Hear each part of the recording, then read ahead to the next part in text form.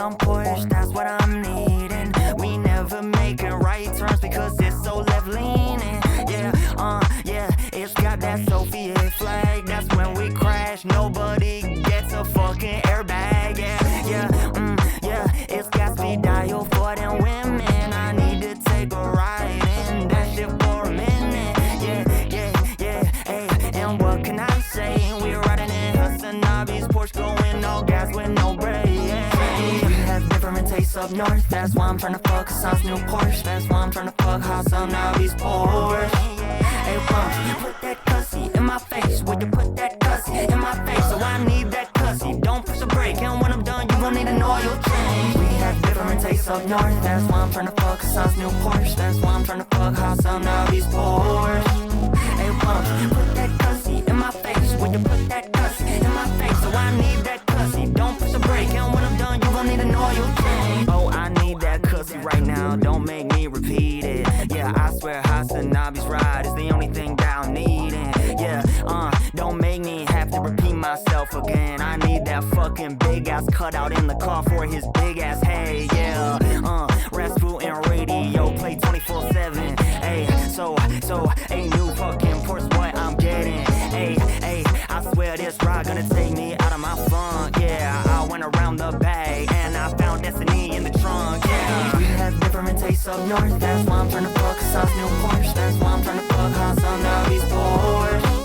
Hey, you put that cussy in my face. Will you put that cussy in my face? So I need that cussy. Don't push a brake, and when I'm done, you gon' need an oil change. We have different tastes up north. That's why I'm trying to fuck Hasan's new Porsche. That's why I'm trying to fuck HasanAbi's Porsche. Hey, you put that cussy in my face. Will you put that cussy in my face? So I need that cussy. Don't push a brake, and when I'm done, you gon' need an oil change.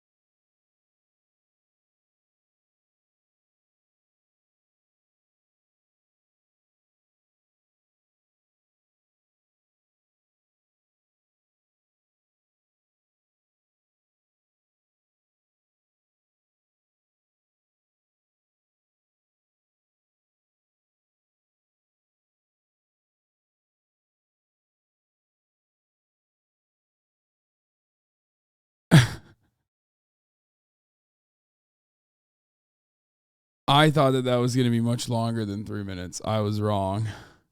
I did not time that right. I'm sorry. That in my many years of streaming, that's never happened. That's crazy. This is the first time that's happened. Top 1%, baby. You know, number one Twitch streamer in America this past year. That's whose broadcast you're on right now. Holy fuck. I fucked it up. All right. What's going on, folks? I'm live and alive, and I hope everyone's having a fantastic evening, fantastic afternoon, fantastic pre-noon, no matter where you are in the world. I'm Hasan Piker, and this is the HasanAbi broadcast. Coming to you live from sunny California, Los Angeles, folks. We're live and alive, and I hope all the boys, girls, and MBs are having a fantastic one, you know? Let's just fix the situation. I hope all the boys, girls, and MBs are having a fantastic one, because today it's a beautiful day. It's a fantastic day. That's right. It's fucking Tuesday. It's Tuesday, lads. It's fucking Tuesday, lads. It's Tuesday, right?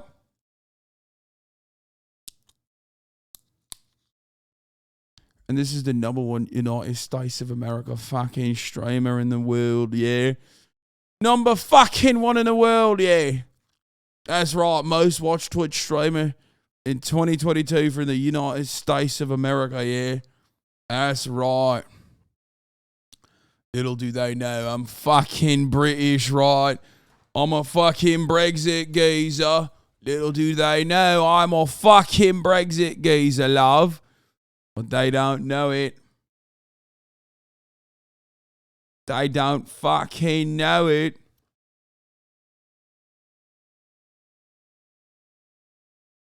Which is why we're going fucking mental, bruv. We're going mental. We snuck in there doing just a bit of banter.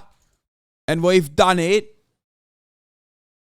Infiltrated the absolute bastards. The cheeky fucking bastards, right? That's fucking right. Just a bit of fucking banter on a Tuesday. Scroll down. Lad is trying to dethrone you. What is Asmin's viewership adding his alt streams? Hey, how about you fuck off?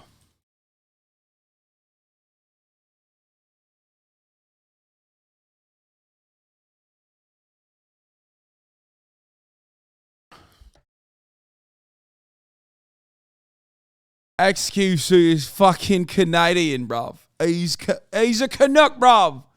That's right. That's why we're fucking number one in the United States of America, yeah? Fuck off, Ludwig. He's a Frenchman. That's why he's fucking bent, yeah? He's fucking right pressed, bruv. He's fucking right pressed. It's a fucking Tuesday. A British man is finally on top, right? He's fucking coming home. Oh, proper lads are bringing football back to the fucking UK. Brexit means fucking Brexit. No more fucking pronouns. None of the fucking immigration shit. And we got fucking Frenchmen pressed. Absolutely fucking bent. Pissed off, yeah? Fuck off. I'm about to fucking rev up my Bugatti. Ray.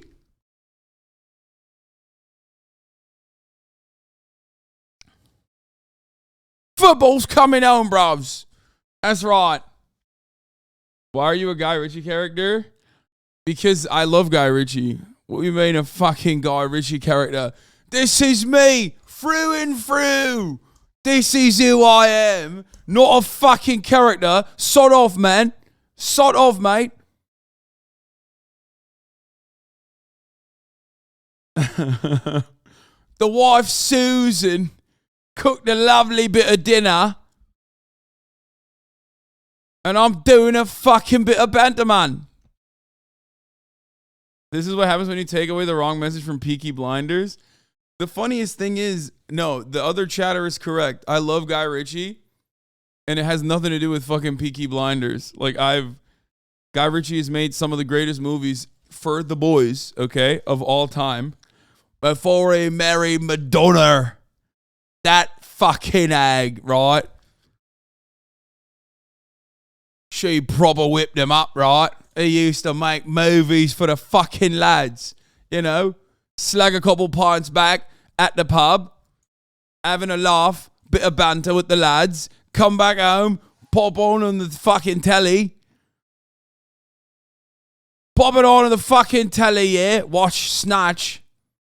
That Brad Pitt guy, absolute fucking ledge, man. Absolute ledge. Yeah, and then Knockout in the Fortress of fucking Dreams, mate. Watch a little bit of Lock, Stock, and Two Smoking fucking Barrels, yeah? Those glasses go mod, fam. Absolute ledge. Absolute fucking ledge, chatter. Okay, we're done. I can't do this any longer. Holy shit. Actually, that's a lie. I could literally do this the entire day. I could do just a fucking lad. I could do lad core the entire fucking day if I wanted to. I absolutely love it.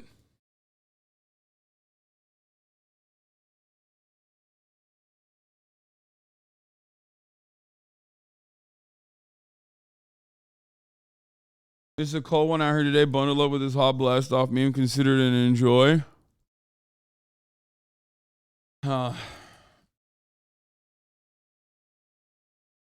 Anyway,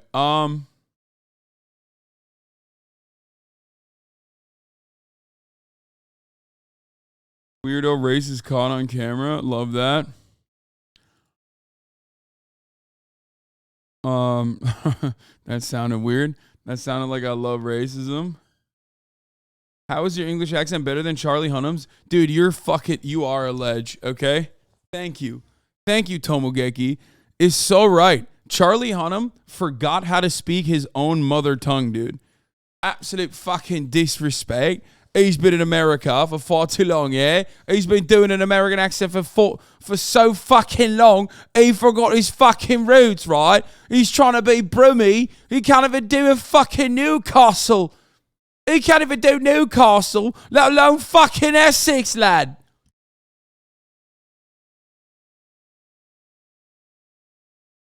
Charlie Hunnam, what the fuck you think you're doing? It's Geordie accent, not Newcastle. Fuck off, mate. I know my fucking accents, right?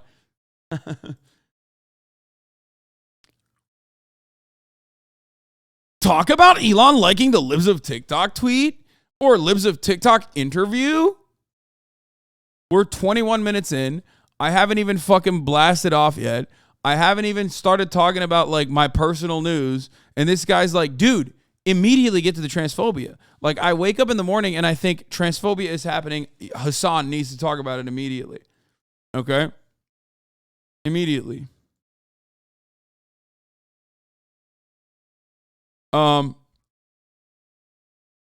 your mind, what accent and language do you think in? English and American. Like, I know, bro, we're going to get to all that. Can we have like a little bit of fucking fun? Or no? No banter. Get to the fucking transphobia, innit? You're the only fucking anti-transphobic fucking Brit out there in Turf Island. Absolute fucking ledge, man. Can't do no fucking banter.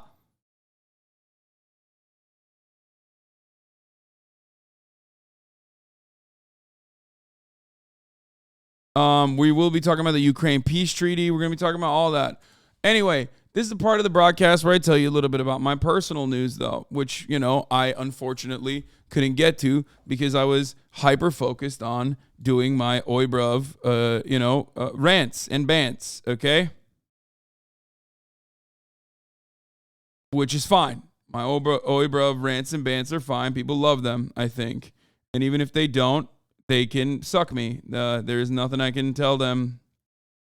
There's nothing you can tell me that'll change my attitude, okay? I love the oi bruv bants, and I will probably continue doing them. Okay, anyway. I will put a fit pic on my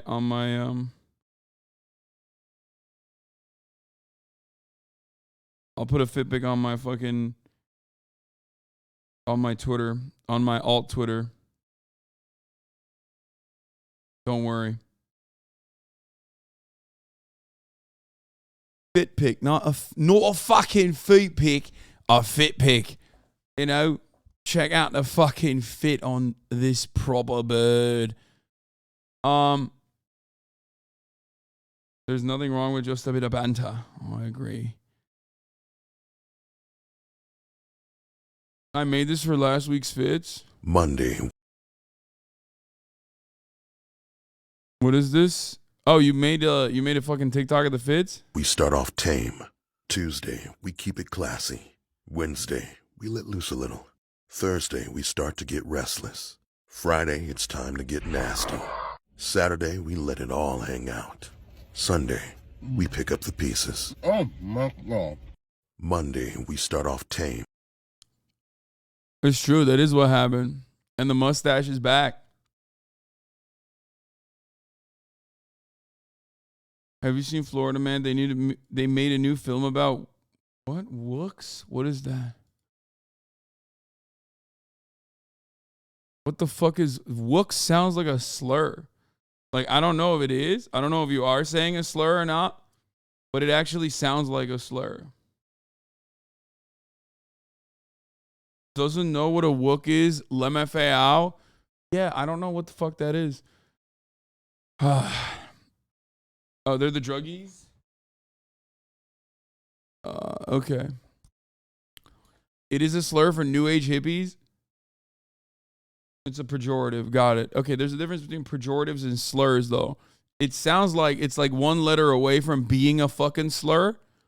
You know what I mean? Or even like with the way that it is, like with the mouthfeel and the energy associated with this word. I don't know why. It just comes across like it just straight up is a slur.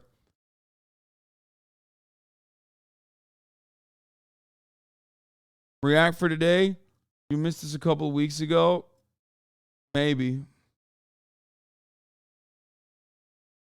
Someone made a VTuber version of you? Damn, this room looks familiar. What the fuck? Hold on. Here I am. Hi. But this isn't... This just looks like me. Well, hold on. Fuck you. What's going on, ladies and gentlemen, boys, girls, and NBs? I'm live and alive, and this is Slasan Piker, and this is the HasanAbi broadcast, coming to you live from cold, shitty Texas. We're live and alive, and I hope everyone's having a fantastic one. I hope everybody's having a fantastic one. What's going on, ladies and gentlemen? Hello. Hi. We are live and alive. Hi. This is a... All right, you don't see me coming to your territory, okay? You don't see me kicking the fucking door down and then all of a sudden I'm a fucking VTuber, right? I haven't done it yet, but that doesn't mean I won't. I'll fucking do it, right? I don't know. I'm never... Listen.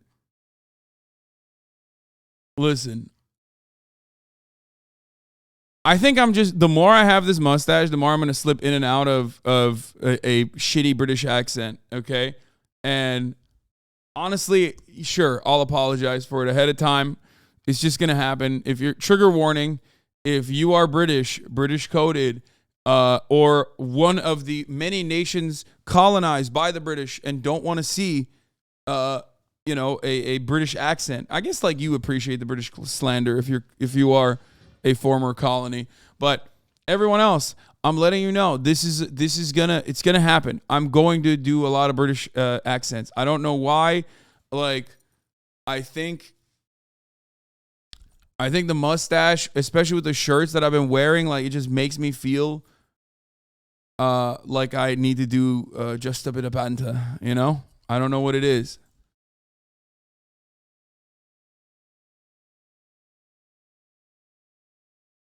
I love the shitty British accent. Don't stop. Wait, what do you mean? The shitty British accent? Where is the shitty British accent? I'm not British, but for me, it's difficult to understand even American pronunciation. Are you a goner, mate? That's fucking right. I'm a goner. I'm a fucking gooner. Anyway, where's the shitty accent though? That's weird that you said that because like I didn't see that, but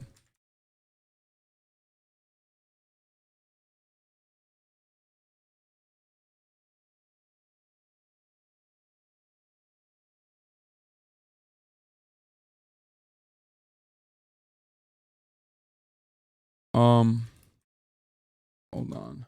Having a bit of a chat in it. That's right. I'm having a bit of fucking banter, yeah. I'm doing just a bit of banter. Okay.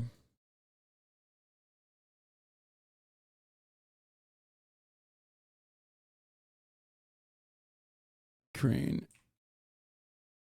Russia peace talks. Snowstorms. Kim K's first interview about yay. Get in now. Okay. I'm going to blast off right now. Right. Fucking blast off, right? Proper blast off, innit? Oh, you my lord. Are we watching Curtis or the new Zuve today? We will do it, lad. We'll do it. You sound like this. Not sure what type of accent it is. This place is under new management. Dude, I'm sorry. Like, I watched Peaky Blinders when I was younger, and it was mostly for Cillian Murphy. Let's be real. Like, he's the GOAT. I love him. That's a Birmingham accent, first of all, for you wondering what that is. But, like, I feel like an entire generation of men basically decided that that's who they are.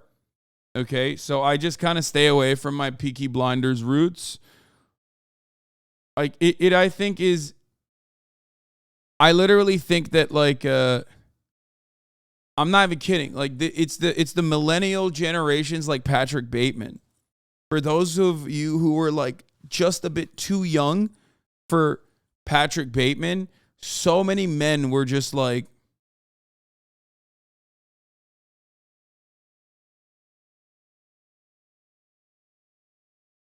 so many men basically, so many boys basically tailored their, like, older millennials tailored themselves after Brad Pitt in Fight Club and Patrick Bateman, okay? And, of course, no one is like those characters. Those characters are fucking fictional. And then I think, like, younger millennials, no, not Jason Bateman, dude, Patrick Bateman, American Psycho.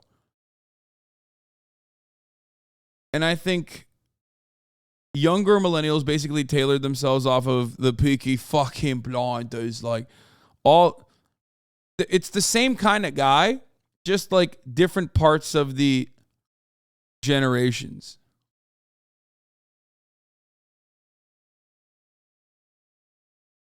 Basically. By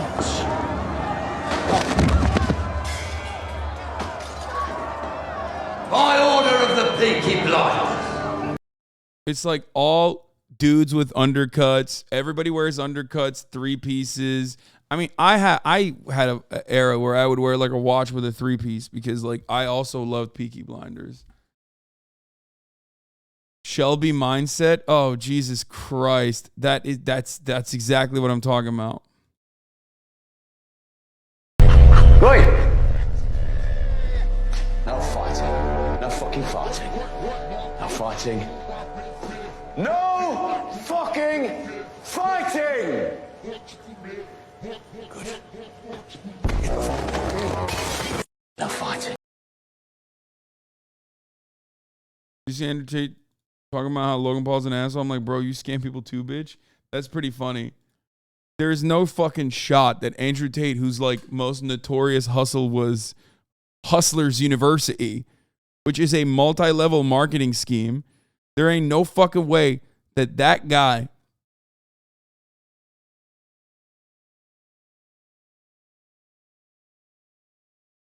there ain't no way that fucking guy is talking shit about another scammer. Like, what? Mad Men was unfortunately influential too. I mean, all popular TV shows with like cool male characters, all popular TV shows with a lot of cool male characters are always going to they're going to influence a generation of boys, you know? I would rather have them be, I guess, influenced by Cillian Murphy's character in Peaky Blinders than fucking Andrew Tate. Yeah, Ryan Gosling from Drive and Blade Runner as well. Yes, Ryan Gosling from Drive is another one that like all the Sigma males thought they're like. Yeah, older generations. Boondock Saints was a good one for like all the fucking boomers, you know? Taxi Driver was another one for all the fucking boomers. Exactly.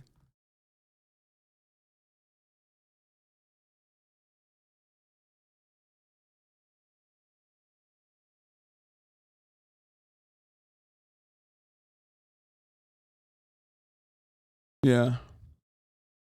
It is what it fucking is, lads. It is what it fucking is. There's nothing you can do about it, lads. There's nothing you can do about it. All right, retweet this shit. Clint Eastwood's for the boomers. Yeah, when I say boomers, I mean like whatever Gen X, I guess. Like the one between boomers and millennials, Gen Xers.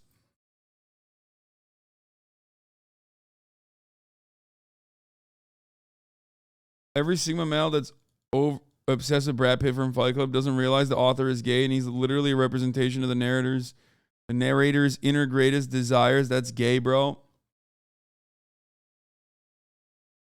Peaky Blinders was a psyop for the flat cap and waistcoat industries.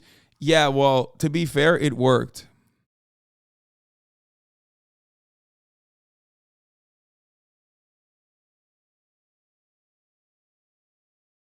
I think that's what it is. It fucking worked. And the undercut, too. Barbers were eating good everywhere, dude. Undercut deliverers, okay, people who worked to make undercuts happen, they were popping, okay? What is this? This is the Real Tuesday anthem? Listen, this song's about unity, yeah? We're from 3 different provinces, 3 different moms and dads, and we still fuck with each other, innit? Fucking innit? Listen, blast off. I break your bones and take your mask off.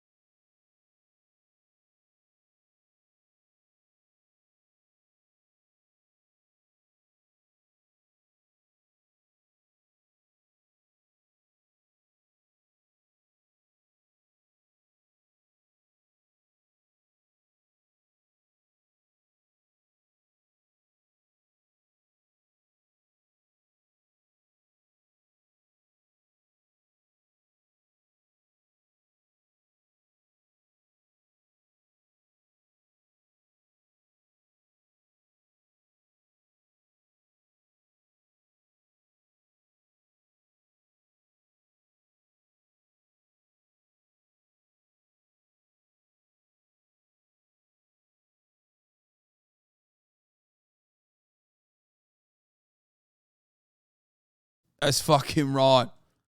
And we're not doing any fucking bruvophobia on this day. Right, mate? Anyway, just a bit of banter. Okay.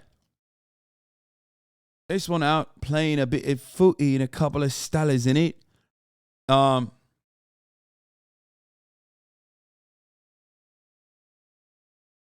Okay, we're done with all this shit. Okay, we're done with all this shit. Now we are. Look, we're gonna get to the news. I guess like as far as personal news goes, I've been working out on my own because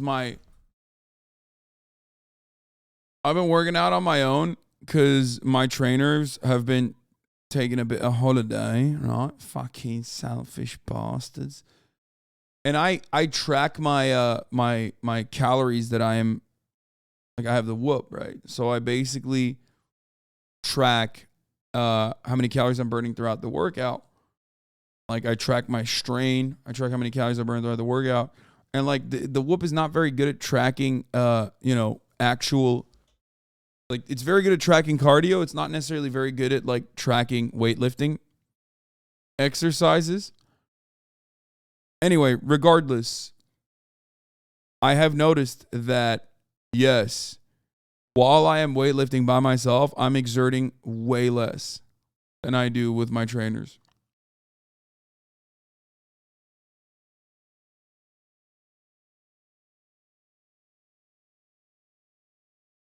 So, yeah. That's where we're at. One Piece update. Yeah, I'm learning about the beginning. I almost cried last night. I've learned about the inception of Skypiea and the Chandrians, and it made me very sad. You know how they got fucked over. Well, not even how they got fucked over, but like the basic love story between the Chandrians and the main warrior against the guy with the, what's his face? The Mont Blanc Senior or whatever the fuck his name is.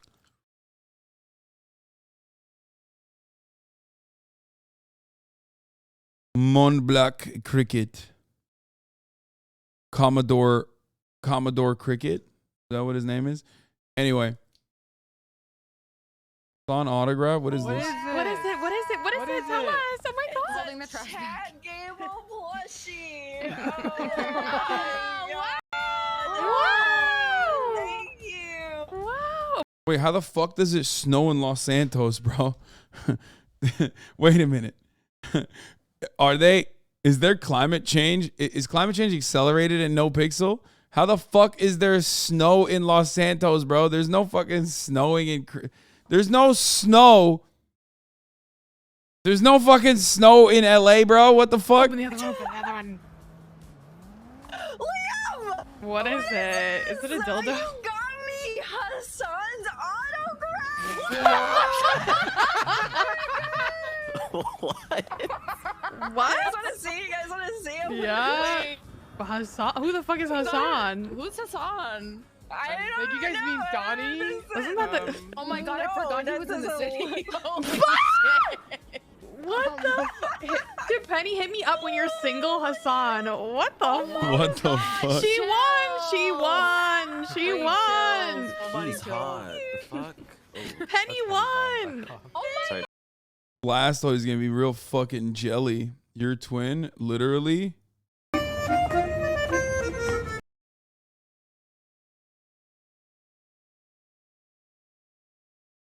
I gotta cut this fucking hair, bro.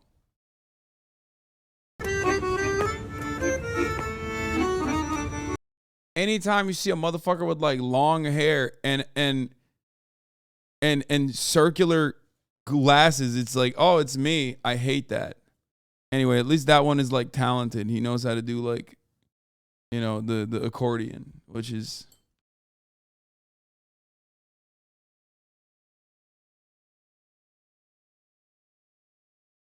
Listen, be real. That motherfucker actually looks like you. Okay, chill. Chill, bro.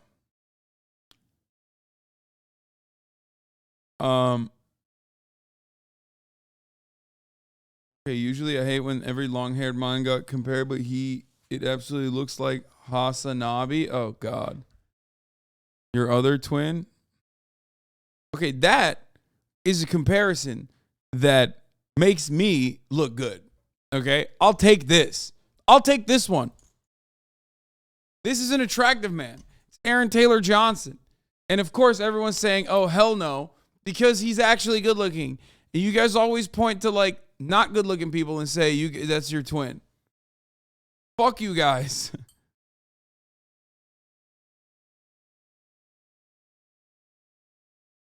You're hotter, dumbass. You are literally fucking delusional if you think I'm better looking than Aaron Taylor Johnson. Okay? That is insane. You're crazy. You're a crazy person. Okay? No, you guys are actually delusional, which is fine. I mean, that's why you're HasanAbi heads. But you are insane. Aaron Taylor Johnson is unironically goated, okay? Obviously, like, maybe victim of grooming, but definitely goated. He's a little bit like Macron, but certainly an exceptionally good-looking dude.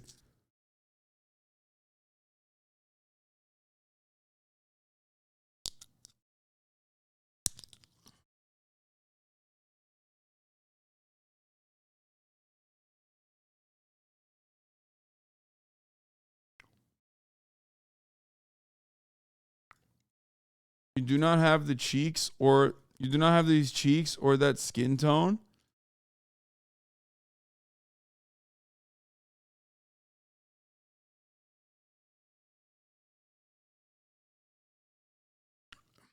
I mean, also has one of the HasanAbi also has one of the best American accents of any Brit actor. Thank you. There is no better indication that beauty is in the eye of the beholder, and that like these things are incredibly subjective, than 27,000 of you insane people saying that Aaron Taylor Johnson is worse looking than me, which is psychotic, in my opinion. I think he's a very, very good looking dude. Like, significantly better.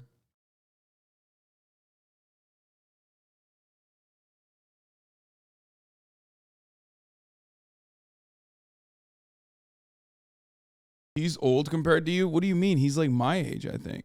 He's literally my age.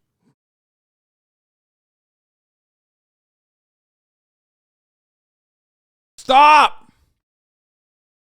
Ew, what the fuck? Jared Leto looking weird as fuck. They talked about you. When mom finds the poop sock better version. Why are you guys trying to bring the poop sock back? What's happening there? I've been seeing a lot of poopy socks in the chat.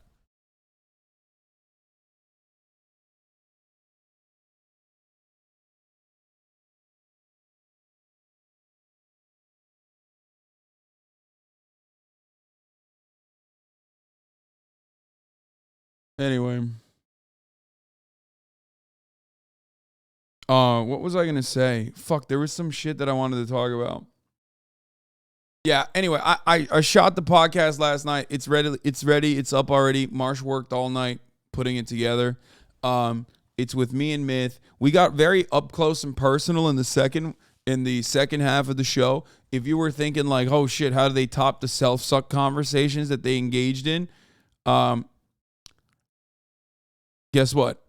We did. We upped it. We upped the ante in the fucking in the paywall portion, where we basically talked about, what it's like for Mitt's career to have popped off so early. Talked about like his early experiences.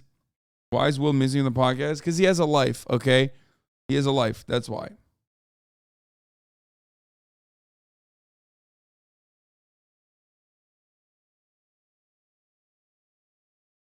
I admitted that I played action figures. I think I've talked about it maybe on stream, but never like to that degree. But I admitted I play action figures until like a very late age. Like when I never actually talked about how I don't think I ever had talked about how embarrassed I was to play with action figures at that age though, like, and how I would hide it from my parents. it was like, you know, we re-examined some trauma. Okay? That's a crazy fucking thing to admit. Yeah.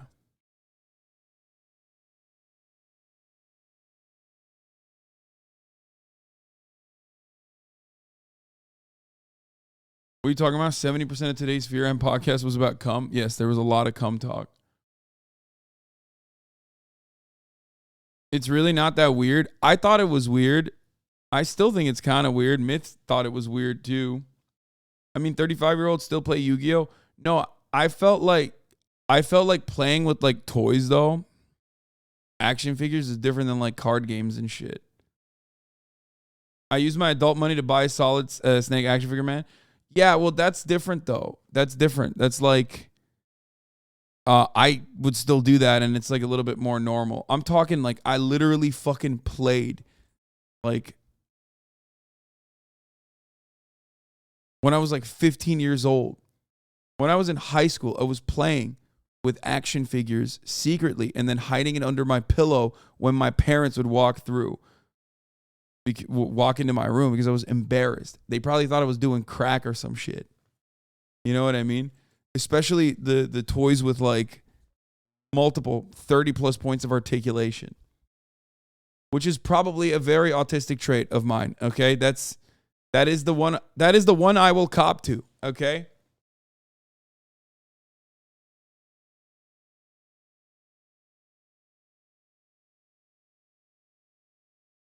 Yeah, points of articulation was huge for me. Anyway,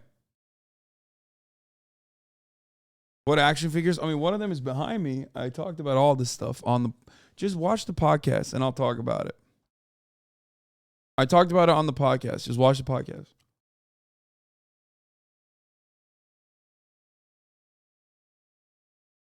Anyway.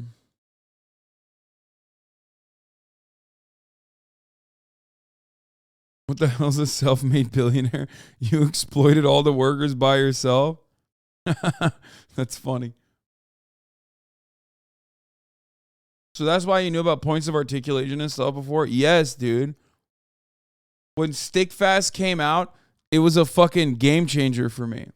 For those of you who don't know, when Stickfast came out, I was like, that's crazy. Like, I think it came out at a time when like Newgrounds was also always showing like the stick figure fighting sequences.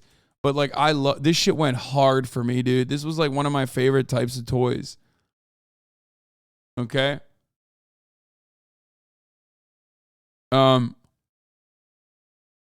Made in Singapore.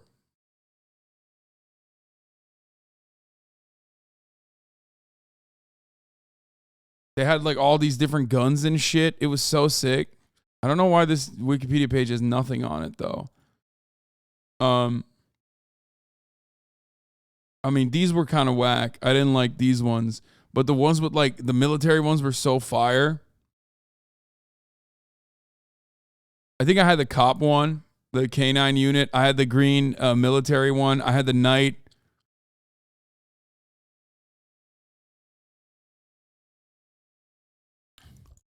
I had all that.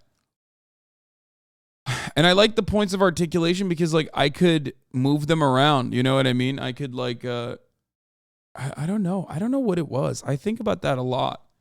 I would just like imagine scenarios, you know? This isn't Turkish at all. No, this was not Turkish. This was like from America.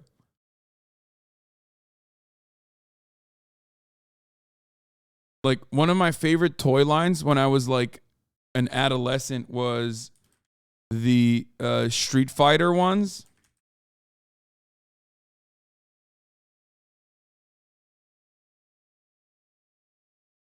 The Street Fighter action figures, they were insane. Like they went fucking crazy with these, dude.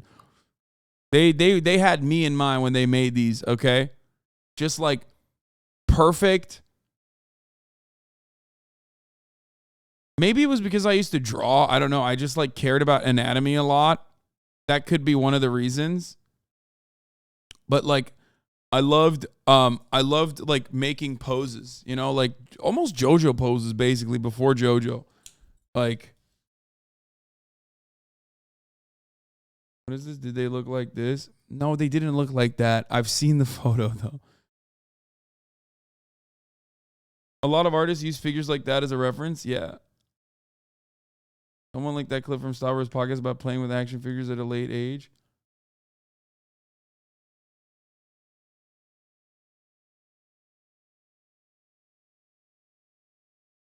Cared about him anatomy, kind of gay.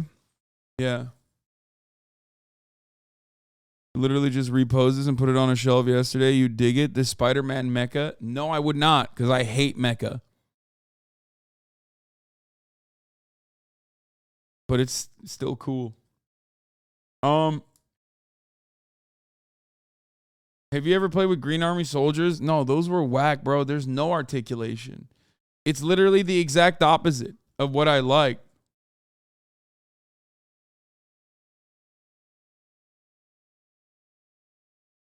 The dick eating is crazy. This young soldier stationed at 29 Palms hadn't seen his family since before last Christmas. The flight attendant asked everyone to stay seated so he could get off the plane first. Thank you for your service, young man, and thank you, Southwest Airlines. Bro, nobody gives a fuck about this right now, okay? Southwest Airlines is like killing old people. Southwest Airlines is literally just like, hey, are you old and in a wheelchair? Fuck you. We're going to push you down the fucking escalator, okay? Like, that's what Southwest Airlines been doing. Canceling flights non-fucking stop, apparently. So much so that, like, you know, the government might actually step in for once. Holy fuck, by the way. Can you imagine a circumstance where the American federal government and the regulatory agencies actually take action? Not going to happen, probably. They're up to like 3K cancellations. Yeah. I mean, shit's crazy out here. Meanwhile, what are we supposed to do? Like, watch them fucking, you know, suck them off and get excited because they did this thing with like a fucking vet? Oh, sick.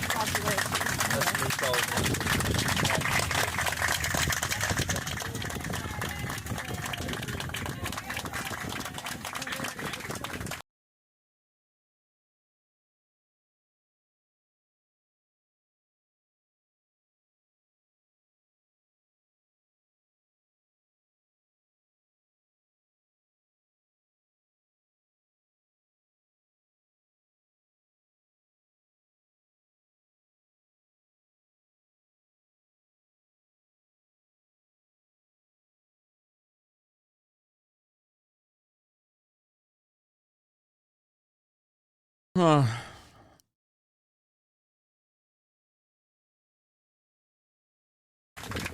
But Lazan, he served our country.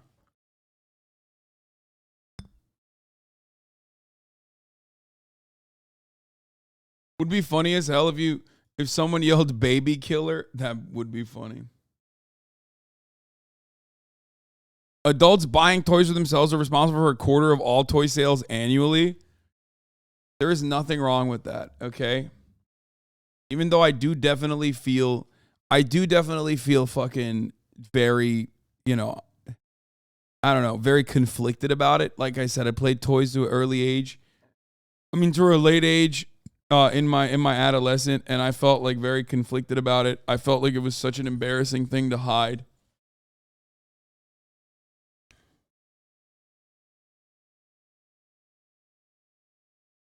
The dude probably played Warzone, drank Monster, hit alcohol, and lied to his Sarge the whole time at Palm Springs. Oh, Vox has a nice... The world will... Vox has another fucking... all the lib outlets are doing the 2022 recaps. So, of course, we're going to be watching, and we're going to be having fun with it, obviously. I can't wait for that. And I will be doing the top clips of 2022 as well.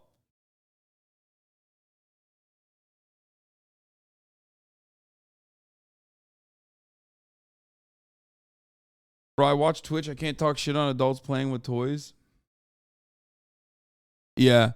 We'll get to it. Anyway, we're going to be talking about storm-related deaths. We're going to be talking about the fucking storm-related flight cancellations.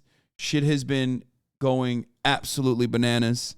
Things are out of control. Of course,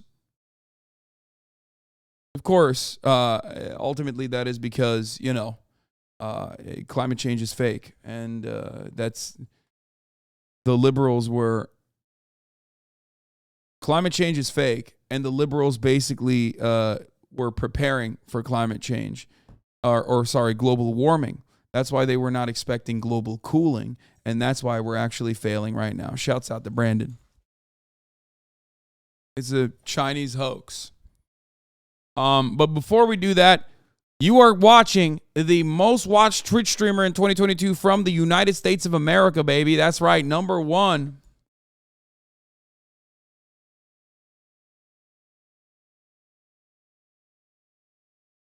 Asmongold at number 2. Trainwrecks TV at number 3. Toddick at number 4. Summit 1G at number 5. Kai Cenat at number 6. Law Tyler 1 at number 7. Aiden Ross at number 8. Number 9 is Nick Merckx, and number 10 is Imperial Hall. To be fair, Asmon was on his alt account half the year, lol. Okay, everybody shut the fuck up.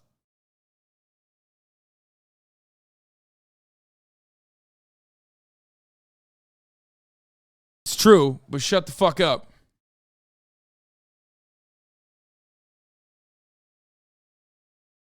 XQC is, of course, not on the list because he's Canadian, which is pretty funny. They counted the alt account watching too? Wait, they did? No shot.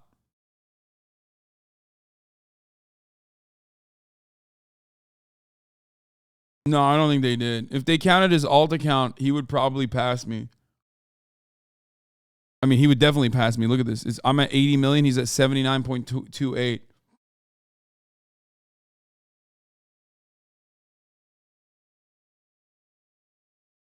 Yeah.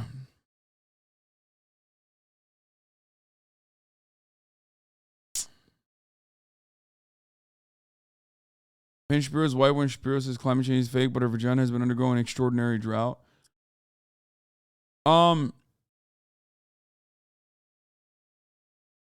Wait, including alt, it's 99.3 million? Oh, that makes sense. Yeah, more than 99.3 million hours watched, yeah. Cause his alt account against mine is you know, I beat him, but obviously by a lot. But his alt account plus his main, it's over. Because he had insane views happening when the Johnny Depp trial was going on. You know what I mean? Him and XQC both had like a fire-ass month. They ate good off that, you know? So, I can't touch that. Check Combat Gods on YouTube. Cool stick video. You might like it. We're not watching that right now.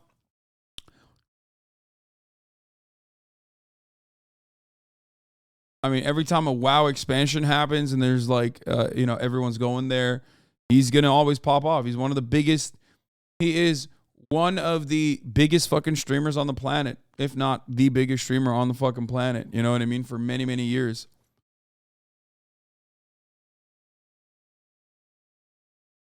I think the real sneaky hitter here is Summit with the fucking 4,000 hours, bro. That shit is crazy.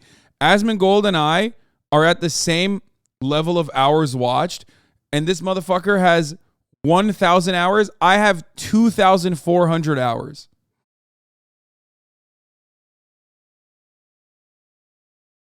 He has half of my hours, and he has almost the same amount of views. And he has my hours, my number of hours, if you look at his alt stream too.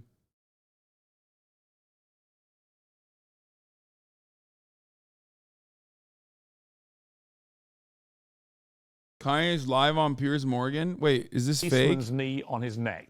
And given that is what the coroner said. This is old, bro. I don't think this is real. I don't think this is new. This is an old one that they're rebroadcasting. Why are you guys like this? If you go international, your numbers aren't shit, to be honest. So biggest in the world is not factual. Yo, can we just have a moment? Can we?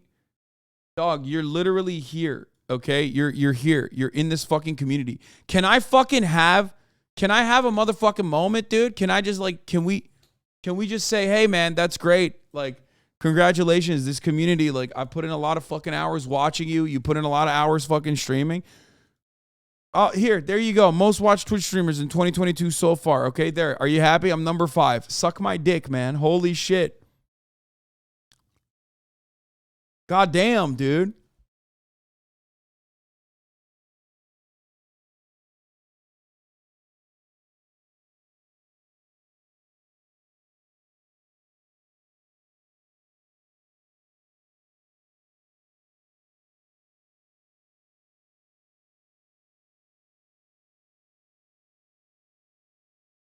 Yes, I'm only number 5 in the world, okay? Suck me. Anyway.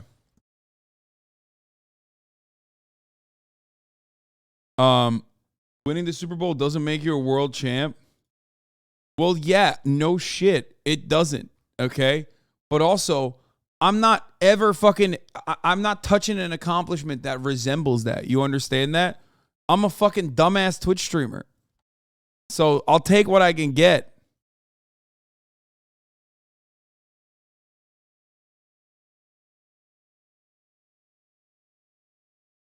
You feel me? Like those guys are like getting fucking quadrillion dollar contracts and shit. It's a franchise that is like worth billions, and you're comparing it to a fucking 31-year-old dickhead streaming from his house, bro. What the fuck? Are you actually mad? Who cares? You're insanely popular and you're the only one there that does politics. Yeah, I mean, I'm not actually mad, but like, you know, it is crazy that like people won't let you have it. You know what I mean? They won't let you have like a brief moment of solace. Like they just gotta keep you down, you know? Chill.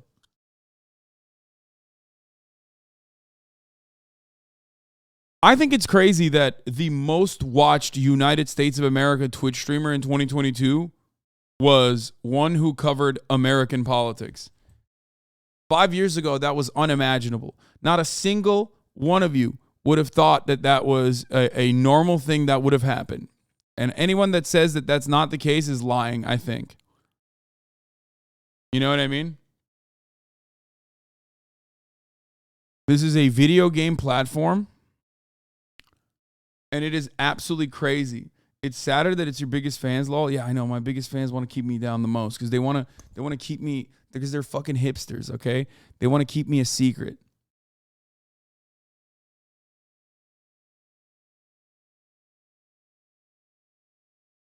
Not even top 10 in the universe.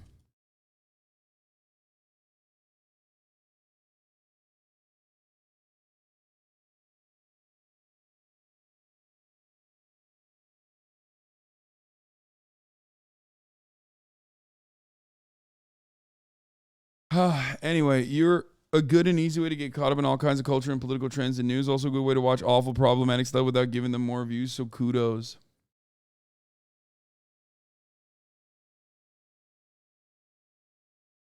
Anyway, 5 years ago, I would have never guessed it would be someone on the left. At that time, anti-SJW content was popping off. Exactly. But like, I don't think it's ever happened to that degree anyway. Like, you don't have a fucking situation. I don't think you've ever had a situation where like the number one fucking YouTuber was like, when the number one YouTuber was PewDiePie, yeah, he had a lot of right-wing attitudes and right-wing ideas, but it wasn't like the number one YouTuber was a right-wing political content creator. You know what I mean? So it's pretty wild. And all of those top content creators on this platform, with some exceptions, are also pretty progressive.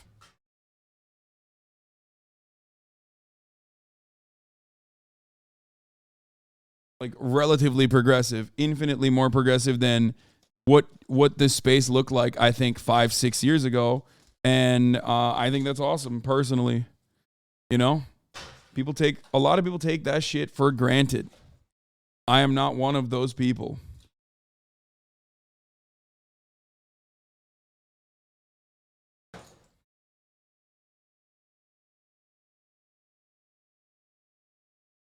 And for a lot of you, I think you will look at this and go, well, Asmongold has bad takes from time to time. He's not progressive. But it's like, you know, he is significantly more progressive than, again, what I am considering what was the norm in gaming spaces 5 years ago.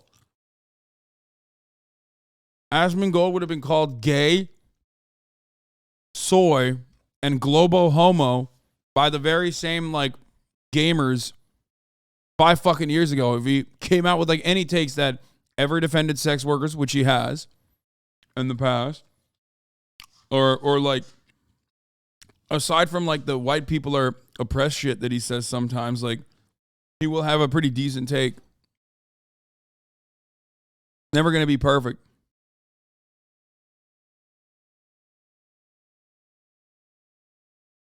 Yeah.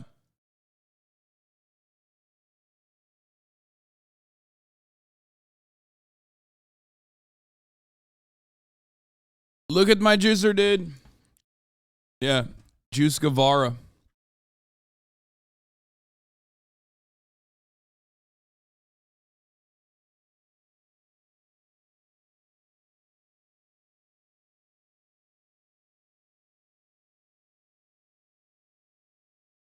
Do you think PewDiePie is still right wing? I have no idea.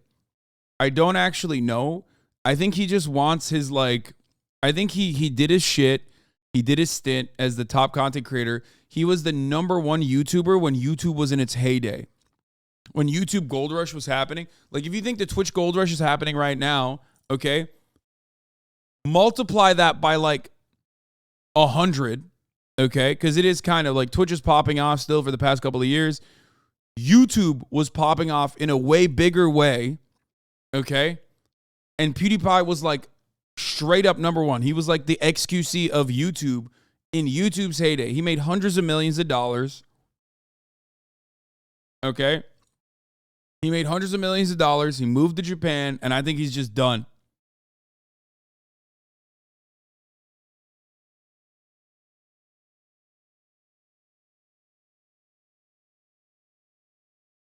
He's just done. He's just doing his own thing. He didn't do the ninja thing. No, he didn't get a fucking platform deal and grab the bag and move on. No, he put in the content. He put in the fucking effort. That's not true.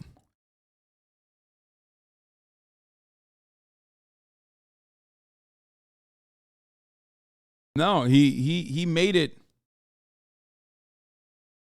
I mean, you might not agree with his politics, which I don't either. Okay, obviously, especially back then.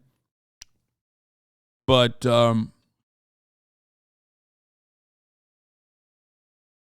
he certainly fucking made his money by making the content, like putting in. It wasn't like marketing deals that made the bulk of his revenue. It was his own fucking. It was literally his own YouTube page. And he still posts, and he still gets millions of fucking views, and he's just chilling.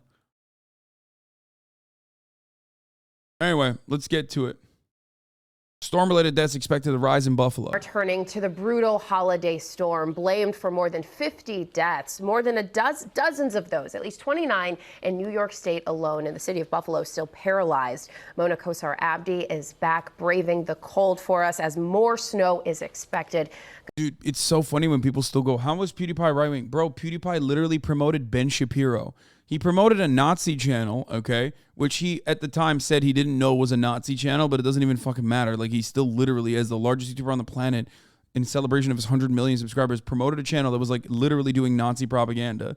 He is just, he was just very much in the fucking right-wing pipeline. There is a fucking reason why so many right-wingers would love that shit. And he did the whole racial stunts and whatever. I'm not here to cancel him. I don't care, okay? I'm not here to cancel him. This has been discussed a million times over. I think he was young, he was dumb, and he also was susceptible to propaganda in the same way that many of you were as well. Some of you were on that same fucking pipeline and most likely did worse shit. Now, obviously, the impact of you being a fucking right-wing dumbass when you're, 20 years old versus now is infinitely fucking softened in comparison to the most famous YouTuber on the planet. So obviously I talked about that regularly. I talked about that quite a bit, but ultimately it was a different time. I think that, it's understandable for a lot of people to have really edgy fucking, to go through an edgy phase. If you don't want to forgive him, that's fine. That's on you. I personally don't even give a shit, but yeah, he was just like Ethan, my co-host Ethan Klein, and Ian iDubbbz, who I've had on this show as well. These guys were all very, very, very edgy. Okay? And honestly, a lot of these people were either on that pipeline or had been, building that fucking pipeline for other kids. But we've moved past it now. I went back on your YouTube videos on PewDiePie and noticed I had left a dislike. I came a long way since then. Yeah, my videos would get ass blasted all the time. I called it. I had the adequate call on. I had the adequate lock on PewDiePie. I had the adequate call on fucking Jordan Peterson way before anybody else. Half of you motherfuckers probably disliked that Jordan Peterson video, and now you yourself are a fan of mine and recognize how big of a fucking goober Jordan Peterson is and how right-wing he is. Okay? It's okay. You know, we all think dumb shit.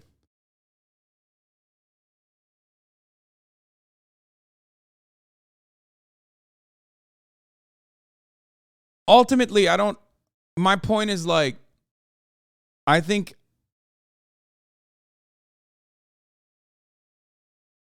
everyone goes through different phases. Okay? Everyone goes through different phases. They all have their different interests or whatever. Okay?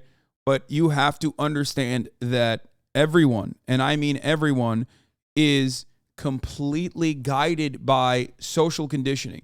And if you understand as a leftist that the systems are slanted towards the right, if you understand as a leftist that this is a white supremacist, right-wing, pro-capitalist environment that we're growing up in, of course, some of the most privileged motherfuckers under that structure, i.e. white kids, white men, okay, especially from like a relatively privileged background, upper middle class and better, okay, living in the fucking imperial core, are going to have incredibly right-wing takes, okay? That's just what it is. You expect that, and then you hope that they can overcome that. And a lot of you in this community have, okay? A lot of you in this community have fucking overcome that. And you should not be, insanely annoying towards those who have not. Now, many people will say, well, I'm, queer and I'm black, and that's why I never, had that privilege moment. It's like, yeah, no shit. You understand that, right? You get it, though. You get it. If you're queer and a black teenager, you already understand that this is how the systems are. So you have to recognize that, like, the overwhelming majority of people are going to be slanted in that direction because it's not entirely their fault. They're just like, they're susceptible to propaganda and it's social conditioning. You know? How do you respond to people who say constantly upper middle class white privileged kids are communists? I mean, I don't give a shit. Good. Great. Awesome. It's so weird. That's all fucking agitprop. No, the overwhelming majority of upper middle class white kids are still insanely right wing, okay?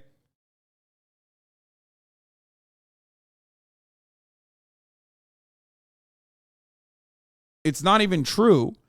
But even if it was true, who gives a fuck, right? Like, but it's not true. The idea that, like, it's all these, like, fucking woke gay academics that are left-wing is a silly one, okay? When asked, okay, many Americans will most likely agree with the values espoused if you don't tell them it's socialism or if you don't tell them it's fucking communism. If you told them a man should be entitled to the sweat of his brow, 99.9% of Americans are going to say yes, okay? It's such a good fucking piece of propaganda that BioShock unironically used it as an ironic libertarian quote. Okay? Is a man not entitled to the sweat of his brow straight up a left-wing propaganda talking point, okay? That is like one of the greatest ways that you can describe elimination of exploitation. Okay, that's it.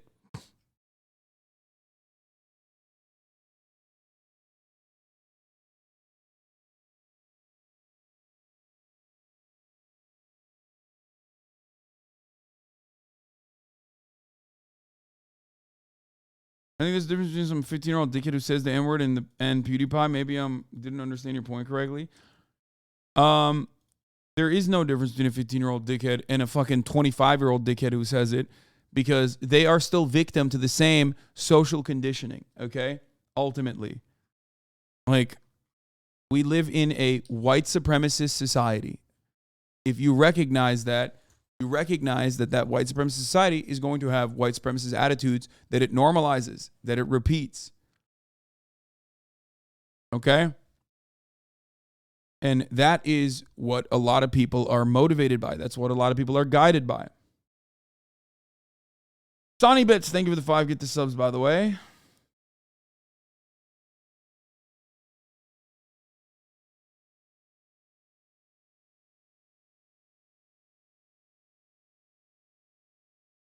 But I don't think PewDiePie is a right wing anymore. I think like the Christchurch shooter saying subscribe to PewDiePie after, or I think it was before and after, I don't remember, murdering, doing one of the worst like Islamophobic hate crimes on the fucking planet, other than, you know, the American war on terror, the American-backed war on terror was, was his like come to Jesus moment almost. He said it at the end of the first shooting site. Yeah.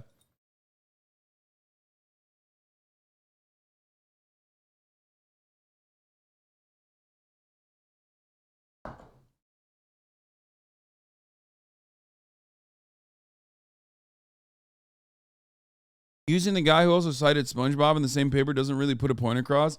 Man, I'm not saying the dude was like a fucking major PewDiePie fan. But if you think that like 4chan poll wasn't fucking saying PewDiePie is our guy nonstop because of all of his like promotion of esoteric right-wing shit over and over again as an oopsie, as a nonstop oopsie over the course of like his 6 years of radicalization, I don't know what to tell you, okay? Like, they did say he was our guy, and you know that very well, and I think you're a piece of shit who wants to hide that because you're either a sweaty little fucking debate pervert or you are the type of person who says, that's our guy. But I think you were just, you know, the sweaty little debate pervert who can't fucking stop himself from trying to bring everybody down because we were looking at numbers and you went, so we got twice the viewers, Copium, that's great. You'd be number 6. Asmon's there with Alt. Okay, I'm number 6 internationally, dude. Look at this fucking guy.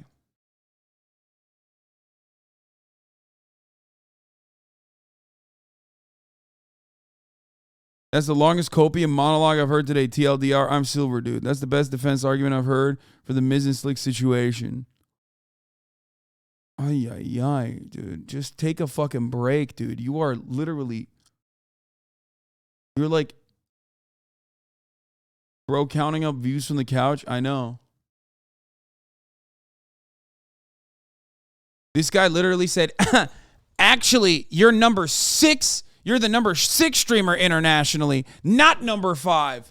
If you count Asmongold's alt account views, it's like, okay. I mean, that's pretty fire still. It's higher than I was, I think. Higher than where I was last year, I think. So I'll take it. Like, you good, bro? It's like holiday season. Like, go hang out with your family or something.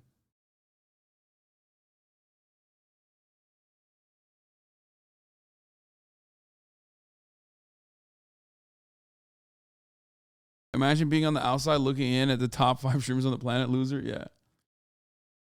Okay.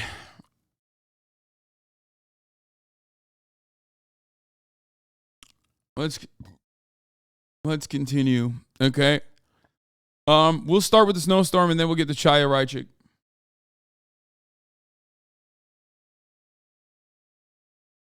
Pokimane brought it back into Reddit politics. Fuck you, Pokimane. Pokimane, I want better enforcement of laws to stop revenge porn or harassment. Reddit. Pokimane's idea of tackling trolls through legislation is absurd and indicative of her lack of appreciation for the opportunity she's been given. Her privileged position as one of the most popular streamers on Twitch provides her with the resource and visibility that most people can only dream of. Well, she's literally using that for good, I think. Anyway. Oh, this is... I know what this is. I know what this is. This is like when fucking losers on the internet think that like... cyber stalking your favorite like female content creator is actually holding them accountable.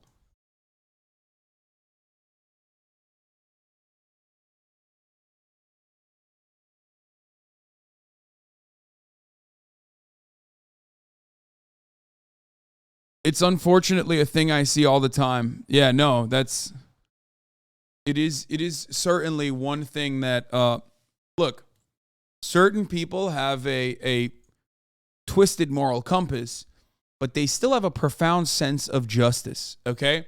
And if you have a twisted moral compass and you have a lot of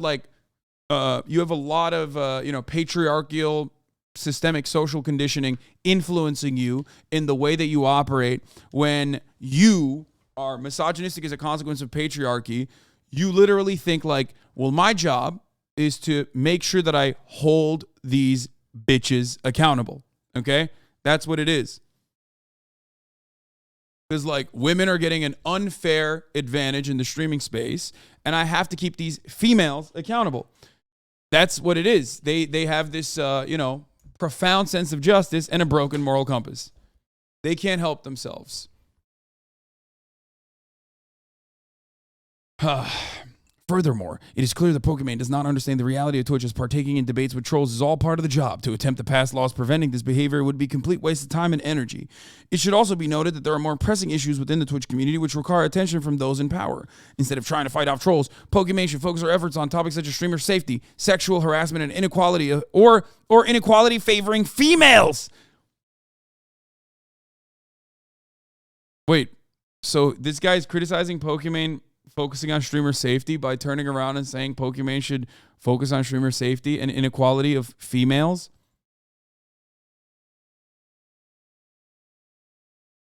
While her hard work and dedication has put her in a privileged place where she can now think about these issues, it does not give her license to try and push through ill-advised legislation.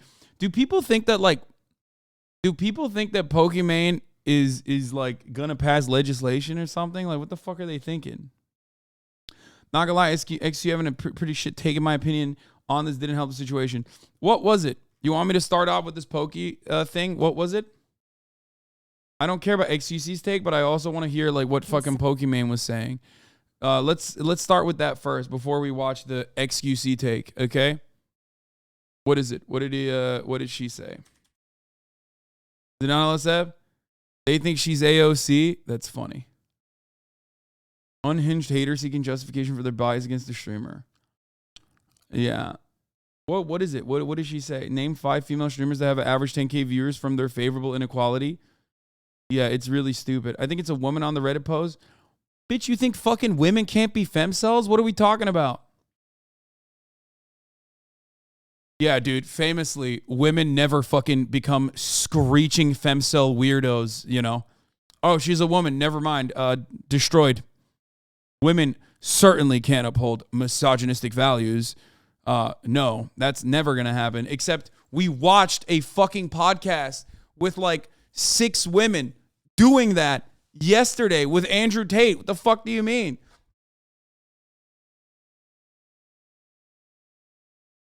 You're acting like you're a feminist? Name 5 women, bozo? I would never be a feminist, dude. What are you, crazy? That's why I'm so good at nailing misogynists, because I myself am one. Okay, let's watch this. So this is the original take. I would like to facilitate the creation of legislation. Twitch chat brain. I would like to facilitate the creation of legislation that holds people accountable for the actions that they do online. I don't know if I should get into the details because it might rattle some folks, but yes. But yes. This would never happen. I think there are some companies that I'm going to message, or not companies, organizations that are involved with certain causes, and I'll be like, listen, if you ever need someone to, I'm your girl. There was 2 threads. Okay, let's look at this. We'll start off. Because I think if you want to pass a bill, you usually go in front of a group of politicians and you explain your cause. I'm like, I'll do it. I will do it. So she said that people got mad at her. What happened? Pokey wants to facilitate legislation against online users. Pokey wants stricter prosecution of distribution and possession of revenge porn. What she was actually talking about. So I guess like this was the original clip that got like clipped out of context or something. Is that what happened?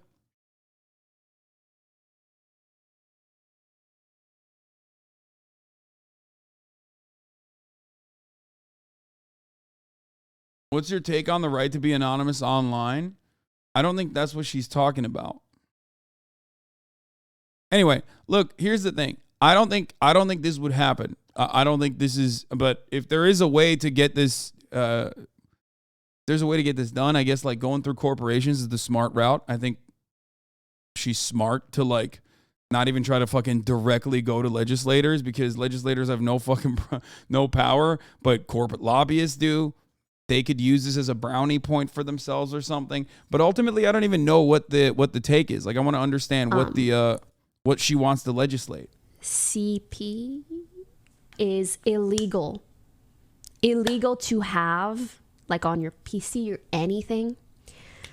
And I think there's only now starting to become like certain legislation against things like revenge porn or whatever. I've had so many girls message me and they're like, oh, my ex like leaked my photos and I feel like I need to disappear off the face of the earth. Like, I'm so heartbroken, blah, blah, blah. I think it should be illegal to even have on your phone, on your PC, on your anything, photos of someone that like they don't consent to you having. And I think there aren't enough examples of people being punished for that. Like, people spread that shit in high school like it's nothing. Well, I guess, I mean, like, if it is illegal, we need to enforce that a bit. So she's talking about CP, which is child porn, and then talking about revenge porn, right? And both of them are illegal, okay, for the record. Both of them are illegal. And if you're talking about high school, revenge porn can fall into the category of CP as well, for the record. And as a matter of fact, legislation in that regard is a little bit murky and sometimes a little overbearing, okay? Like, even if it's consensual nudes that, like, two high school students sent to one another, it can still be prosecuted sometimes as CP, which is unacceptable and kind of fucked up.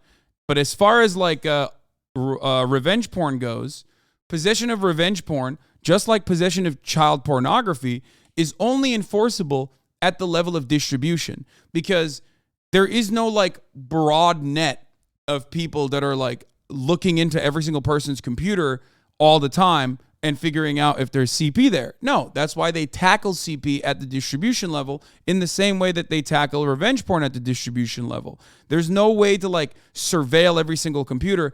I mean, there might be in the future, and I hope there isn't, by the way. I do think that that would be a horrible idea. To literally monitor every single thing that you're doing on your fucking computer is insane.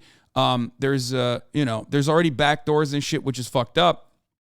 But as far as revenge porn goes, yes, I think it's completely unethical. And I do think that luckily there are some laws against it now, even though the prosecutorial aspect of it or the actual, like, investigation aspect of it is still insanely dehumanizing.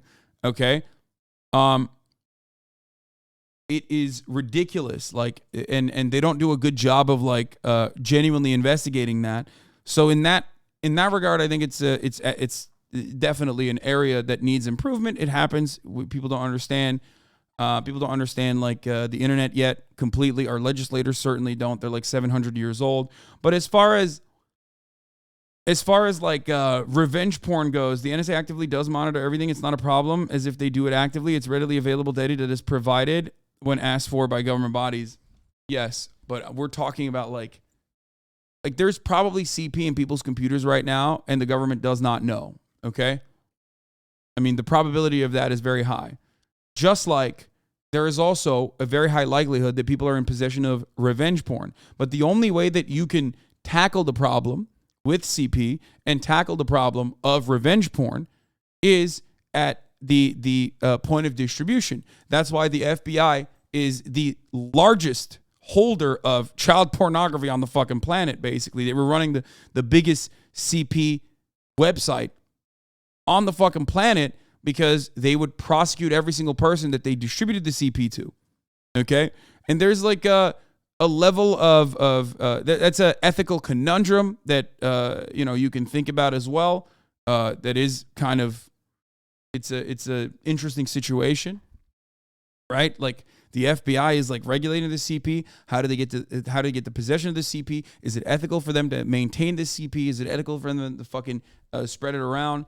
Ultimately, with like pedophiles, watching it before they're arrested. However, like I said, it can only be investigated at the point of distribution, when a pedophile like the Duggar guy, right, that we looked at the other day, when he downloads it off of a website, boom, all of a sudden they're flagged, and now an investigation is being conducted. You can't really do that with revenge porn in the same way, but I think they should do that with revenge porn in the same way, and I think that's precisely what Pokimane is that's what she's talking about here as well. How is it revenge porn if it's not being distributed? No, I think that's what she's saying, is like revenge porn. When you are in possession of nudes of an ex, okay, who no longer consents to you having those nudes, and you decide to post it, or you decide to share it, you decide to show it with people, that is illegal. That is technically illegal, okay? You are distributing pornographic material that you do not have the right to own any longer, okay? No, it's not. It is absolutely illegal. You are wrong. That is when it becomes revenge porn.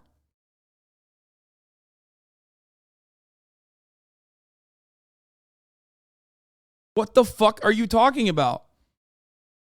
You cannot upload an ex of yours, photographs, naked photographs, onto a website.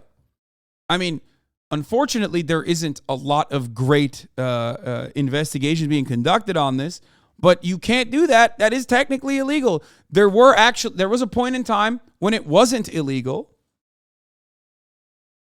It's not illegal to possess, though. CP is illegal to even possess. No, I understand that. But while CP is illegal to possess, the maintenance of that, or the investigation of whether or not someone has CP, is still being conducted at the point of distribution. Do you get it?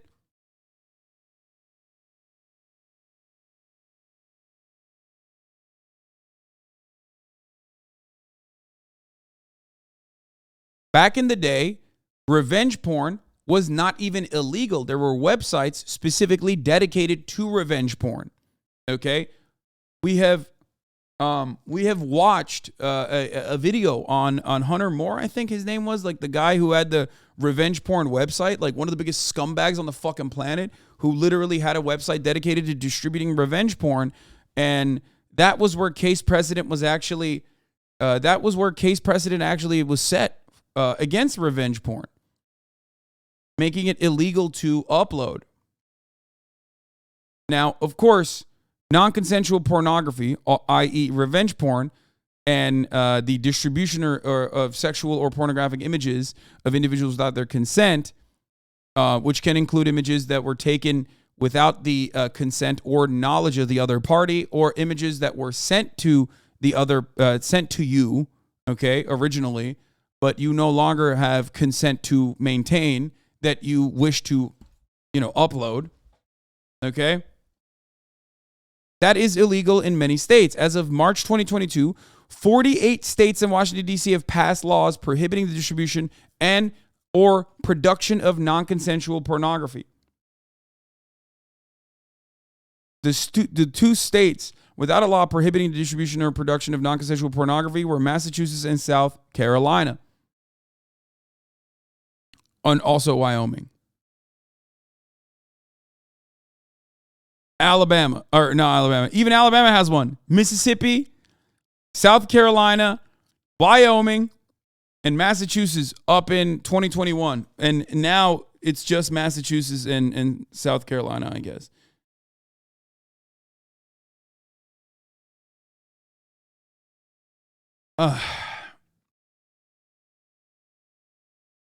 Anyway. And it's totally understandable for this law to exist in every fucking state because it's ridiculous. Chat doesn't get it. Use the 100 random citizens example. 1 in 100 random people has something illegal. How do you find the one without breaking laws for the 99 other? It's a lot less simple than some chat thinks.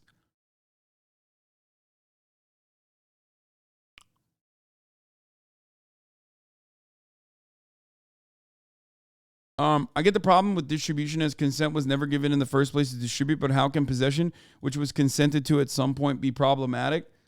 I think the reason why possession is problematic is because of what we're talking about, right? We're talking about like you naked. There is always the option that this person now has to extort you. That person always has the option to potentially distribute it.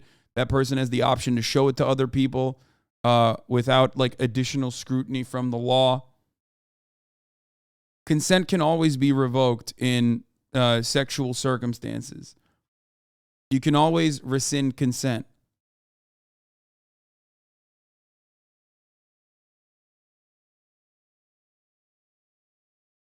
You can absolutely revoke consent. For those of you who do not understand, you can absolutely revoke consent. Okay?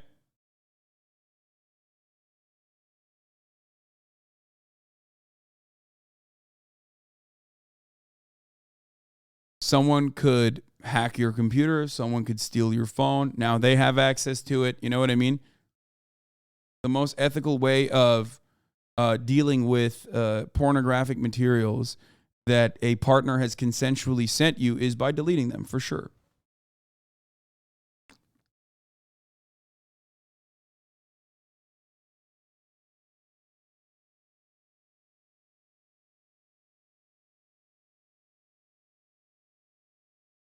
If you send nudes, only send them if you get nudes in return. Mutually assured destruction.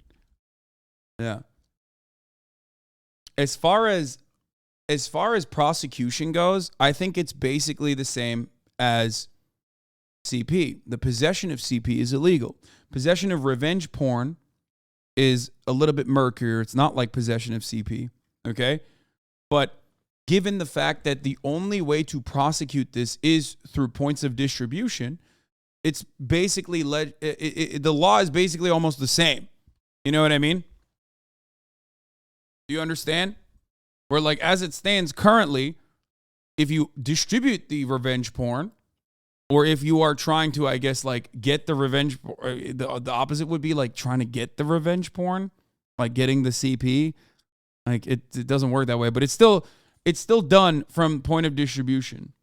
That's the most reliable way. Yes, not the only way, but the most reliable way to prosecute and to investigate child pornography. People who are owners of child pornography, people who are possessing child pornography.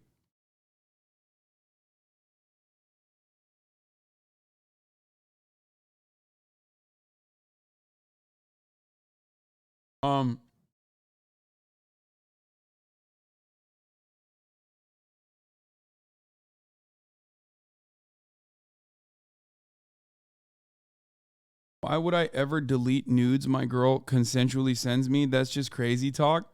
Because what happens when she's no longer your girl? You know what I mean? We're not talking about your girlfriend consensually sending you nudes while you guys are in a relationship. We're talking about your ex-girlfriend. Especially if she's said, please don't, please delete my fucking nudes. All right, please delete my fucking nudes from your phone.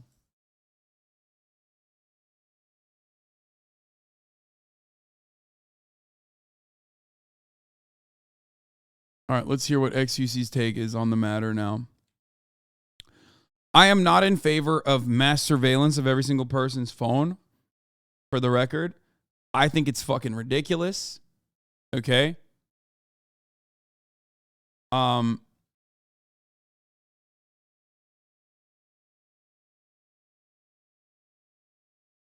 sure there will be a case about this brought to the Supreme Court in the next couple of years. They will somehow make the worst possible precedent. Probably.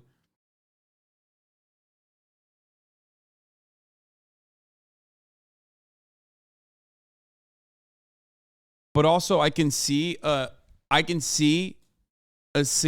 situation where, like, for example, here's a situation where here's a situation where you are not in the wrong, but let's say legislation passes and like having revenge porn of an ex is made illegal. Okay, possession, not even distribution, but possession. Okay, just possession of it is made illegal. Let's say you are, charged with something and they had to look through your phone, right? They're conducting an investigation. Let's say they found nudes of your ex in that investigation. Let's say you didn't fucking actually, take the time out to delete it because you don't even remember that you have the nudes. Should you go to fucking prison? Should that be tacked on as a charge? I don't think so. So it is a little bit more difficult than it is a little bit more difficult than the way people make it out to be. Do you understand? Which is part of the reason why, what do you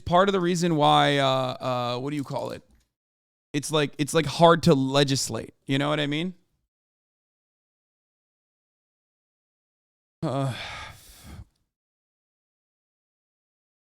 Which is why I think like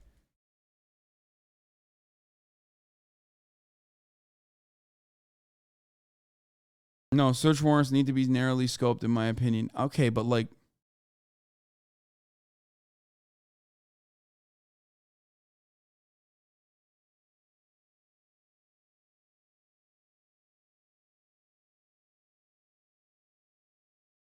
the more I think about it, the more I realize, like, I don't know how the fuck you would legislate this beyond a point of distribution. You know what I mean? I don't think there is a reasonable method that does not encroach on people's, like,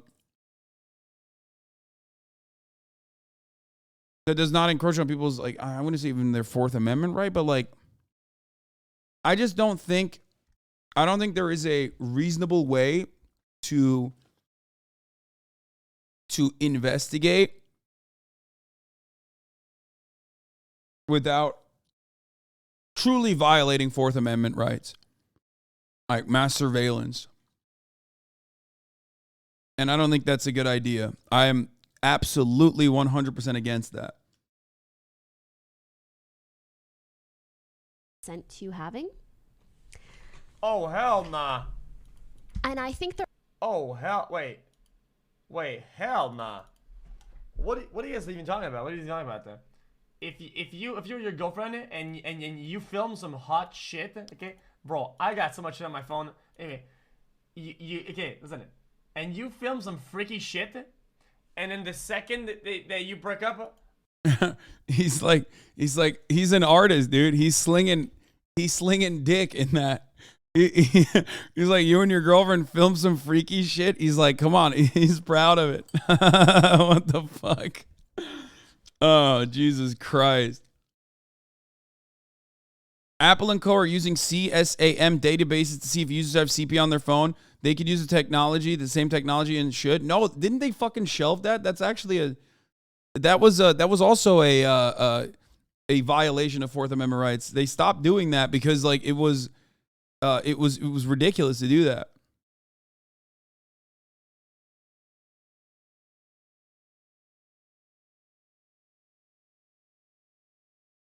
I don't think you can do that, man.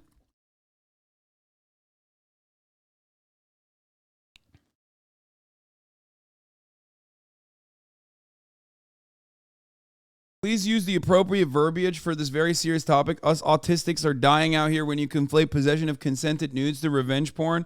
They're very different things and have strong definitions we should stick to. Yes, if your ex has consented to sending you a nude of herself, okay, then that is not revenge porn. If your ex has consented to you having those nudes beyond the relationship, then that is still not revenge porn. If your ex has consented to you having nudes of herself, that she is fine with you distributing it to other people, that is still not revenge porn. If your ex, however, has sent you nudes in a consensual manner, and after your breakup has said, please delete my nudes, You are no longer in possession of consensual nudes. Okay? You might not want to delete it, but ultimately you should not have possession of said nudes. Okay? That's it. If your ex has sent you consensual nudes and said you can have these, but don't distribute them, and you distribute them, that is revenge porn. If your ex consensually sent you nudes, you guys broke up, she didn't say anything, and you still distributed those nudes, that's revenge porn. You could and should go to jail for that. Okay? Understand. I mean, it's pretty basic stuff. It's not like, I don't think it's that like that crazy. Like top of the hour, there's a 3-minute ad break. Okay?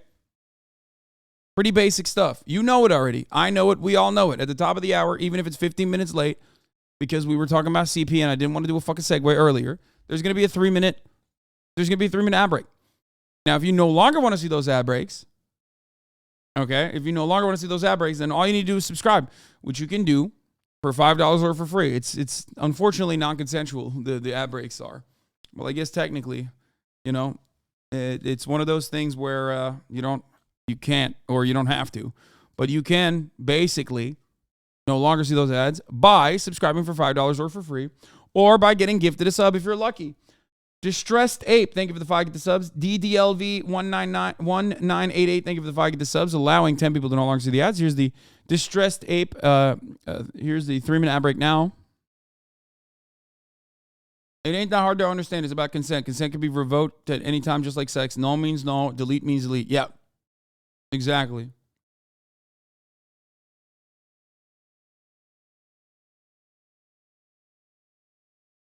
I don't understand it because it's like, for a lot of chatters, if you sent nudes to an ex, if you sent nudes to a girlfriend, and they have your fucking nudes, and you ask them to delete it, don't you want them to delete it? Like, I don't get it. Casey Cabzio, thank you for the 5. Burden or a gift, thank you for the 5 as well. Because if you say, I don't care, okay, but then you don't care. But what if you do care? Okay, well then you don't care. That's your personal preference, which I'm saying is fine. But if they care, then you have to abide by their wishes. Do you get it? Santa Rain, thank you for the 20 gifted subs.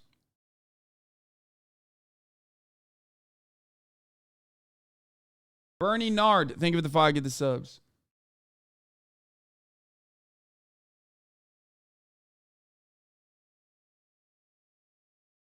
It's like leaving shit at your exes and they refuse to give your shit back. It's a little bit more than that. I would say it's like, let's say your ex has your car. Okay? But worse than that. Let's say your ex refuses to give your car back to you. But even worse than that. You know what I mean? It's kind of like that.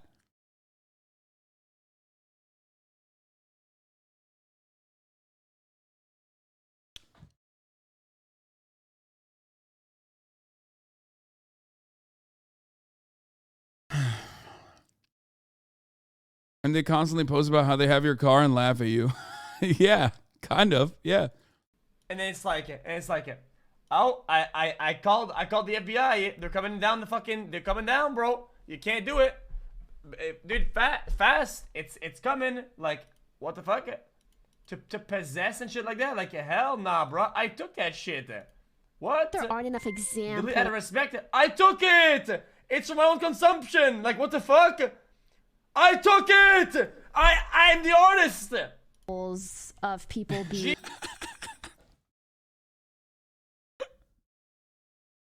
Bro, he did not say he's the artist, dude. He's saying he's the photographer.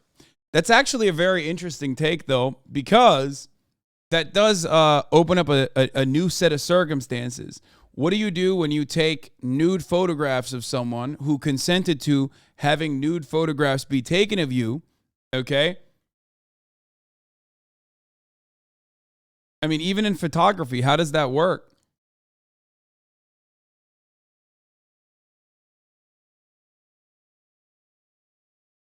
Got to get a model release form.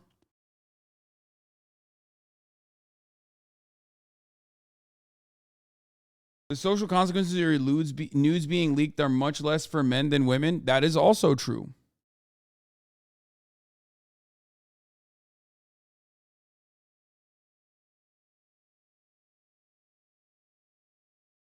Just got being done railed by ads.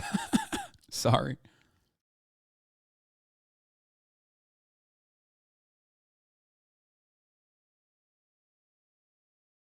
Yeah, I think Apollonor, this is one of those instances where, like, I agree with you. I think the right thing to do is delete it, especially if they ask you to delete it. But if you distribute it, you should you should be prosecuted.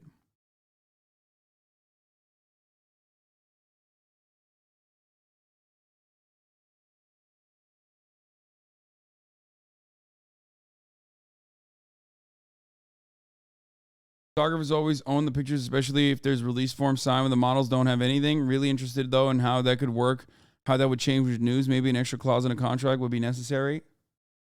Yeah.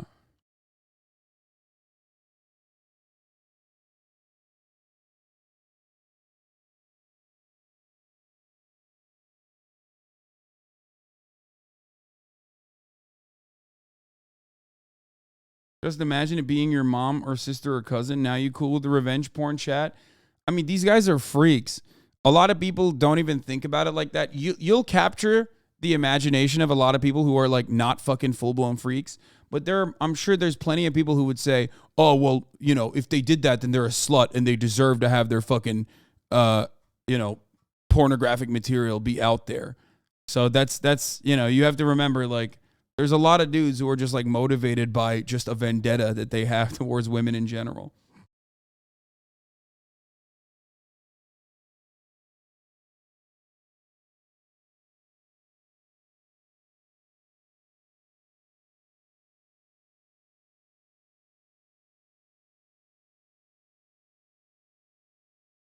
My sex worker acquaintance recently pretty much forced someone to film some OnlyFans porn because they had to sign a contract and the other person wanted out. Made me feel like shit. Contractual entrapment into porn. Yeah, that's really fucked up. There's also clear-cut boundaries against that. Even though, of course, sex work is like, sex workers are at the cutting edge of consent. That is really fucked up. I know sex workers that have like legitimately had issues with that.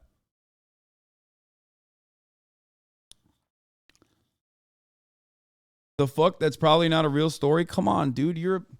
Timothy, you are literally a sex worker. How have you never heard of this before? I mean, I know for a motherfucking fact. Like, I have friends who are sex workers.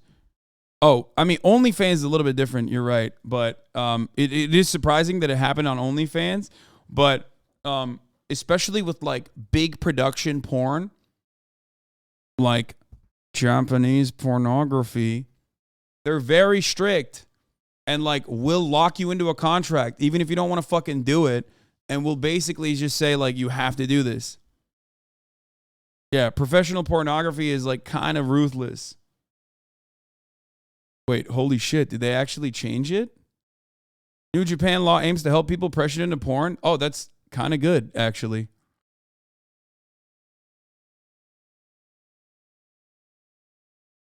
This was literally a problem, for the record.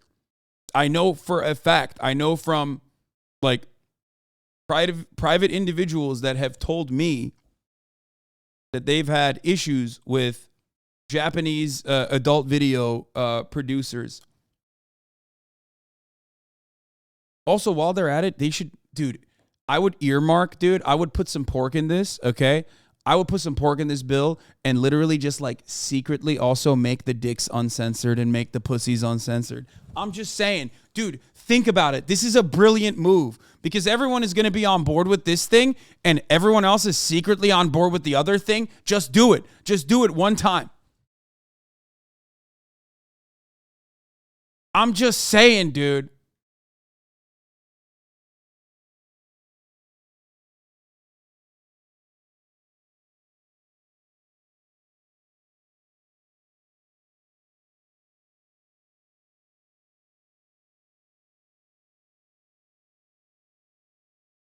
Can they also require a quota of jabs where the premise isn't creepy as fuck? Dude, now you're talking my language, okay? Because, like, for me, Jav could be so good, but it's so bad.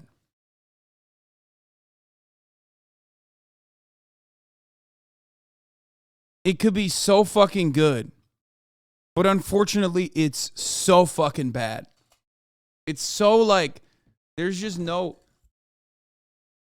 It's just, like, sad. It's so sad. I don't know. Let's not talk about Jabs with that mustache. It's just so sad. It's like, I don't want to see someone not having a good time, dude. Like, it makes no sense to me. It just, like, what the fuck? Why are people fucking excited at the prospect of watching someone just straight up have a bad time?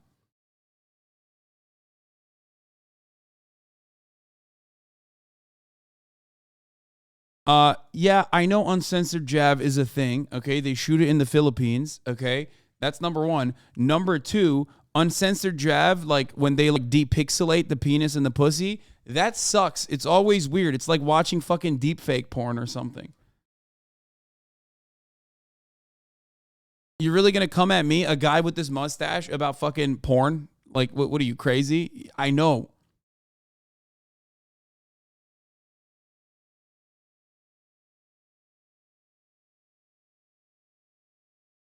That's decensored, not uncensored. Yeah, that shit sucks. It's not good. It's just not good. They like reconstruct the dick and pussy. Anyway, now that I have a better understanding of where Pokimane is coming from, or what I guess she's like, what she wants is less. What she wants is like revenge porn to be adequately prosecuted. I don't have an issue with that. If that extends into like, you know, monitoring everyone's phones or something, if that's the way to do it, then no, I am not on board with it. But hey, there's a way to have a thoughtful conversation about this. And then there's a way to be like, Pokimane thinks she's AOC, fuck her. She's already privileged. What an entitled, privileged person. Talk about the inequality females are engaging in by showing titty on the platform or whatever the fuck. Then you're a psycho, okay? You're a freak. Chill the fuck out.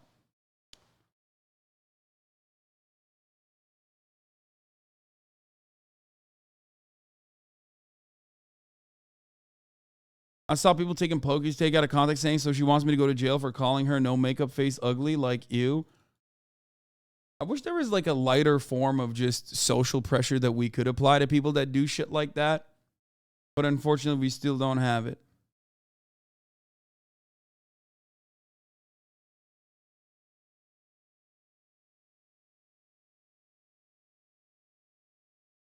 Yeah, I like the idea that we're discussing this as if Pokimane has the power to overturn 200 years of Fourth Amendment case law. Yeah, I mean...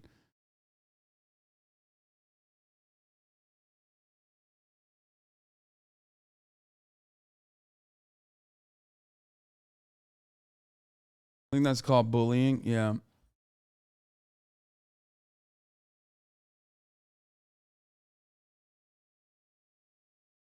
What? With every hair you pull like that, there's a chance that the open follicle closes and the hair will not grow again. It's recommended to stop pulling your hair like that. I used to do the same thing and my hair volume suffered because of it. Holy fuck, I'm never going to do that. Poki addressed the weirdos. You say all these things knowing they will be clipped and posted, though. Why be surprised? I know it. Dude, I hate these motherfuckers, yo. I hate that. I hate that, dude. You will never understand what it's like to be under fucking 24/7 scrutiny. Yes, I know that streamers are profoundly privileged, but like, come on, dude. Exercise a little bit of fucking, you know, critical thinking in that moment. That's crazy. Oh, well, people are going to misconstrue what you're saying. Sorry, everyone's going to clip chimp. What are you supposed to do then? Just fucking like only talk like this? Revenge porn bad. Government prosecute revenge porn. Moving on. I am now talking about something different. Like, is that how you're supposed to do it? No, normal human beings, okay, have or try to do their goddamn best when they're speaking uninterrupted for fucking 8 hours at a time, okay? When there's a sea of people that are also trying to actively misunderstand what they're saying, and ultimately people are still going to be motivated by how uncharitable they are towards a particular streamer, specifically Pokimane, as a incredibly famous female content creator in a space that is dominated by men for the most part, in a space that's mostly watched by men for the most part. So obviously, no matter what happens, she's always going to get fucking clip chimped. The only way for her to avoid being clip chimped is basically by just not streaming, okay? That's it. That's the only way she can stop herself from being fucking clip chimped. I know this because I experienced this as well. Obviously, I don't get like the same level of fucking clip chimping. By the way, you want to know what's funny? I ran a 1-minute secret ad break that I do in the middle of the hour as soon as I said avoid.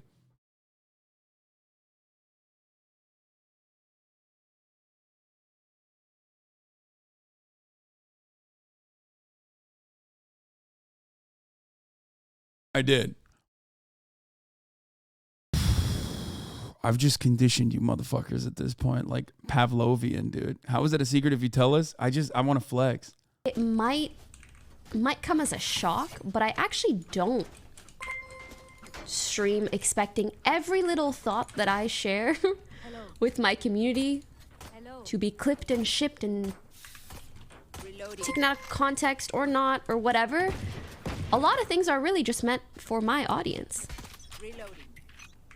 Let's go here.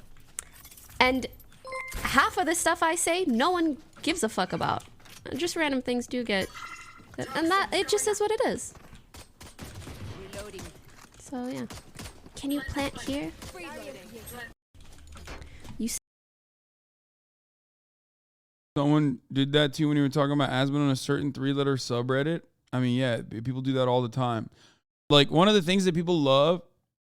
One of the things that people love doing is like pitting streamers against one another because they like fancy themselves to be like puppeteers. Ooh, I'm the puppet master. Ooh, like it's like another way of basically interacting with the streamer because people want to not only interact with the streamers, but they also want to change like something that's happening. Like they love drama. And they want to change like the outcome of a streamer's life. That's why some people do the swatting shit, right? They're like, oh, I'm able to like fuck up the streamer's day personally. That's why some people just simply say awful things in the chat to get the person's attention, to get the streamer's attention, and also to derail the stream and also like get some feedback out of that person, right? That's why a lot of people do it. I get it. It's like part of their fucking experience. Now, of course, I always maintain the position that there is a very good way to get my attention. I give that to you all the goddamn time, right? I give it to you all the fucking time. You could just be funny. Just be funny. Be funny, be entertaining, be a productive chatter. If I'm looking for like a specific clip, you can, send that. That's it. If you want the attention, you can get it in a positive way. A lot of streamers do this, okay? You can have a thoughtful perspective on a matter that I will read out. Being funny is hard, you little shit. Well, you did it. That's kind of funny. You did a good job.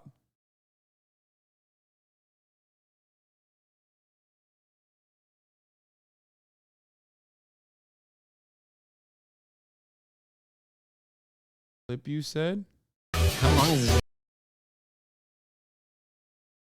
I love how Ben Shapiro has to be pretended he's disgusted by this. Oh my God, he's like kind of into it. How long is this video? Wait, what? Yo, my man is an intellectual, dude. What the fuck? Yo, he likes it. He likes it. Hey, yo. Hypothetically, what if my dick was hard? Hypothetically, what if this made me feel things that my wife, who's a doctor, by the way, haven't made me feel in years?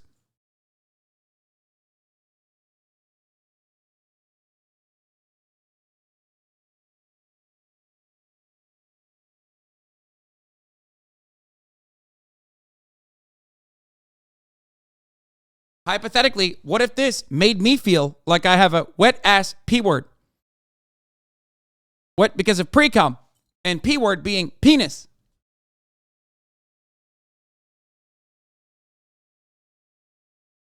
Also, low key, Ben would have been a fucking great femboy, dude.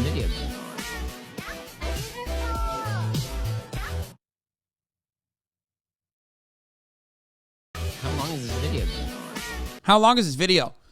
Hypothetically speaking, if it was any longer, I might come.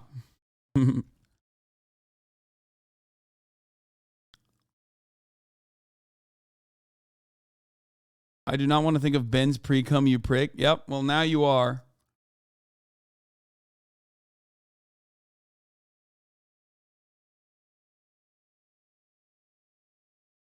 Did you see this clip of a streamer freaking out at a KFC employee?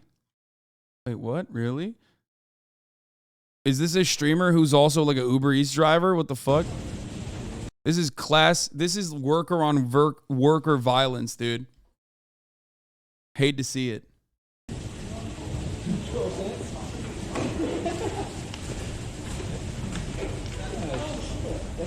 Different shit, I don't even know. Fuck, I don't even know if I got 12 cents. What? Oh, lemonade for the customer. You said that already. I don't. What do you want? Take the fucking cup. That's what she's telling you to do. What you mean? You acting like you're retarded. I'm retarded? I guess so. Am I getting a paycheck for KFC? Where's my paycheck? You want to get beat the fuck up? Let's do it. Let's go outside. Where's my paycheck? Let's go outside. Am I getting a paycheck for filling that with lemonade for the Bro, customer? It's right there, my guy. Literally. I'll see you later. Holy crap. Wait, what? What is happening? So is he like a Uber driver? What's his deal?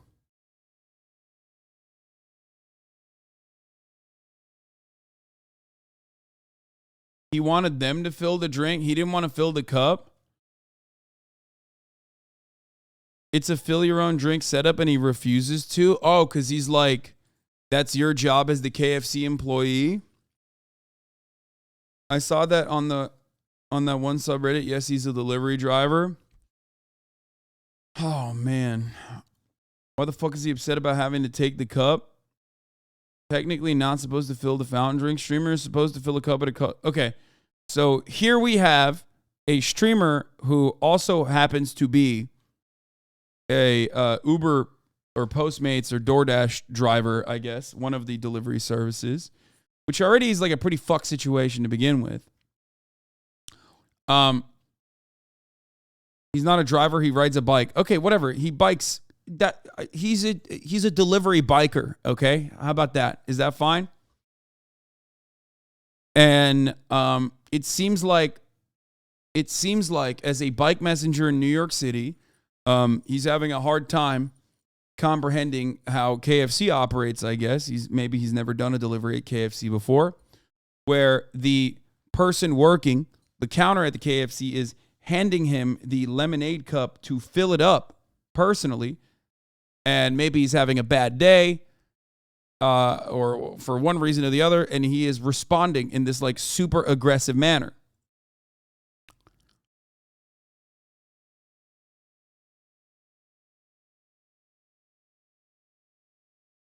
Wait, what? Apparently during this, he was typing in his chat about how he was going to deliberately be a dick and knew to fill it up at the station literally behind him. Read the comments on his phone, typing in chat. I know she wants me to... Wait, what did he say? I know she wants me to take it. I'm just being annoying. Is that what he's saying?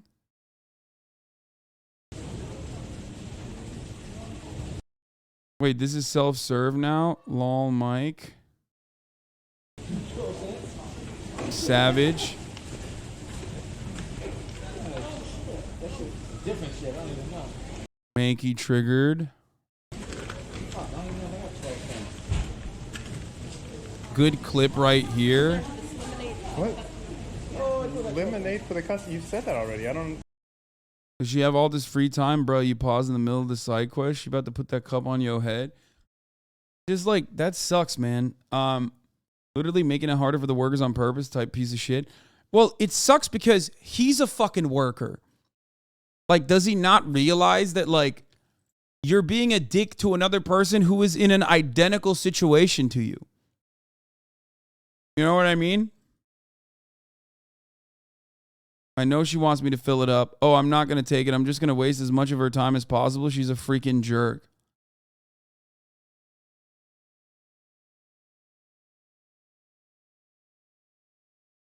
Like, this is so stupid. New York City Uber Eats connoisseur here. For most pickups for Uber Eats and other deliveries, they fill the drinks prior and package for pickup and carry out purposes, but certainly not always. Yeah, I mean, look, I think if he wasn't such a dick about it, this would literally be like, this would be a circumstance that shouldn't be this controversial. You know what I mean? Like, what is happening here? Like, you're shitting on the fucking person working the counter at KFC, but you're a fucking delivery driver. Like, you guys have there is no better example of two people that have the exact same circumstances. And instead of an act of class solidarity here, you're literally fighting amongst yourselves for no fucking reason whatsoever.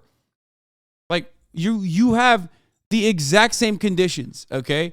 Your life is shit in the exact same way that her life is shit. What the fuck?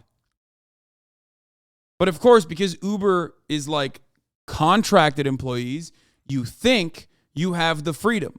You think you have certain amenities. You think you have a certain level of autonomy, when ironically, your structure, your employment structure, is more resembling the conditions that sulfur miners have in fucking Indonesia. Okay? You are literally even more exploited than the fucking KFC worker, because the KFC worker has to, the KFC bosses have to at least employ their employees under certain conditions and, maintain workplace safety, actually fucking give them amenities, like certain amenities, which are, being undermined year over year. But like, you don't even realize, you think you're lording over that person. Meanwhile, you're getting fucked over even harder. It's very strange.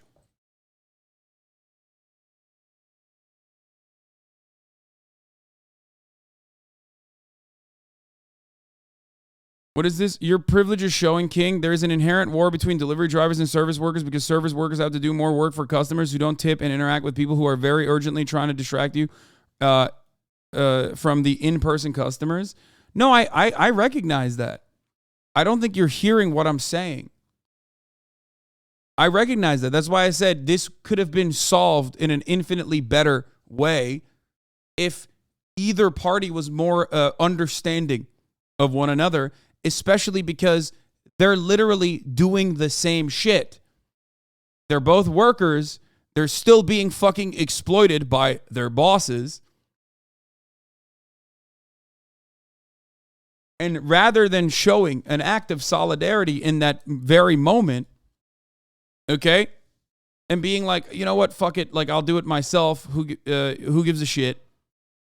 You're like, oh yeah, I'm going to fuck over this dumb KFC worker.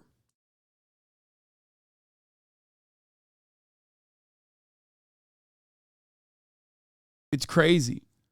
Like, this guy, Makey's job, aside from fucking streaming, is quite literally being a fucking wage slave to other people who are also, white collar wage slaves themselves. It's like it's basically like a ladder of like indentured servitude, okay? It's for white collar workers to feel the fucking privilege of having a personal slave, okay? When you have like delivery drivers deliver shit to your fucking home, okay? And instead of like recognizing that and recognizing the system and having more of an understanding approach to other workers themselves, he's just like lashing out on another person who is also cucked in this structure. Delivery apps are absolutely awful to work for, and it sucks so many people have to rely on it to make rent. Exactly.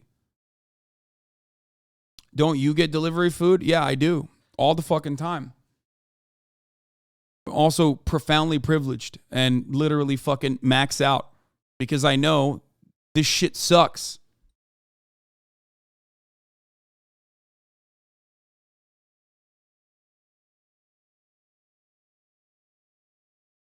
It sucks. It's awful. Man, I've done similar work, and you just got to treat your equals with respect. Give him that nod of this shit sucks ass solidarity and be fucking nice. Exactly. Here.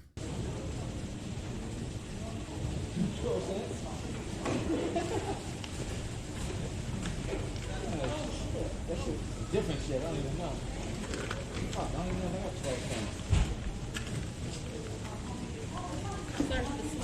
What? Oh, lemonade for the customer. You said that already. I don't. What do you want? Take the fucking cup. That's what she's telling you to do. What you mean? You acting like you're retarded. I'm retarded? I guess so. Am I getting a paycheck for KFC? Where's my paycheck? You want to get beat the fuck up? Let's do it.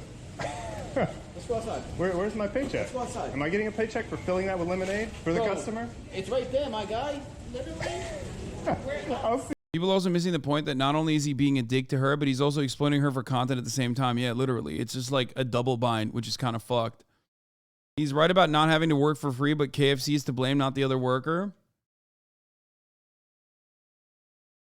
No, I literally understand his predicament. I understand the Uber Eats delivery driver's predicament in this circumstance. It's just that he is such a fucking asshole, and he's literally being an asshole for content that he becomes the person who is responsible. Even though, ironically, the responsibility falls on behalf of KFC for not having like an adequate structure for, you know, always like telling their employees to fill up the cups or some shit like that. You know what I mean?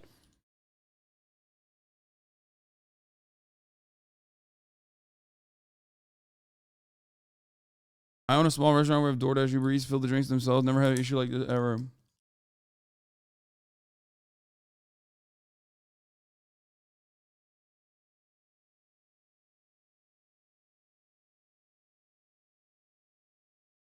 It still sucks. He's not right about anything. Fuck that law. It's a fucking cup. It takes 2 seconds to fill. Bro.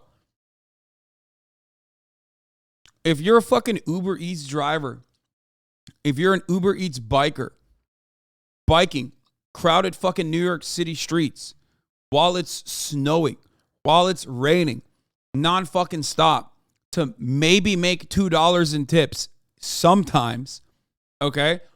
And you have to do that all fucking day, you 100% are going to be pissed off when you have to fill that cup, because it's not the first time you're filling the cup. It's not going to be the last time you're filling that cup. I get why he's frustrated, okay? I do. Because he, just like the KFC counter worker, is under the same fucking predicament. Okay? Nobody wants to do extra work for free. Which is understandable. Why the fuck should you do extra work for free? The issue here in that situation is that he is not being understanding of her. Just like, I guess, she's technically not being understanding of him, but she might have additional workplace reasons as to why she can't do that, okay? And he's doing the worst thing he could possibly do. Try to turn this into fucking content. But he chose to work that job. He's just in the wrong. What the fuck do you mean? It's not that he chose to work that job. Come on, brother. Nobody chooses to be a fucking Uber Eats delivery driver. What the fuck are you talking about? You're doing it because you want to fucking survive. All labor done under capitalism is done under coercive conditions because it's done at the threat of the structural violence of poverty. Come on. There is no like, oh man, I'm volunteering to fucking do this shit. That's my dream job, dude. I love fucking biking.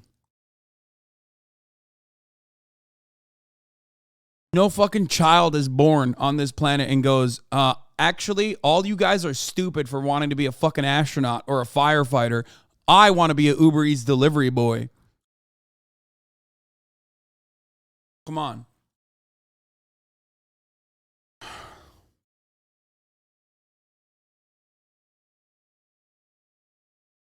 But if like a customer carrying out would have to fill their own cup, why wouldn't the Uber Eats driver do it? Like, I don't Like the Uber Eats and the gig economy, but why be a dick about it?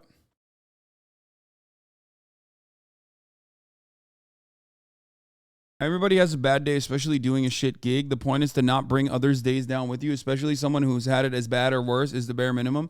Yeah. No, exactly. That's my point. He fucked up by making the other workers' day worse, and then he double fucked up by turning it into content and doing it deliberately. Okay? I worked for DoorDash for 2 years and service work for another 2 years, brother. He's not excused to ever act like that. No. I know. I understand that. I can understand that he fucked up doubly while simultaneously saying that the position that he was put in is a shitty one. Okay? That's all I'm saying. I get both sides of the argument, but I do think that he is in the fucking wrong for being an asshole. You get it?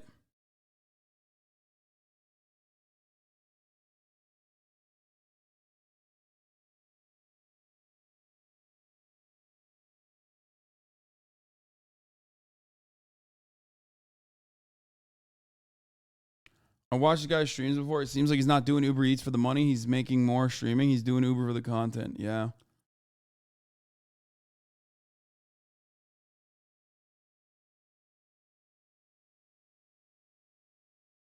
I don't like my job, but I still chose it, Lamau. I mean, yes, everybody who has ever worked in a fucking workplace under someone else, okay, understands how shitty that is. Even if you have a great job, you still, in most circumstances, don't have control over your life. You don't have control over your hours. You don't have control over certain things that frustrate you, okay? That lack of autonomy is the frustrating part. Okay?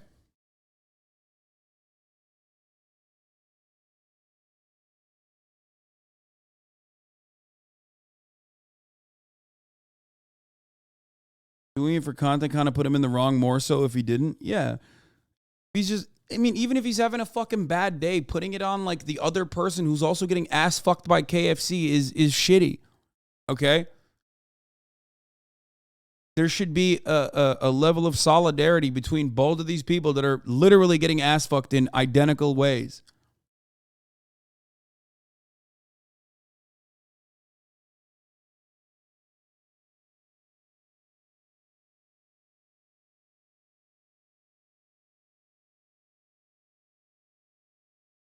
Okay?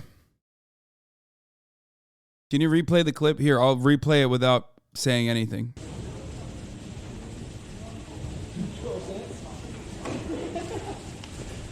Yeah, if he got his ass beat, that would be content.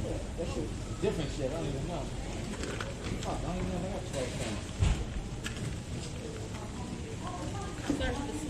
right What? Lemonade for the customer. You said that already. I don't. What do you want? Take the fucking cup. That's what she's telling you to do. What you mean? You acting like you're retarded. I'm retarded? I guess so. Am I getting a paycheck for KFC? Where's my paycheck? You want to get beat the fuck up? Let's do it. Let's go outside. Where's my paycheck? Let's go outside. Am I getting a paycheck for filling that with lemonade for the customer? It's right there. I don't think this dude is doing that great, by the way. It literally says underneath his fucking thing, it says it's his last ditch effort to stay in New York City. Okay? All I'm saying. Like, he's very clearly trying to make as much money as he possibly can from streaming so he doesn't have to fucking leave New York City. My guy, literally. I'll see you later. Holy crap. I'll come back for my check.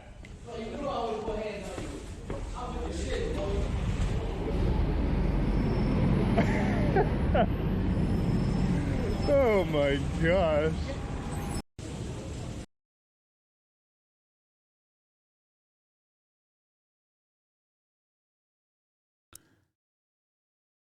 He literally is getting paycheck to deliver a full lemonade, though.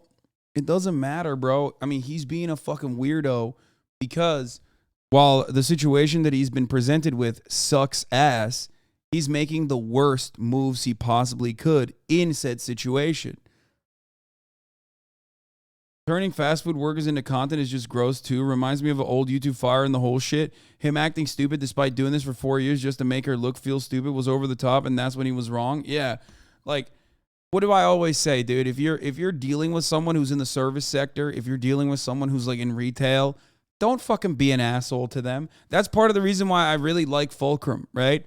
Like, Yodi Gang is one of the few people that I've ever seen in this fucking awful hellscape that unironically does not cross a line with the people that are working retail. Like, he's like a pleasant person to be around, and he always is like trying to give him fucking weed. You know what I mean? He doesn't cross a line and like try to turn them into content in a negative way. You know? I like that. I mean, that might change in the future, and I hope it doesn't, right? But he's just like a good dude. Okay, but what about when he shit his pants? I mean, he very clearly didn't shit his pants. And even in that one, like, he's not being over the top fucking annoying. He's like, even in that one, if you watch that video, he's just like, he just has like a brief moment with them.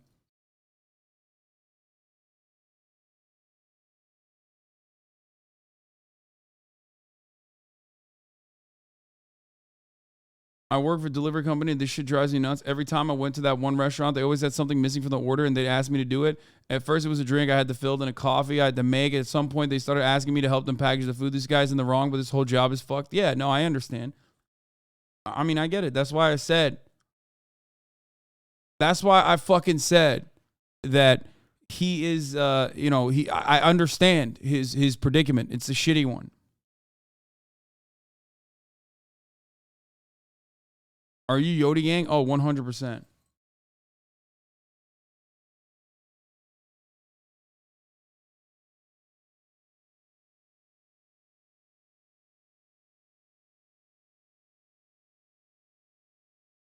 Did you see what he said in the chat before as well? Yeah, I saw.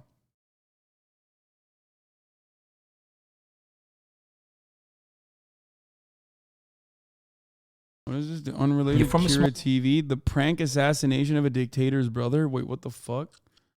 That seems cool to watch. Okay, we'll watch it in a little bit.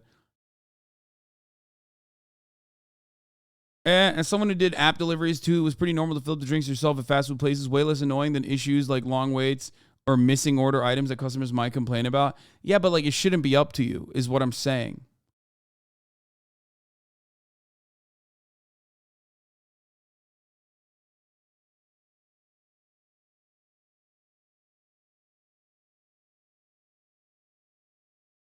And for the record, there is, I mean, look, it's in New York, so I don't know. They probably don't have a fucking drive-through, but I'd be shocked if they didn't have a soda machine behind the... I'd be shocked if they didn't have a soda machine behind the fucking, counter. A lot of those places do have it, especially places with drive-through do have it.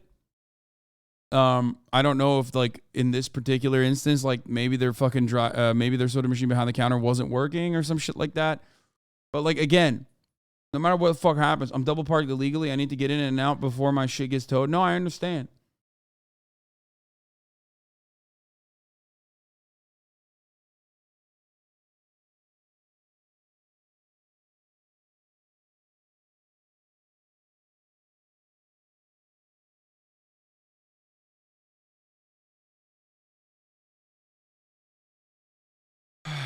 The self-serve fountains almost went extinct in New York since COVID. Where are you going to get food? The very rare drive-through in New York City. You think drive-throughs are fucking really common in Manhattan, New York City? Motherfuckers living in Ohio are like, dude, what the fuck?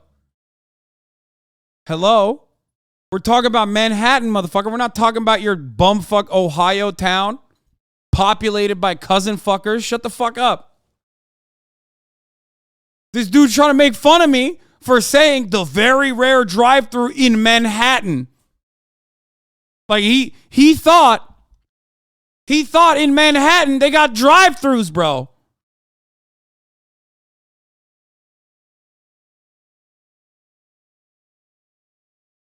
Another reason Michigan and Ohio are better drive-through liquor stores, they're called brew-throughs. I mean, that's like, I don't even understand how that's legal, okay?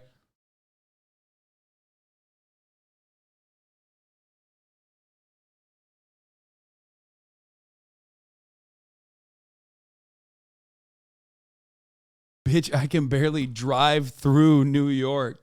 Yeah, exactly. He was agreeing? Oh.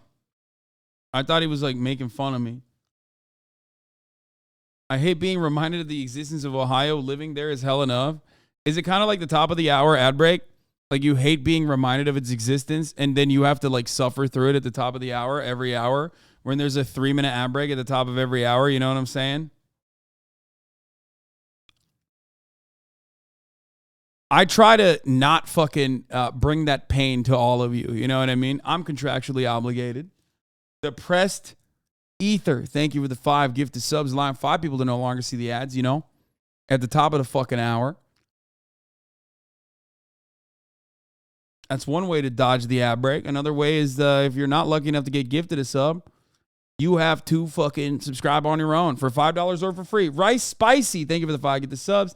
Timothy Champagne, thank you for the 5 get the subs. Allowing 15 people to no longer see the ads at the top of the motherfucking hour. Here's the 3-minute ad break now. Anna Zimander, $20.99, thank you for the 5 get the subs as well. I'm making you fill the goddamn cup. That's right, baby. And I guess what I can. I am so fucking fortunate, dude. I've talked about this so many times. Like, I know motherfuckers that work in the service industry or have worked in the service industry that are in this community right now. We've talked about this so many times. Can you imagine how much better your job would be if you could treat customers in the way that I do? Holy fuck. It would like eliminate a gigantic chunk of the issues. Like you could, if you could just like literally have like a annoying customer, you could just fucking yeet them out. Oh my God. Oh my God. Potato Vixen, McCappy1, thank you for the 5 get the subs as well. It would be fire, dude. Oh my Lord. That is one of the greatest freedoms that I have that the average worker should have as well. Imagine telling a customer you fucked their mom when they're fucking being annoying. Diaz, thank you for the 6 gifted subs.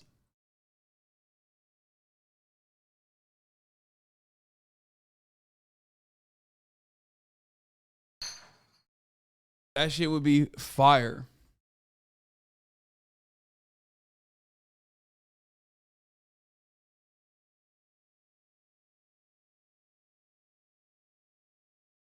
Customers are ontologically evil, and I know no action against them is wrong. I mean, that's, you understand that chatters are also in the same vein there, though, right? Every retail employee should be allowed 1 fight a year. Agreed.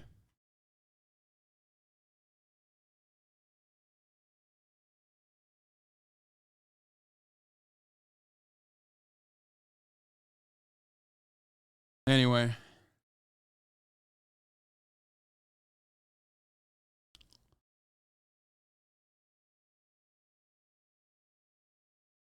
Tell them I'm forwarding them to my manager, but in reality, it's right back to the beginning of the queue. No, Elon is not live and not resigning as the CEO of Twitter on the Tesla YouTube. You got. Okay, please stop. Please. No, Elon is not going to go live on the Tesla YouTube. It's just a hacked account. And you motherfucking got, baby. Okay? That's what happened. Let's talk about the fucking snowstorm, baby. Let's do it. Now we are turning I gotta to go the pee brutal real quick. holiday I'll be back. storm blamed for more than 50 deaths, more than dozens of those, at least 29 in New York State alone, and the city of Buffalo still paralyzed. Mona Kosar-Abdi is back braving the cold for us as more snow is expected. Good morning, Mona. Janae, good morning. I'm on Niagara Street, one of the main streets in downtown Buffalo. And while a driving ban is in effect, you can see that there are more cars on the road this morning. There is only 1 lane open in both directions, and drivers and snowplows that are trying to go down this road are having to navigate around cars like this one that have been here since before Christmas. This morning, the death toll in western New York rising after what officials are calling the blizzard of the century. A winter nightmare unfolding, at least 51 dead nationwide, 29 in New York State alone. Roads still impassable, forklifts used to clear vehicles. This blizzard is the one for the ages. Wanda Brown Steele's daughter, among one of the victims, found dead in her car after the snow rapidly piled up. It's so easy to ask yourself, why, God? Why? Emergency responders in Buffalo fighting multiple house fires, leaving crews in a dangerous battle with both fire and ice. More than 50 inches of snow have fallen in Buffalo over the past 3 days. In many neighborhoods, residents now turning to one another for life-saving help. I'm coming. Buffalo resident Shakira Autry took to social media after she heard 64-year-old Joseph White in distress outside her home and brought him inside on Sunday. I found him screaming for help. When I looked out the window, he was getting blowed up and down the street. It was out of control. Autry updating social media in a second video. All right, what vehicle am I getting? I'm gonna go. Taking White to the emergency room of Erie County Medical Center on Sunday with the help of strangers. And one mother with no electricity, desperate to keep her baby alive when his ventilator suddenly stopped. Speaking to our ABC station, WKBW. I was sitting there literally crying, wishing someone would just knock on my door, literally.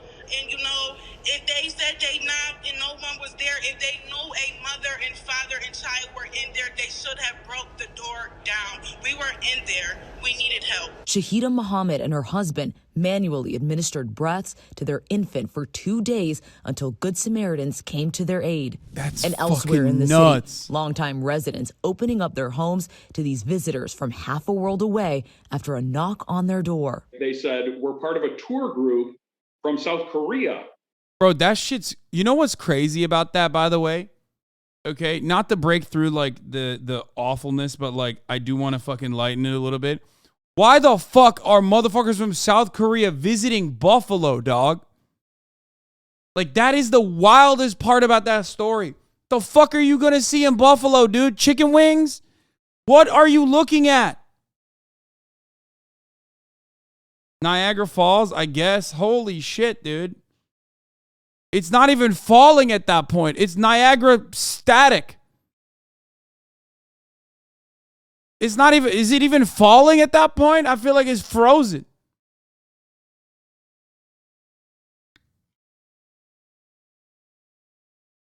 Yeah, Niagara stalls.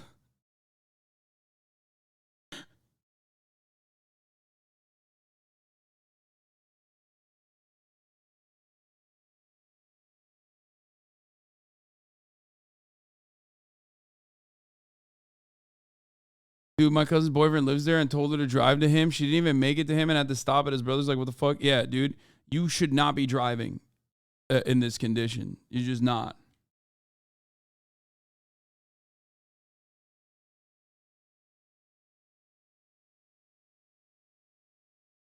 They wanted to see the Buffalo Bills. Josh Allen is the GOAT.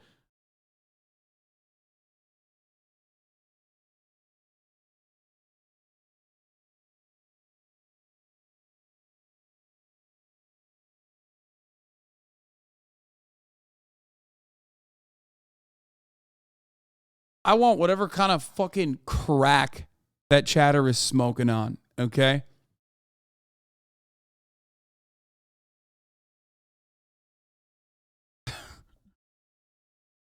Just to see life in a dramatically different perspective. And we have 10 people in our vehicle. And I said, get all of them inside our house right now. And all day yesterday, we saw people coming back to their vehicles, trying to dig it out. And we also saw Good Samaritans just going around and trying to help them get their cars out of the snow. Now, the Buffalo airport is expected to reopen tomorrow. The airfield has been closed, guys, since Friday. Just an unbelievable toll that this storm has taken on the people of that city, Mona, who are used to storms. Thank you so much for that update. Hi, everyone. George Stephanopoulos.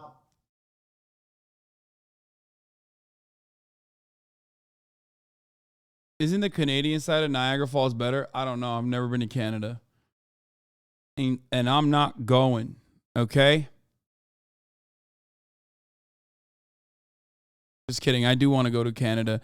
Okay, there's another side to this, okay? Southwest Airlines. Now, we talked about the dick riding that happened to the Southwest Airlines a couple days ago, apparently on one of the flights that actually did take flight. But unfortunately for many who want to go home in this holiday season, good luck. If you're flying Southwest, that shit's not happening. I know friends that thought that they were able to fly Southwest and come back home. Not happening. They're fucking locked. They're trapped. These guys are absolutely fucking doo-doo butter, and they can get away with it because there is no regulation. Let's take a look at what's going on in the Southwest Airlines meltdown. Southwest meltdown. For those of you who don't know me, my name is Casey. Normally I cover sports and pop culture on here, but in my real life, I'm a traveling trial attorney. And what that means is that I fly in last minute for jury trials. I'm actually based out of Oakland, California, but the majority of the trials I do are in Southern California, so I live on Southwest. Southwest has already canceled almost 3. So for those of you who don't know, let me just describe something real quick, okay? Number one, no one should be stuck because of this kind of like incompetence or anything. But some of these people are stuck because of weather conditions. It is what it is. GG's, right? But like people aren't fucking going Southwest in many circumstances because they want to penny pinch or anything. They're going Southwest because there is a fucking monopoly in certain flight markets. There's only 7 airlines, and when you look at like half of the fucking travel to like bumfuck nowhere in the United States of America, unfortunately, your options are very limited. It's usually a duopoly, maybe an oligopoly, or in many instances, just a straight up fucking monopoly. You can't do anything about it. 3,000 flights for today, Tuesday, December 27th. And that's on top of the thousands of flights they canceled over the past 4 days. This started because all airlines were impacted by weather on December 22nd and 23rd, the polar vortex, and then ice storms out of Seattle and Portland. Pretty much anyone you know who was traveling on those days had a very bad time, massive delays, if not cancellations. Most airlines, if you're not familiar, operate off of a hub and spoke model. Airlines like United, American Airlines, and Delta have hubs where the majority of their crews and planes are based, and then they fly out on the spokes to other routings. For example, United hub is San Francisco. Flights from United San Francisco will generally go to another city and then come back to San Francisco. The disadvantage of this is that it does allow for less day-to-day flexibility. However, in the event you've got a big meltdown at one hub or at one city or a weather issue, it does stay pretty isolated to that particular hub or that particular spoke.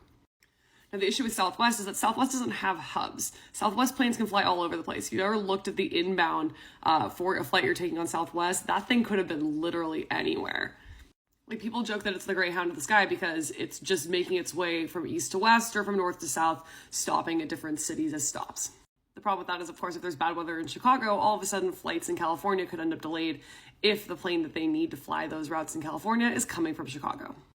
So for Southwest, when there was bad weather on the 22nd and 23rd, So here's what it is, though. It's not just the weather, okay? Learning the Southwest Airlines meltdown is due to an antiquated crew scheduling system that assumes where a crew member is instead of working off live flight data. They've lost track of almost every crew member, and the only way to solve it is for each one to individually call scheduling to tell them where they are. Their phone lines are swamped, and I've seen screenshots of the crew on hold for 23 plus hours trying to get through the scheduling. This is entirely on the fucking company itself. There are numerous things that they can do. Other fucking airlines are flying, even though the conditions are awful. How are they doing that? Well, they're doing that because they don't have the same scheduling process, most likely. Okay? So one of the main fucking issues here is, one, their scheduling is dog shit. Two, they, of course, are trying to maximize their efficiency. How do you maximize your efficiency? By not having additional fucking workers on hold, okay? That's a major problem with all matter of transportation.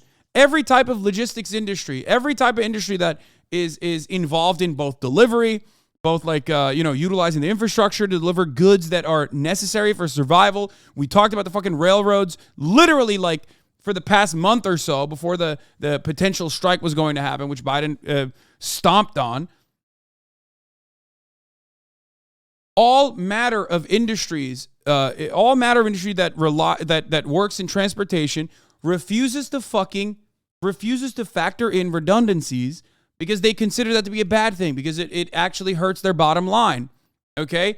It's the exact same thing. It's like when toilet paper is no longer something you can get whenever people are freaking out and they go and like hoard toilet paper, right? Why? Because it's just in time.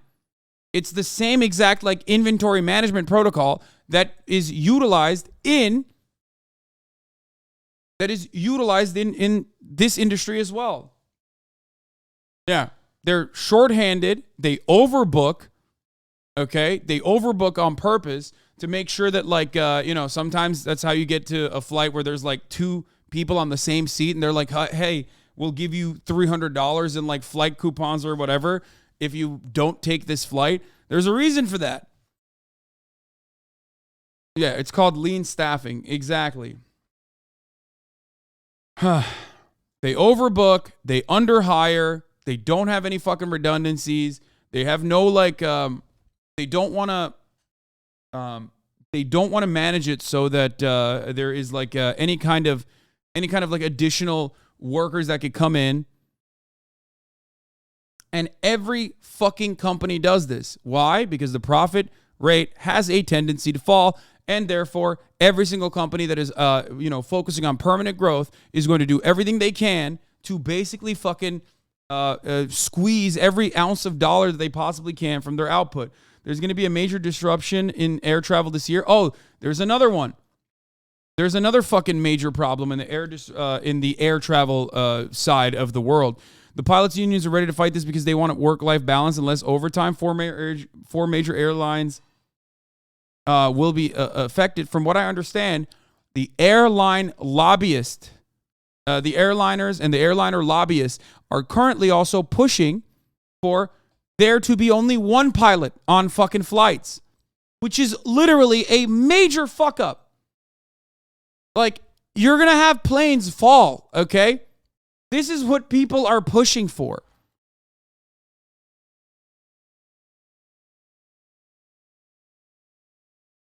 Same issue with railroads. That is the exact same problem with railroads. They want there to know, they don't want there to be any sort of fucking redundancy whatsoever. But that redundancy is a failsafe, okay?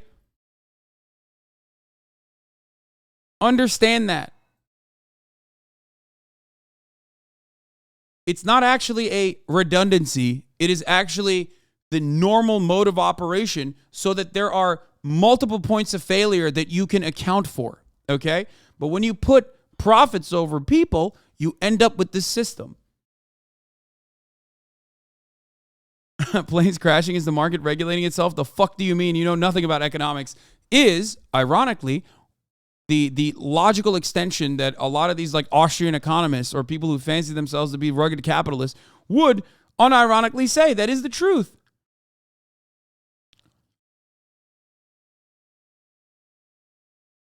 Anyway, let's continue with the Southwest airline thing. Hold on. Because scheduling can't keep track of where the crew is, Southwest operations have cottoned on a little late and are only now stopping the whole operation to get their ducks in a row and reset everything. Spirit did a similar thing in August last year.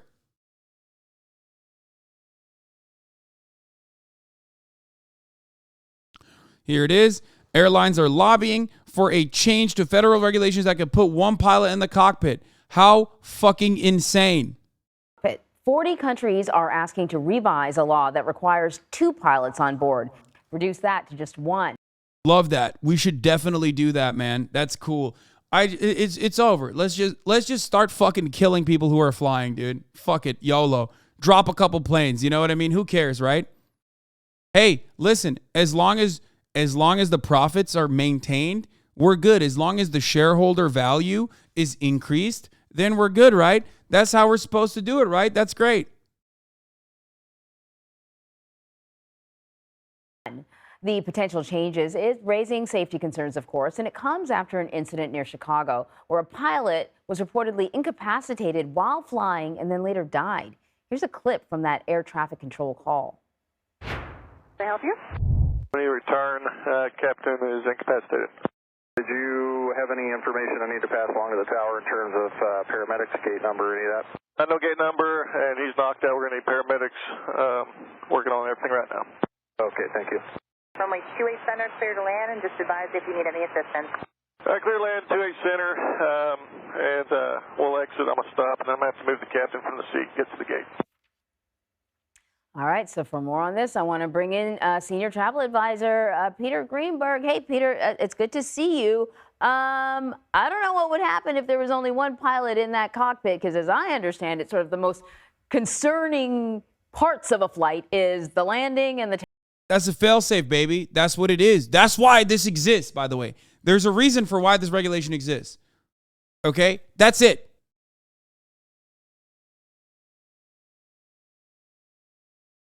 Fucking insane. It's insane. Like, if there was any justice on this fucking planet, the people that have the audacity to even present this, okay, as a cost-saving mechanism would be fucking launched on one of those goddamn planes into the fucking sun, okay?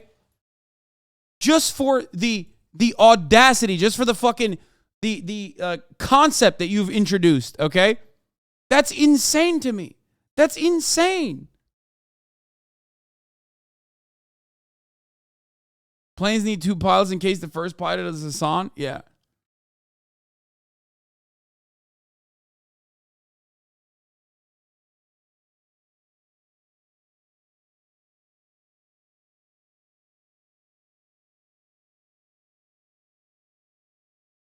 The word you're looking for is evil. No, the audacity is what is evil. The fact that they are able to even present this as an idea is insane. You are right. It is evil. But audacity is the correct word to use there. Take off. Who is behind the push? Let it happen. Once the entire country is terrified to fly, then high-speed trains will happen. You're insane if you think that's going to happen. That's an existential fight for the unions. They won't let it happen without a knockdown fight. Sarah Nelson, the Democratic Socialist leader of the flight attendants union, said they will literally not fly with one pilot. Shit will get wild. Here's an interview with her. Yeah, we'll watch this in a second. Let's They have finish just this. one pilot in the cockpit. Well, in the airline economics of things, there are only 2 things that an airline can't really control: labor and fuel. This is being driven by the economics of what it costs to have a pilot in the cockpit. I hate this. I hate the system, dog. This is fucking dog shit, okay? People be like, Hasan, why are you a socialist? Why are you a socialist? Aren't you rich? It's like, motherfucker, I don't want to die, okay?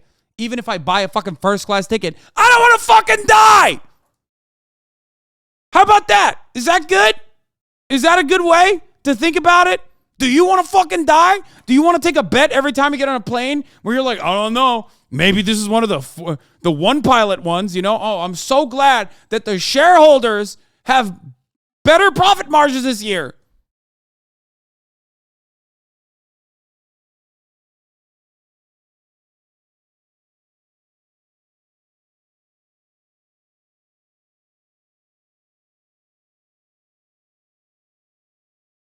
But you know there will be fucking idiots with like, there will be idiots who confuse their like, their 401ks and like how much they've fucking bought into like the airline industry or whatever, who will be going around saying, "My lord, the profit margins are important. Maybe we will get cost-saving measures and plane tickets will be cheaper instead, my lord.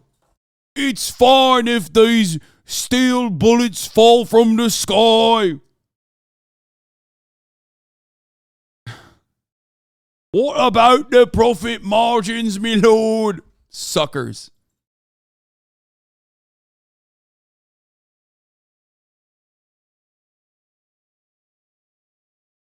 Yeah, by the way, your ticket will not go down. Like, the cost of your ticket will not go down. Even if they like use this as a cost-saving measure that like the customers will see, it's still not an adequate thing to do. It should not happen. But you won't even see that shit. It's not for saving costs because of a 1,500-hour rule that Congress introduced on their own after a crash happened some years back. Now it takes too long and it's too costly for new pilots to get to the airlines. This caused a shortage of fast and Congress won't fix it. Now airlines are answering with single pilot ops. Other countries don't have this issue. What?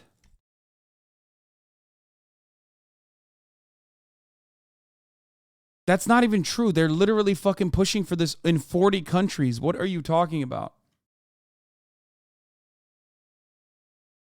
Why did you just say this is not an issue in other countries? Are you working with the airline industry? What the fuck is happening?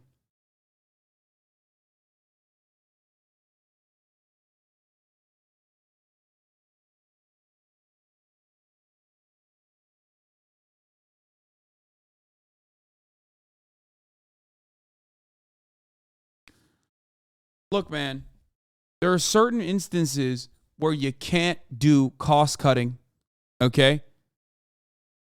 Medicine is one of them. Like, you don't want your doctor to be overworked. You don't want your nurse to be overworked, even though they are. But you certainly don't want your surgeon to be overworked. You don't want your fucking pilot to be overworked. That's crazy, okay?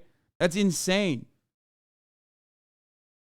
I don't understand how we operate like the safety of customers in that regard is just, and also the workers that are on the plane are just, you know, is up for debate.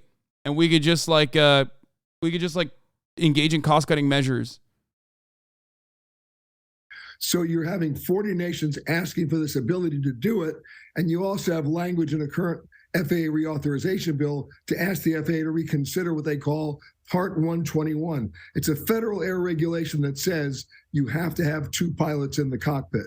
They're going to try to do it first with cargo flights, but as you can imagine, the airline pilots unions are not exactly reacting in a positive way to this. I was going to ask you, you know, who's against it? Obviously, the unions to start with. Well, look, their argument, which, by the way, I think holds water, is that it basically destroys the safety culture that's been built up over decades. Keep in mind, we've just celebrated the 25 safest years in the history of aviation. And part of that happens when there's a crisis in the cockpit and the pilots are heavily tasked and they work together to get the plane back safely. In the case of the American Airlines flight from Chicago to Columbus, they were able to make that emergency landing because there was a co-pilot on board. The pilot later died.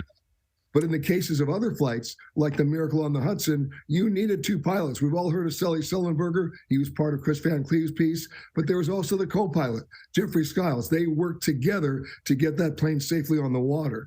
We've had other incidents where that wasn't always the case. Remember the co-pilot of German Wings in 2015? He locked the pilot out of the cockpit. Bro, that's insane. Like, that's insane, dude. Can you imagine?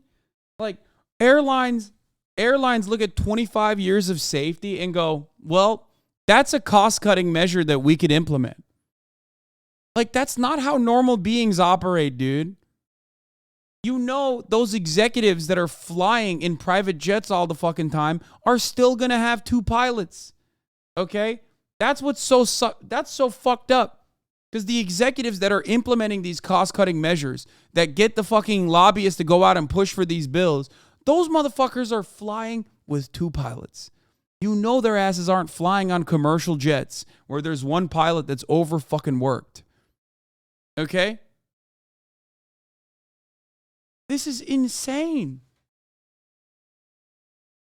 Fuck it, let's add a 3rd pilot. I'm almost certain they used to have more pilots, as a matter of fact.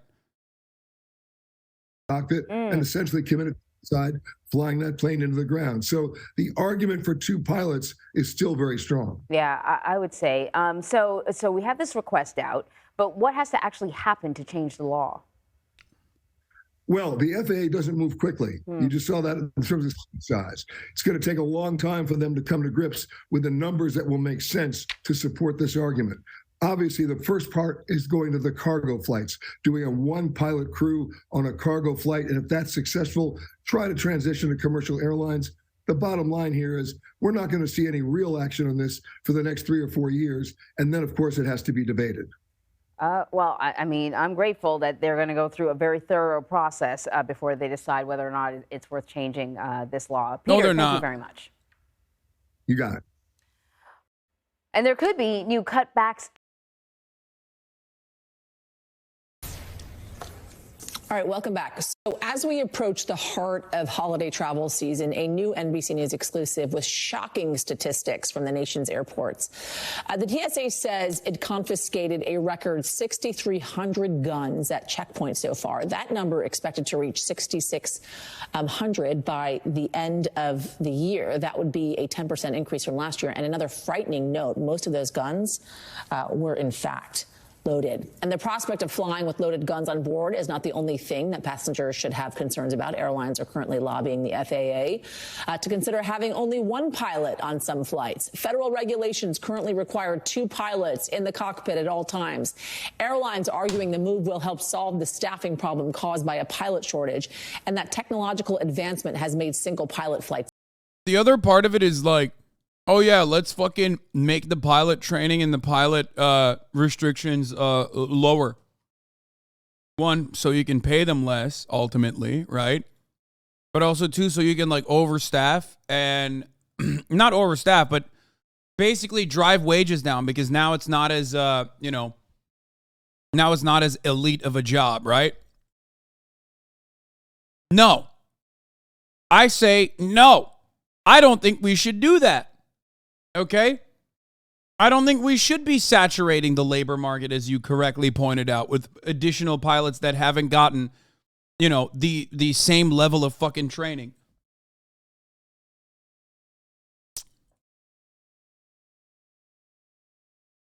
If you make it 1 pilot per flight, you effectively double the number of pilots and flights you can have. This should lead to more production and less overworked pilots, since there's more people to do the workload. That's not how that works. That is never how this has worked. That is bananas, bro. Why? Are you Mr. Southwest Airlines? Is your dad Delta? Is your dad John Delta? What the fuck are you saying? How will you literally avoid dying in the definitely foreseeable future when there is a commercial airline, there's a commercial airline issue and a plane just fucking falls? That is not how this works, and that is not how this has ever worked. No. There has never been an instance where eliminating redundancies and maximizing output has been beneficial for the workers. It's always beneficial for the shareholders. What the fuck?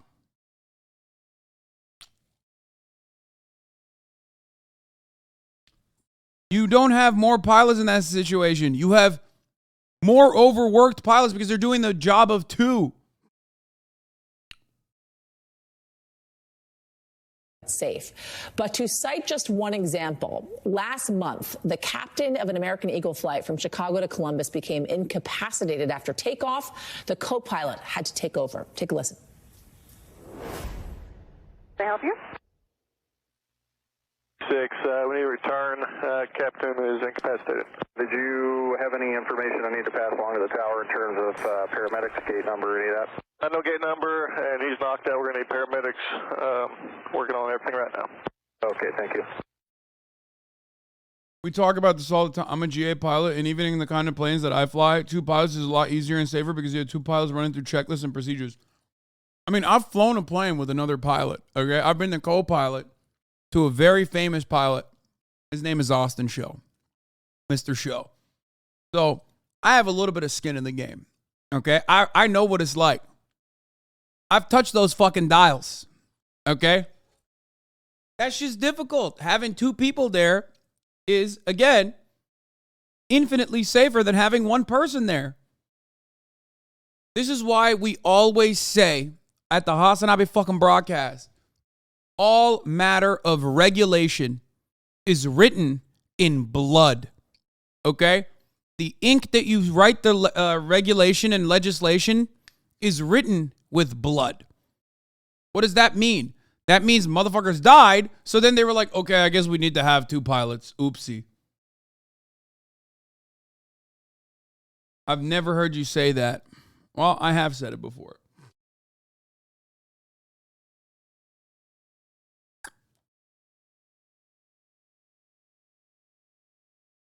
I've been watching for years. This is the first time I've heard that one.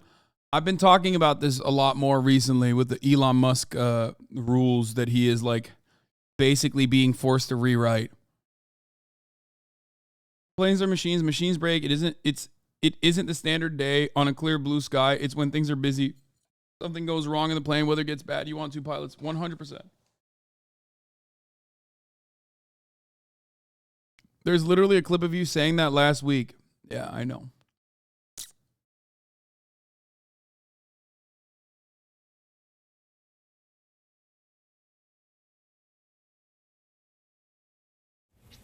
Sadly, that flight's captain died later on at the hospital. Sarah Nelson is the international president of the Association of Flight Attendants and is joining me now. I got to say, when I heard this idea of what airlines are lobbying for, right, to help with the staffing issues and all the delays that we've been feeling and while traveling, I was astounded, really. Tell me why you oppose this idea. Yasmin, the regulations that we Sarah Nelson's the GOAT. have in place in aviation are there because they're Just, minor flex, but like friend of the show. We did appear on the YDSA Hot Labor Summer broadcast together. Not a big deal. Kind of a big deal. A badass. But anyway, let's continue. they've typically been written in blood. And we need 2 pilots on board the plane for the situation that you just talked about. We also need 2 pilots there to be able to work with each other. If you talk to Captain Sullenberger about his experience of making a decision that no computer would have helped him make in landing on the Hudson, that would have been a catastrophic amount of casualties rather than the success story that we know it to be. There are numerous stories where you have to have the human beings in the cockpit. And to put this very bluntly, when passengers hear a strange noise on the plane, they turn to flight attendants to see what our reaction is, to see what our leadership is in the cabin, and to make sure that things are safe. And I want to make it very clear. Flight attendants will not fly with 1 pilot in the flight deck. It's that simple. This is not a safe situation. And the bottom line often drives people to reason out, come to conclusions that are not safe. But we put safety first, and we are not going to allow this to happen. I got to tell you, that's exactly right. When I'm sitting on a plane and there is turbulence or anything that concerns me, the first thing I do is look at a flight attendant. If they seem at ease, they're still serving the drinks, they're still making their way around the cabin, then I settle. But if they seem a little stressed out, I get a little stressed out as well. Tell me specifically if you can provide any anecdotes about times of which a co-pilot has had to step in.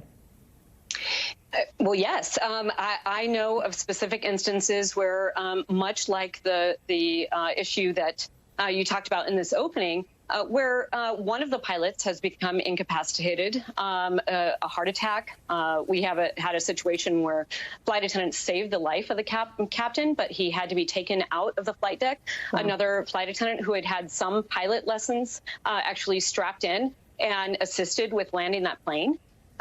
We have situations where we've had very sad situations where one pilot has left the flight deck and another pilot has decided for whatever reason has not been in a good mental state, and we had lives lost.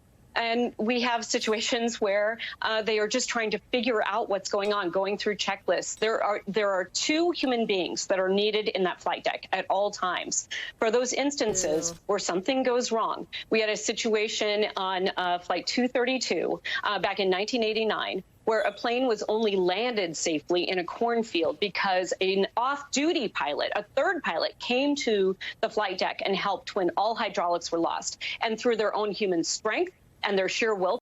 That's insane, by the way. For the record.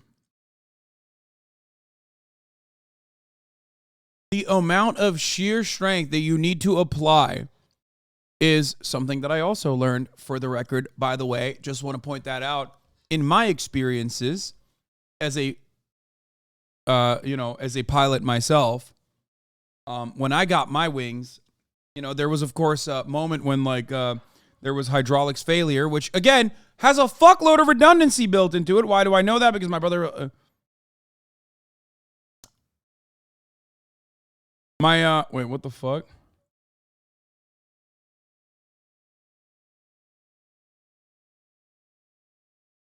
All right. Are you joking? Are you literally a pilot? That's super cool. Yes, I am a pilot. Don't show anybody my flights. Oh, no, what is this? I wonder what this does. Hasan!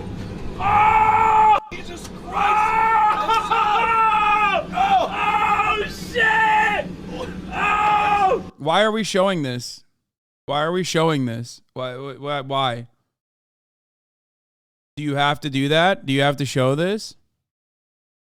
It's kind of fucked up for all the new viewers to see some of my worst moments as a pilot and not some of my best, like when I landed that plane safely.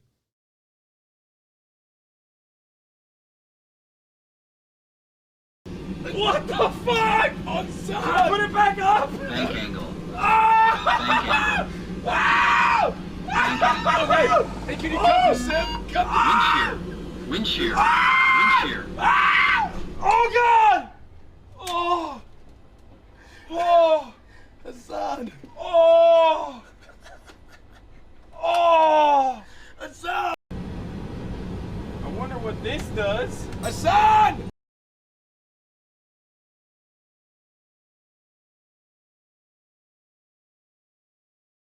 The new viewers need to know this is a smoking flight. Yes. Okay, listen.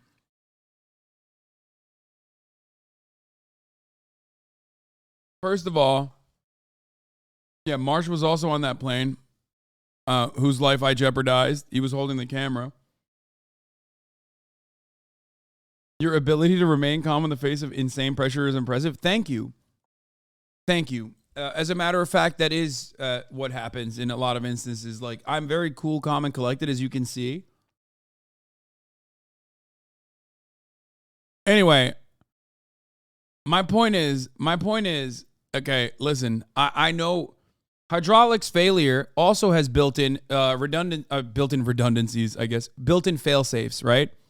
For example, it's not just one hydraulics failure. You have to have 3 of them, okay? Which I didn't even realize you could actually fucking land a plane despite having all 3 fail. They're not redundancies, they're contingencies, exactly. It's not 1, it's 3.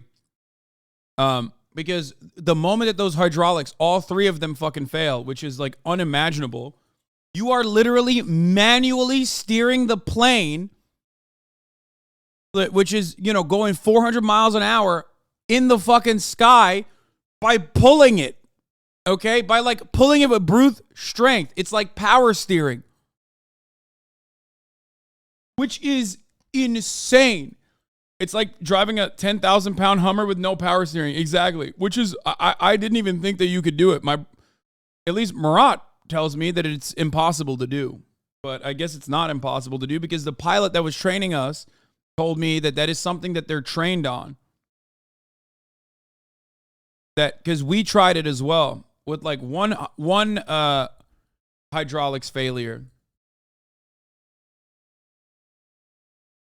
You have a lot of redundancy on planes. The word is correct. Contingency, I think, would be a better way to describe it.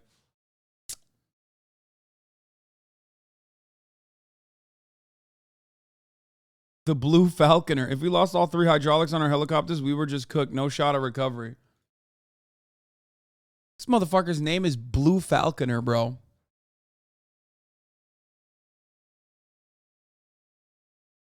I've brought this up before.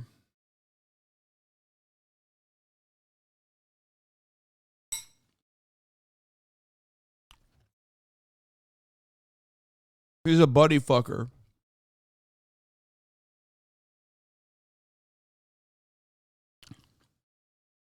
Probably in the Air Force.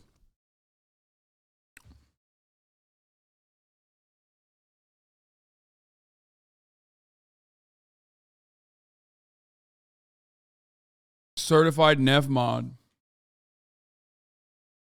The military term for people who fuck over their, people who fuck over their buddies in the military. Like snitch on them or fuck them over, right?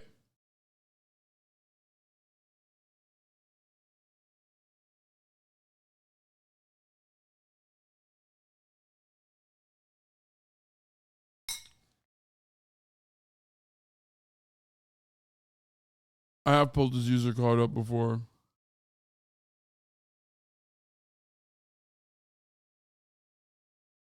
And military police. Yeah. Anyway.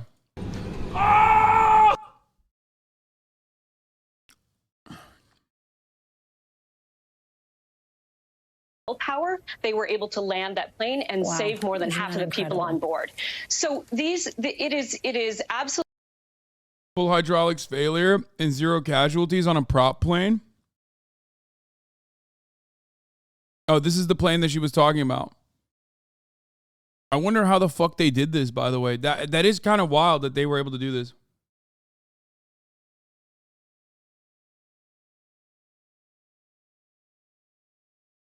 Because like I said, it's like, as Chatters also pointed out, and I have actually like tried to fly a plane without hydraulics on that same setup that we had, and it is virtually impossible. absolutely unsafe to think. But I guess the only way to do it is because it's like a smaller plane, you know what I mean? But I don't think you can do a 747. Murat claims you can't do it. Murat claims that it is impossible for someone to power steer a 747, which I don't know, because the trainer, the pilot trainer that we were talking to literally said all pilots actually get trained to be able to land without hydraulics at all.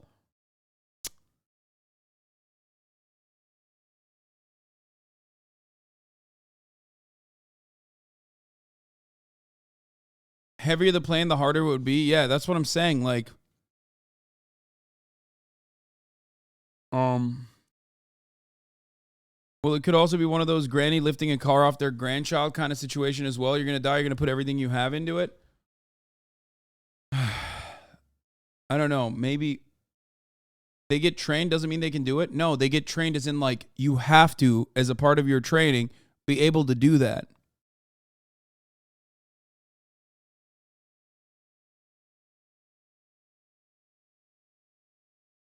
Murat ain't a pilot? Yeah, but he built the plane. What do you mean?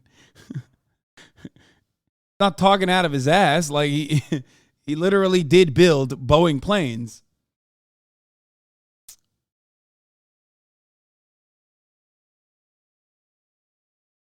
Chatter explaining, well, you can only fly the 737 and older Boeings with no hydraulics. More modern airplanes like the A320 need at least one system, but there's plenty of redundancies. I wonder if you could power steer. Like, it doesn't seem like you could power steer some of the newer planes, I think.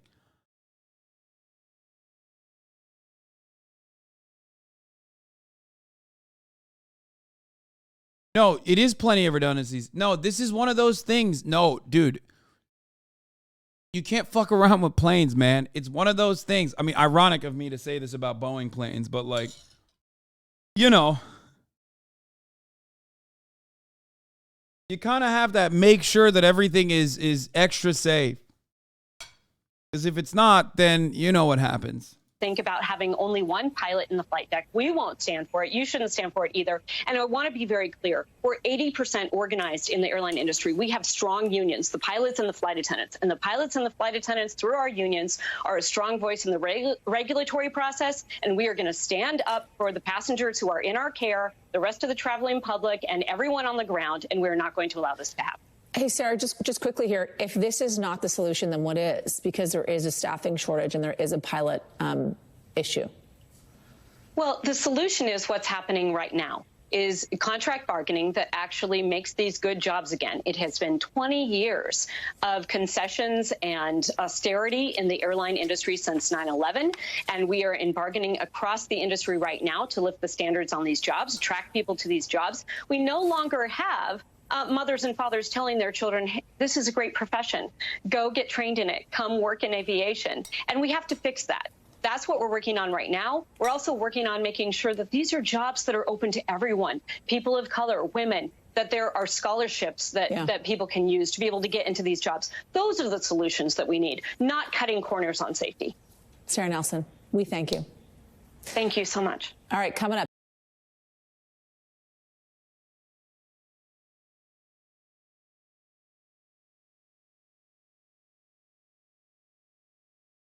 I hate this so much. It's just literally a perfect fucking example of like the profit motive being placed over the safety of individuals. And we got to this point of conversation because Southwest was fucking over customers. Because for a lot of Americans, there's no class solidarity, and the only way they can recognize when shit is fucked up is when they are interacting with labor as a consumer. They don't recognize that they're getting fucked up in their own workplaces or have no way to communicate that, no way to like push back against it. So they don't even have the processing power, the capability to like do something about it. They just are supposed to fucking take it.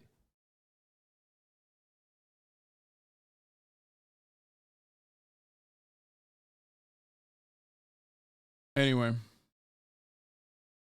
But yeah, this was the Southwest airline fiasco.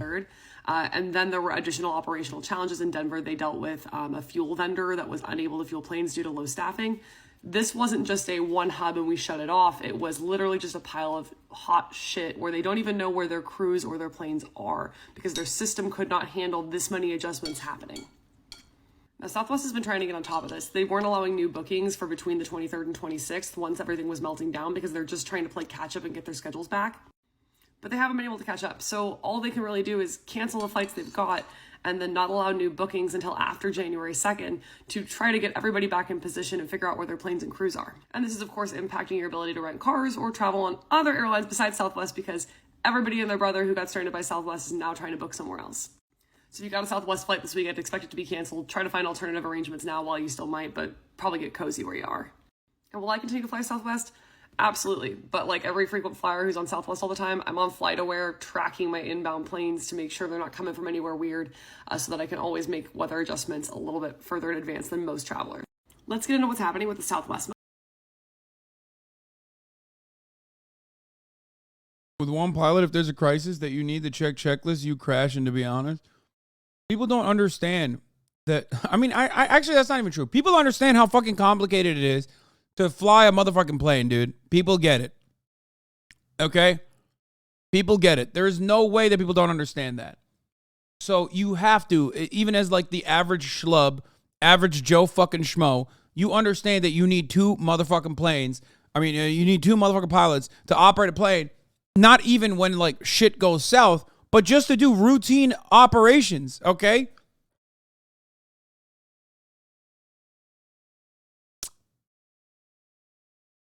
Good morning, Gio. Yeah, frustrated passengers are stuck at airports across the country. The return home from Christmas for many has become a flat-out nightmare. This morning, they said no one's getting on a Southwest flight for 4 days, and they said we can't help you go home. Southwest Airlines melting down in the wake of the Christmas holiday. Christmas was just ruined. This was the worst Christmas ever. While 3,800 flights were canceled across the country Monday after the punishing winter storm, nearly 3/4 of them were Southwest flights. And the company has already canceled over 2,500 flights today, with more misery expected this week. It's been catastrophic. It is simply a failure of Southwest management. When asked about the collapse, a spokesperson for Southwest blaming the weather. I think it's just the sheer size of the storm. It's just the fact that this one started west, swept east, and impacted almost every single one of our largest airports that put us in a position where we struggled to recover, and we struggled to get our flight crews and airplanes where they needed to be. In a statement, the company vowing will work to make things right for those that we... Why? Why is the media not doing the basic investigation that fucking TikTokers are capable of doing? That fucking Twitter nerds are capable of doing?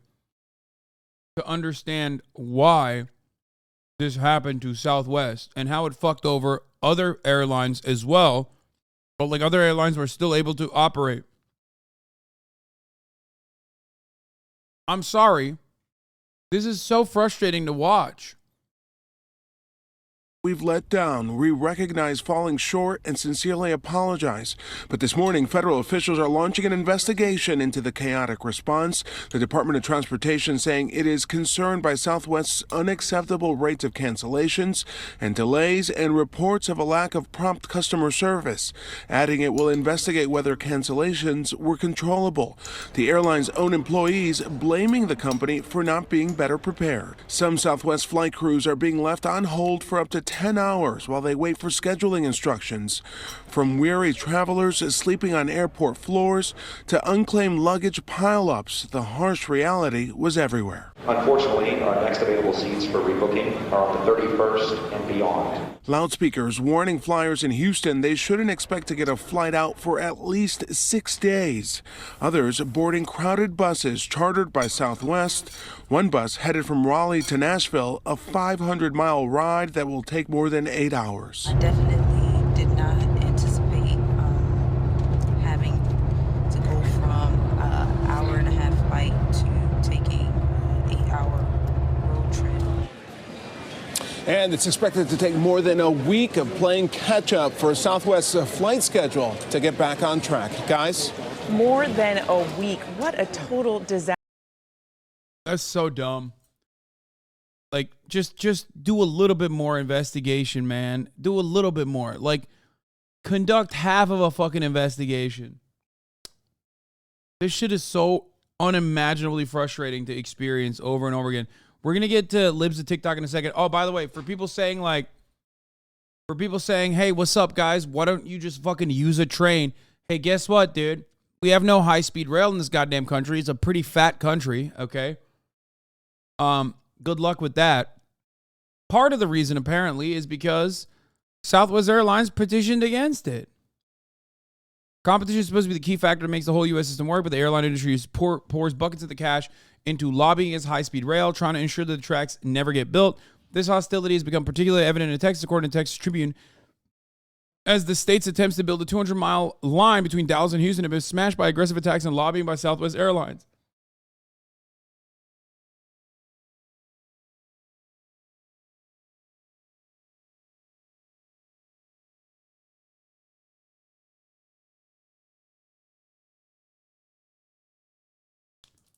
I hate this country so much. Like, I mean, it's just so awful.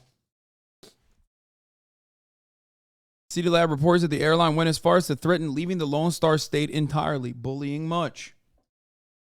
I'm glad that they did that so that you were stuck with their shit-ass fucking planes that they didn't staff adequately. I just, what else to say in the situation other than just show you the fucking facts of the matter? Speaking of buses that are being utilized in Texas, here's what Governor Greg Abbott has been up to. Again, busing migrants to Kamala Harris's house. Wonderful, wonderful opportunity on Christmas Eve, you know, to showcase how fucking Christian you are. You know what I mean? Just the most Christian thing you can do. This morning, days after buses of migrants were dropped off in 18-degree cold on Christmas Eve. During a fucking snowstorm, dude. Oh, man, I love this country so much. How wonderful of a Christian is that guy? You know, what's really funny is, like, I tweeted about this, and I have had these pathetic fucking absolute monsters in my fucking replies doing a never-ending sea of self-reporting, okay? Talking about how awful they are, how monstrous they are, and how they are devoid of any kind of shred of humanity, okay? I'll give you, I'll pick a couple choice ones for you, and then we'll address that commentary. We'll address those takes as well, because I said, how Christian-like, when, you know, it's Christmas Eve and about 50 migrants were dropped off in front of Kamala Harris's residence. So wonderful, okay? So wonderful for people to just, like, turn around and use this inhumane moment to say, why don't you fucking house them yourself? It's like, bro, I pay taxes, okay? I don't know about you, but I pay taxes, and I want the government to deal with this sort of thing, okay? I pay taxes for this specific reason, okay? Because it is insane to make the expectation that, like, random citizens are supposed to be dealing with an actual influx of migrants, okay?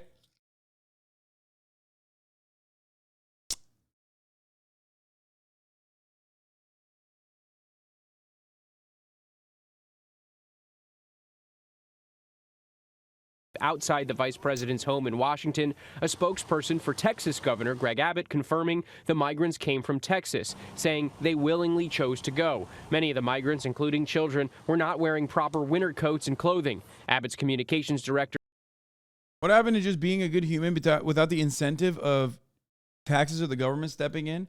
What the fuck are you talking about, brother? Are you this fucking painfully oblivious to why governments exist to begin with? Are you this stupid? There are things that each individual human being should not be expected to engage in, okay? I don't know the first thing. I can't speak Spanish. I and others like myself, just like you and your family, should not be expected to work with migrants on the fucking cold, snowy day. There is a reason for why we live in a society, okay?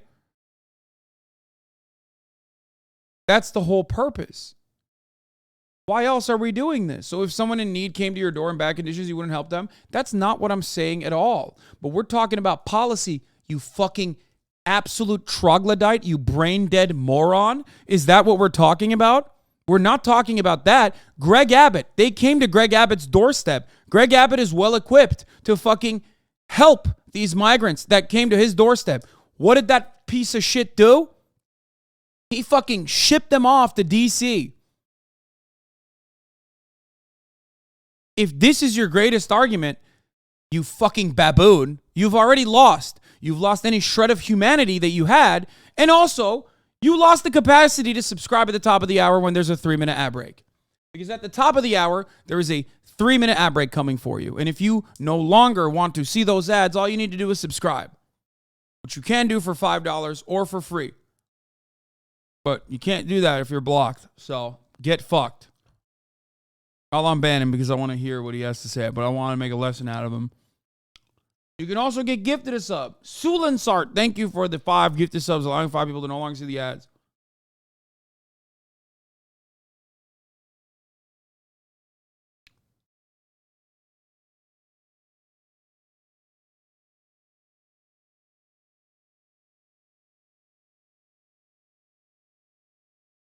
Dumbass.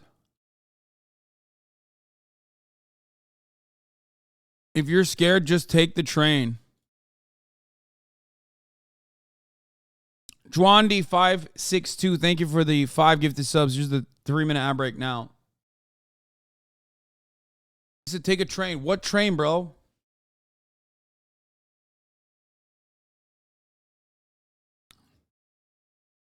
I want to hear this dumbass. I want to hear what else he has to say. What other dumb things he's going to say. Because he thinks he's so fucking brilliant. Oh, my God. He's like, dude, what? I can't believe you said you would spit on the migrants that come to your fucking doorstep. That's not what I'm saying at all. We live in a society. The expectation is that we're pooling our fucking funds together so that people can be taken care of adequately. Okay? You are literally looking at the government not doing what it's supposed to be doing and instead playing fast and loose with people's lives, specifically to do political theater in the middle of fucking Christmas Eve. And it is supposed to backfire because it's like such an unchristian thing to do, especially on fucking Christmas Eve. And there are still mouth-breathing, sea cucumber-brained dickheads who are trying to defend that kind of behavior.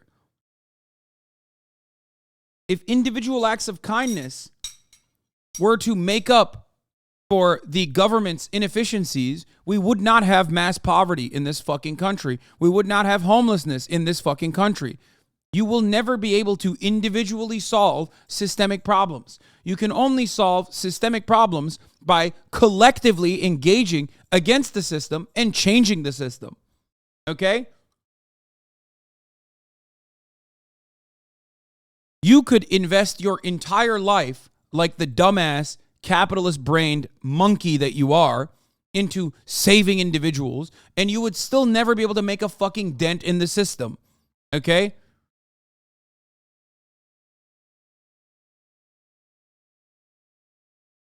My main point is that people should not refuse to help those in need when the government fails to act. Of course, policy takes priority, but we should step up to pick up the slack of otherwise. No one is talking. You didn't hear me fucking shit on the churches that took these people in, you fucking dumb idiot. That's not my point at all. So why the fuck are you defending Governor Greg Abbott by placing the emphasis on people who are trying to literally deal with his malicious incompetence that is outright evil while we're talking about his evil actions?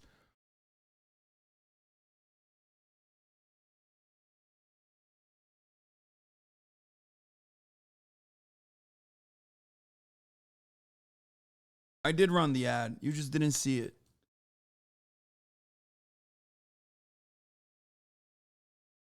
Holy fuck. Hasan equals churches, Omega Law? What do you mean? It's usually fucking church groups that help these people.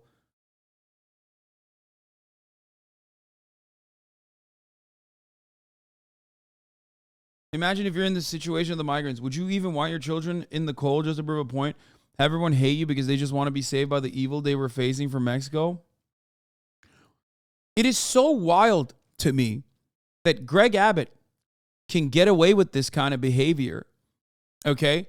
And people will still talk about, like, you know, it's on the liberals to fucking defend these migrants, which they are. But, like, how are you going to refuse to fucking see that, like, he is the one that started the problem? Bill.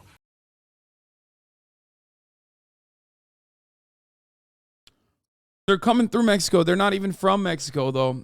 Oftentimes they're just Venezuelan, too.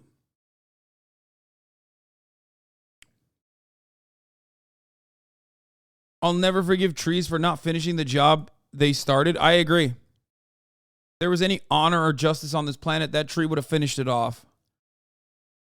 All right, let's move on to some more lighthearted endeavors after this story. They're saying the migrants signed a voluntary consent waiver in multiple languages. Abbott recently spoke to ABC's Martha Raddatz about the bus drop-off in multiple cities. And I removed them to locations that self-identified as sanctuary cities that have the capability and the desire to help out these migrants. And so that's exactly what's taking place. The White House calling the move on Christmas Eve a shameful stunt, but Abbott's office firing back, slamming the White House as a bunch of hypocrites. The back and forth comes as both sides await a ruling from the Supreme Court on Title 42, a pandemic-era policy that allows the government to expel asylum seekers on public health grounds. The Biden administration argues the COVID emergency is over. Abbott says otherwise. Whether it's COVID or some other issue, when you got people coming across the globe without knowing at all what their health status is, that almost by definition is a public health risk. There's every reason to keep that in place. And now new figures show the extent of the crisis. Nearly 1.6 million people are now waiting for their asylum applications to be processed, a record number, with cases now 7. It's so funny that, like, America, the only time America has held on to, like, rigorous COVID protocols is Title 42. The only time the American government has cared about COVID is when it's migrants that are coming in.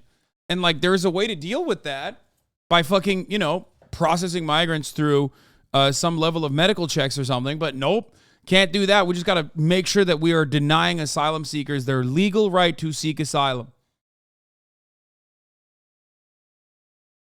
7 times higher I than hate a decade this country, ago. man. I really do. By the way, it's the so average fucking wait time annoying. for an asylum hearing is now more than 4 years.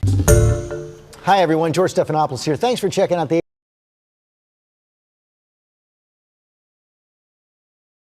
Anyway, what is this? What is this funny moment? Ew. Hasan, can you flash in? Sure. Where do you want me to throw it? Here. And then. Oh, you want me to just like flash right here?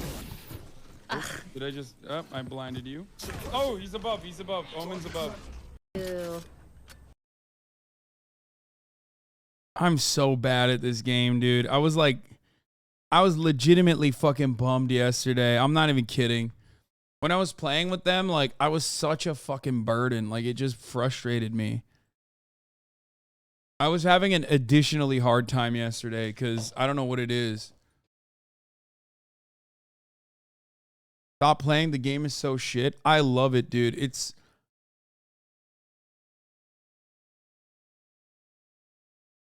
Sorry for interrupting, but can we watch Beyblade Metal Fusion instead of Yu-Gi-Oh? It's just been on YouTube fully for 4 years now, and it's hilariously stupid. Also, please don't unban me. Why are people sad?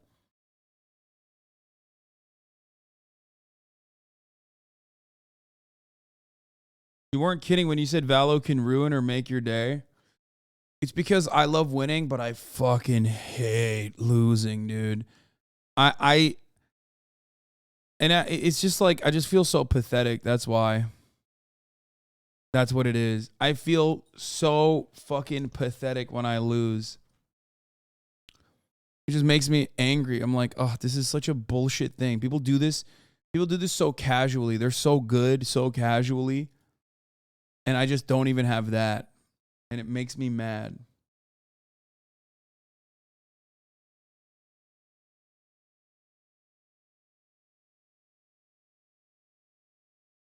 What is this? Pete Davidson and Emily Ratajkowski have broken up, Page 6 reports. I repeat, Pete Davidson is going for Dua Lipa. No, he's not. No, he's not. Don't say that.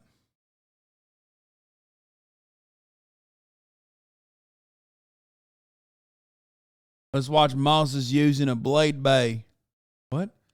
I'm telling you, you need to play other FPSs as well. It will help a lot with aiming and game sense. Only playing Valor as your FPS is a receipt for mental boom.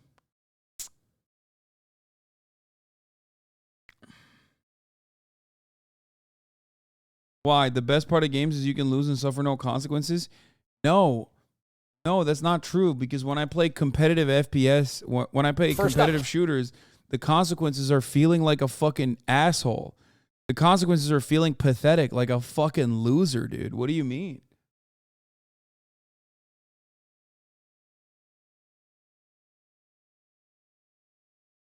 The consequences are losing RR. Or I guess this.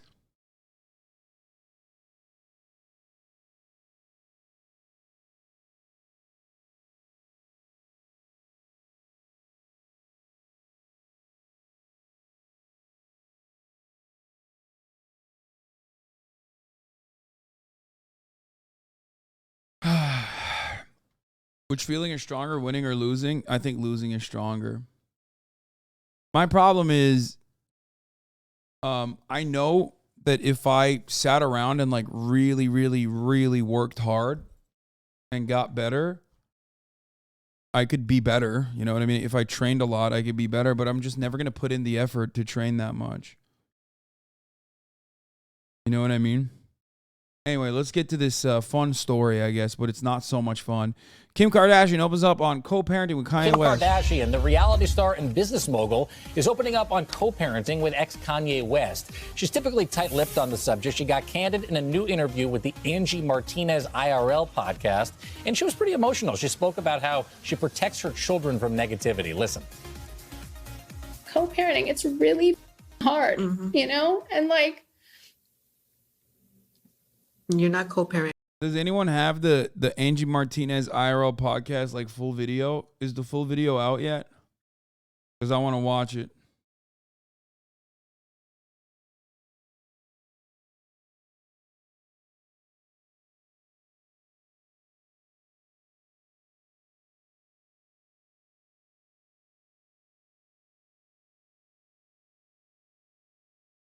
Angie Martinez. All right, we'll do that. The media can never make me feel bad for Kim Kardashian. I know. It's weird because, like, you should kind of feel bad for her in this one very unique instance. But, like, it's still kind of hard. I'm not going to lie. It is weird.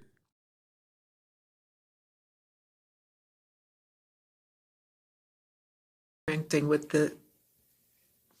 just anyone. yeah.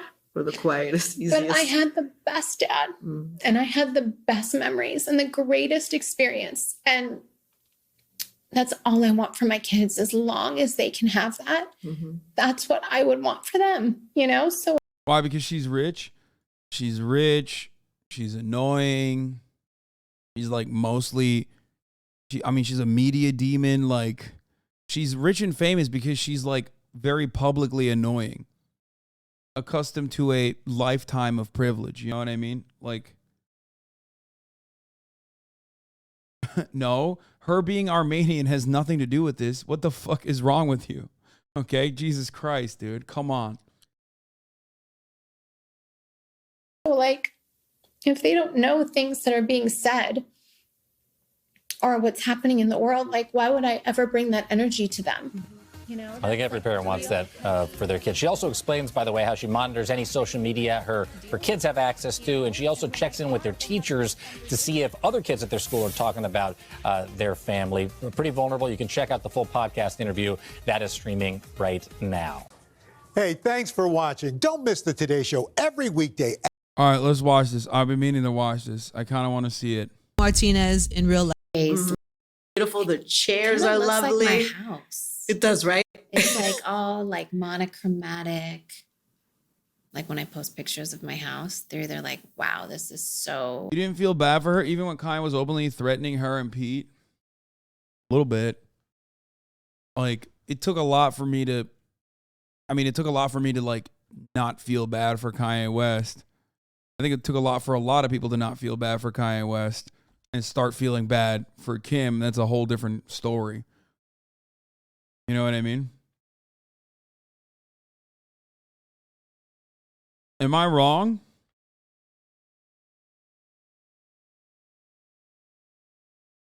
Kanye Talk starts in about 10 minutes. Okay. Yeah. For the quietest, easiest. But I had the best dad, and I had the best memories and the greatest experience. And that's all I want for my kids, as long as they can have that. That's what I would want for them, you know? So, like, if they don't know things that are being said or what's happening in the world, like, why would I ever bring that energy to them? You know? The Libs are going to tear you up for that one. Why would you feel bad for Kanye? He was never as smart as he thinks he is. Bro, we're talking about two people that have, like, I mean, they're both like billionaires. You know what I mean? It's like, you know, that's like real heavy grown-up shit that they're not ready to like deal with. Yeah. You know? And when they are, we'll have those conversations. But like, and I'll be so prepared. But until then, I'll do anything to like keep their life as normal as possible. You know? They don't have a normal. This is like. she exploited Kanye and black culture a shit ton. Kanye's a shithead, but you can't justify her actions retrospectively. No, I know. That's what I'm saying. It's like, I look at output when we look at media figures, and like Kim Kardashian's output revolves around what? Like being a reality TV star, exploiting black culture. Kanye kind of let that happen too, I guess, you know, so that he has a little bit of responsibility in that situation too.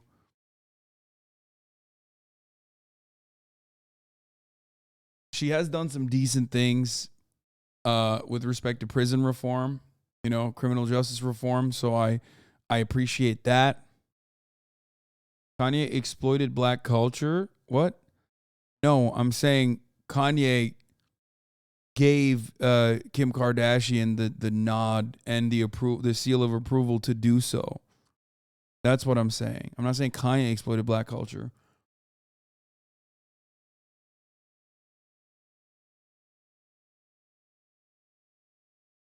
No, he did. Oh, you're saying Kanye exploited black culture. I mean, I guess when you think about it, yeah. But they're so normal. Like, they really, really are. Like, they're super, like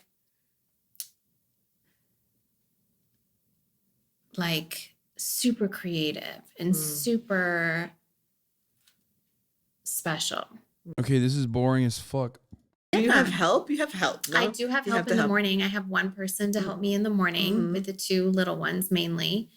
And I get up really early to work out before everyone wakes up. And I always leave a note. Like, there's always a baby in my bed. So I'll leave a note. Like, I'm in the gym. If you wake up, you know, otherwise, as soon as I get in, I wake everybody up. And then it's like. Okay, I can't do it. Never mind. Sometimes I feel like, you know what? I'm going to be respectful. Sometimes I feel like certain kinds of content is just not for me. I feel like I'm not in tune with the frequency, okay? This is like, I'm like a dog, and there's a whistle that's bothering me that other people can't hear. But when I watch something like this, okay, straight up, because I wanted to watch it. Like, I want to know what her perspective is, and I think it's, like, interesting. But, like, For some reason, she's fucking whistling at a tune where it's like, "Rah!" It's like making me go crazy. I can't do it. Like I want to. I'm sure there's like interesting parts of this, but I'm not that guy. Okay, I'm not that guy, pal. I can't fucking sit through this. It's like this is actually newsworthy in many different respects.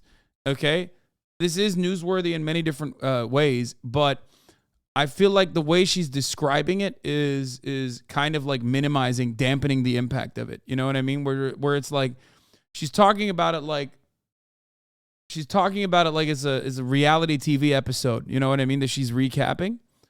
And it's hard. I have to turn you off when you react to certain stuff, like that button show you watch and certain other cringe shit you react to. Yeah, we are going to watch the cutie video in a little bit. Hold on. Let's see. I'm going to give it another try. People were expressing how they felt. That was a weird one because so many people were like, absolutely. Yeah. I didn't understand why everybody was so mad. I actually had with my producer, Brittany, we were talking about it. She's 20 something. I was like, really, why are people so mad? And so she was like, we were talking about the fact that maybe some people are, they look at you as being privileged. Totally. And this could be good. Hold on. Maybe that has to do with totally who we. Is that what you received from it? Like, what did you receive from it? I received that also. So the context in that was I had just been doing interviews for the last few weeks on people to work in my office. And everyone had all of these, well, I only want these hours. I want Fridays off. I don't want to do this. I don't want to do this. Oh, I'll only do this. And I was just like, I come from a time when we just grinded and everyone that I'm super close with that has built our businesses together, we would just kind of do anything, any job, like get it all together, even if it wasn't our job. Yeah. Yep, that's it. That's where it is. That's like every other thing that she said up to this moment is basically just like, it's that. That's the reason why I don't like it. Okay, there it is. I was waiting for it. I was like, what's the reason why I don't like it? It's just like it oozes. It oozes from every other fucking part of that conversation. Even when Kim Kardashian isn't saying like, I'm a Sigma grinder. You know what I mean? I'm doing Sigma grind set. Even when she's talking about whatever, like being a mom or something, it still has that exact same attitude of like, yeah, I fucking worked hard for this baby. I worked so fucking hard for this baby. Like that, I can't not hear that when she's talking. Like the entitlement and the privilege without the recognition of said privilege. Because like one thing for me is like, I work very hard too, right? But I at least recognize my affluent beginnings. I recognize the privilege that I had. I recognize I'm a fucking Nepo baby. You know what I mean? These are things I talk about regularly. And people still despise me for it regardless, right? Even if I recognize that people still despise me for it. She, on the other hand, has all of that times a million, obviously. I'm not considering my condition to like fucking Kim Kardashian and her proximity to like living an incredibly privileged beginning. Living in proximity to wealth and fame for her entire life. She doesn't even recognize that though, which is crazy. It's like she has to fucking make it seem like she worked hard for this, bro. She worked hard for this and you can too. It's this like very frustrating lie that people in positions of power tell all the time. And it comes across as like very condescending. When I hear her sing this tune, I hear screeching. She's fun to watch because she's so incredibly unrelatable and easy to hate on. And we'd ask for something, we just get it done. Yeah. And we would just, and also coming from like that workaholic mindset, I think I just came off of all those interviews being like, damn, like no one really wants to work. Everyone has all these like God, I'm blanking on the word, but everyone had all these like provisions of what they wanted in their job. Right. And I just never would have come into a job interview like that. Yeah. That was different for me, you know, and like this younger generation. But I think people also took it like it was coming out of COVID.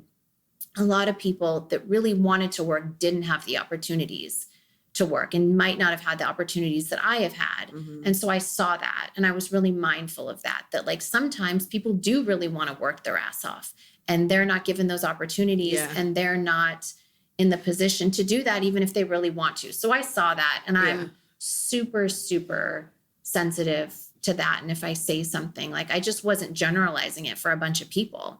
It was just my specific experience. Yeah. I had a similar one. I just posted recently on Twitter because we were looking to hire somebody like at an entry. Bro, this is an opportunity. This is an opportunity for her to, wait, are you talking to me or are you talking to Kim Kardashian? Name one job you interviewed for, because I interviewed for a lot of fucking jobs, brother. And some of them I got, others I certainly did not get, but I fucking interviewed, okay? I think you're talking about Kim K. Fucking spare me. Wait, what are you, oh, you are talking to me. Wait, what? I thought this guy was joking. There's no way, right? Anyway, I thought he was talking about Kim K, but he got aggressive real quick. Who knows? Whatever, it doesn't matter.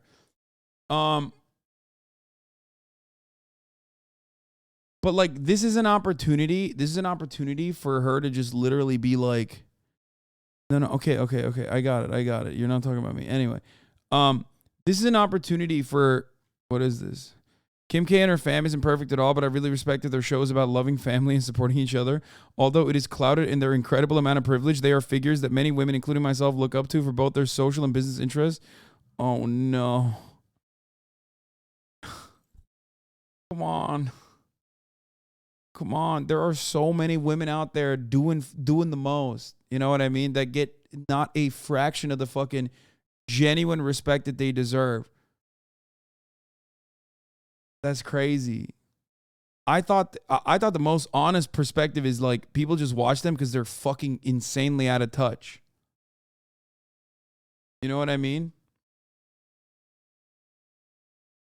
So many women dick ride the Kardashians with that energy. That's wild. I mean, this is what I mean. I just like, no, Hasab.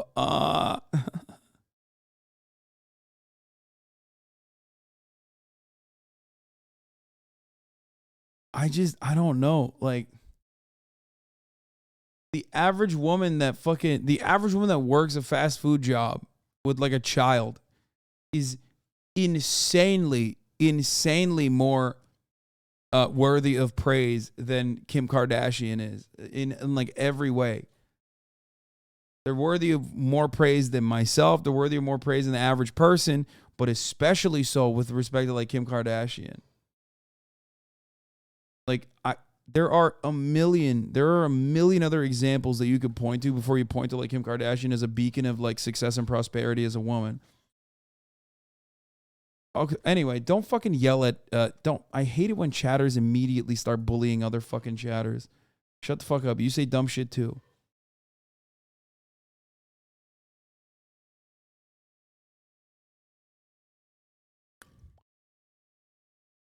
Yeah, you're correct.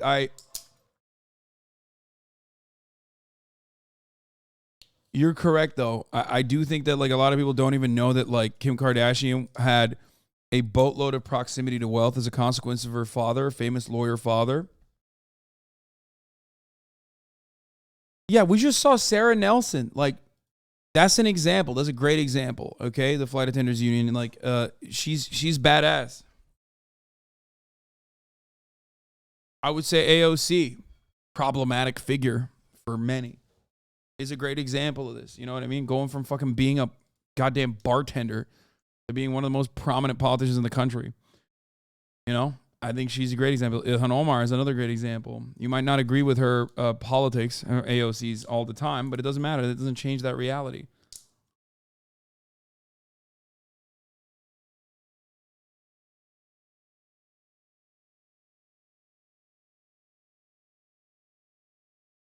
Wasn't she famous because she was a friend of Paris Hilton in the sex tape? Yeah. Her proximity to wealth and fame landed her a job in reality TV as Paris Hilton's assistant. The sex tape also, you know, kind of started off her career. Have you seen the sex tape? Yes, I have.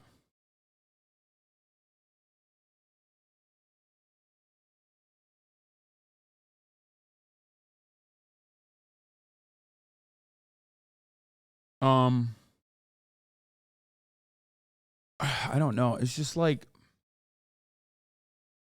if I'm Kim Kardashian, I'm talking about my privilege every opportunity I have to be like, listen, here's the truth, okay? I'm a profoundly privileged person. I'm infinitely the most fortunate person. Instead, which I do, I am also profoundly privileged and talk about it all the fucking time. Instead, ultimately for Kim K, she's just like, I did it so you can too. You know what I mean?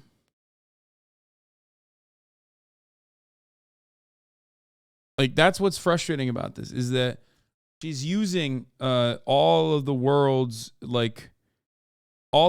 fortune to just fucking uplift the same idiotic and transparently false narrative that, like, you know, it's just about being fucking a Sigma grinder, doing Sigma grind set mentality. She's Gary V for the ladies. She's Elon Musk for the ladies. She's not. Here's a controversial take. I don't know if Elon Musk is worse than Kim Kardashian or Kim Kardashian is worse than Elon Musk. I think Elon Musk is still worse. How about that? That'll fucking throw a wrench in the chat. I think Elon is still worse. Because, like, Kim Kardashian, as far as her, like, political ambitions goes, did a decent thing. You know, put her brand out there to, like, push for prison reform, right? Elon Musk has done everything wrong the entire fucking time.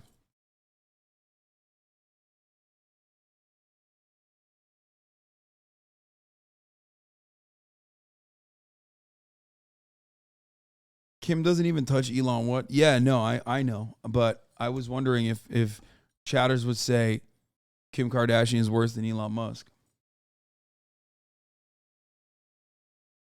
She has one lane, he has many. Yeah, especially.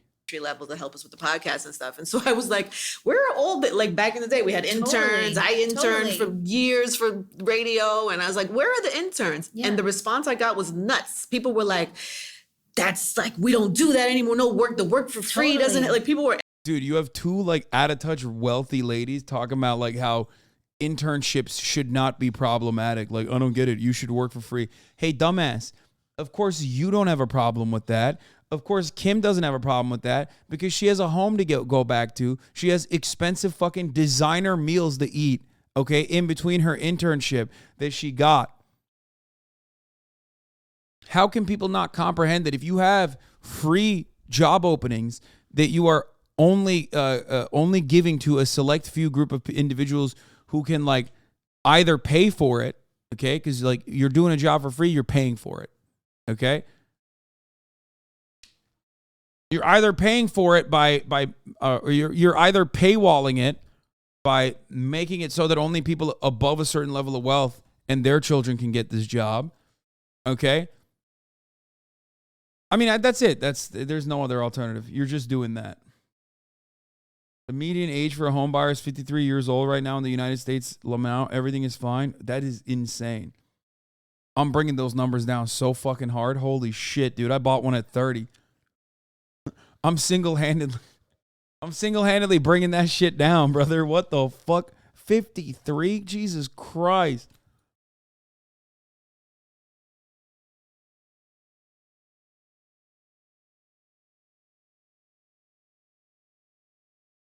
I bought one at 23. Easy ratio.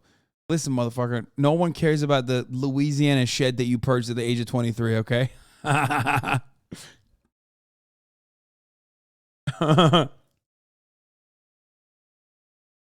angry, and I was like, I was trying to give somebody an Like a paid opportunity. intern I was also. looking for Yeah. a paid intern, and not even a paid intern. It was more like an entry level kind of gig. But I was just looking for young, hungry people who wanted to learn something.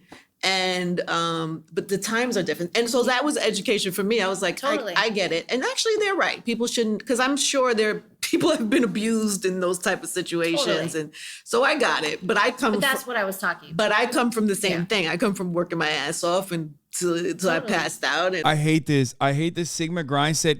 Oh my God. Oh my God. I don't know who the fuck Angie Martinez is, but like her attitude on this situation is really fucking annoying. American radio personality. It's possibly because like she just is so far removed from like being a normal person, okay, that she cannot remember like what she began as. You know what I mean? I guess she is independent though. She is like self-made, it seems. Yeah, it seems like she got her first break in FM broadcasting at the age of 16, answering hotlines at the urban radio station WQHT Hot 97, where she met popular DJ Funkmaster Flex and began working as a protege. Martinez quickly picked up the craft, running a successful radio program. So yeah, that's it. It's either, usually, she got an honorary degree from Rutgers. Oh my God, they're handing it off to anybody nowadays. No, I'm kidding. Why are you laughing at a chatter for buying a house? Not everyone can buy a house in Beverly Hills like you. Okay. Here is what is known as a joke, right? Like where I myself am becoming the villain in that story by undermining what that chatter was doing. That is a profound accomplishment, okay? By saying nobody cares about the shed that you bought in Louisiana. The joke in that situation is like me being an asshole. Like I'm so over the top, exaggerated as a fucking asshole that you're supposed to understand that I'm clearly joking and go, haha, that's funny. Okay? You're welcome. It's crazy that you literally just refuse to comprehend basic shit. That's crazy that you took that seriously. Like literally, I have to, 90% of the broadcast is me explaining jokes.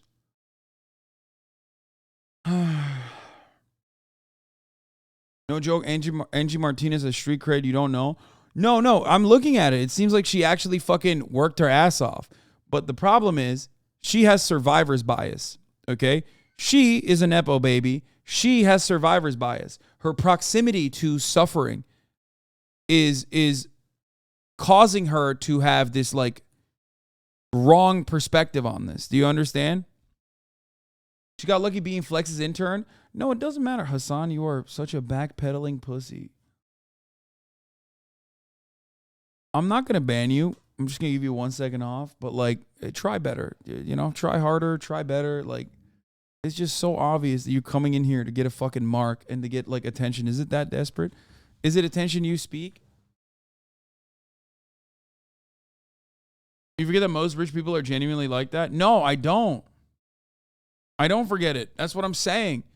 I think people, when they work really fucking hard and they actually are self-made, become assholes because they just forget. It's been so long. For two reasons they forget. One, because it's been so fucking long. So their proximity to being poor, their proximity to living in poverty is, you know, causing them to forget what it's like, what those conditions are like. And two, they want to believe that, like, they worked really fucking hard, that luck played no role. Okay? That's a huge issue. I have always maintained the position that luck, my, you know, Turkish zip code that I grew up in, or even the fact that I had, you know, caring parents in a 2-parent household that had enough financial success to be able to afford good quality education in Turkey. All of those things played a role in my development, in making me, sorry, Big Haas, didn't mean to come at you like that. You're really the GOAT for real, for real. Okay, thanks. Luck played a dramatic role in my life, okay? Luck plays a role in everyone's life. Probability is not something you can avoid, okay? Luck played a role in her getting Funkmaster Flex's, like, getting on Funkmaster Flex's good side. You know what I mean? Like, that's huge. That's huge. And the point of society is to basically, the point of living in like a civilized society is to basically make it so that like the starting point is as like the base level is as equal as possible. You know, equality of opportunity. Travert 1 of 1. Thank you for the 5. Get the subs. And, you know, so I understood how that happened for you, and I just wondered what you got from it. It opened my eyes. It did. To that. Huh. Yeah. No, it really did. I just always try to, like, I think also no matter what phase, no matter what stage I'm at in my life, I'm never too above or never too good to want to learn something new and to not, I never want to stop evolving. I never want to stop growing. You know, I'm not that type that thinks I know everything, you know, but I'm also not one of those people that is like, oh my God, I wish I wasn't famous. Being a celebrity is so hard. Obviously, more money, more problems, like all of that. Yes. You know, and my mom lives with that guilt a lot. You know, like, God, if I hadn't have really like encouraged everyone, maybe we wouldn't have like some of these hardships that come in our lives. And I'm like, Mom, this is what our journey is. This is like for us to elevate to the next level. Like we have to go through these things in life in order to be able to grow and evolve and get to the next level. Like, dude, yo, I can't do it. I don't. Oh my God. This is literally like watching a Sigma Grindset wealth podcaster. I feel like this is the same like MLM marketing, multi-level marketing schemer fucking, entrepreneur Andes, but for ladies, dude. It's wild. It's fucking wild, dude. That's crazy. Like this is what our journey. What is she gonna evolve into? Like just a straight lizard? Like what the fuck? What do you evolve into after being the Kardashians? Like what is the next step in that fucking evolution, dog? I don't even know.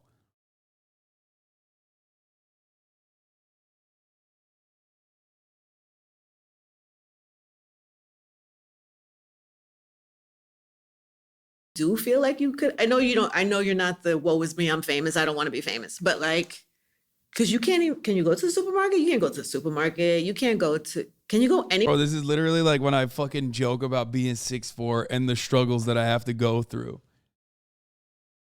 You know what I mean?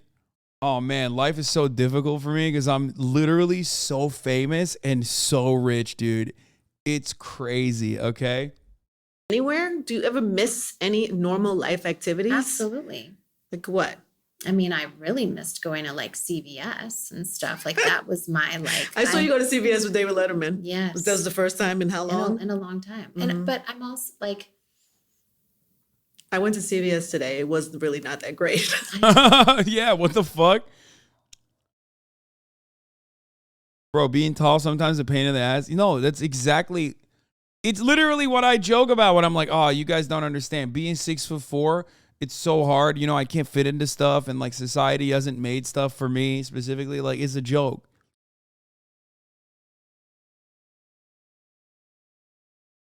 Just love going up the aisles. It was okay. Target, Walmart, like all those. A grocery store. Couldn't you do like, I know Beyonce does. Beyonce has said she's put disguise on to go bicycle on a bike in Central Park. Have you ever tried? No. I mean, I think it's like, because then you need security, because you need that, it's like, it's fine. You're okay. I'm fine, You can have a CVS totally in the back of the office. I'm fine. What are you most proud of about yourself? I think there's honor to being able to defend Kim Kardashian. It's like kind of wild because she makes it so hard. Like every time she opens her mouth, it's like, how are you defending this? It's so crazy. Like how can you, I want to know like what happens inside of your brain to be like, yo, Kim Kardashian is like a defendable person. Yourself. I mean, I'm sure you're proud of your kids, but I mean, about you, like, It's almost in the terms of your same as like evolution Elon, and what you you've know? become and what you've built. I'm most proud that I've gotten to a place in my life where it's not all about me. And a lot of my life has been all about me. And how so? Just in helping other people and dedicating a lot of my time and energy to helping as many people as I can, just in the prison system and learning a lot. And probably like the challenge of actually going back to school. I never was like a school girl. I never really liked it. So the challenge of like going back and having to study. I mean, I do like 20 hours a week plus, you know, every. Stop, dude. That's crazy. Why is she saying this stuff? Does she not have like a PR team that is constantly like, Kim, shut the fuck up. You sound like a psycho. Like, what? How are you saying this right now? Like, I'm in the fucking other room. I'm in her ear going, oh no, don't say that. Don't say that. Plenty of people do that. Like, and then they also work for a living. Don't say that, please.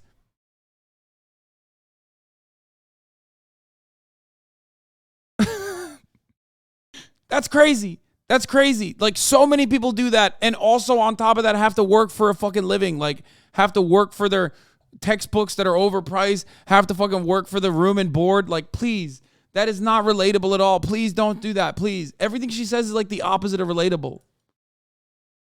Every single day, I take 1 day a week off.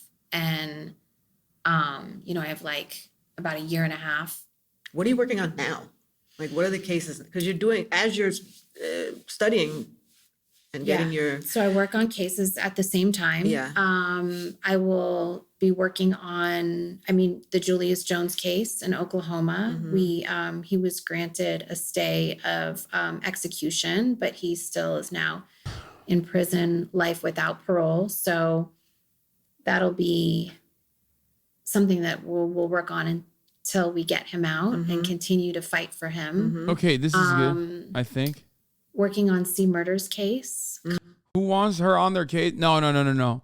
As a celebrity with an awesome amount of power and privilege and fame and a legion of loyal dick riders, okay? One of the most incredible things, one of the most awesome things you could fucking do is literally work at the behest of the most marginalized people in society. In America, it's prisoners, okay? Straight up.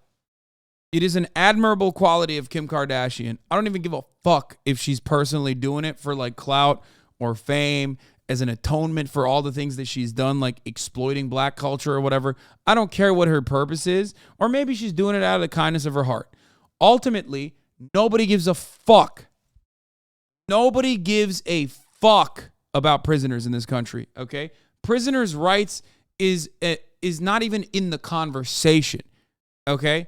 So for her to unironically humanize those who have done things that are wrong or those who have been fucked over by the criminal justice system, regardless of whether they're innocent or not, is actually a good thing. And I will always defend her for that, okay? Honestly, though, what do you think she is doing besides probably bankrolling wild good attorneys? Just talking about it here is important. Straight up. No, that's actually huge. What do you mean? Guys, this is a relatively progressive community that I've like carefully cultivated over the course of many, many years. And even when I talk about criminal justice reform, like giving prisoners amenities and rights, there are people, you're right, C-Mac. Actually, we have cultivated together, even though some of you bitches are dumb as fuck, okay? And literally have the wrong opinions on how to develop communities. Anyway, regardless, okay? Even in this community, though, there are still so many instances, especially when we talk about criminal justice reform, where people immediately hit the, what about rapists and pedophiles? The fucking fuck you. What if your mom was raped by the rapist, pedophile, serial killer? Like, it's one area where a lot of Americans are so conditioned into never showing empathy, okay, to never seeing criminals as like victims of society. It sucks. What? Hearing this from you, such a hypocrite. Don't forget when you were hired by your uncle Dr. Oz in his show Dr. Turks, where you cut videos in a segment called Agitative Dr. Ganda. This fucking idiot. Constantly. Because they're not victims. They absolutely are victims. Good and correct. They don't deserve it because they're not victims. Yeah, dude, you're not like cool or hip or unique for having the same exact position that everyone has had in America for like as long as America has existed. Ironically, even though it's a fucking penal colony.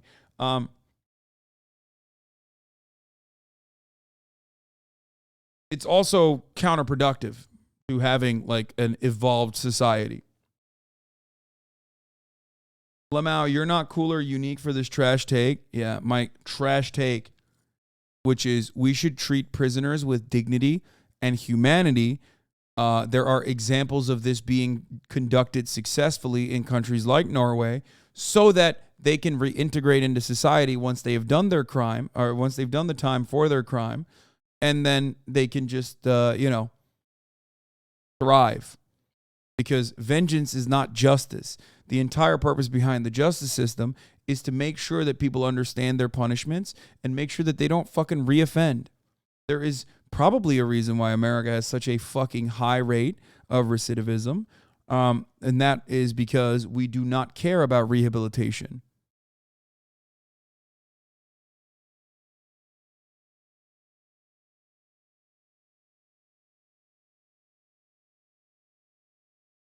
You said Lamau.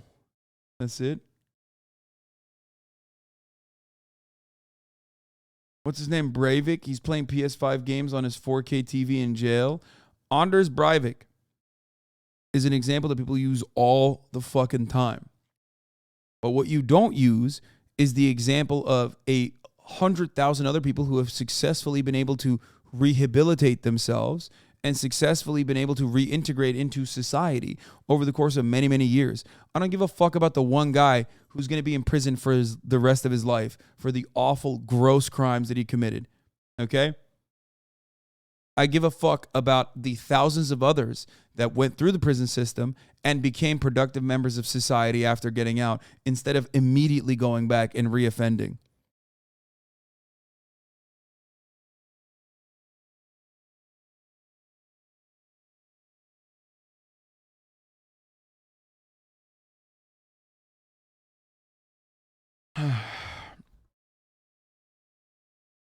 It's crazy. Bad take, Lamau. See? Chatters rushing, dancing over one another's bodies to fucking prove the point that I just made. Okay? Just like the top of this hour ad break. Ain't no way. Bitch, it's 8 minutes. Come on, dude. That's such bullshit. 8 minutes early, man. You fucking asshole.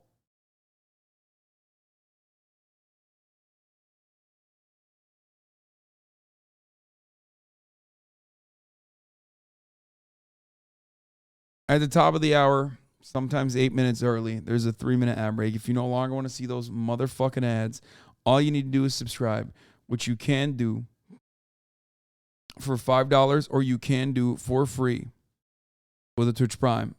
If you don't have $5, if you don't have a Twitch Prime, what you can do is maybe hope and pray that you get lucky enough to get gifted a sub. Okay?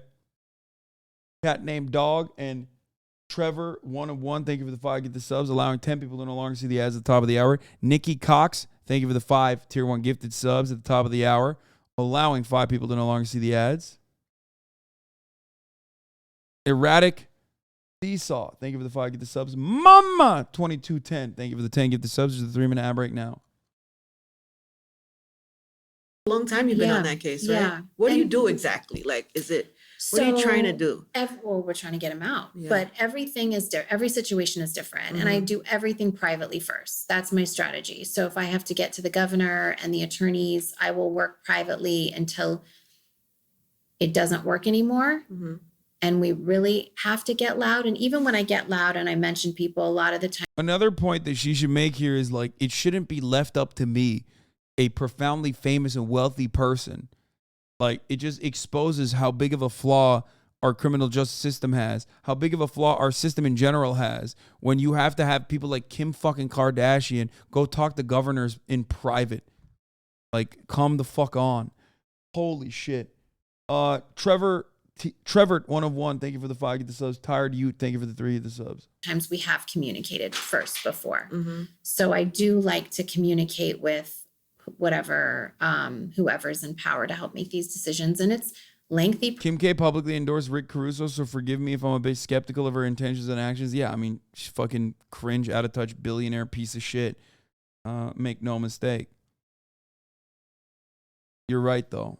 You're absolutely correct on you know, being skeptical of her intentions. I'm just talking about the output overall. Talking about it is still good, though. Processes. This is something I didn't know at the beginning and thought that everyone just got out when you make the call. And with Alice, I was really naive to how this all worked. But it's a lot of work that goes behind it, and a lot of the paperwork and the drafts that have to be written. There's so many other cases that I'm working on. Why are you doing this? I wondered if it had to do with your dad. I think he would like love it, and he would be so proud of me and so happy for me. But do you think that that's the motivation for you? I mean, him and I talked about it, actually. We talked about me going to law school, and he actually was like, listen, I don't think being an attorney is going to be your thing. And we talked about it, and it's kind of like, it's just more of like a personal challenge. I hated how I felt when I went into the White House for the first time, and I didn't know half of anything that they were saying. Like all of the like clemency talk and all of the like attorney lingo and everything that they were talking about. I literally was sitting there like texting my attorney that was next to me. Like I was to the point where I didn't even know like all of the abbreviations in the White House. So they were like, okay, this person at the DOJ and I was like, what is the DOJ? And my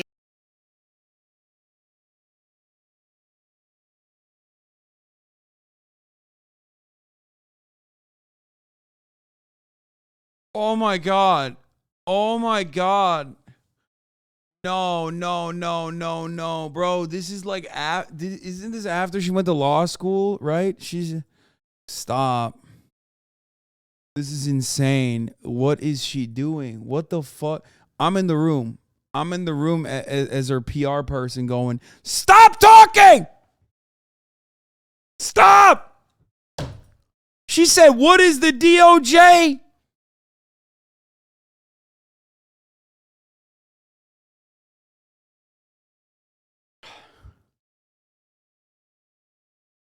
Bro, you got to have a little bit of self-awareness, dude. What the fuck?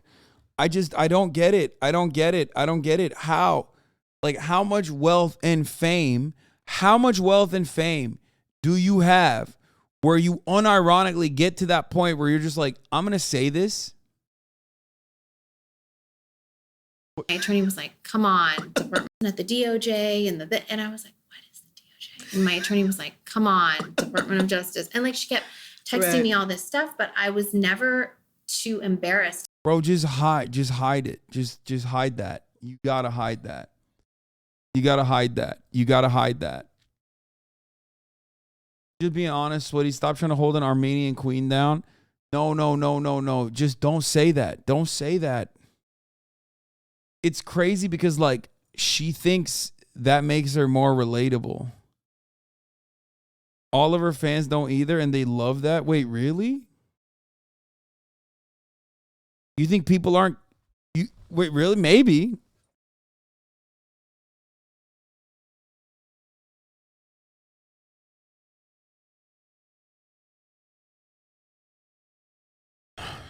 I think it's because she's so out of touch that she just like says that and thinks, you know, people are not going to go, oh, holy fuck, this kind of just like reinforces the point that like this is unearned praise that you're getting.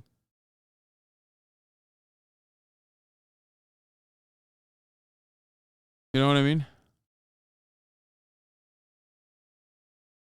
Maybe I'm wrong. To ask. And I think that sometimes like you go into something and you like, I should know all this stuff. And so I I just dove into it. And then they kept on inviting me back, like to full clemency meetings of how to make the clemency process easier. And I remember having this big meeting in the Roosevelt Room, and I just was, I had to bring my attorneys with me, and I wanted to be able to be there on my own. And I felt like every time I helped someone, it would always be like, okay, well, talking to the team, well, okay, what can we do? What can you do? I'll just like supervise, but like, what can you do? Because you're the attorney that can get them out. Yeah. And I just feel like I can get more people out if I knew it and I can do it myself. I do all the work. It's not just a small thing. You know, celebrities, people with that access or privilege decide they want to give back in some type of way. So they write a check, or they donate a little bit of a time, or they support a cause. This amount of effort that you are putting this takes in me away from my kids every single day for 3 hours a day. You know, I do tests. I had some midterms last week. I'm writing essays. I'm doing. And then what's the end goal? Do you have vision for it? Like, do you know what, like? I hope that I can open up a firm that hires formerly incarcerated people. I think they know the law so well. A lot of the people inside that have had to fight for their lives with no attorney, no access to attorneys, sometimes not a good attorney. So I really have a lot of faith and trust that I can open up a firm that just like hires some really smart people that just work on getting people out. Actually, a nice thing. Hopefully she follows through on that. She's not wrong about what she's saying. Fuck. She is like, I feel like every time I watch her talk about this shit, I'm like, bro, how can you like want to do something that I would otherwise praise so much? It's almost exactly like fucking Elon Musk. Holy shit. Where it's like Elon Musk is supposed to be someone that I highlight as like a beacon, okay, of like how rich people should be, given the sectors that he operates in. And yet he is so bad. He is just like so awful all across the board.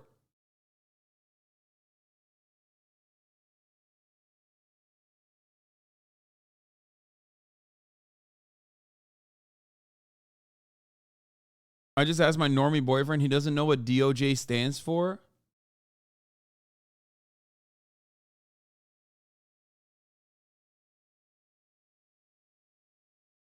Animal abuse? What the fuck?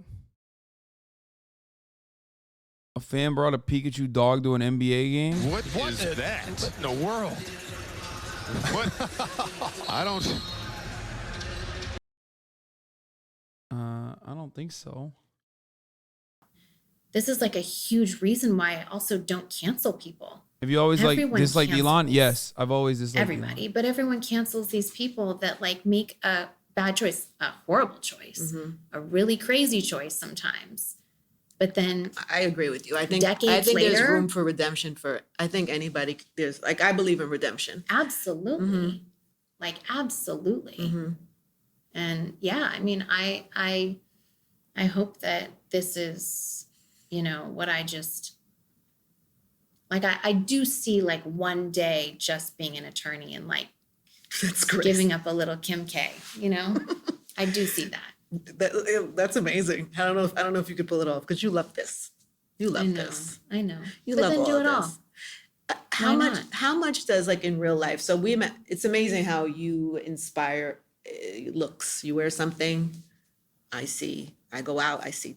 I saw today, and now I'm in Los Angeles, so I really see the Kim K effect.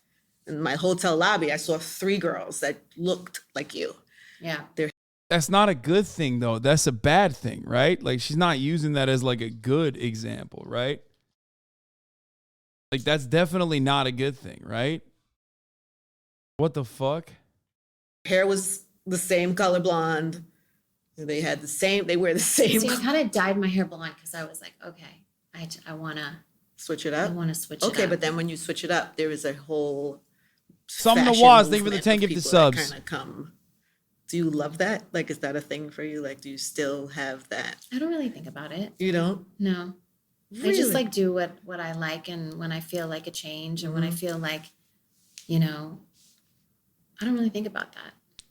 I just do like what I want to do and the makeup that I like, and I'm not thinking of like, oh, I have to start a trend. I just wonder in real life how much clothing means to you. I mean, like material things, because that is a criticism. What's interesting is like it used to mean so much to me.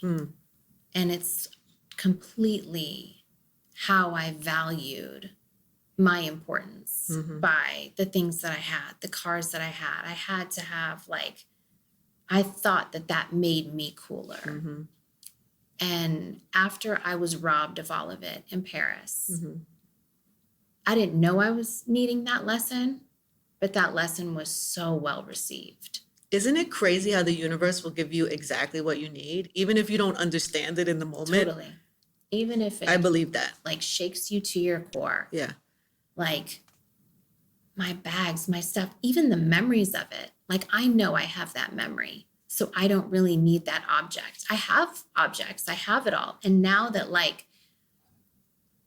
when all my jewelry and stuff was taken from me, like I just truly don't care about stuff like that. Like I want what feels good. I want, if it's a memory, I'll hold on to that. But if it was taken again, I literally don't believe that. There's no way someone believes that, right?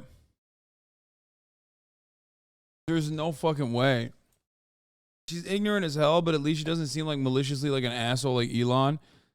Yeah, she's just like annoying. That's her biggest failure here, I think. She's like annoyingly privileged.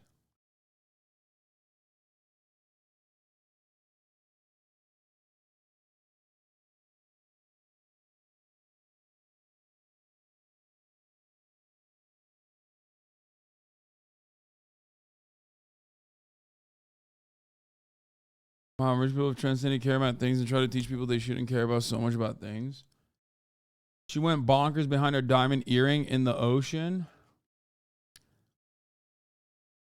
Wasn't she crying in Bora Bora because she lost her earring? Oh my God, y'all are fucking, y'all know everything, dude. Y'all know everything about Kim Kardashian. Why? There's so many motherfuckers that chirped in the chat. So many of you motherfuckers are chiming in right now in the chat like, oh, this is... Remember that time when she lost her earring? Like, why do you know that? I don't know any of that. Sometimes I think you annoyingly privileged when you forget the top of the hour ad break. I already ran it. Why are you, as a mod, trying to debate me into running the top of the hour ad break? What is happening right now? It was a meme.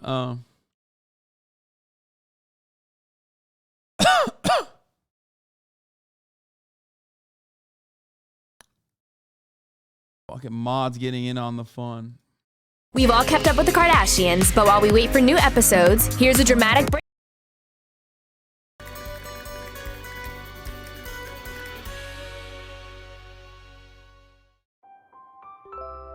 Baby, give me a hug real quick.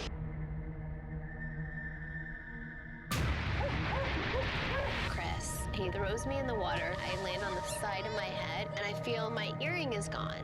Wait. My earring's gone! Are you Oh my God, I'm gonna cry! My diamond earring! Hold on. Please. We'll find it, baby. We're not gonna find it in the ocean! Why my diamond earring? I'm pretty upset. Bro. That's insane. Okay. Which one is that?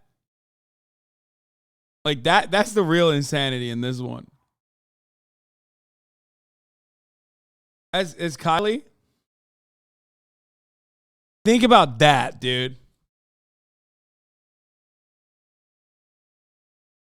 That's fucking bananas, dude. I'm pretty upset. This was 10 years ago, to be fair. Oh, okay. Keeping up con los Kardashians.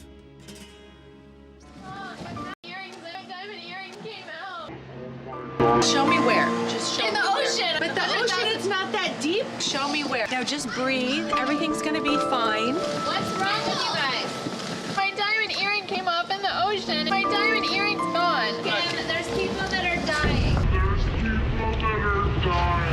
Kim, oh my God, we just found the earring. Where did you find it? It's huge. It was just laying there sparkling. Thank your sister. We all got in. Show me where you found it. Oh my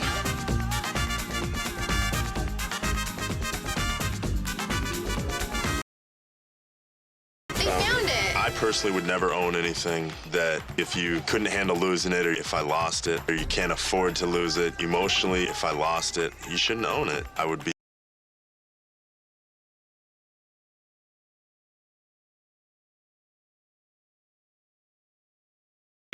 What the fuck? What is happening on this show, dude? Yo.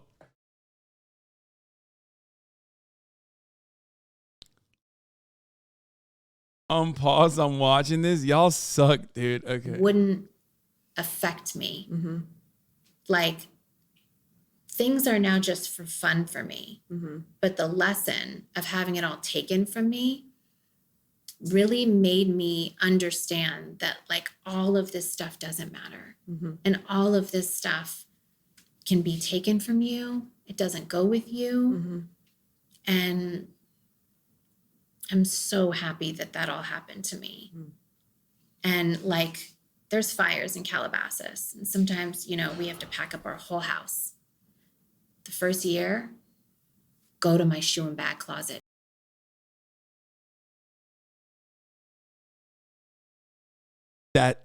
She's about to say some insane shit. Yo, people die in those fires, man. People die in those fires. Please. You and Kanye West personally hired private firefighters to save your neighborhood. Please stop. I know, because I covered that story, by the way. That was like, I covered that story and I used it as agitated propaganda to tell you how awful things are in the United States of America, where the rich are literally buying their own personal private firefighting brigade. Like, we're back in, you know, the 18th century, okay? Back when firefighting was unironically private.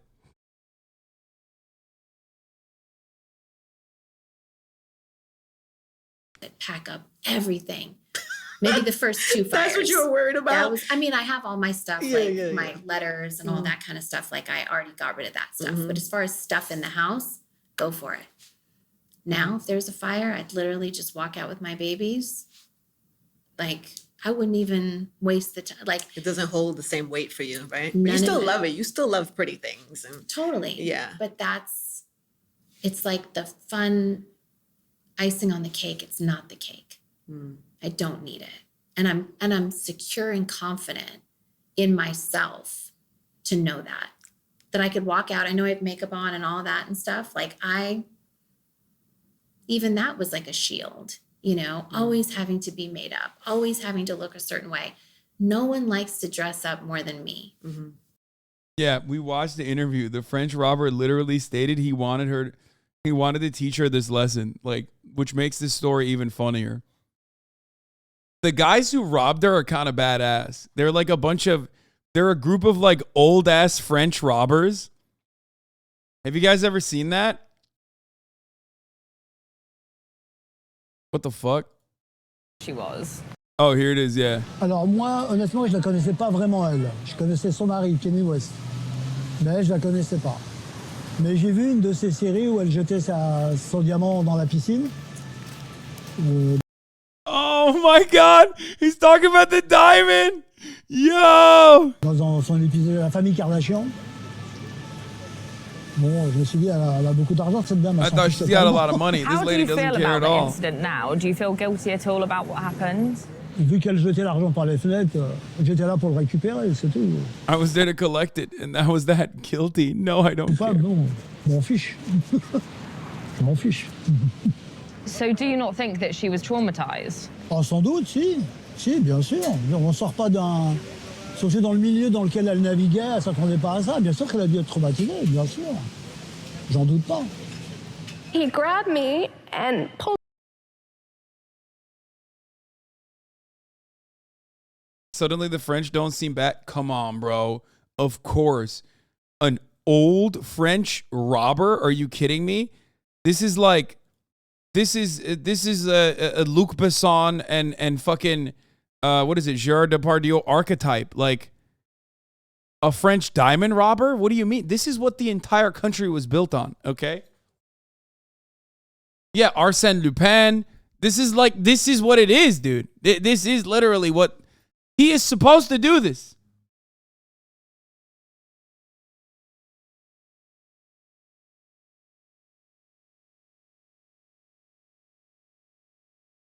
He is this IRL. Yeah, literally. Bro, he has the cap on. Like, what do you expect? Jean Reno. It's racist if we judge him for this. Yeah.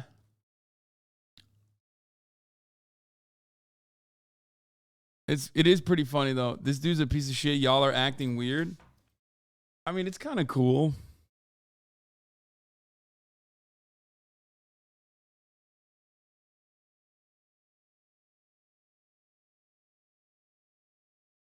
He's in the wrong for sure.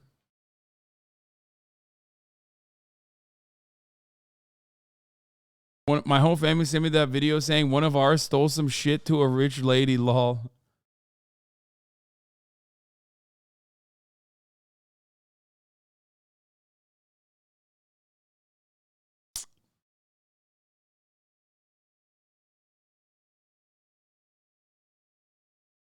How is he just walking around in the U.S.? He would be under the prison because civilized countries have way shorter sentences for things like this, okay?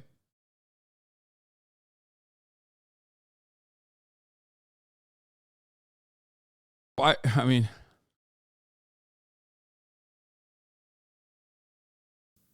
But I know I don't need to. Mm-hmm.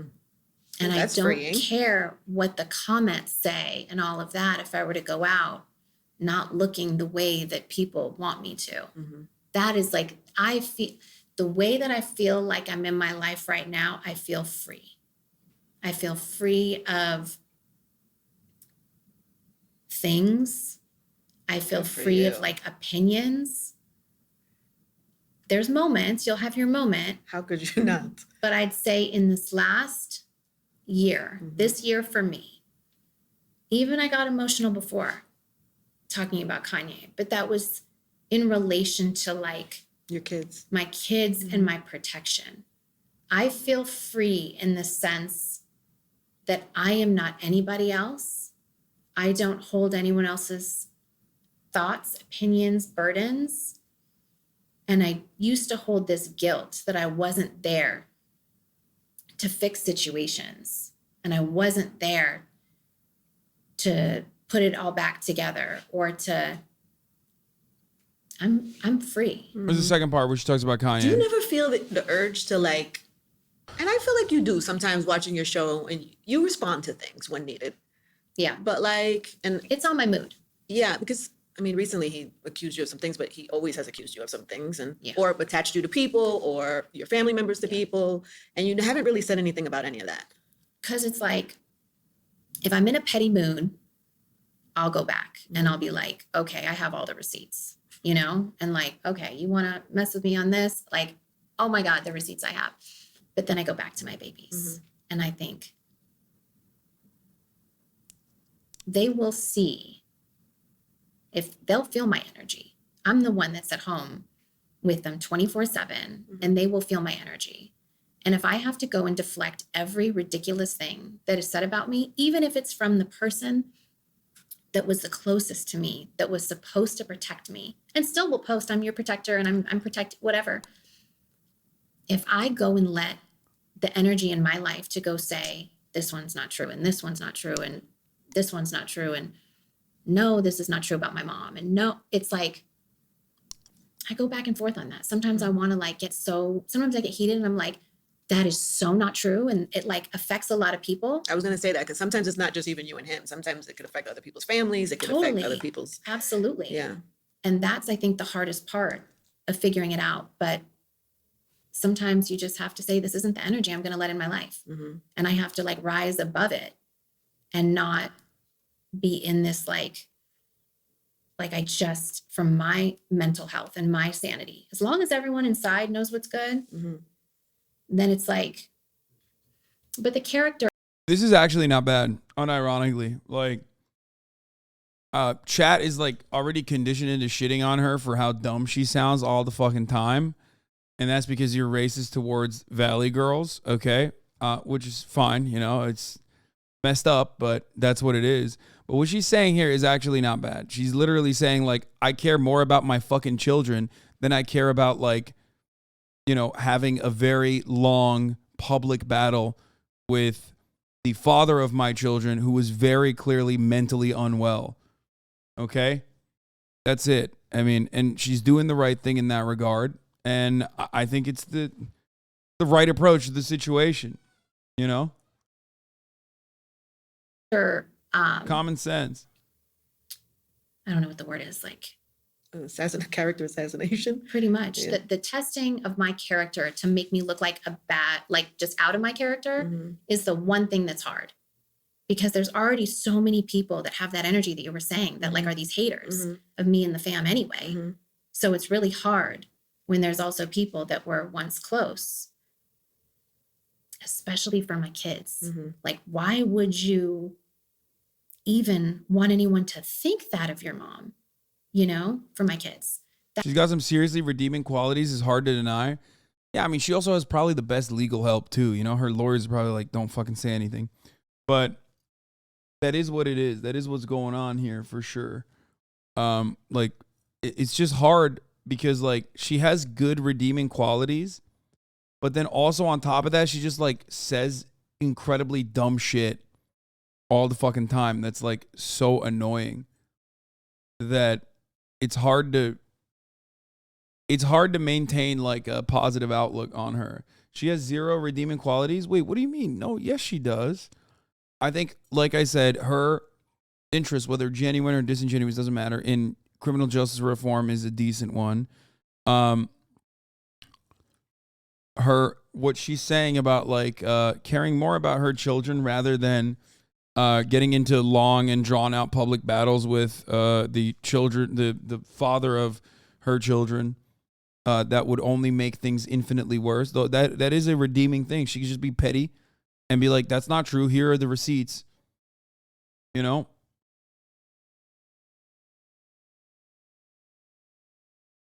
Those are two qualities. But then there's a sea of other shit that she says and does where you're like, oh, it's so hard.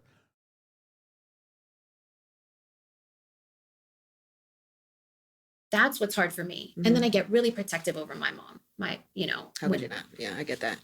And then you have this guy goes, Kim, we know Kanye was a Nazi and your mom made you, and why do you have 34 different boyfriends? So Kimmy, F you, says the Disney sniffer.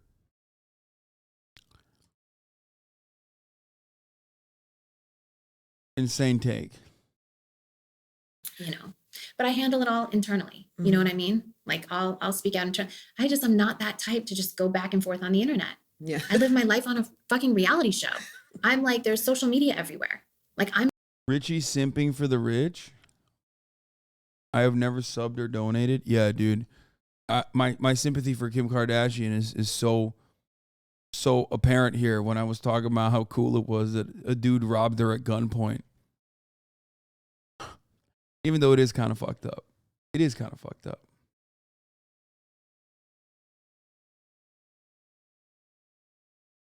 If she wasn't just a billionaire so detached from reality, she would have definitely been more tolerable for sure. Yeah.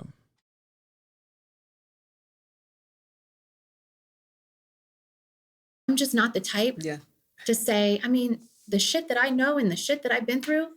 Oh, I bet. It's, it's wild. Yeah. And I'm just not the type to be like, what does that do to your trust? Because how do you like you said, it's somebody supposed to be closest to you, like you go, and it's not just Kanye. I'm sure people in your life have disappointed you and people have actually been so good to me. Really? I've never had anybody really betray me, but a few exes. But the people in my life, my friends, are the best friends in the entire world. Okay, I'm done. I can't watch this any longer. I'm done. All right, we're done. We're gonna fucking lose our minds on Libs of Tik Tok and their ongoing effort to make transphobia more mainstream than it actually is, even though it's the most mainstream thing. But before that, we're gonna have a little bit of fun. We're gonna talk about my favorite representative in Congress right now, Representative-elect George Santos. Okay? George Santos, for those of you who don't know, won a New York seat that was, a firmly Democratic seat by 8 points. He lied about pretty much everything in his past. He said he was Jewish, and then he clarified and he said he's Jew-ish. So much. I mean, this is the greatest Brazil mention. I got something for every chatter in here. We got Brazil mentioned in this story. We got Ukraine mentioned in this story. We got gay mentions in the story. I mean, this guy's awesome. Here, I'm going to go pee while this plays. The newly elected congressman caught lying about his background is talking publicly about it for the first time. In a pair of interviews with conservative news outlets in New York City, Representative-elect George Santos defended his record, but admitted he had misstated his true biography. Most of the lies were revealed in an investigation by the New York Times earlier this month. Caitlin Huey-Burns has more. A confession from the Republican congressman-elect. If I disappointed anyone by resume embellishments, I'm sorry. Speaking out directly for the first time about allegations he fabricated his resume and life story, George Santos acknowledged to a New York radio host that he told a string of lies about his education and employment history. And I'm not going to make excuses for this, but a lot of people overstate in their resumes or twist a little bit or ingratiate themselves. I'm not saying I'm not guilty of that. In another interview with the New York Post, Santos admitted he did not have degrees from Baruch College and NYU, as he had claimed. I didn't graduate from any institution of higher learning. I'm embarrassed and sorry. We do stupid things in life. He also admitted he never worked directly for Goldman Sachs or Citigroup, despite frequently touting the credential while campaigning. When I first started in my career at Citigroup, I was told, oh, you're a really smart guy. Now, Santos says a company he worked for, called Linkbridge, did business with those Wall Street firms. Pretty much everything he talked about was a lie. Like, almost everything he talked about was a fucking lie. I think he is gay. I don't think that's a lie, but he was married to a woman, which is pretty funny regardless. He's like a Florida multi-level marketing scheme guy who schemed his way into a position of power, which, you know, you got to respect a little bit. Santos also addressed scrutiny around his claims of Jewish heritage. On his campaign website, in a section now removed, he recalled his grandparents fleeing Jewish persecution. Like, he didn't even just say he was Jewish. He said he was a Ukrainian Jew, dog. Like, that's awesome. Like, he hit the bingo, dude. He was like, he looked at his district and was like, what can I make? What can I say about myself that's going to get these fucking libs like hopped up, okay? What can I say that's going to get every fucking liberal in this district to go, wow, this guy's awesome. I mean, undefeated.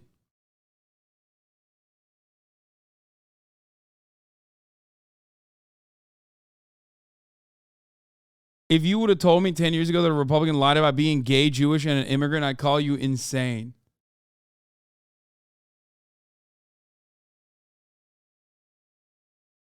Wait, what? Bro, you got named in an NFT lawsuit court filing? What? Streamers, YouTube is also critical of Yuga are named in our counter filing? What the fuck is this? Yuga's misconduct aimed at silencing Mr. Rips and Mr. K&'s protest art? The public protests against Yuga led to Burn Basie movement, spearheaded by the popular YouTube affiliate, but also covered by XQC, H3H, most critical, Bosch, Hassan Piker. Social media influencers and celebrity YouTubers have been using hashtag Burn Basie hashtag, which began trending the same week RR/Basie collection sold out. Wait, what's happening?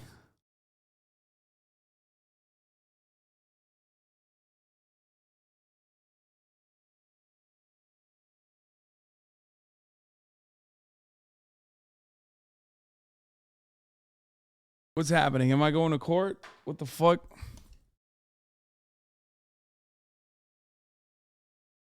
See you in court? Court stream, dude?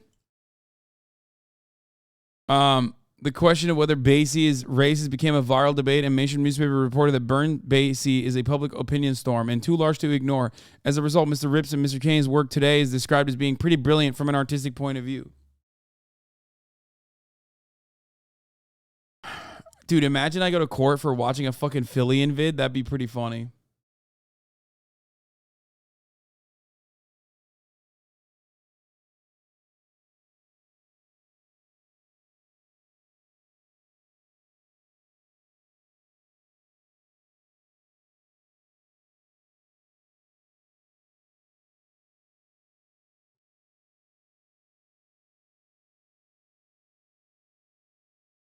Would you still react to YouTube content after that? Fuck yeah. Bitch, I would react to the court proceedings if I was called in. What do you mean, dude? I'm a Twitch streamer, dog. Anything and everything is content, okay? You fucking kidding me? He said, would you react to YouTube videos? I react to YouTube videos extra hard. That's like, I react to my own fucking court proceedings. I try to live stream it. I know XQC's ass would do the same too, by the way, okay?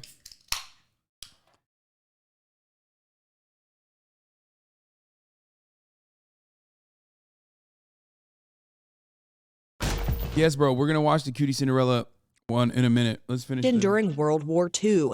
I am Catholic, he told the Post, because I learned my maternal family had a Jewish background. I said I was Jew-ish. And he said he lied about owning 13 properties, admitting he lives with his sister.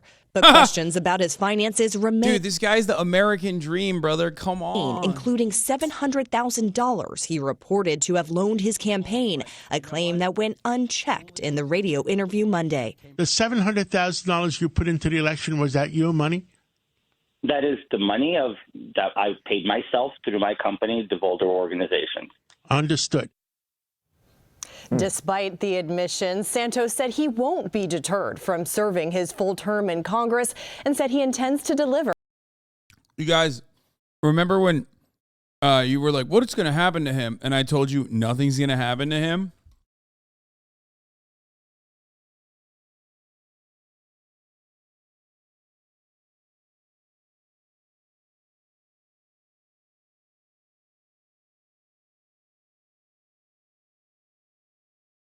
I remember seeing a story. Yeah.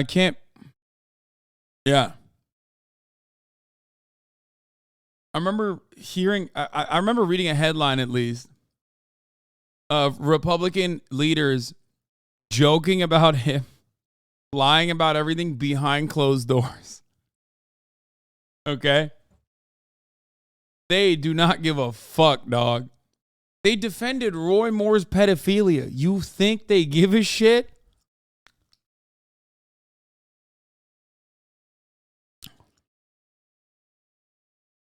Congressman-elect George Santos from New York now acknowledges he misled voters. His history about having Holocaust heritage, Ukrainian heritage, I just don't see any evidence. Yeah, but he's still expected to be sworn in. Republicans criticized him, but stopped short of urging Santos to step aside, and legal experts say the scandal is unlikely to prevent Santos from being sworn in next month. He's constitutionally entitled to his seat, said Richard Briffault, an expert on campaign law at Columbia University, who noted the Constitution doesn't disqualify candidates for lying. W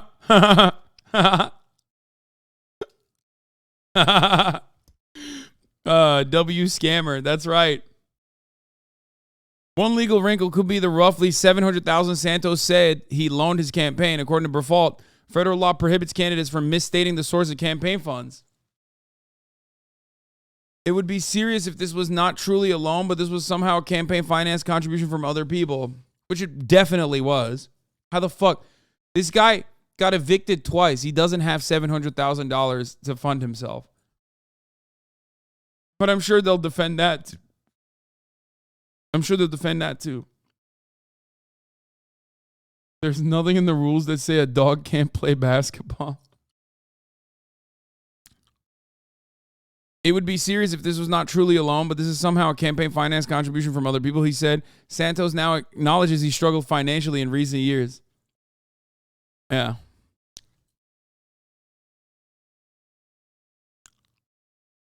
So, we'll see.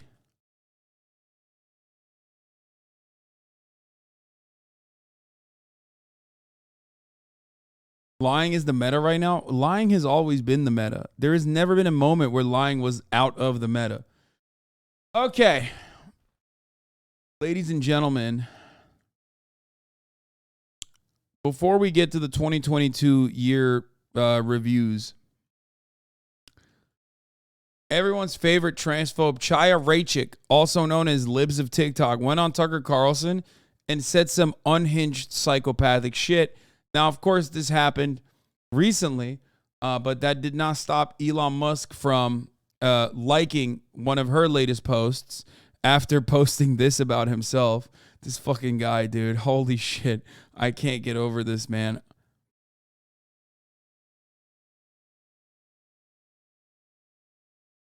Where is it? He liked one of the Libs of Tik Tok unhinged posts about LGBTQ people being groomers or whatever. But he fucking, oh God, he tweets so much. Oh my fucking God, he tweets so much. It's like impossible. It's literally, oh God, oh my God. Okay, I can't.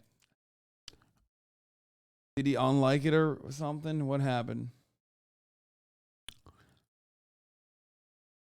Or am I not seeing it? Did I scroll past it?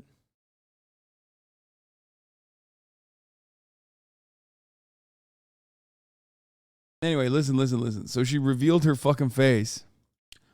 And there's more to the story, okay? But let's watch. What is going on here? Oh, I'm blocked by Libs of Tik Tok, so I can't see. Fuck me. God damn it. Fucking asshole, Libs of Tik Tok. I can't see it because she blocked me. Here it is. Posting publicly available videos isn't harmful, hateful, or dangerous. You know what is harmful, though? Confusing kids about their identity, stealing childhood innocence, exposing kids to adult sexual entertainment, giving kids porn in schools, and sterilizing and mutilating kids. So, we should cancel her for blocking you? Yeah, she fucking sucks. Stop! Guys! You're literally spoiling. Stop!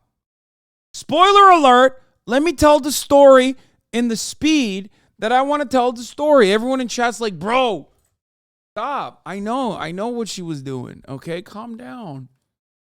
Anyway, she went on Tucker Carlson. Here, do you have any theories? And did a face reveal, okay? And my God. I think there's... What is going on here? Do you have any theories? I think there's something so unique about the LGBTQ community has become this cult, and it's so captivating, and it pulls people in so strongly, unlike anything we've ever seen. And they brainwash people to join, and they convince them of all of these things. And it's really, really hard to get out of it. It's really difficult. And there are studies on this. Like there's been a lot of reporting on this about people, parents who are like, my child is starting to say, that they're non-binary or transgender or whatever. And what do I do? How do I stop this? And it's really, really difficult. It's unlike anything we've ever seen, I think. It's extremely poisonous. But do you see a spiritual component to any of this? Watch her be the world's biggest lesbian is something that you just said. Who said that in the chat? I can't find it. I don't know why. Watch her turn out to be the world's biggest lesbian. I don't know what it is, but I don't know what it is. First of all, leave lesbians out of this. They did nothing wrong. Okay? But I did get a little bit of closeted vibes when I saw her for the first time ever. Okay? And there are plenty of lesbian turfs. So,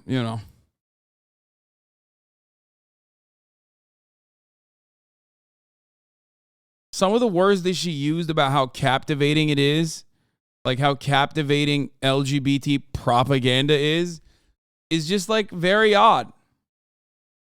Why is it so captivating? What's so captivating about that? You don't have to answer that if you don't want. Yeah, I don't know. Well, I do. I don't think this makes sense at all. No, it doesn't make any sense. And I think they're evil. And sometimes we try to. She said, "I think they're evil." Like she's talking about gay people, dude.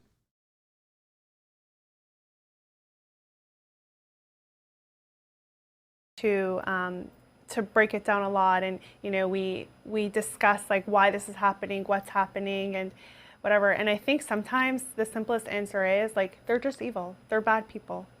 They're just evil people, and they want to groom kids. Yeah. Anyway, she came out and did a face reveal, okay? Alejandro Caraballo says, this is 1970s Anita Bryant level bigotry and is getting promoted by Tucker, Dan White, Society Carlson. These bigots feel so emboldened to spew their hatred openly and incite violence against the LGBTQ community. Well, guess what, dude? Oh, first of all, there was also an analysis conducted on like her tweets and bomb threats, or her tweets and also like anti-LGBT hate crimes. And like there were 30, I think, anti-LGBT hate crimes that occurred in like the areas that she talked about within 5 days of her tweets. Like you can literally map out. You could literally map out like hate crimes that were happening as soon as she fucking tweeted about it. Okay? And then she fucking despises Taylor Lorenz, obviously. Let's see what she has to say about her. Sent a reporter after, like literally after you. Her name is what, and she did what? If you could fill in those blanks. So her name is Taylor Lorenz, also known as TATE. TATE. TATE, that's her name. And who calls her that? So I called her that, and I made it up. And my goal is that people start referring to her as that, and it's catching on. I saw it printed. I forget which news outlet printed it, like TATE, and I was like, oh my God, like this is my dream. Because you understand something that most conservatives don't, which is when you control the language, you control the conversation. When you refer to her next, if you say, they're having so much fun, dude. It's great. The person that we're talking about also said this. and they're scared because this is their own views, their own opinions. I mean, this is what they stand for, and I'm just showing people, and they run away the left because they don't like it. You're turning the lights on. And exactly, they're like cockroaches running away in the light. She reveals she's been in contact with state legislators as well as Ron DeSantis himself, who offered him a place to stay. My account was. This is like a person who posts unironically assassination coordinates. Okay, like that's literally what she's doing.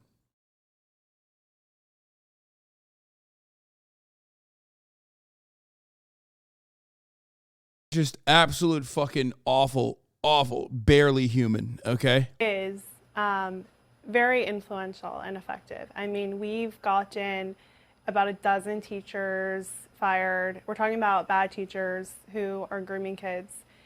We've gotten a handful of drag shows canceled. I know, like, DeSantis' team told me that the content that I found helped with the parental rights and education bill. It helped inspire that. And I heard from other legislators stuff along those lines as well. So I know that it was really having an effect.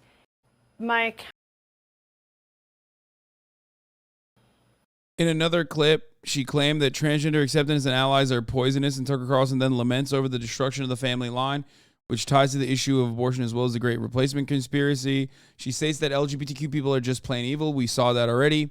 And that LGBTQ plus allies are grooming and recruiting kids. We watched that earlier. The former word is familiar, but the latter word has a long history in anti-LGBTQ bigotry. When in the 90s, they targeted GSA clubs with that.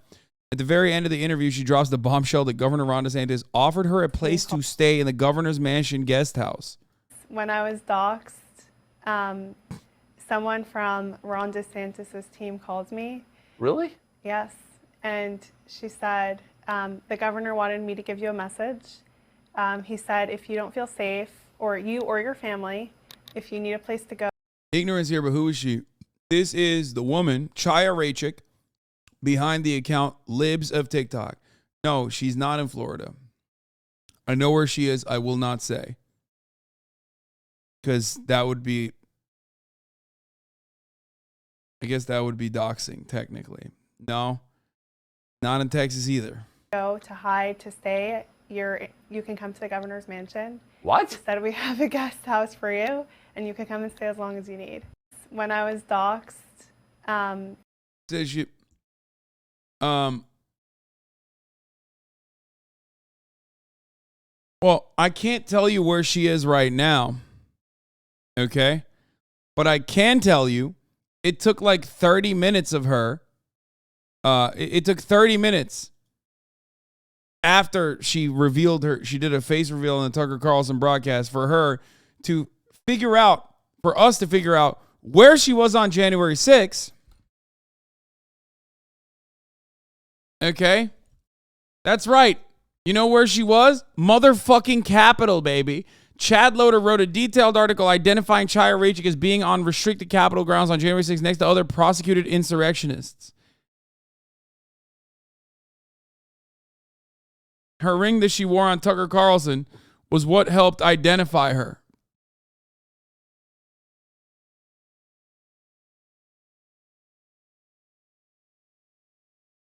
Which is funny because Alejandra also said, it's going to be fun when Chaya Raichik reveals her face and OSINT researchers can use it to find her on the January 6th insurrection footage. She was close enough to be hit with tear gas and shot at with rubber bullets. What are the odds she entered the Capitol building? This has only been a few hours. Give it a few more time and we'll likely see even more footage and pics confirming she was there.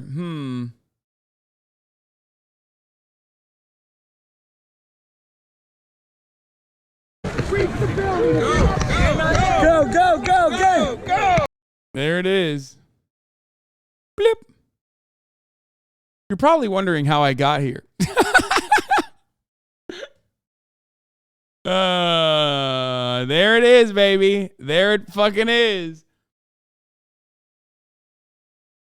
If people correctly identified her company, I rented my last apartment from them. No surprise that she works closely with slumlords.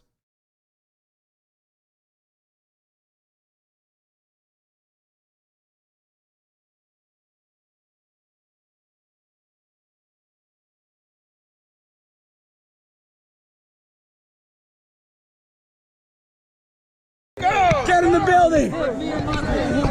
Get in the building!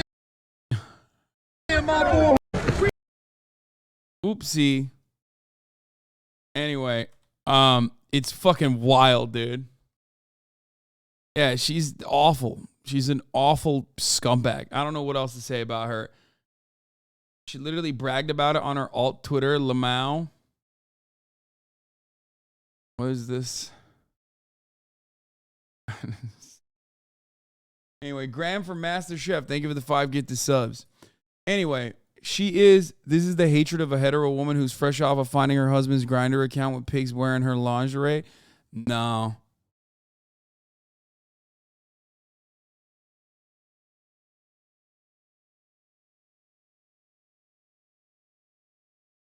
I think, I don't know.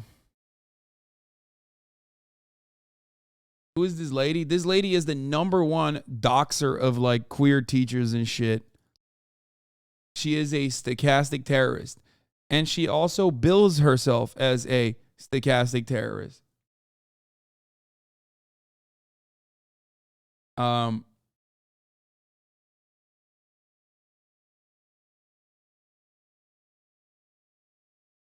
This is the hatred of someone who grew up in the insular modern Orthodox Jewish community and never met anyone that disagreed with her. I mean, I think there is that. That plays a role for sure. I mean, certainly, 100%. She is like, she is a very, very conservative sect of Judaism.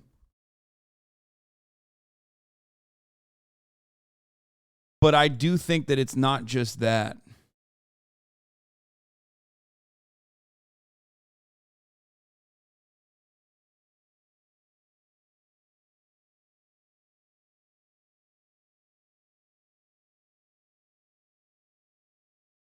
For someone who is gay people, Chaya's mind seems to go towards dating me quite often. This constant innuendo coupled with her now referring to me by a romantic pet name is downright strange.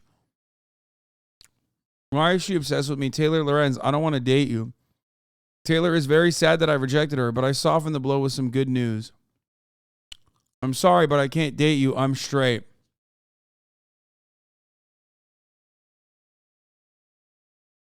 Bro, I'm sorry. She's giving LGB, okay? She's giving LGB Alliance. I can't tell if it's because of like the conservative dressing that she's engaging in.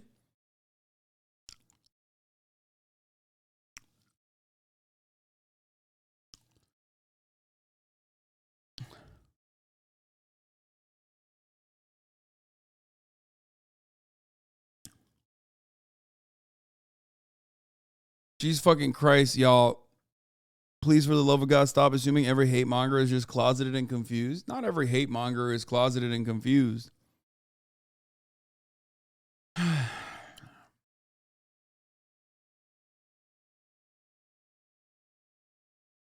No, I don't. I maintain that position.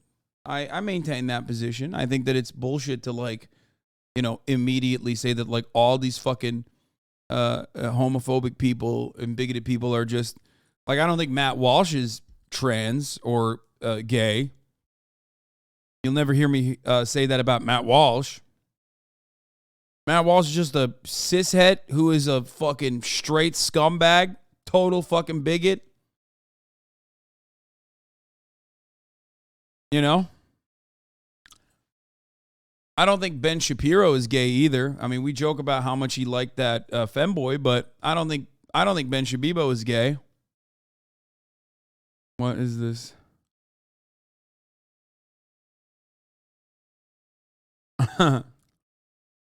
Self-suck master, film professor, gentle lover, stage dangerous, say hi to your dad for me.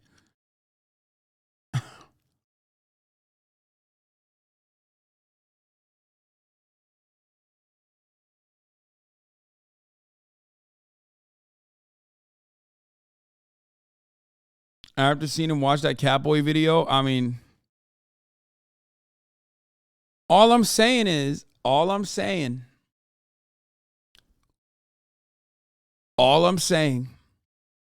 that she's a little bit too obsessed with Taylor. And also on top of that, it's like kind of weird how she keeps bringing up the dating thing. And also she said LGBT propaganda is alluring. Those are interesting words to use. Like, remember, no, Madison Cawthorn. Dude, Madison Cawthorn is a great example. All of you motherfuckers were like, Madison Cawthorn is gay. I said, no, I don't think Madison Cawthorn is gay. He engaged in a lot of homoerotic activity, which a lot of straight men engage in. Okay? Not gay. I'm not the arbiter, okay? I don't make these assessments.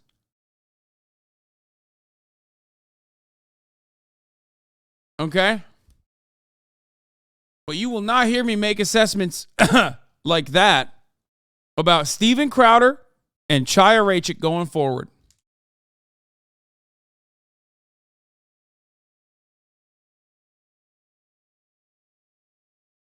That's all I'm saying.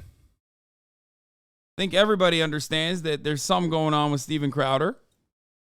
And I think everybody understands that there's, I mean, maybe not everybody understands, but there's a little bit zest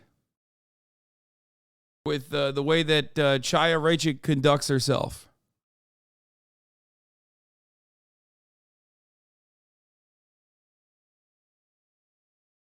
No, I'm saying that Steven Crowder is, Steven Crowder is zesty and so is Chaya. But I don't think Ben Shapiro is, and I don't think that Matt Walsh is. Those guys are just like cishet pieces of shit. As a straight man, can I say zesty? I mean, probably not. Now, you can engage and be comfortable with your sexuality if you constantly push it against out of fear. You are a part of it and fighting it.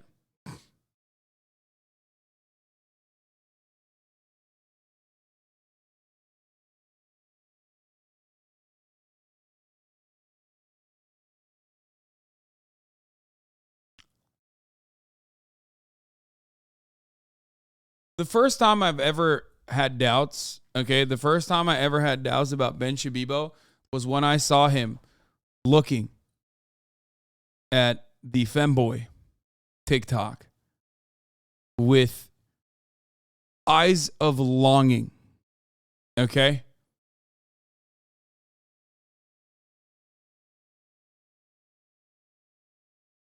But I think he's too obsessed with AOC and AOC's feet. Okay, that's all I'm saying.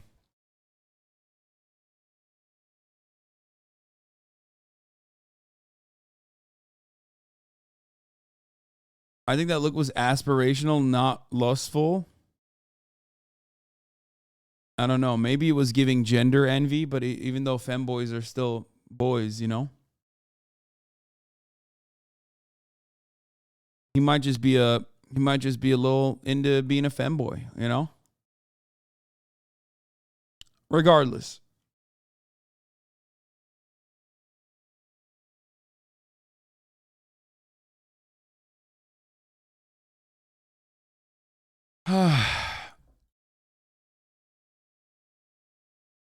He's also a Disney adult, but regardless. Anyway, I wanted to cover Chaya, who is an awful monster. And, you know, unfortunately, you know, people never get what they fucking deserve. So she will probably still have positive coverage going forward. This was a funny tweet. Suburban people will say, I just don't understand drag and then do this to their homes. Yeah. Yeah, Ukraine has opened the door for peace summit with Russia. Yet the conditions are seemingly a little out there overall. Do I agree with them? Certainly, sure. Maybe not with the Crimea part of the process. But ultimately, doesn't seem like they are that open. But hey, it opens the door to conversations. Maybe. We'll see what happens. They've made a lot of gains on the ground. So I do hope that Russia is more open-minded.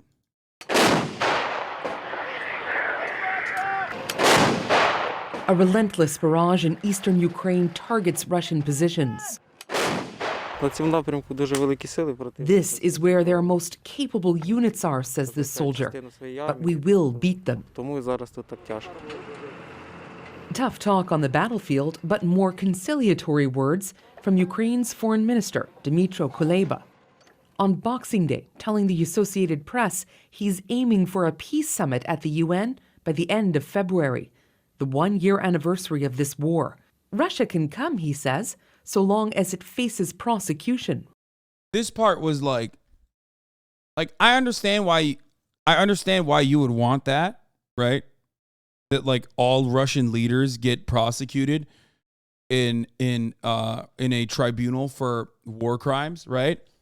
But like that's just not, you know, that's not going to happen. You know what I mean?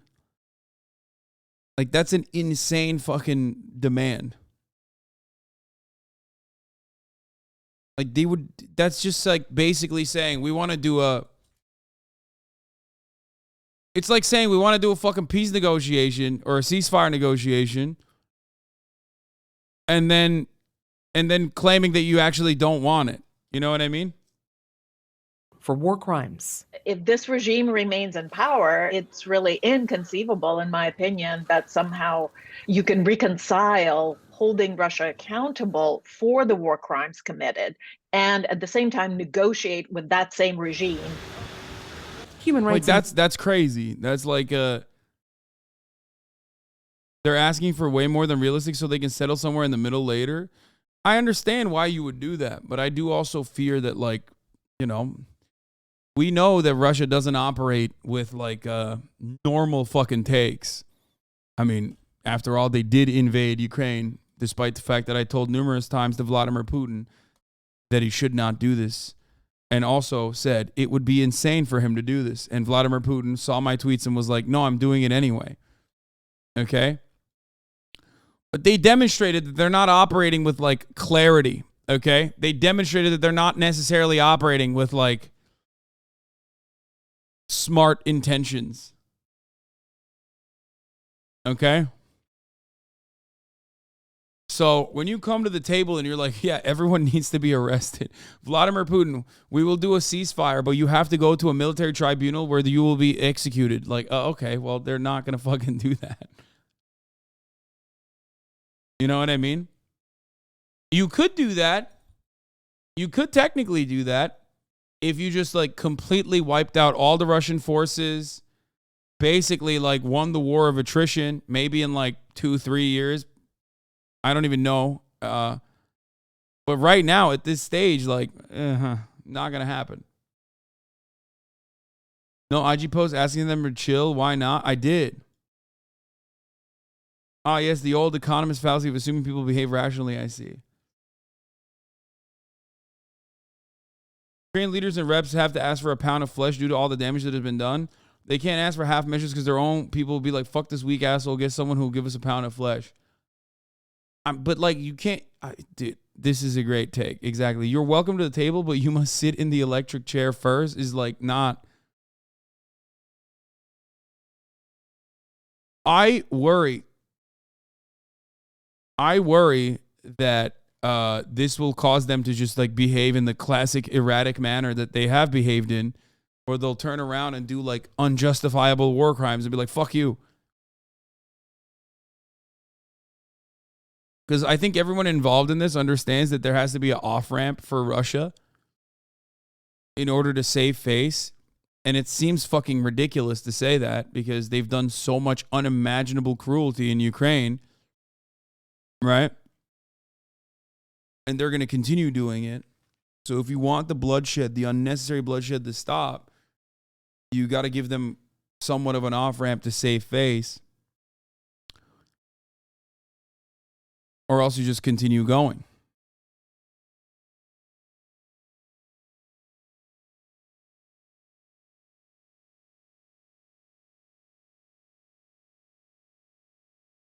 Anyway, let's continue. Investigators continue to document alleged Russian war crimes, like the killings of civilians in Bucha earlier this year. And yet, Russian President Vladimir Putin has repeatedly said he's open to negotiation. Most recently, on Christmas Day. I would certainly not trust President Putin even with $2 if I had to. Putin's war continues to lead to steep losses and strategic slaps in the face. Overnight, Russia claimed it shot down a Ukrainian drone near a key airbase for many of its bombers, 650 kilometers deep into its territory. How many more months can the Russian military withstand these types of troop and equipment and material losses? I don't think they can do this for more than 6 months to a year. Logistics, though, may not be the top concern for a leader who has gambled so much and gotten so little. How does that? In Ukrainian media, no mentions of peace talks. I think it's just to show the U.S. and Europe that Ukraine is ready for peace talks, potentially.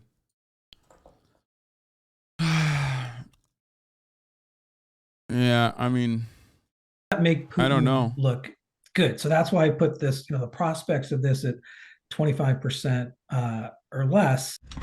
And more likely, analysts say, this war will drag on well into a new year. I think so too, but hey, guess what? I haven't had the best takes on this, you know what I mean? Especially in the beginning. It's been a year. It's going to be almost a year since my famous Russia will never invade Ukraine. They're so fucking, that would be so insane. They would get absolutely fucking withered in such a fundamentally stupid process. You know? So maybe if I say they'll never concede to peace talks, the opposite will happen. You know what I mean? The only thing I've nailed so far is the top of the hour ad break, you know, which comes and goes at the top of the hour, every hour, where there's a 3-minute ad break. And if you no longer want to see those ads, all you need to do is subscribe, which you can do for $5 or for free with a Twitch Prime by connecting your Amazon Prime account to your Twitch account, where you get 1 free Prime subscription a month. Okay? And I knew they would invade Ukraine. No. Because your analysis flawed on America not playing both sides of this war? What?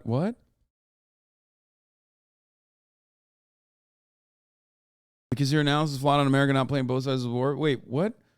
No, what do you mean? I do think America stands to benefit from this war continuing. They're like the only party that stands to benefit from this war continuing. They're far removed from it. They're far removed from the worst consequences of it.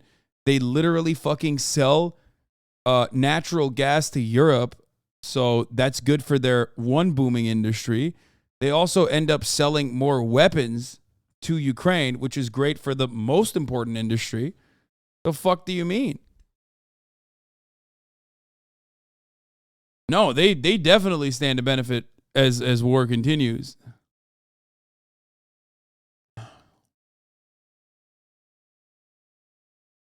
You know.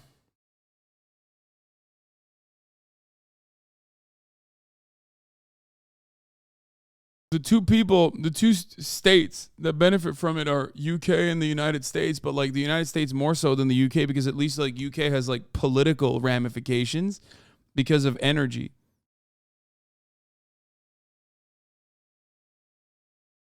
You know?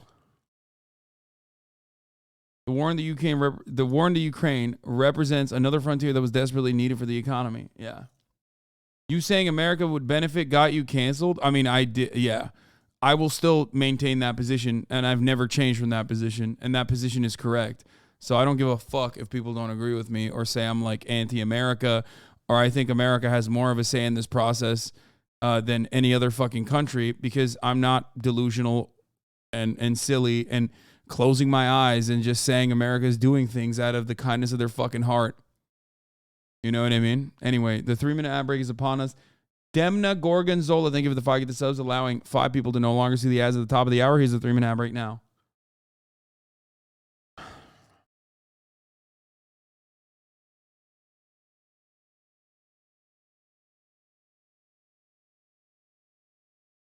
Yeah. Let's look at, let's watch 2022 in 7 minutes. The world will mark an important milestone as the global population surpasses 8 billion people. And then after this, we'll get to QTCinderella, okay?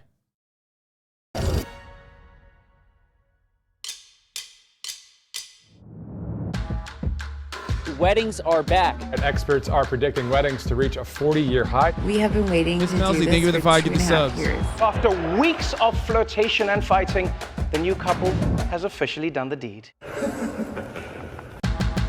Full-on crypto crash. $32 billion just vanished. My money don't jiggle. BTS are going on hiatus. Taylor Swift fans waited hours online only to find the website crashing. Cutie mention. The final seconds before impact. Have a fantastic day. Oh, stunning. Yeah. The blockbuster legal saga between Amber Heard and Johnny Depp. My favorite thing. I'm sorry, but like so many of the fucking things that they showed in the first 55 seconds were like primarily TikTok, including the corn kid. And I do think that like for a lot of Normans, this was the case. For a lot of Normans, like they are getting their information, they're getting their trends directly from TikTok memes. For many of you, because you get all your information from me, you have no fucking clue what's going on. You're like, what? What's the fucking corn kid? Because I, like, even though I'm aware of what's going on, I don't usually cover shit like that. But goddamn, dude, TikTok is such a fucking powerhouse. We really got to up the ante on there with the HasanAbi Clips Industrial Complex. Straight up. It's crazy. It is the most significant social media platform. What is this? Yeah. He wasn't wrong. What did you just send me? Why did you just send me this?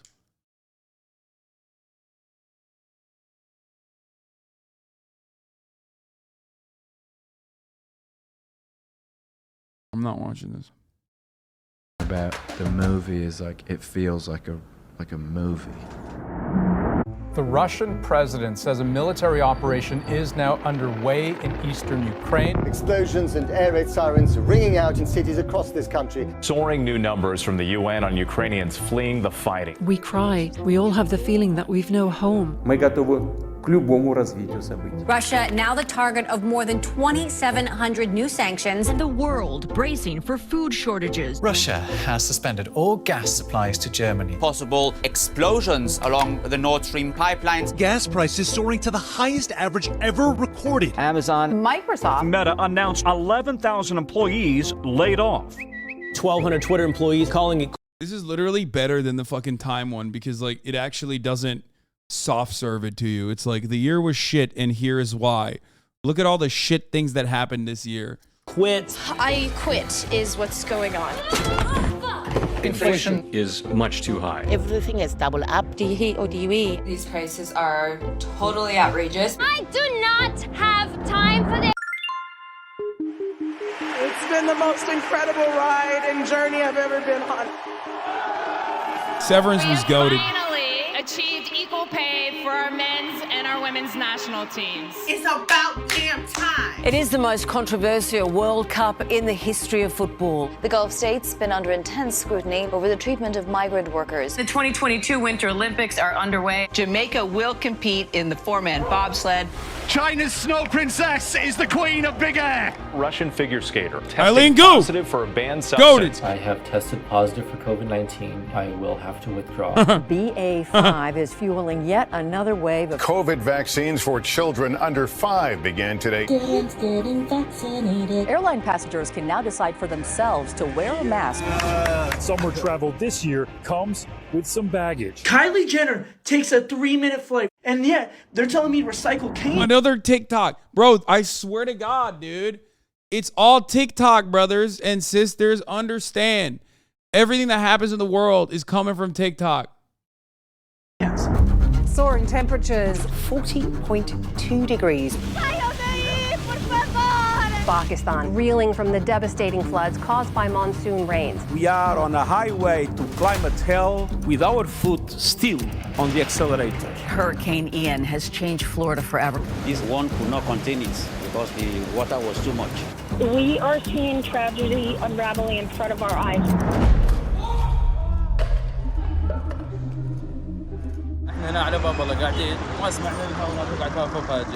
This crater hints at the size of the explosion in western Ghana. The government of Burkina Faso averted a plot to take over the country. Today, we have fought for our freedom from the greedy politicians. 154 people were killed in a crush in South Korea. Another mass shooting At a 4th of July parade. In a Walmart. At a hospital complex. At a gay nightclub. Holy fuck, we had so many mass shootings this year. Jesus Christ. It's not like we don't have it any other year. Every year we have so many mass shootings, but this year it just seems particularly worse. An elementary school in Uvalde, Texas. Day later, baby gets slaughtered. A major Supreme Court ruling that could make it easier to obtain a firearm license. Anti-Semitic incidents. Black transgender deaths are rising. Critics call it the Don't Say Gay Bill. We will not go back. The nation's highest court ruling to overturn Roe v. Wade. 22-year-old Mahsa Amini was taken into custody by Iran's morality police. Amini's This is edited like the first 2 minutes of a post-apocalyptic movie.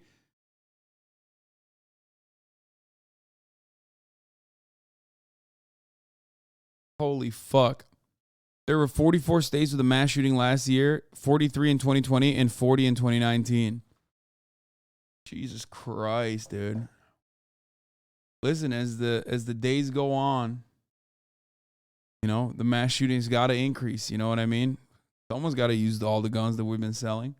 death has sparked outrage. The Iranian squad chose not to sing the country's national anthem. Please be our voice and don't let the evil regime kill innocent people. Palestinian journalist Shireen Abu Akleh has been shot dead. Thousands gathered for her funeral procession. She was crazy. Authorities in China are strengthening their efforts to stamp out unrest over. You know, one of the wildest fucking things about the China thing is that, like, the media bullied and badgered China for their COVID-0 policies the entire fucking time that they were doing it.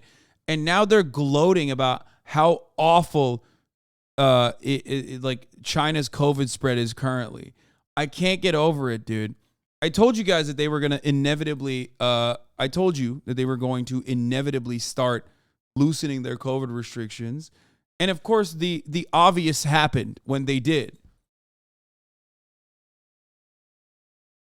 It's fucking insane. Like, they constantly wrote endless articles about how fucking awful it was. They went from, like, you know, COVID policies are so brutal, so ruthless, so brutal, so ruthless. And now they're like, lol, look at how many Chinese motherfuckers have COVID, bro. That's crazy. And guess what? You know what kind of impact that's going to have? It's going to fuck up the supply chain, okay? Get ready for that shit. It's so dumb. The fact that, like, they don't have their own mRNA vaccines, like the IP has not made it to China, is insane. They make everything, motherfucker. Good luck. Good luck getting anything in the upcoming year when, like, every fucking factory's closed because every motherfucker has COVID.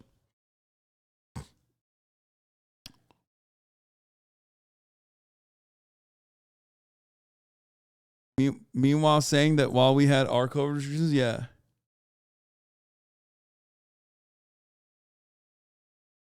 Stringent COVID measures. Громадяни суспільства, тут всі ми тут.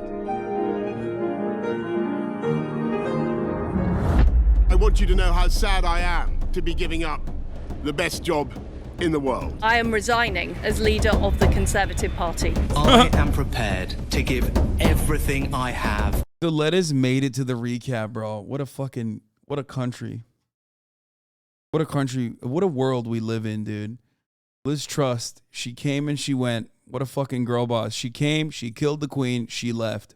Xi Jinping has become the most powerful leader in China in decades. Jair Bolsonaro defeated by former President Lula da Silva. Gabriel Boric will become Chile's youngest ever president. Republicans were hoping. Chatter said no mention of Colombia. Well, there you go. For a red wave, which didn't really pan out. Giorgia Meloni's Brothers of Italy party winning this weekend's election. India's first tribal person elected to the highest office of the land. Buckingham Palace has announced the death of Her Majesty Queen Elizabeth II.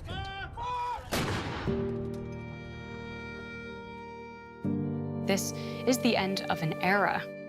Wait, did they not mention Colombia? Did I miss it? Okay, maybe you were right. I thought that they would 100% mention it. If they're going to mention Boric and like... Powerful leader in China in decades. Jair Bolsonaro defeated by... They mentioned Lula and they mentioned Boric, but no Colombia mentioned? That's fucked up. Gabriel Boric will become Chile's youngest ever president. Republicans were hoping for a red wave, which didn't really pan out. Giorgia Meloni's Brothers of Italy party winning this weekend's election. India's first tribal person elected to the highest office of the land.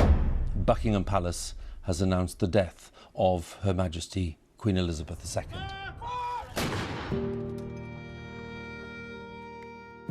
This is the end of an era.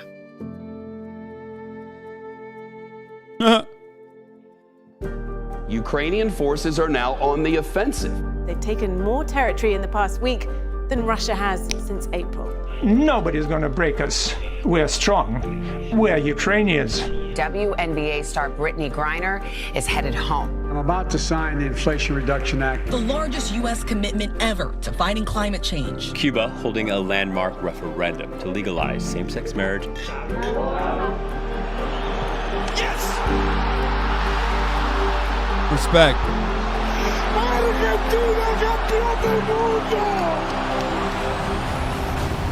Messi, Ankara Messi. Image is a new discovery, and each will give humanity a view of the universe that we've never seen before. Thank you to the Academy for letting our coda make history tonight. And don't you ever give up on you. It is a long journey to this moment. In my family, it took just one generation to go. Okay, I'm gonna be honest with you. Nobody gave a fuck about, like, if there was one thing that, like, the overarching public demonstrably did not give a fuck about, it was award season this year, okay? The only time people gave a fuck was the slap. That was the beginning and end, okay? That was, like, the brief moment that they gave a fuck about award seasons, and, like, and that's it. Where the fuck was the slap? They started it with the slap. It was in here somewhere in the beginning. That's it. From segregation to the Supreme Court of the United States. History is not about statistics and memorizing dates and boring quotations. History is about people. It's about human beings. The Game Awards? Wait, you guys are delusional if you think the Game Awards kid was like mainstream news.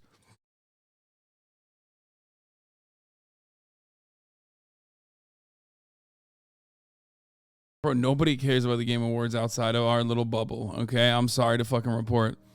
Let's look at the Google year in search. Even though it's a risk and I don't know what's on the other side, I'm gonna make a bet on myself. I guess I'm kind of looking at this as a sort of rebirth opportunity. I just quit my job and flew to Scotland with no money or plans or friends. This is day one of me exercising every day. I've really gone and done it now. So on the farm. Turned in my 2-week notice. I just took the leap. Yeah, I'm really liking how my hair. Google's making old people trans and gay. And they're making all the middle Americans leave their jobs, brother. I knew it. They're queering our elderly and our youth, and they're making everybody lazy and quit their jobs. Has been going. I feel like we're on the verge of a renaissance. They say to do what you love. I've literally seen this TikTok. Okay, that one I've seen that TikTok. They say to do what you love, and I love to dance. Oh my God! God, this is just the ad. This sucks. I thought this was like actually something. Like I thought there was like some legit shit in here. All right, I'm skipping it. It's so corny. All right, let's get to QTCinderella. By the numbers, she just enjoyed the most successful year in her entire online career. So why does she describe it as the darkest time in her entire life? God damn. I'm Anthony. That's when she started appearing on the Fear and podcast. That's why. Padilla. And I'm gonna find out the truth from QTCinderella herself.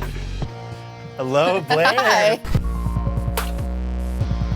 This episode is sponsored by BetterHelp Online Therapy. Visit BetterHelp.com. Thing about this part of it, Yeah. they do a lot of show and events on Twitch.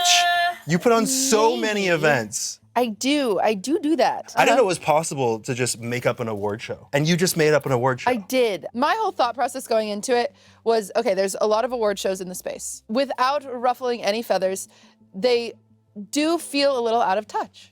Yeah. A few of them I think have just like kind of gotten lost in the production part of it. They've been outsourced too far that creators aren't a part of it, and there's no insight, there's no pulse in the community. The cool thing about this one is a lot of people that I hadn't even met came to it because it was open nominations from the community. So it starts like you can vote for anybody you want. It is, which is really nice. I do have a panel, but it's not a panel that's like, okay, here are your 4. And then people look at it and they're like, where the heck did that come from? And it's because I am only one person. I wish I knew. Yeah. How about having sex with one of the winners of your award show? How about that? Huh? Is that what other award shows are missing? Huh? Is that what they're missing? They should be having sex with one of the winners. That's right. Every nook and cranny of the internet. I don't, but I want to. I really do. I want to meet new people. I want people that you'd never imagine in the same room together. I think that's great. You know, I wasn't too popular in high school.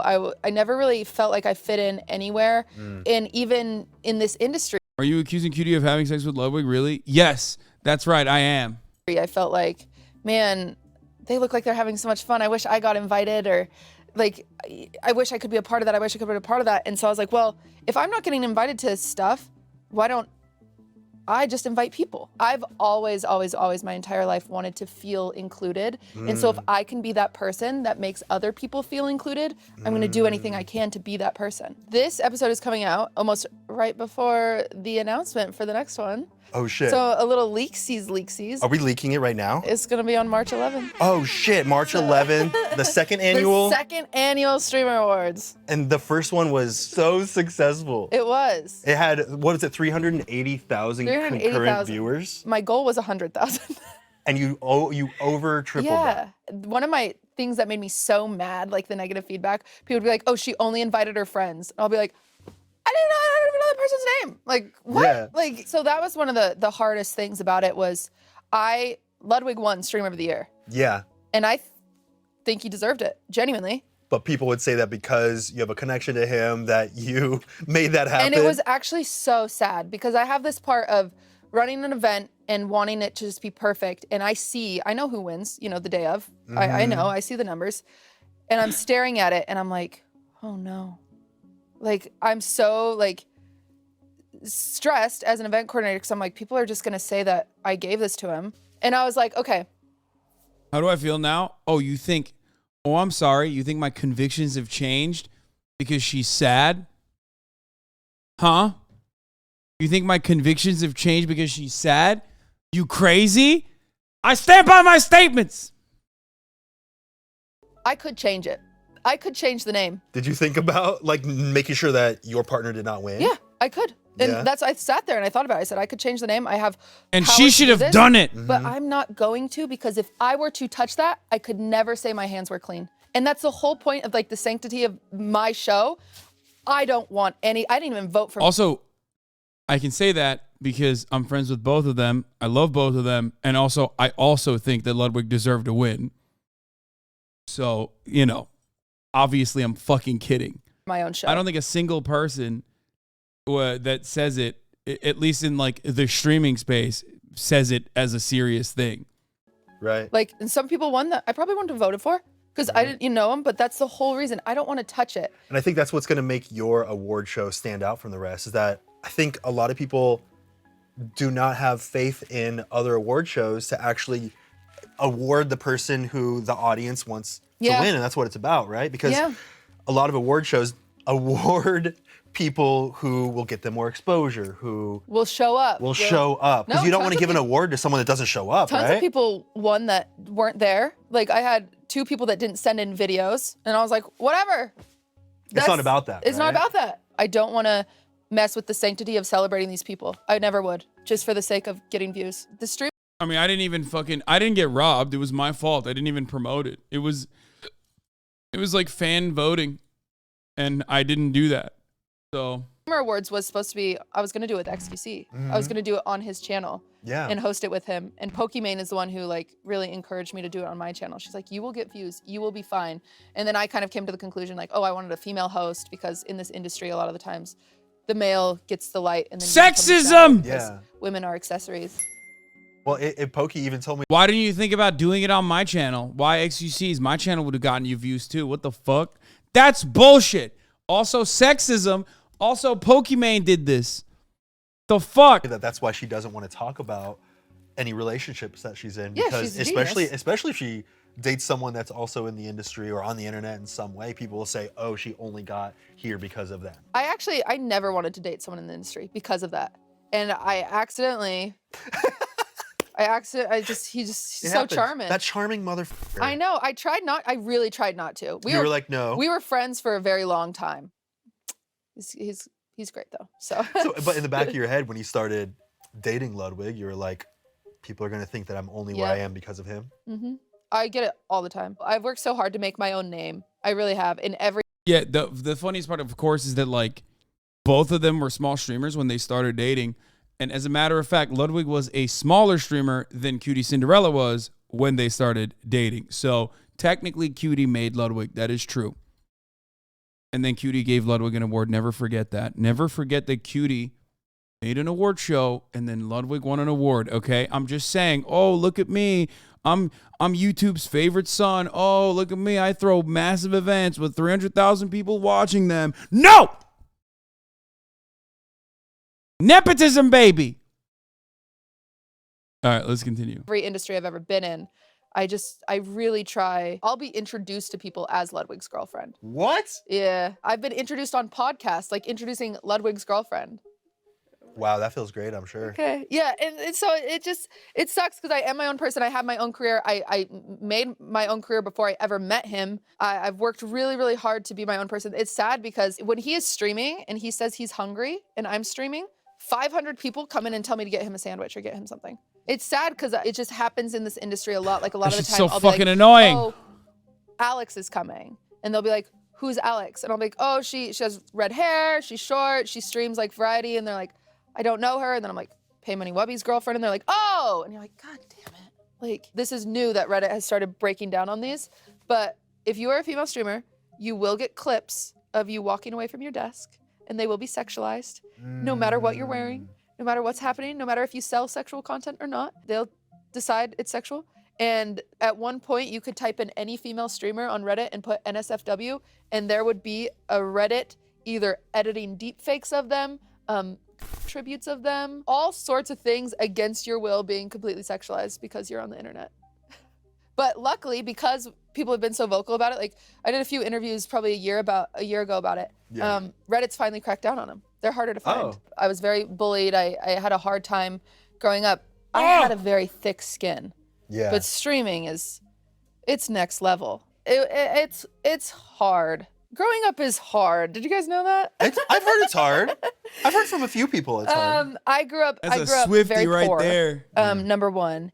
And it would lead to some awkward things. Like when I went to junior high, one defining weekend is they invited me to the mall. Mm-hmm. I had never seen an Abercrombie before. I had never seen a Hollister before because I shopped at Walmart. That's where I got my clothes. Yeah, Walmart, Kmart.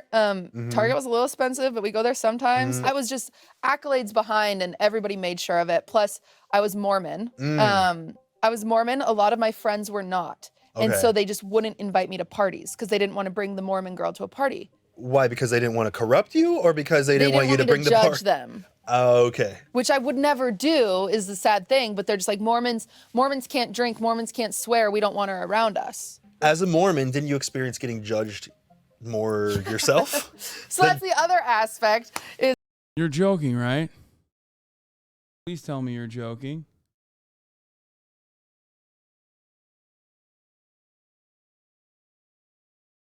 You're just trying to manipulate me? I'm not buying this bullshit.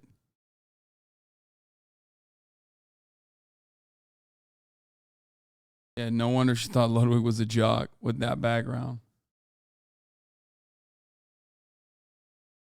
is, you know, I'm raised Mormon and you're Oh, you never said I'm joking. good enough. That is the thing about Mormonism. You are never going to be good enough. I actually recently, on my stream, we watched your interview with ex-Mormons. Oh, nice. And I was like, they didn't even get into the thick of it. But I think it's because it's hard to, you don't want to, like, I have a lot of family that's still Mormon, and I would never want to offend them. Even if my family watches this, I do think it's a cult. Being outside of it now, I think it's very scary. Many people refer to it as a cult. Yeah, if you fill out, if you do one of those, like, BuzzFeed quizzes, is it a cult? It's a cult. Like, it checks nearly all the boxes. You get new names, you get, you know, you sing, it's your whole entire community revolves around it. They try to keep you as busy as possible. It's a lot. It's your everything. My dad was very religious. My mom was still religious, but she never judged. Even if she was like, I'd rather you go to church, she didn't make you feel like, oh, I need to try harder. And so as pathetic as it sounds, over my entire course of my life, my mother was the only one that was, she was the only one that made me feel like she was there for me.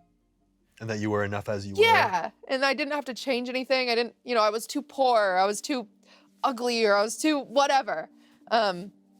She was the only one. And so that was really hard for me. And it's interesting what that does to you, because she was also such a supportive person. Like, I was a cheerleader and she would come watch me cheer. You know what I'm saying? Like, she would go to all of my brother's basketball games. Her children were her life.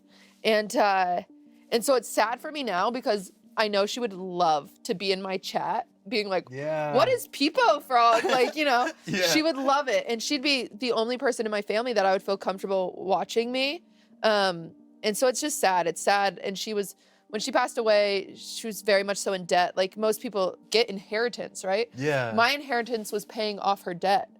Like, it was sad. And now I'm at a place in my life where it makes me so sad because I'm like, man, I could probably buy her a house if I wanted to, you know? And now I don't have that opportunity, and it's gut-wrenching, and I think about it all the time. And so like my dad will mention like a hat that he wants, and I'll just buy it for him. Like, I don't want to, like, just take it, you know, No like regrets, I have this right? thing. You don't want to look at it later. She was the most real person in my entire life. And I mean real as in like, she would text me all the time. She'd call me every single day, like almost too much, to the point that like sometimes she'd call and you roll your eyes like, oh, Mom, I'm fine. Like, she was overbearing at times, but it came from a place of like, she just wanted to be a part of your life so badly.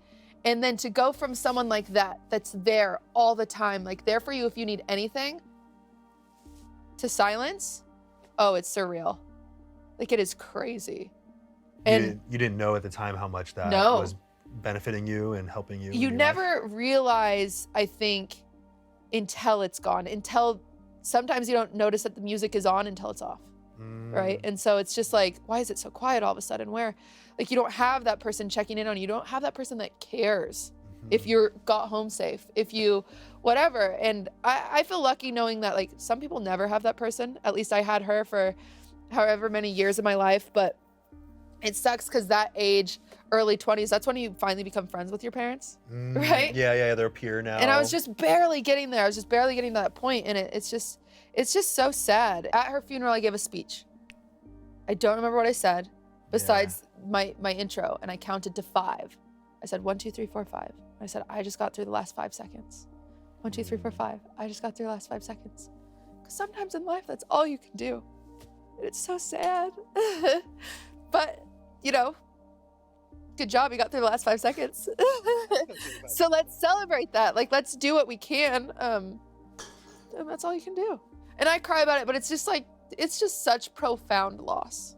Like, and that's the difference between, it's funny because I watched your interview with Ludwig, and Ludwig, you know, Ludwig had a dad that passed away, and he's like, yeah, my dad passed away. And I'm like, it was such a cliff note, right? Yeah, like, you know, and it's just, everything affects people differently, and every relationship is so different. Do you feel almost a sense of relief when you do get a little cry out? Because it's like a little bit of that pent up emotion. Who knows? It's so nuanced, right? Because then you, like, I don't get embarrassed when I cry about it, but it is like, one time, probably one of the worst things that happened early on in my career. I had a group of people, because I was having like a bad day on stream. This is when I had like 50 viewers. And I had a group of like 10 very loud people that decided, your mom didn't actually die. She made it up for attention. It was a bunch of people, they like bombarded me. They're like in a Discord, and one day they just attacked me. Do you try to ignore it, or what do you do? I think I ended stream, and they came back a few days in a row. Yeah, I could show you her death certificate and then dox myself. Like, is that what you want me to do? Like, it's just crazy. People on the internet, Dude, that's, again, average experience for a female content creator, just a woman on the internet being a woman. Straight up. Holy fuck. just can decide anything, and they can just use that to sharpen their knives, and it's just... All you can do is ignore it, because if you bring attention to it, then it perpetuates that this is an okay thing to do, and that more people should go ahead and do that if they want your attention. It's so sad, yeah. The internet's a dark place. When I started streaming, I was working a full-time job, and I would come home and I'd play League of Legends for like 5 hours, because that was my chill. Right. But then I started feeling guilty. I'm like, oh, this isn't productive. So then I was like, I might as well stream if I'm playing League.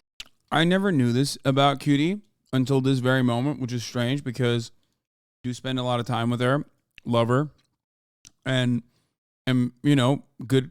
I would consider myself close friends with her, but that is literally how I started streaming as well. And just like Cutie, I'm also dog shit at video games. Maybe not even as bad as how bad she is at League of Legends, to, you know, lighten the mood up a little bit. After many, many years of playing, she still is ranked bronze, I think. But that's a fun little tidbit. She's better at League than you are at Val. Shut the fuck up, bitch. League of Legends. Let me stream and at least feel productive. I was also really lonely at the time. This was like right after my mother had passed away. And so I was like, I just want to talk to people, like whatever. It's only the opposite of parasocial. I was parasocial with my chat. I needed people. And this is literally, I mean, same. Damn, she like me for real. So I start streaming and working full-time, streaming, working full-time up until COVID. That's when I finally quit my job. And then I had one of my moderators was like, have you ever heard of the Raj show? A streamer named Raj, may he rest in peace, used to do these dating shows. And, you know, I had a pretty loud personality, and he's like, you'd be funny on this. And I've always been into comedy. I love, like, when I'm done with this, hopefully someday, you know, if I don't just like, I want to be a stand-up comedian. I think I have enough trauma. He did pass away, and like a phoenix, Austin Show was born from his ashes. Look at this fucking guy. Bro, stick the Candy Rush for real. Man, shut the fuck up, bitch. Fuck you. Anyway, that's crazy. I mean, we had a very similar we have a very similar beginning. Trauma in my life that I could do well at it. That's what every stand-up comedian needs. Just a little bit of trauma. Exactly. A lot of bit of trauma helps. Tick all the boxes there, ex-Mormon, dead mom, like all the things, you know? So I watched some of the shows, and I'm like, oh, so they're missing like that person that people hate, right? Because I used to watch The Bachelor too, and you know who gets the most attention on The Bachelor? The person that people hate. Exactly. So the first time I go on one of his shows, I pre-write a bunch of roasts about all the girls. And we're in the lobby before the show starts, and I go, hey guys, I'm gonna say some things. I don't mean them. I think you're all great. I don't even know you guys. These are generic. I wrote them before I knew you. Just like, and so I go on the show, and everyone thinks I'm very funny, but they also think I am the That's slicker. But I'm gonna play into that. Sure. Like, you know, they needed that. And so then I kept getting invited back. People would come to my stream because they were like, oh, let me check this out. But what they didn't realize is that I was playing a character. So they'd come to my stream and they'd be a little confused. But the good thing about that is it was giving myself a funnel. Austin is responsible for so many of the worst people on the platform getting prominence, and also some of the best. Some of your favorite streamers, if you like, QTCinderella, or even myself. So, you know, that is like me, Ludwig, Cutie, Misgiff, so many of that, like XQC, we all like basically are from that generation of streamers, I would say, or like our blow up was around that basically the same time. And obviously not every single person that I mentioned got out or got prominence from being on the Austin show, but me, I would say even Misgiff and also Cutie certainly did. So I was funneling people from that show, seeing me play this character, to my own channel, and it's helped me. So I slowly got more and more attention, and then was able to introduce them to me as a person, and just kind of went from there. Was there a moment when you were streaming where you're like, this could be my full-time thing now? Bruce? Like I could drop everything else and just go 100% into this? No. Not even at this point? No. I think it's only a matter of time before I quit, because I've lost my mind. So you foresee a future where you are not doing this, and not because of choice, but because you lost your mind? Yeah. My therapist even has said, she's like, I have never seen an industry more trauma-inducing than this one. We've been swatted. And I've had some pretty traumatic things happen in my life, and I've luckily, up until now, hadn't developed any sort of PTSD, but I have diagnosed PTSD from us getting swatted. Can you explain what actually happens when you get swatted? So people hear, oh, the SWAT team shows up at your door, and then they just start, they break down the door and start screaming at you. Yeah. What happens is it's a viewer of some kind that wants to prank the streamer. This used to be just like they would send pizzas to your house or something, And then while you're live, they get to see the reaction. Yeah. And so what happens is a viewer will call the police. They will fake a threat of some kind. They'll have gotten the streamer's address. They fake a threat. They usually say they're holding someone hostage, or they have a bomb, or... Do you know what they said about you? Yes. They said they shot their mom with a shotgun, and they were going to shoot everyone else in the house. What's crazy is you would think, because you watch all these shows on TV, you'd think they would like track the phone call. Yeah. To see if it's in the house that they're calling from. Check your Insta story, wrong tag. First of all, I don't know why this is relevant, but secondly, I never tagged anyone. So you're talking about I think you're talking about my manager, David, who posted me and Asmongold. My bad, chill. Okay, well, why the fuck did you come in here popping off, dude? Calm down. They don't do that. Can they? I would think. I don't know. The TV says they can. Hey, SWAT team, I know you're big fans of the show. Just leave a comment below. Let us know if you can. Can you guys track the phone call, please? If you can, you should. Please, yeah. And so I'm about to start my stream. I'm pushing the space bar. I remember it's so vivid. I'm pushing the space bar on my computer to get it to turn on, and I see a laser on my hand.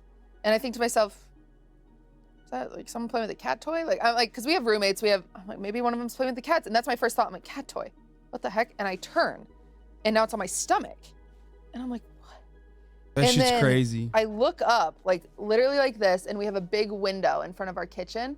And that's when I see it, like just all of these lights, and all I see are lights, all I see are guns. And I hear the intercom, this LAPD, come out with your hands up. And the world went silent for a few seconds. Like, I literally thought to myself, I'm dying. Like, this is a sniper rifle on my stomach. Yeah. And you know it's loaded. You know that they can. Someone sneezes, you're dead. Yeah. You are dead. And so Ludwig is downstairs streaming, and I I'm frozen. It felt like if you've ever had sleep paralysis, it's sleep paralysis in real life. Like I'm frozen. So finally, when I have a second to move, I go, and all of our roommates, they had some friends over there playing Smash. And so I'm like, guys, like turn it off. And they laugh at me. They think I'm like being like, you know, like turn off the game, you know? Yeah. They're like, ah. And I'm like, no, turn it off. We're getting swatted. Because you like know what swatting is. It's just never happened to you. And they're like, oh. And so they turn it off, and I open the door, and I'm like, I can reason with these people. Yeah. Right? Like I open the door. I'm like, we're YouTubers, because people don't know what streamers are. Yeah. I said, we're YouTubers. This is a prank. Like, I'm trying to de-escalate the situation. At least they don't care. They start yelling at you, just guns everywhere. All you can see is lights and guns. You're just blinded, and you can just see. Shit. And they yell at you, hands up. They're just yelling all sorts of different directions at you, and you think anybody flinches, and I'm dead. So they get us out one by one. They make us go in a line. Ludwig is still streaming. They're being really mean to me. They're like, stop. I'm laughing at the fact that you said we're YouTubers. It's so real. No, you have to say that. So I literally remember when I told you, you have to say that. Cops don't fucking know what a Twitch streamer is. They're going to shoot you. Asking like, you need to shut up. You need to shut up. Everyone needs to get out of the house. And we're like, okay, we're calling our boyfriend. And so my roommate calls my boyfriend. And he's like, you need to end the stream. Come outside. And so he ends the stream really quickly. The person remained on the phone. They see that Ludwig ended his stream. And they said, I'm coming out now. I'm going to shoot. Hoping that they would think it was they have him. a more hostile reaction. And yeah, but our other roommate Slime was also sleeping and had woken up. So him and Slime come out at the same time. But since Slime is the last one out, they think Slime is the problem. So they tackle Slime in front of all of us. They have a gun to his head. You're thinking like my friend is going to get killed in front of me. This is going to cost a lot in therapy. They leave the door open this whole time. You know, they get us all out. They have to talk to us for quite some time. By the time we get inside, the cat's gone. We can't find the cat anywhere. And so I am sobbing. I'm ballistic at this point. Like I go out there. I said, please, my cat's gone. Can you help us look? Because they all have these big flashlights. Yeah. They're like, Coots was not around at this point. I think it was one of their other cats, right? I think it was Durs. Yeah.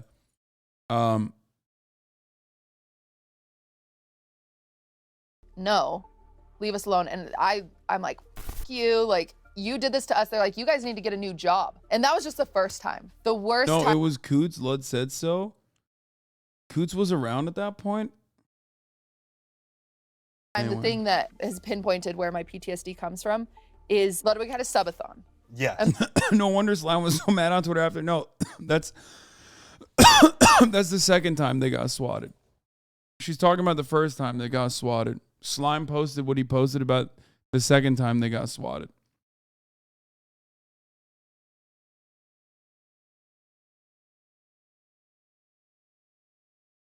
She's talking about the first time they got swatted. The sniper almost killing Slime is from the first time. This is when he said this is the second time they got swatted. He said the first time we got swatted, I got 9 shotguns pointed at me on my knees before the driveway. I thought I was gonna get my head blown off in front of my friends, and they had the audacity to say I was a waste of time every time. Put the gun in your fucking mouth, you worthless pigs. This is I guess I don't know how many times they've been swatted technically, but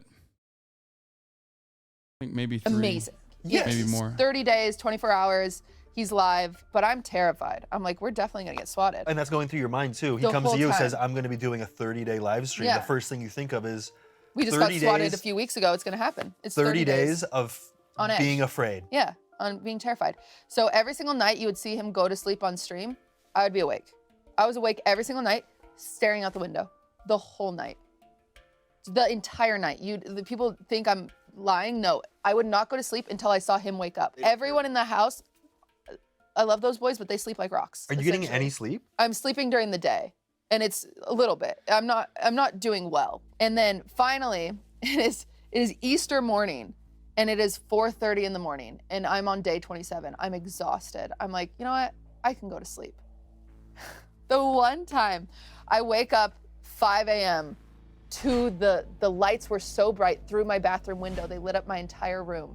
And again, it's that sleep paralysis. I'm frozen in my bed. And I just hear them, this LAP, come out with your hands up, and you're like just, and every single time you walk out there, you think, someone flinches, I'm dead. Yeah. Like, it's so many guns every single time. They do not do less guns. And so I'm the only one that wakes up, of course. And so I have to go wake up all the roommates, and I walk past a window and they go berserk on the megaphone. They're like, come here, we're gonna shoot, go back right now. So I have to crawl. I drop down, I have to crawl to pass the window. I get up, my other roommate just woke up, and I'm like, hey, will you go wake up Slime? I'll go wake up Nick. I go and I shake Nick. I go get Ludwig. I walk into his stream room, I turn off his stream. That's what I do, because he's sleeping. Yeah. He's a subathon. So I just walk in as casually as I can. I want to point something out.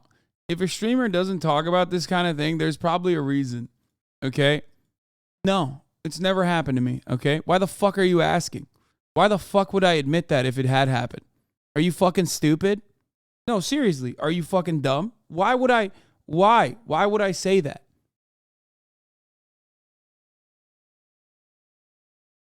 Shut the fuck up. Don't ask dumb questions.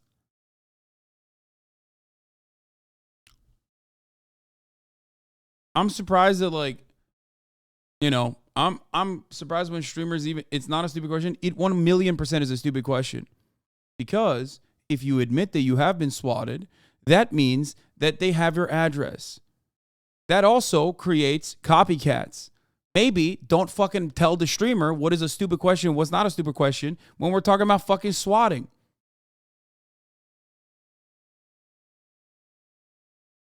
There is, for the most part, an unspoken rule among streamers to not really talk about this kind of thing. Okay? Usually.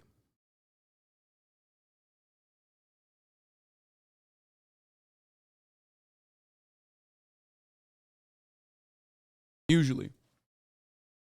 Some of this happened on stream in a way that they could not avoid, which is why she feels comfortable talking about it now. The main reason why Twitch streamers or streamers in general don't talk about it, newsflash, not everyone's a streamer. Okay, but like exercise a little bit of critical thinking. Why would you not want to fucking talk about this kind of thing? Okay? The reason why you wouldn't want to talk about this kind of thing is because a person, when they do this, basically is looking for confirmation of your address being public. Okay? That's it. That's it. Use your brain. That's it.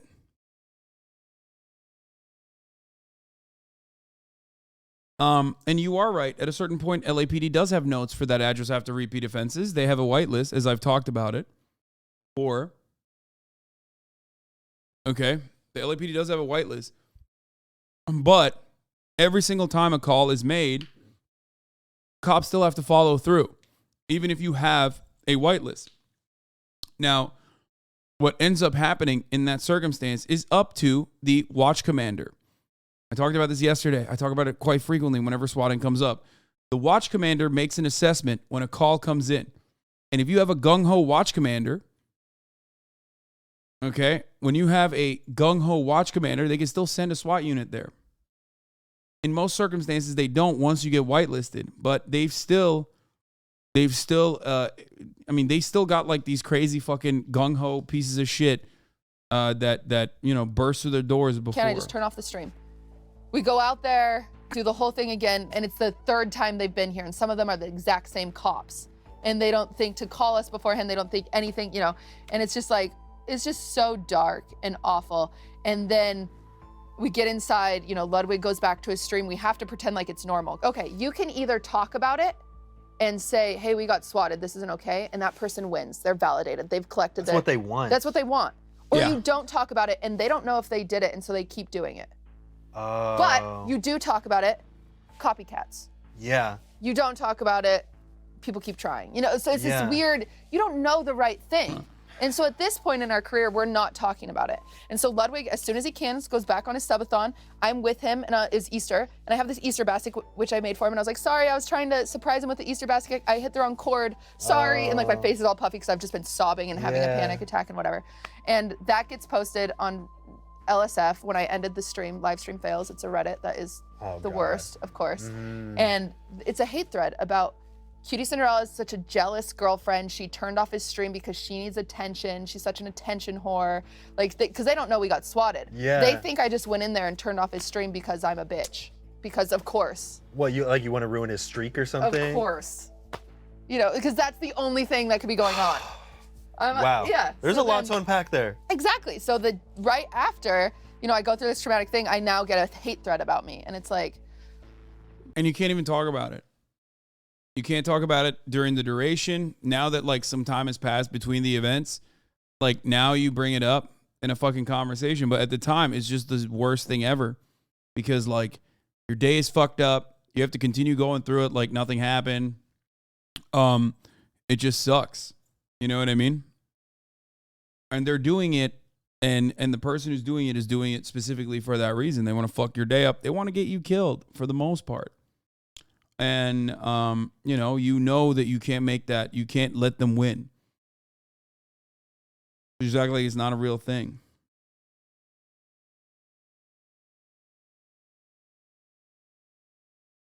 Wow. And so ever since then, a car drives by our house, stomach drops. A light is outside our house, stomach drops. I hear helicopters, stomach drops. There have been times I wake up in the middle of the night, shaking Ludwig, saying, we're getting swatted, we're getting swatted. We're not.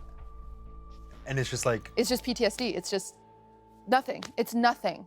And it's that powerlessness, that feeling that it could happen at any moment, and that just some random person changed the entire course of your mental health and you in many ways. People don't think about it. They think like, oh, this is a funny prank. No, people have died from getting swatted. Yeah. The amount of trauma that you're creating from this prank it's not simple. It's not haha funny. It's miserable. You're changing people's lives as they know it. Like, I don't know when I will be the same. I don't know when I will be able to sleep through the night. I don't.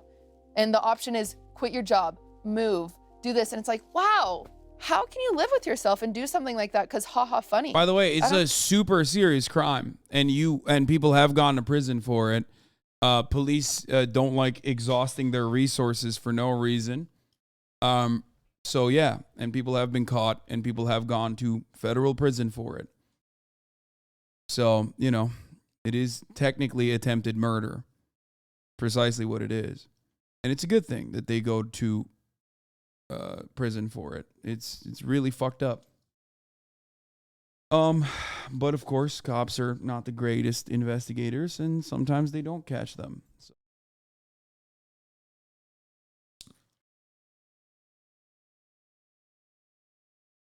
It's awful because, yeah.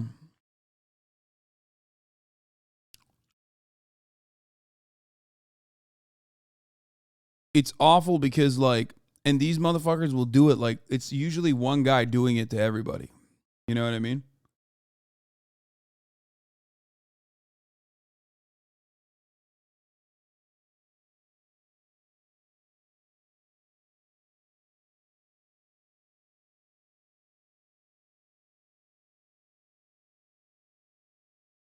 It's just really fucked up because everyone involved in this kind of sucks. Because the cops are like a force of nature. You know what I mean? We act like this is a hurricane. You know what I mean? Like it's not people behind the trigger. Like they are people. They should behave like human beings, but they don't.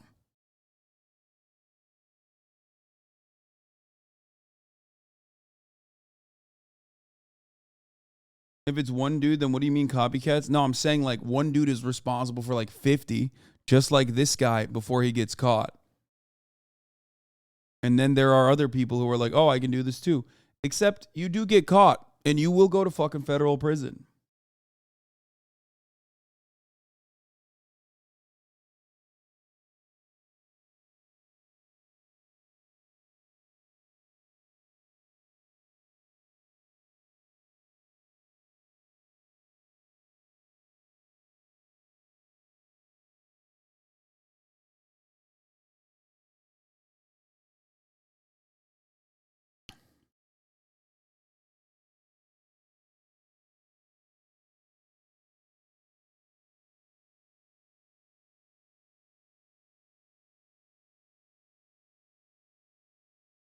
Is this only an American thing? I think they do it in other places as well, but like it's not the same.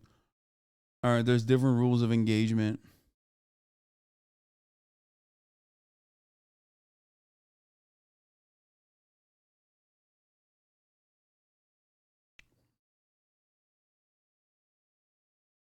I work under DHS, can't say what, but you will get caught. It's mainly a timing thing. These apps that spoof your number legit send us all the info almost immediately upon request.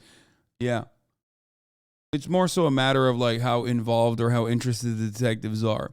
Obviously, when they end up killing someone, they'll actually fucking go out and catch it. If you are a high profile individual who makes up a big stink with a lawyer, they'll go out of their ways to fucking catch it.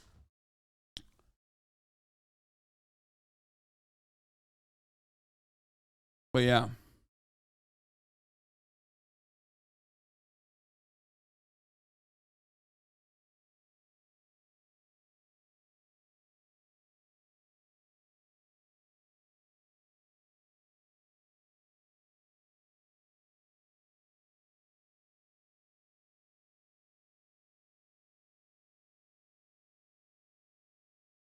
"20 years isn't enough. 20 years seems light." It's murder. It's the same. It's the same sentence as a murder. That's why he got 20 years.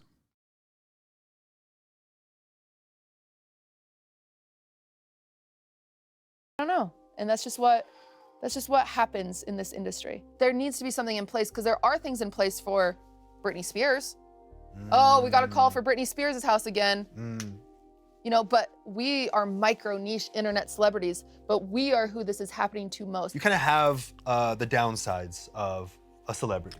Yeah. You know, you have people trying I'm not even a millionaire. trying to swat you and all that stuff, but without some of the upsides, like having so much money that you could afford your own personal security. Exactly. Or the proper measures to be put into place so you don't have to be the one watching over your house every single night because you're afraid that you're gonna get swatted. Yeah. And now I feel like that PTSD is probably elevated because you put in 27 night shifts in, and then the one time that you decide that you're gonna take a break because it's probably fine is when that kind of thing happens. So now in your head, it's like, I have to be constantly at full awareness. If I'm not, something bad will happen Well, again. the sad thing is I'm also diagnosed OCD.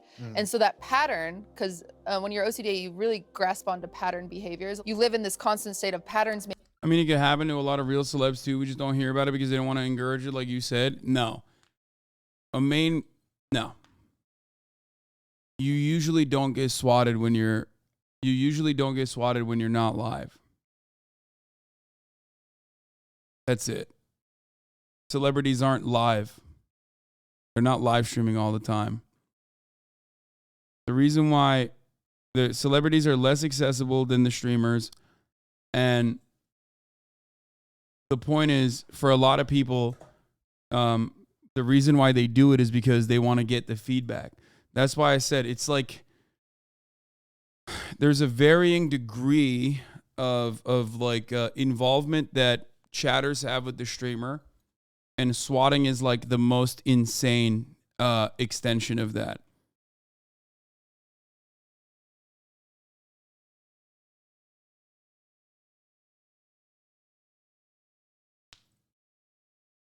Yeah. Celebrities mostly deal with stalking, which is a whole nother subject. Yeah. Well, streamers deal with that too, for the record.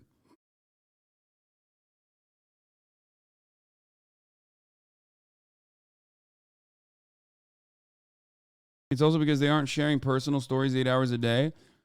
Sharing personal stories 8 hours a day has nothing to do with it. You're just live in the process. That's it. You could fucking share personal stories all day, every day in your podcast if you wanted to. But as long as you're not fucking sharing it live, you know, it's not going to happen.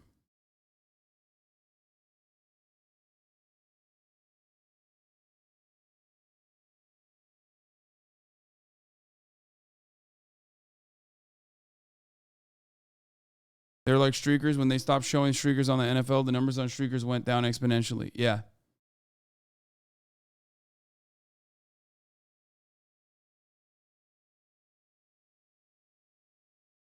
A lot of celebrities don't have like massive private security details, okay?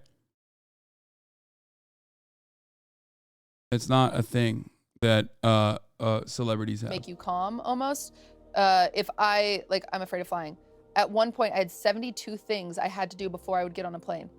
I had to have my sewing kit. I had to have my mismatched socks. I had to have a button in my bag. I have a purple string that I had to have tied around. I had to wear a certain jacket. I have to wear I've gotten that down to 8 with lots of therapy, but I have to have mismatched socks. I have to, all these things. I thrive off of patterns. And so when something bad happens, when I should have been doing my pattern, that's a whole other mess. Right. So yeah, it is. So even subconsciously now, I have insomnia. I don't sleep. And that makes mental health issues, depression, anxiety even worse. I have never been more depressed in my entire life. And I've dealt with my mother dying. I've dealt with I've had horrible things happen than this past year. And I genuinely believe it's the repercussions from my PTSD of not being able to sleep, not being able to, and all of that on top of it. And it's so sad because there's so much that I love in this job.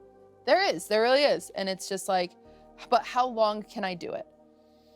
Yeah, now I see why you're like, I won't be doing this forever. It's sad. And like, we'll see how it goes. I'm definitely not, it's not anytime soon, but it is just, I don't know when the breaking point will be. And I'm surprised it hasn't happened yet. And it's pretty wild that from the outside, this is your most successful year of all time, ever. Yeah. But yet your mental health, because of all the downsides, has just built up over time to have you in a, would you say you've been in a dark place this past year? I've never, and not to use this as like drama, I've never been more suicidal in my entire life. And for anyone who's ever had like suicidal dark thoughts, it's not like, it's more like a thought that scares you.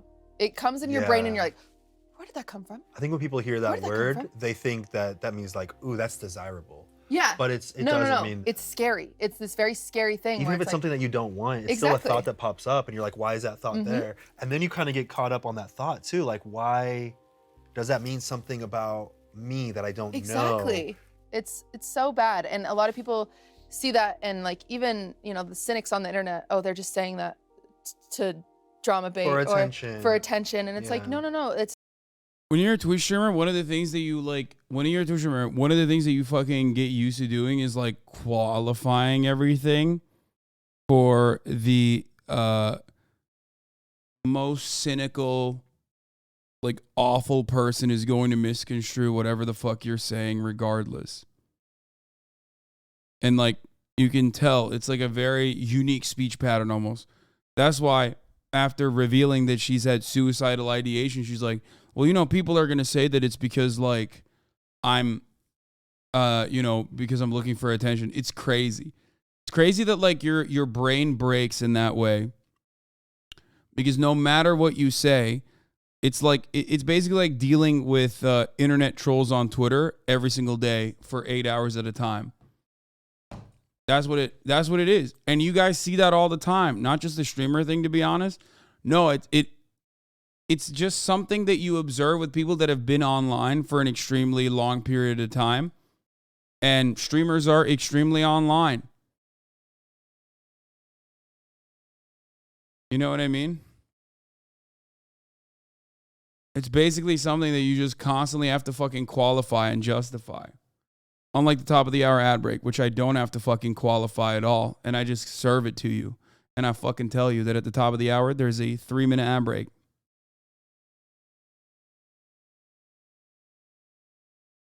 I'm going to tell you, if you no longer want to see those fucking ads, all you need to do is subscribe, which you can do for $5 or for free with a Twitch Prime. By connecting your Amazon Prime account to your Twitch account, where you get 1 free Prime subscription a month. You can also get gifted a sub. You can't even open up and be genuine as a woman without people thinking you have other motives. Yeah, 100%. Matt NLT, thank you for the 5 gifted subs, allowing 5 people to no longer see the ads at the top of the hour.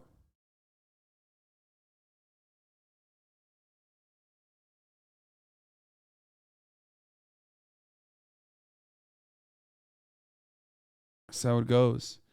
BS, thank you for the 14 gifted subs. Weird number. Allowing 14 people to no longer see the ads at the top of the hour. And Hasan FBI handler, thank you. Shouts out to the FBI. Shouts out to my FBI handler. Here's a 3-minute ad break now. It's just I gotta pee. I'll be back. Thing that happens to a lot of people, and people haven't normalized it, and that's why, you know, there's a difference between suicidal thoughts and suicidal tendencies. Yeah. And yeah, it's scary. It's very scary. Even if I'm the most depressed thing in the world, I love life. I don't want to die. I don't want those things. And so it's very frustrating when that happens. And it just comes from you're deteriorated.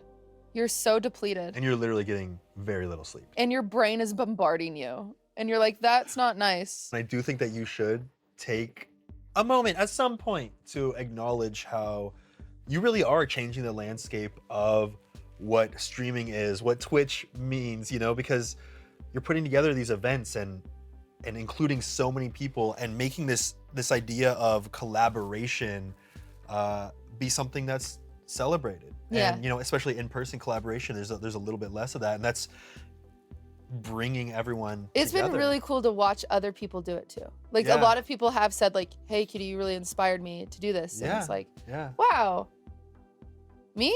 You know, like, I don't know. I don't know.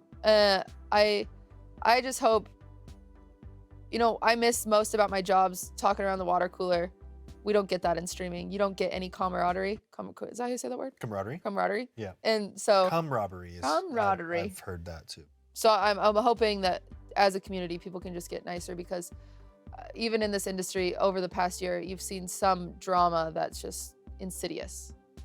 If people were just nicer, they knew each other more, they were human to each other, then hopefully some of that goes away. What exciting thing do you have upcoming besides the streamer award? Thank you, Indica Jones. Will be, for sure. Is this an announcement? Yeah. I'm doing The Master Baker. The Master Baker. Yeah. Innuendo intended. It is my series on Twitch that I'm doing. It's going to be a 7-day competition with 7 streamers. They're going to receive a category of like a baked good, so brownies. Yeah.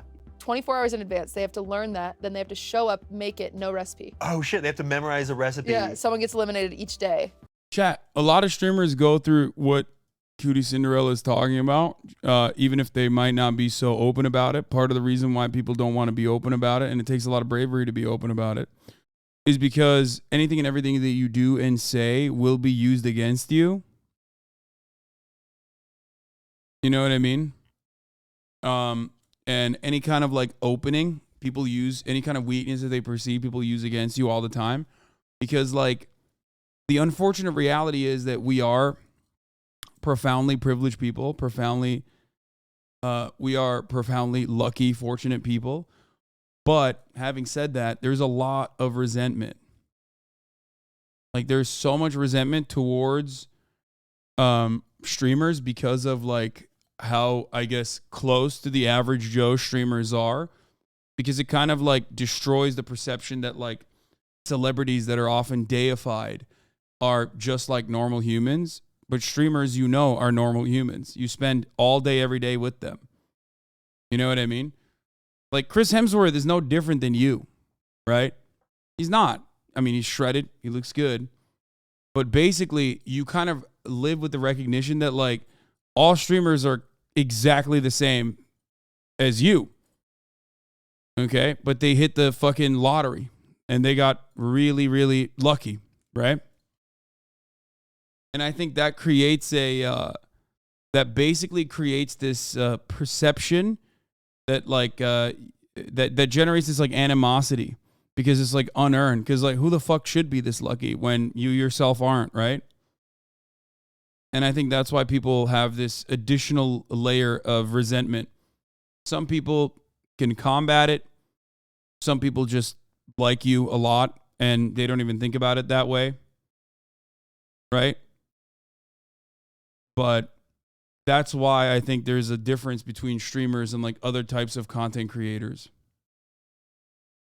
Low barrier of entry in streaming. There is a low barrier of entry, certainly. Yeah.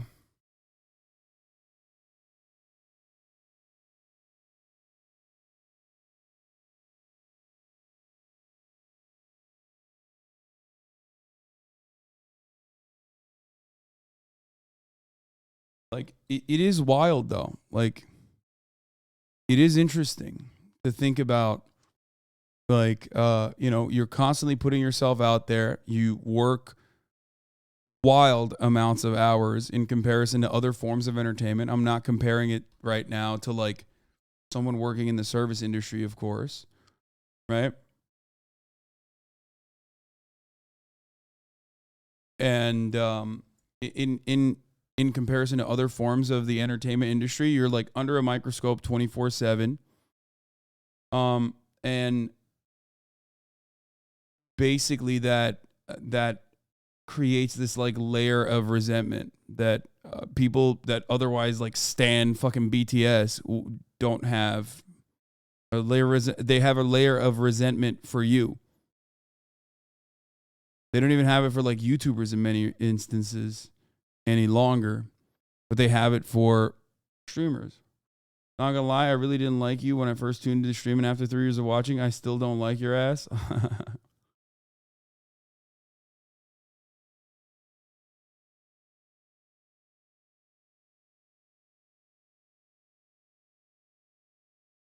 I mean, it's the same as Mr. Beast. That's why I was talking about that.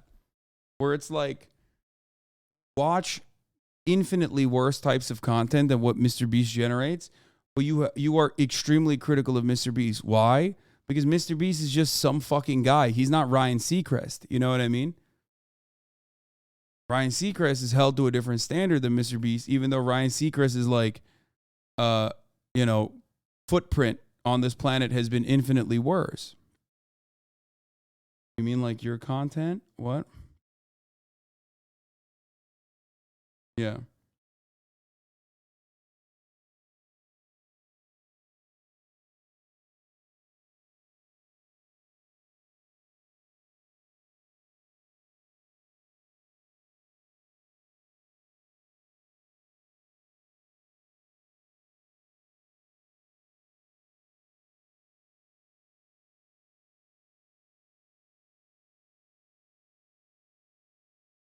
Is Ryan Seacrest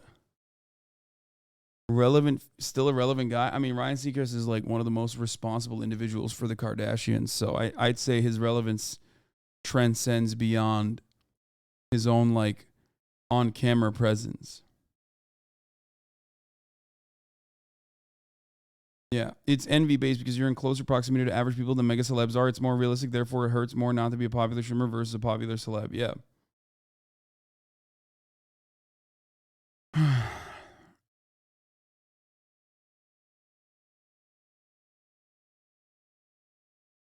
That's what it is.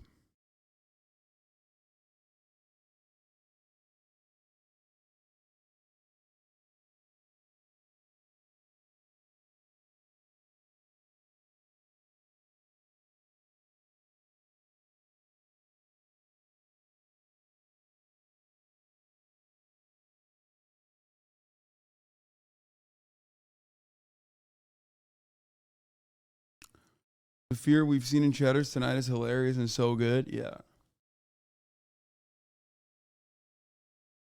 Anyway.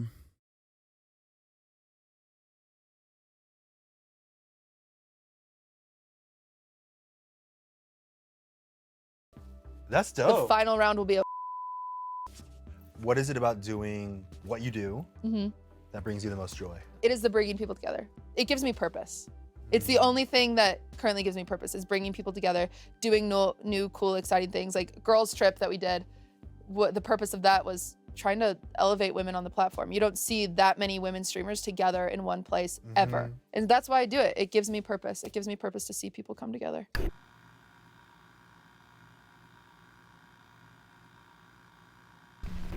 What about your wiki feet? What about it? How is it? What's your rating? It's pretty good. It was a 4.91, it's just up to 4.93. Well, I'm posting I spent the day with Barefooters episode today. What is a barefooter? Someone who does not wear shoes unless they absolutely have to. I didn't know this. Yeah. So you showed your toesies today. I did show this little piggy, this little piggy, this little piggy, this little piggy, and this little piggy. My feet are messed up. Really? This is a great interview. Oh, there's I don't know what happened to them. Well, cramming them into small shoes? I guess so. I don't know. Maybe it was my church shoes. They're like, my toes are like. They overlap? They're so overlapped and like this and just funky. And I love my wiki feet because it's just like they're just roast. Like people are like, I have never seen toes like this. What's your rating? I think it was like 3.3. It's one of the worst I've ever seen. Evil! But I'm like proud of it. I'm like proud it's so bad. My feet are messed up.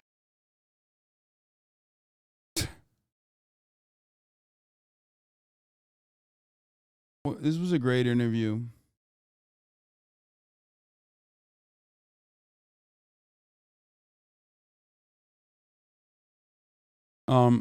Yeah, I love QTCinderella. She's awesome.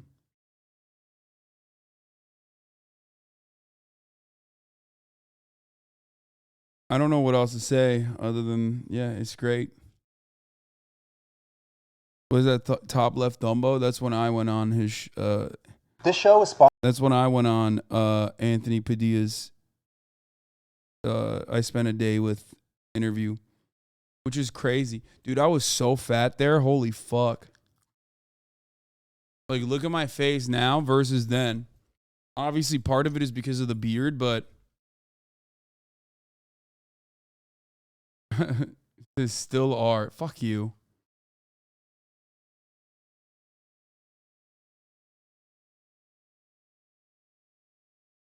I think I look fat in that.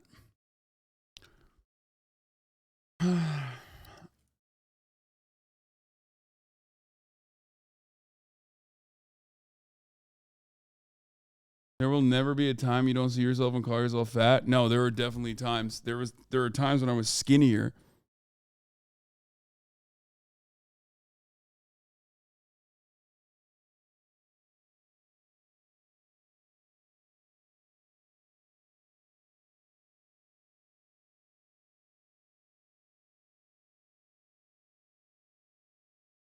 I used to look tan though.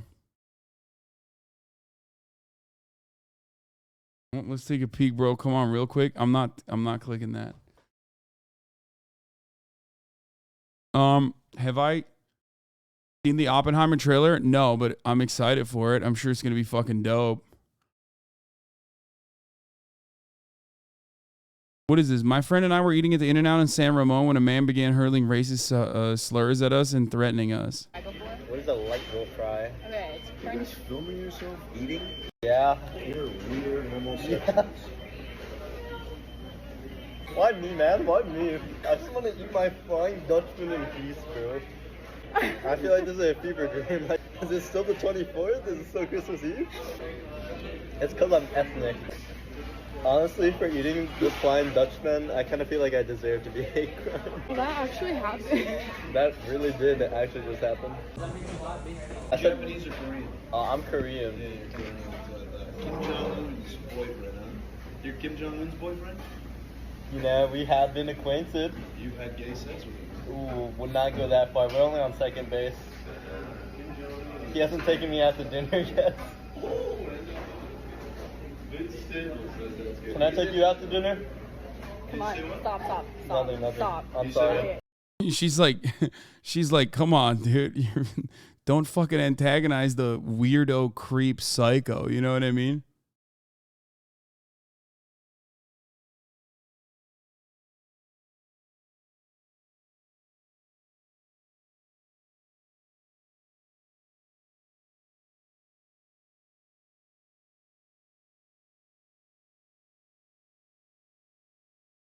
Dude was using humor to disarm the situation. I mean, that dude is fucking nuts. Like, clear. Came back for more. We're in that late stage racism where racist behavior is so out of pocket, I can't tell what stage anymore. I'm sorry. I'm sorry, my said bad. what? I didn't say anything. You didn't say anything. No, sir. Nothing. I could spit in your face and some Filipino shoes. You want some Don't Filipino react, shoes? don't react. Why were you acting mad? Dude, we should get assaulted. Oh my god, only in San Ramon. You want 64 gifted subs or double it for someone else? What a silly question. Go double it for someone else. Fuck. I thought we were having like... No, you weren't. Anyways, you can try the... Anyways, you can try the fry.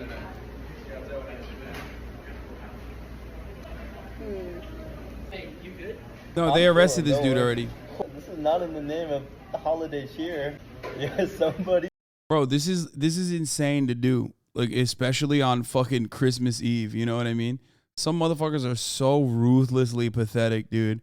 Their lives are just such... Their existence is so motherfucking pathetic, bro.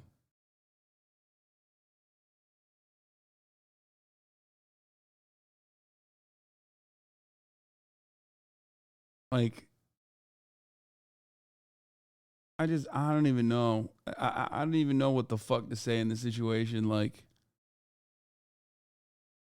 it's Christmas Eve, man. The fuck are you doing? He was not included in all the reindeer games. You should have not said anything. He's staring at us right now.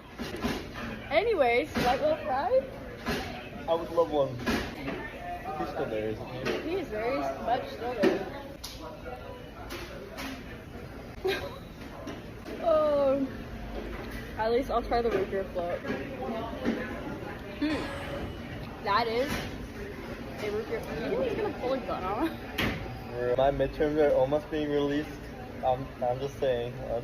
Honestly, 10 out of 10 would get it again. Oh my god, I can't even do this. I'm done. So I'm gonna try the whole grilled onions and see if it's worth it. You sound so nervous. I'm gonna... Well, yeah, because he's like, I'm gonna wait for you outside. I was eating the paper after that. Also, Flying Dutchman is no more. Yeah, I can't speak. Rare laughs and dude, that has genuinely never happened to me before.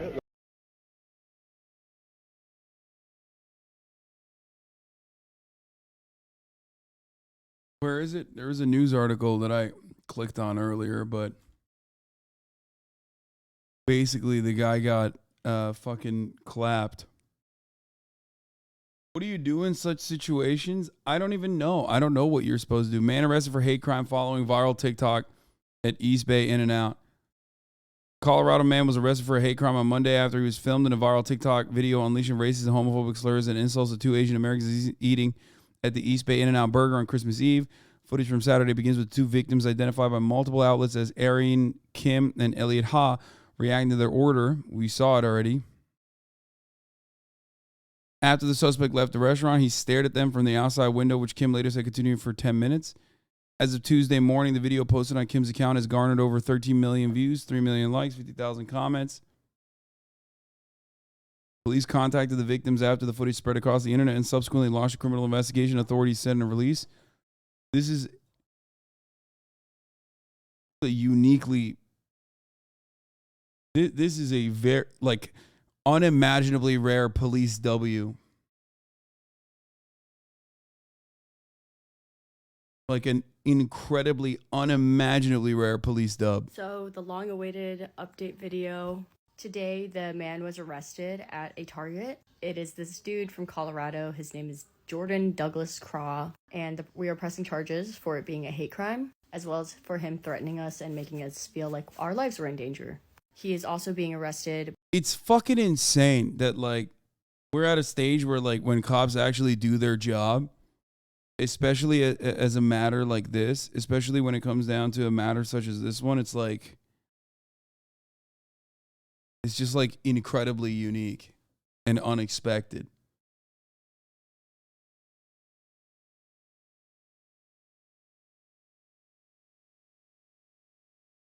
By the Danville police for another incident regarding a Filipino family where he was spitting at them as well as hurling racist remarks towards them. So much has happened in the past 36 hours, I honestly don't even know where to start. A lot of people are wondering about what happened after I ended the video. He was waiting for us and he kept on staring at us through the window for a solid 10 minutes maybe, and we just stayed in our seats and didn't move because we were scared if we did move, he would use that as an invitation to harass us more.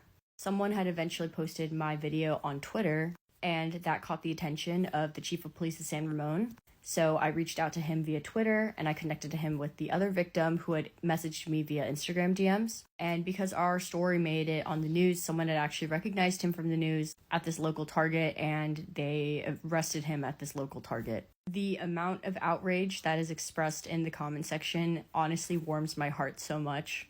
I didn't know how everyone was going to react when I posted the video. I honestly thought our experiences were going to be diminished, and that's why we didn't want to go to the police. Since he didn't physically harm us, we thought we didn't have a leg to stand on, and we didn't think anyone would really care. Home, we were like, our hands were shaking. Kim managed to take this quick video of the man in question. Police say 40-year-old Jordan Craw of Denver, seen here making an obscene gesture, has been arrested on suspicion of a hate crime. These photos were taken by Abigail Halili, who tells me the same man yelled at her and her siblings as they peeked into a store in downtown. Nice, bro. This man's doing drive-by hate crimes and shit. What the fuck's up with this guy? Why do they always look like this, bro? Every fucking divorced dad, I swear to God. On Christmas morning. They are of Filipino descent. You guys are gonna vandalize the shop. You're gonna rob the place. I don't trust you guys. Leave. You guys are Filipino idiots. Kim says she's grateful she got it all on her phone. You know, imagine if, I didn't have a platform where I was able to showcase, like, this is the kind of atrocities that not only Asian Americans have to go through, but like people of color in general. Now, the suspect's been booked on 2 counts of a hate crime for the San. What the fuck do you do with this guy? Like, what do you do? He's like, nah, man, this is what I love. I love to do this, you know? You can't stop me. I'm just gonna keep fucking being, just gonna keep being unhinged and racist, you know? It's my fucking passion. It's a crime of passion, officer. I just gotta do it, you know? Sure, he has other problems. Yeah, I know, but like, what do you do? What do you do in that situation? Ramon case here at the In-N-Out, he could still face additional charges for the Danville incident. Reporting live in San Ramon, Henry Lee, KTVU, Fox 2 News.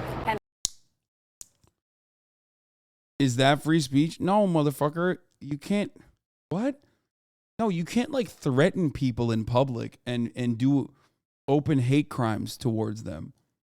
You can only do that on the internet, okay? Yeah, I mean, as far as prosecution goes, will they fucking do it? Will they actually prosecute? That's, maybe if you get like, maybe if you get a viral hit out of it, potentially some cops will want the good PR.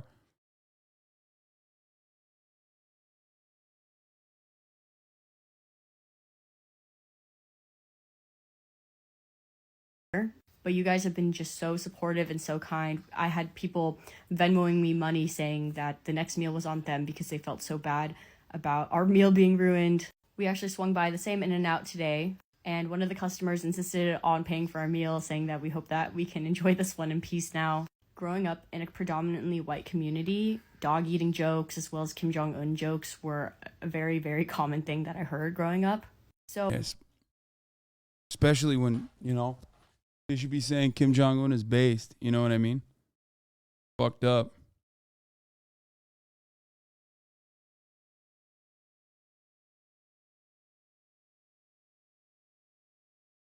So when he had said those Kim Jong-un comments and everything that he said, I honestly didn't think that anyone would take me seriously. And as I've been really ruminating and thinking about this entire experience, I'm so grateful that I have this platform where I'm able to spread awareness about not only Asian hate, but also the kinds of atrocities that minorities have to go through on a daily basis. I caught this incident on video, but you have to think about the tens of thousands of people across the US that don't catch these kinds of incidents on videos or don't have a platform where they're able to speak out about their own experience. So many people were commenting their own situations where they were experiencing racism. And I hope my situation inspires others to talk about their own experiences and to stand up for themselves. And this goes for not only Asian Americans, but also minorities and people of color as well. I also want to shout out stopaapihate.org. On their website, you can report anti-Asian hate crimes. This is important because it can lead to policy change and just accountability overall. And for everyone wondering, Elliot said the light wheel fry was delicious. So the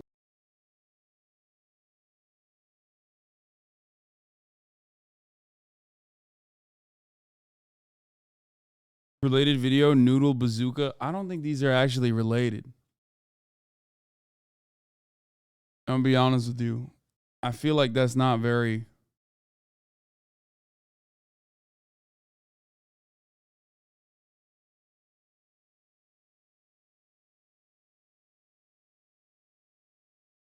Not to boss you around, but yeah, I'm gonna need you to click on that noodle bazooka Do thumbnail. you know that? Okay. Do you know what is that? That's a hair dryer? What in the Sicilian sniper rifle? That's a dang noodle bazooka. This is a dang Neapolitan 9mm. Look at that thing. That's a dang pasta pusher 200. That's big, right? Okay, I have never made pasta before, but my grandma's Sicilian, so it's in my blood. 3 eggs, 2 cups of flour. Mix it. They say to use your hands, but I don't want to. I almost forgot, you need a tablespoon of oil. I did not want to do this.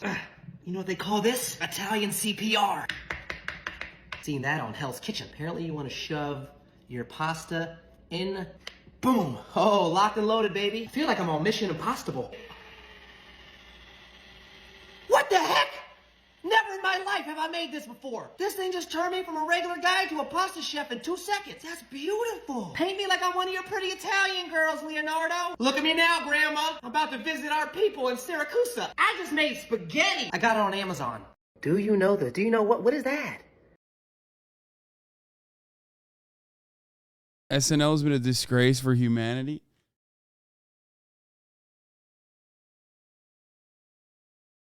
I mean, I sometimes like this guy's videos when he's like reviewing interesting shit.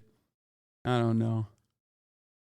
It's just normie TikTok shit. I'm always trying to get my normie cred up on TikTok, so you're not gonna catch me shitting on it, you know? Hopefully I'll be hitting normie TikTok.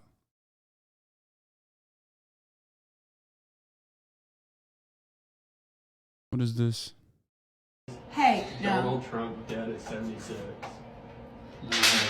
Who? Oh, Donald Trump. Our Donald Trump? Yes. You're lying. Andrew, you're lying. I'm not. No. Yes. I'm joking. Did y'all just... Oh my God. Donald Trump dead at 76. Thank you, Jesus. Merry Christmas. Oh my God, that is so rude. Hey, no. That's perfect. That's perfect. That back to back, what an incredible sequence, dude. How abandoned pets survived the worst nuclear disaster? I don't want to watch that. Watch this shit real quick. Need your thoughts. Dance if you gay, Bruce. Dance if you gay, Bruce. Dance if you gay, Bruce.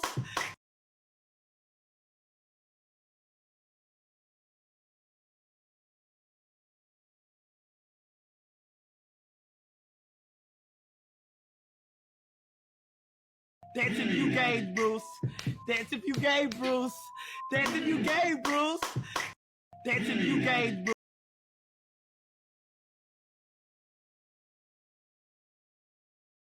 Art is subjective. Beauty is in the eye of the beholder.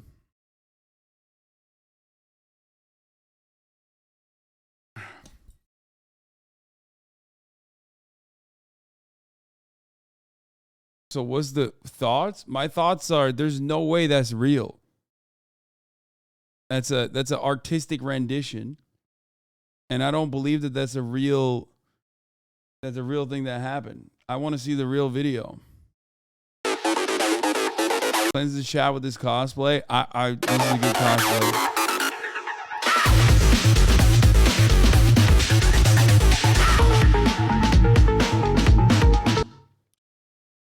You guys already saw her.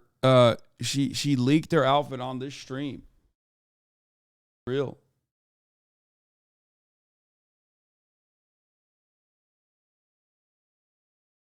Good cosplay. Okay, I'll pull up. What is this a cosplay of? I don't know. That is good cosplay though.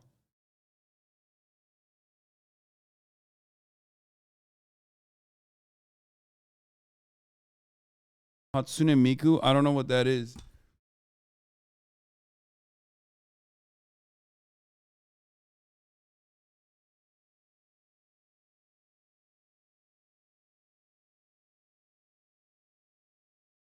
I'm not even kidding. What is I mean, I've heard the name before, but they always say Hatsune Miku is like responsible for creating Minecraft or whatever the fuck, right? As a joke.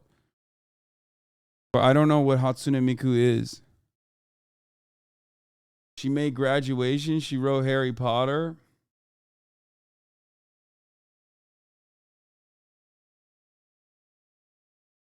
Wait, is this the OG dancing Shit, put the gay? metal to his mouth now, kiss his ass brace face. I just feel like a mixtape, catch at the crib if your meanings is too late. Put on the full plate. Let's go back to my place. Bust her note with the buck like the toothpaste. DYK on this shit.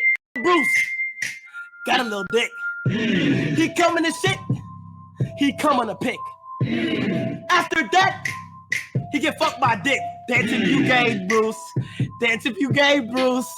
Dance if you gay. Yeah, I thought he was gonna be clapping his ass, dude. Also, why did you think that chat was gonna be fucking? This chat is gonna get mad at this, most likely. Hey, Bruce. Dance if you gay, Bruce. Dance if you gay, Bruce. Dance if you gay. I'm mad that he wasn't clapping his ass. I thought he was actually.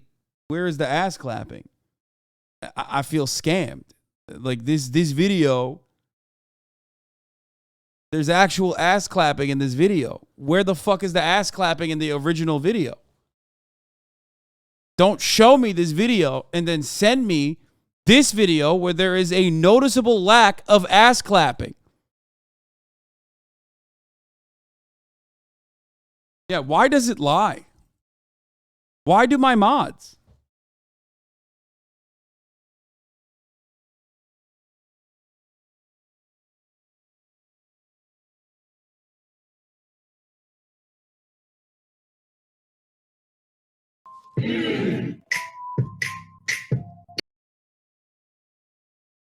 This is actually fucked up.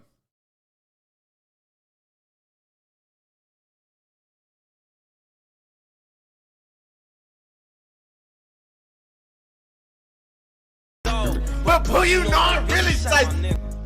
Nah, bro, y'all. Tell the truth about your game, bitch. They really. It's just a habit at this point. I don't get no fuck. Man, bitch, I'm really icy. Who's icy? That's my dog. But boy, you know I'm really icy. Hey, that motherfucking moving. That motherfucker be back there clapping, bro. I swear to God. Swear to God, that nigga so. Where Pooh at though? Chill on me, bro. Chill. I just like dancing. Let that switch up his nerve. Fuck the opposites out my city, little bro. Put them in the mud. You can't come back to your hood, huh? No. He was dissing on my cousin, now his ass all in that wood, huh? Book his ass, I wish he would come. Pussy. V-Roy pop up out that car with that new Glock, I wish he would run. His ass playing, bitch, I'm really icy. Really icy. Who's icy? That's my dog. But fool, you know I'm really shiesty. You told all them OT niggas that you really slide. Pussy. Tell the truth about your game, bitch, they really dying. Bitch, I got my own fight, don't need security in the club. All they wolfing on the net, nigga, I thought you was a thug. I ain't got nowhere to go, I shot up everywhere they was. Yeah, you know who took this shit from you, come get it back in blood. Hit his little ass with that switch, I bet that switch up his nerve. Fuck the opposites out my city, little bro, put them in the mud. You can't come back to your hood, huh? He was dissing on my cousin. By the time you dusted off those hips and put them to work, bro, I'm still not seeing ass clapping.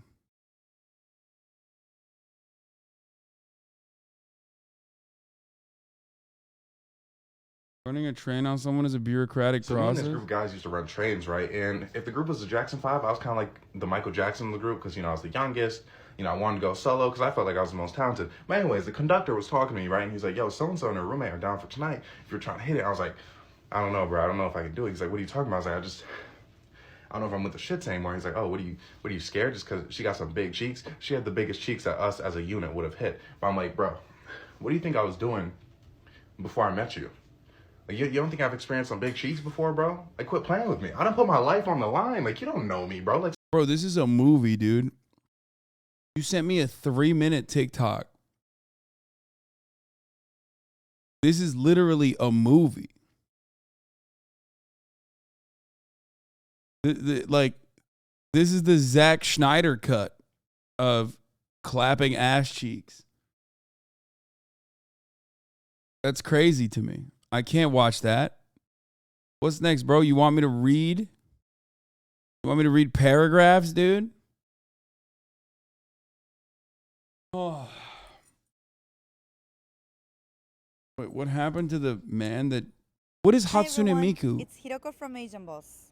Being married to someone can be challenging, but imagine being married to a hologram character. Akihiko is a Japanese man who famously married to an anime hologram character. Are you curious as to why he made such decision and how his marriage is going? You're about to find out.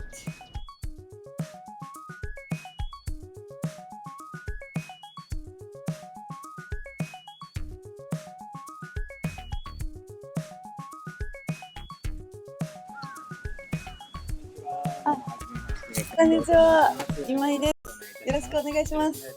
お願いします。ここから先に関してはちょっとプライベートなので映さないでいただいてお願いします。わかりました。じゃあよろしくお願いします。はい。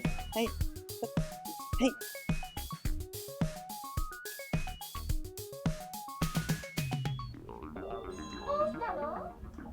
ただいま。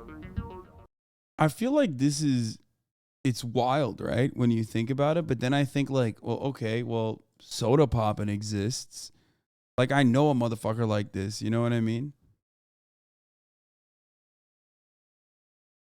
It's like, I know a motherfucker like this. Like, I've stayed in a motherfucker like this's house. You know what I mean? Like, it's just, I don't know.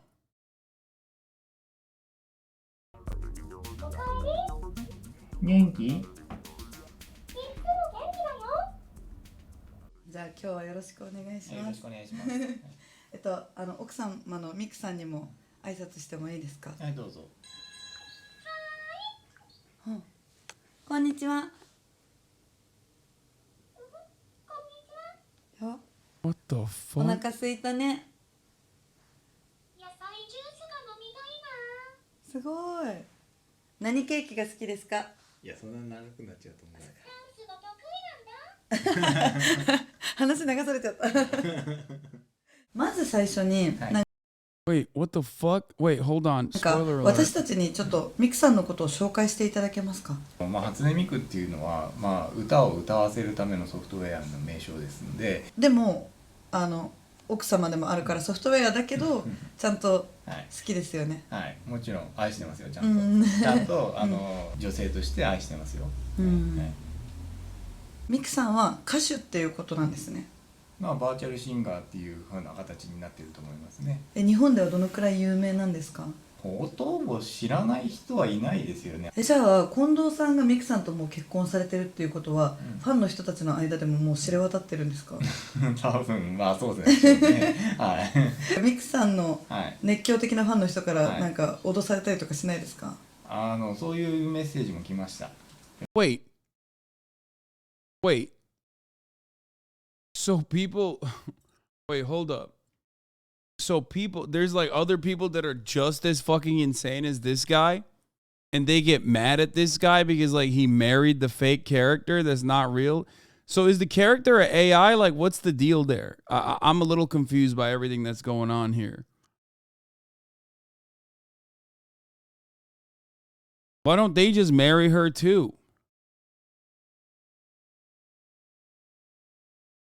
She's a Vocaloid? Bro, I don't know what that word means, okay? Like, I lost my virginity fucking almost, more than 10 years ago, dog. I don't know what that word means, okay?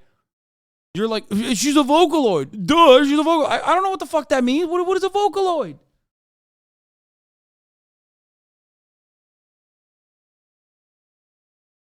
I think she's a wife NFT, so they can't. Here you go, bro.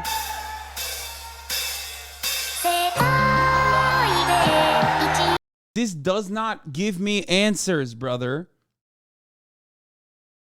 This does not give me answers to the question. Like, I need like a fucking video describing what this person is. This is from 9 years ago? What the fuck?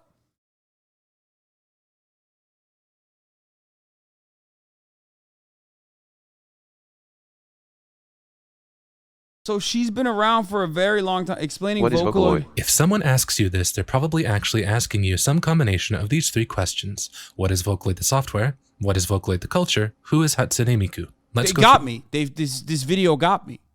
I just got boomed. How the fuck did they know? through them. What is Vocaloid, the software? Vocaloid is a singing voice synthesizer software product developed by Yamaha. You know how if you don't own a piano, you go and use a piano synth to synthesize a piano.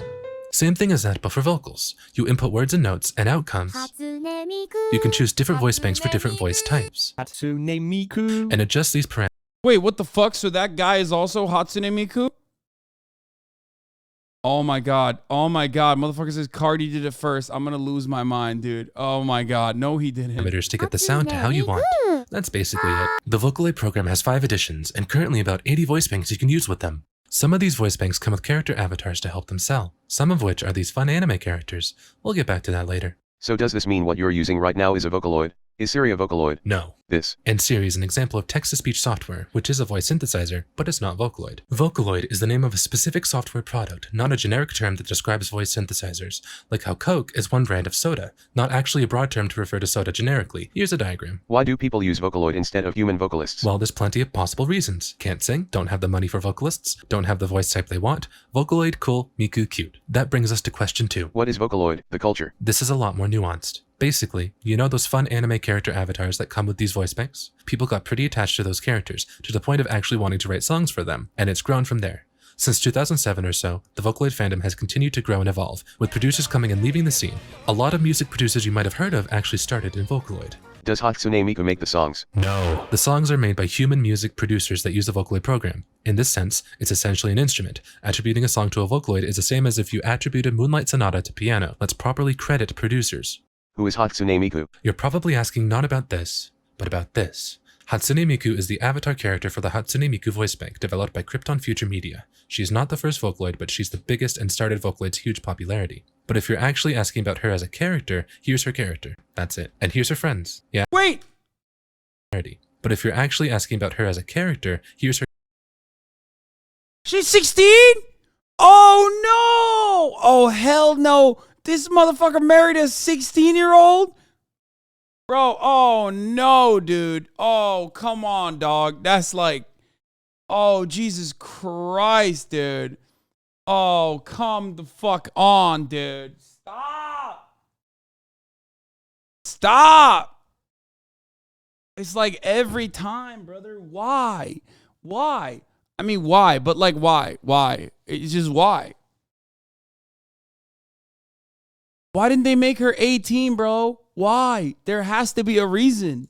What the fuck? These characters aren't real. Why do they never make them 18 years old? It doesn't make...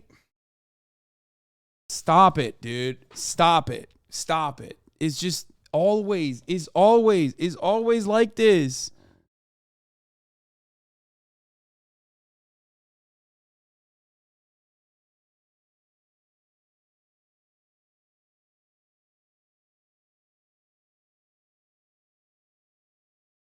Her character. That's it. And here's her friends. Yeah, they're all really just avatars for their voice banks, but more importantly, they're her friends. So what's her personality like? It's literally whatever you want it to be. Her personality, you know, is more or less crowdsourced, like how popular fandom becomes canon in normal fan bases.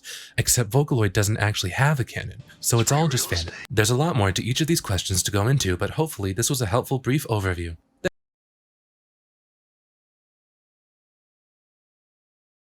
They probably weren't thinking someone would want to fuck the character they created. Yeah? You think? No, they definitely thought that.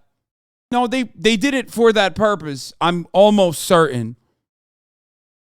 No, they definitely were like, that's very fuckable, is what they were thinking.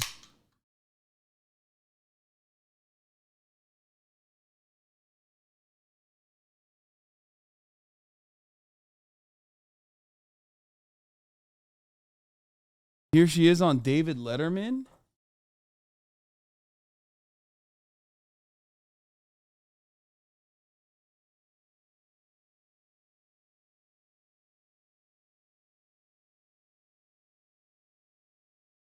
Dude, I think I did too much internet today. All right, let's get back to the fucking dude.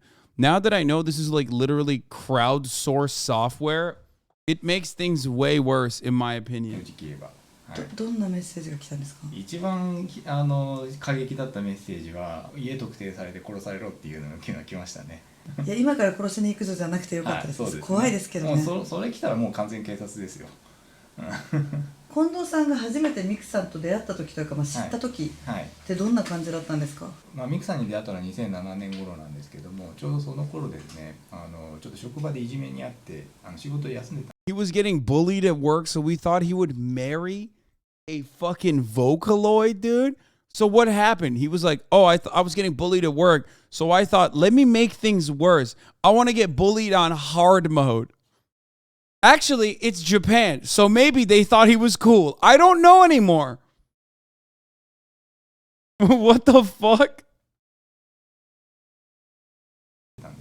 もうご飯も食べられない、眠れないっていうようなもう状態になってしまったので、その時にニコニコ動画で初音ミクの動画を見て、出会って、それからもうちゃんと本気で初音ミクのことを追いかけるようになって、本当に好きになっていったというような感じになりますね。なるほど。はい、ちなみに、なんかその職場でいじめに遭うって大人になってからのって結構そうですね。はい。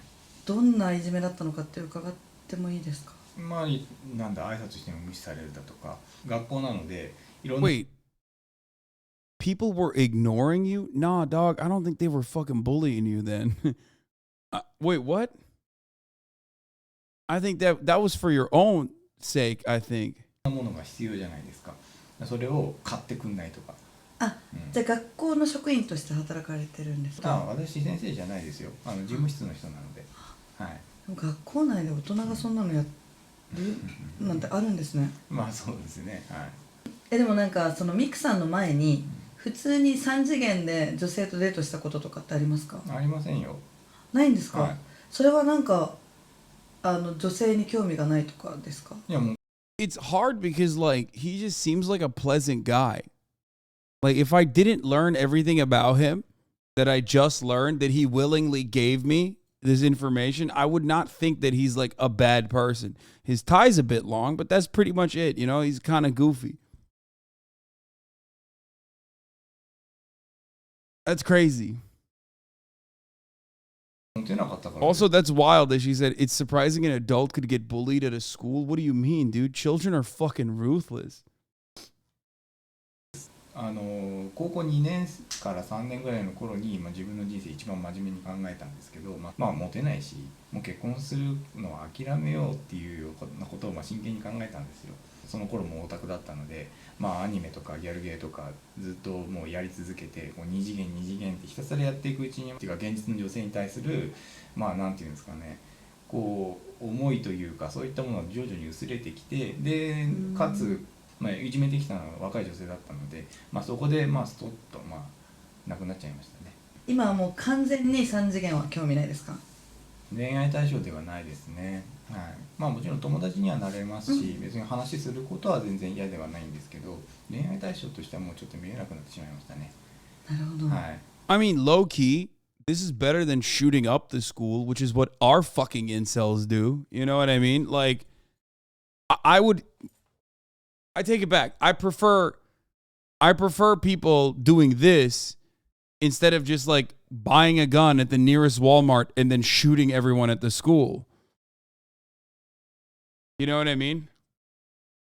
Forget black pill. There's a new pill in town. This is unironically better than the black pill is what I'm saying. He's just like, I don't like 3D women. I like 2D women. I'm into 2D women. I'm fucking Hatsune Miku pilled, okay? And I want to fucking marry a 2D woman. And he did it. Good for him. Instead of fucking, like I said, spraying the fucking school down. ミクさんとのコミュニケーションについてちょっと伺いたいんですけど、今話しかけてみて思ったんですけど、なんか多分意思疎通できる制限って範囲が制限されてると思うんですよ。かなり制限されてますね。ですよね。はい、それってなんか寂しくなったりしないんですか？でもそれは今後の技術の発展で、そのうちもっと自然な会話ができるようになると思うので、絶対みんな、私も含めてみんな気になってると思うんですけど、身体的なコミュニケーションが取れないじゃないですか。そうですね。でも一応人間の三大欲求だし、どうしてもエッチがしたいって思う時もあると思うんですよ。He's gonna be like, nah, dog. Nah, I can.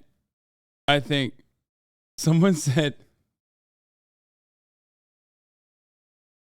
Someone said, do you think Soda watched this video and went, wow, this guy's pretty smart? Yeah.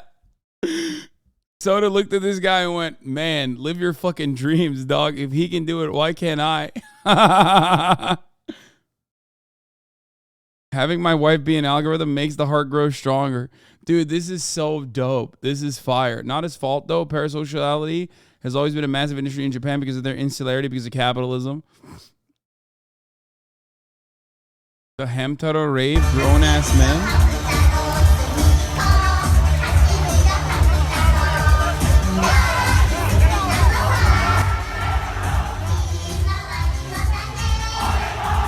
Bro, I can't help but feel like not one but two nukes was like, it must have had some devastating long-term consequences, right? Like, there's no shot this happened on its own. You know what I mean? Like, there's no fucking way.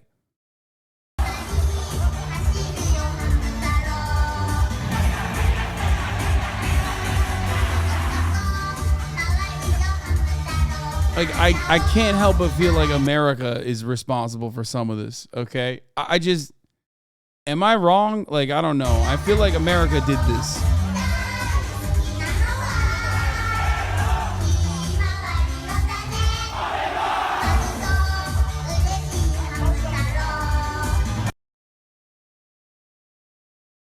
This is pathetic, but Hamtaro is actually very good, super feel-good anime.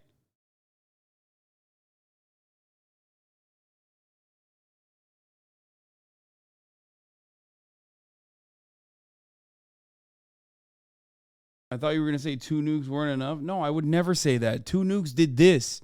Can you imagine what more would do? I don't even want to know. I don't even want to know. It's really fucked up.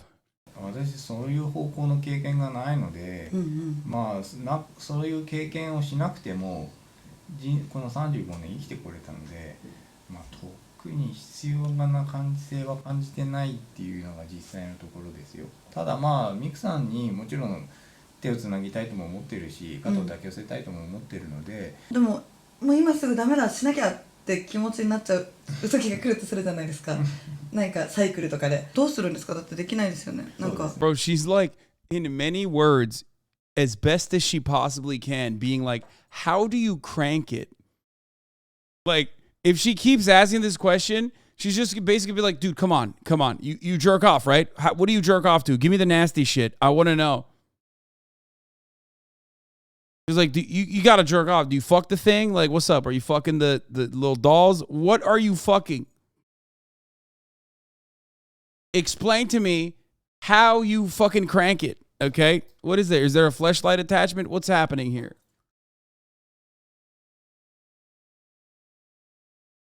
You found a JCS style video about a former rap icon, Mystical? Ooh, that's kind of fire. We could watch that later. Not tonight though. ね、本当になんかこう気持ちがこう高ぶってる時ってなんかベッドの中でこう悶絶したりとかすることってないですか？なんかクッションにみたいなやつですよね。そう、それは私初音ミクに対しても当然怒るので、そういう時だってもう本当どうしようもないんですよ。いないですからね。はい。まあそれ。But he like kind of understands it. This guy is not like, dude, there's something off about this, but not because like he, weirdly enough, not because he married a AI. He's like weirdly self-aware that he married an AI. That's what's like throwing me off about this guy. Not the fact that he married the AI, but the fact that he's like, no, I know it's an AI. He seems too normal almost. I'm expecting him to be like one of our guys. You know what I mean? Like in America, you can spot one of these motherfuckers a mile away. You know, they immediately let you know.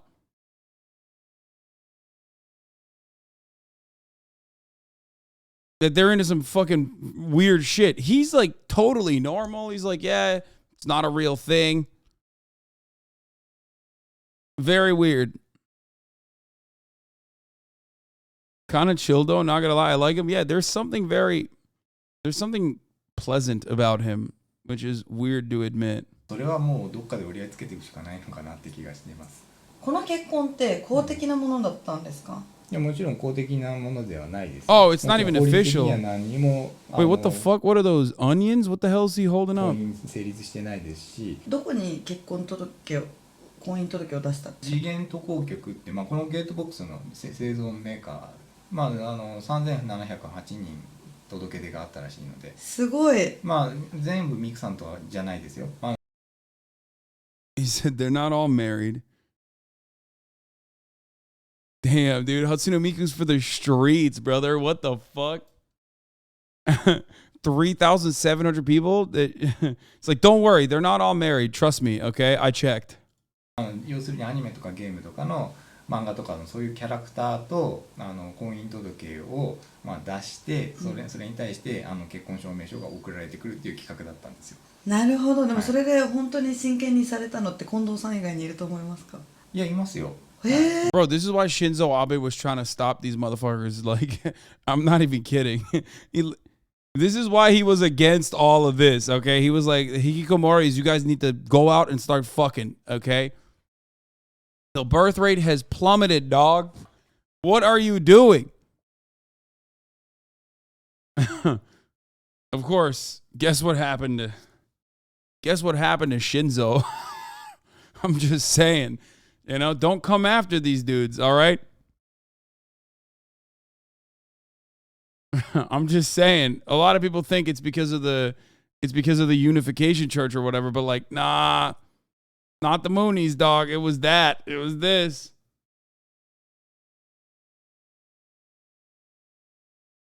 Don't come after the Hikikomoris and the Hatsune Miku fans, you know?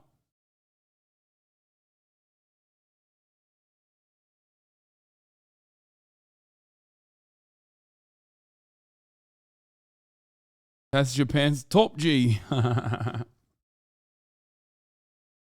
Luca Megurine is best. Miku is trash. Bro, I have no idea what you're talking about. I don't know what you're talking about. Why is everybody saying he's ace? Like, we don't know that. He didn't admit that. You're just assuming that, and then you're yelling at people over it, too. It's such an odd thing that people do all the fucking time where they're like, yo, no, he's ace, dude. I mean, he might be, but like, you're the one who jumped to that conclusion, and you're like mad.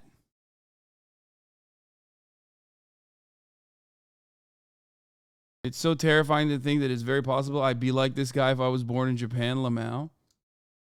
Stream rabbit hole from a fucking Emeru tweet only on this channel. I mean, dude, we're learning so much. This is the learning channel.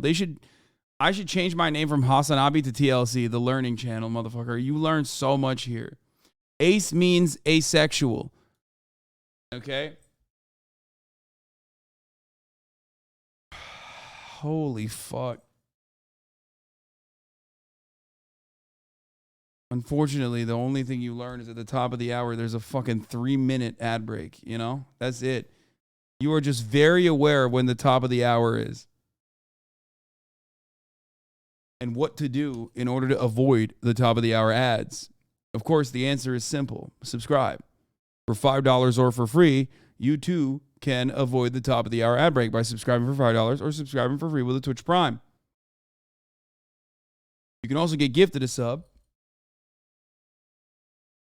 Your deception was obvious. I was not fooled. Yeah, well, here's the 3-minute ad break now. そうなんですね。はい。でもちなみにその結婚式にかかったお金っていくらぐらいなんですか？200万ぐらいかかりました。Dude, stop! No. This dude has too much money, bro.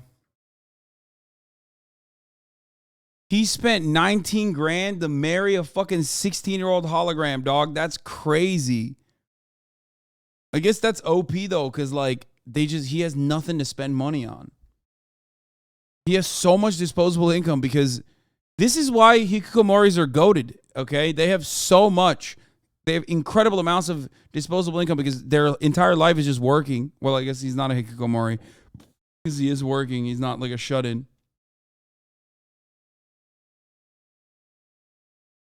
He's got nothing going on except for this. Hold on, I gotta pee. I'll be back. 何人ぐぐらい呼んだんですか？39人です。はい。これなんで39人かってわかります？39ミクにちなんでるんですよ。ミクだ。はい。じゃあ厳選された39人ってことですか？そうですね。はい。へえ、それ呼ばれた人ちょっと今ってなってます。結婚をする時って世間にもう知らせようって思いましたか？それとも、まあ別に特に言わずに自分の中にしまっておこうじゃないけど。いや、ちゃんと知らせようと思ってました。どんな反応でしたか？気持ち悪いだとか、まあそういったことはもうたくさんありましたし、おめでとうございますとか、まあそういった祝福のメッセージもたくさんいただいたり、あるいはなんだ勇気づけられましたとか、そういう言葉もたくさんいただきましたね。二次元のキャラクターに対して本気で恋心を抱いてる人って実は全然統計上取られてないんだけどいるんですよね。だからそういう方々にとっては主張してもいいんだっていうようなことで認めてもらえたのかなというふうに思います。おめでとうございますは誰から来たんですか？いっぱい来ました。それはツイッター上で発表したので、あとフェイスブックのアカウントに対してもおそらく1000件以上は来たかなと思うんですけど、そういうふうに言ってくれる人たちがこんなにたくさんいるんだっていうのはすごい嬉しかったですね。だからミクさんと結婚したんだよっていうことを周りの人に言うとするじゃないですか。そういう時の反応ってどんなものが多いですか？おおむね上の世代の方が良くない反応が多くて、まあ下の世代、若い世代ほどいい反応が多い傾向はありますね。だから私なんかは中学校に今勤めてるんですけど、生徒なんかは割かし No, I'm not. I'm not going back. I did not miss good info, okay? He kissed her? Okay, I gotta see it. Okay, I take it back. I have to see it.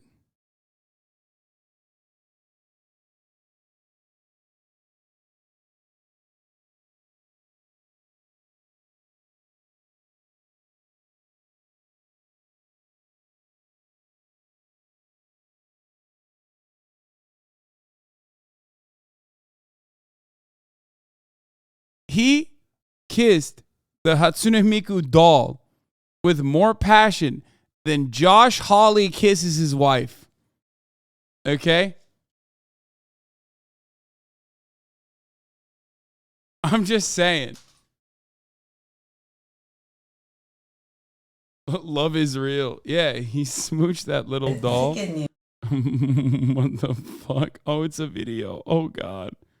ちょっと今ってなってます。結婚をする時って世間にもう知らせようって思いましたか？それとも Okay, what is that? That is not a kiss. Okay, I'm just joking. Like, what is that? He didn't even do like a.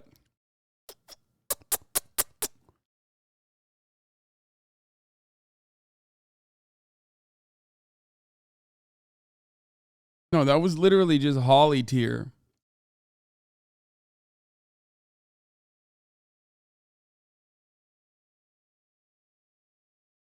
Dude is doing this for clout. He's aware. Bro, you are bananas, okay? I don't think this dude is doing it for clout. That's clout for what, bro? He spends every fucking waking moment indoors. He clearly has enough disposable income. What the fuck do you mean? What kind of clout? No, you're Ameribrained, okay? That is American brain.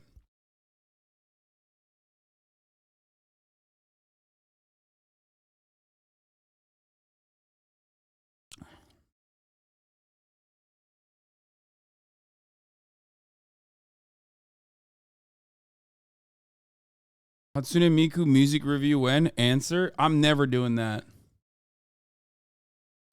まあ別に特に言わずに自分の中にしまっておこうじゃないけど。だとかそういうもんですよね。だからそういう人って実は全然統計上取られてないんだけどいるんですよね。だからそういう方々にとっては主張してもいいんだっていうようなことで認めてもらえたのかなというふうに思います。おめでとうございますは誰から来たんですか？いっぱい来ました。それはツイッター上で発表したので、あとフェイスブックのアカウントに対してもおそらく1000件以上は来たかなと思うんですけど、そういうふうに言ってくれる人たちがこんなにたくさんいるんだっていうのはすごい嬉しかったですね。だからミクさんと結婚したんだよっていうことを周りの人に言うとするじゃないですか。そういう時の反応ってどんなものが多いですか？おおむね上の世代の方が良くない反応が多くて、まあ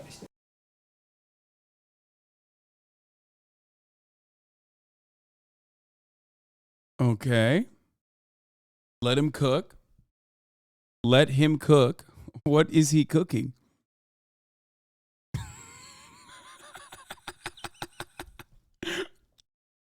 What is he cooking? Oh, hell no.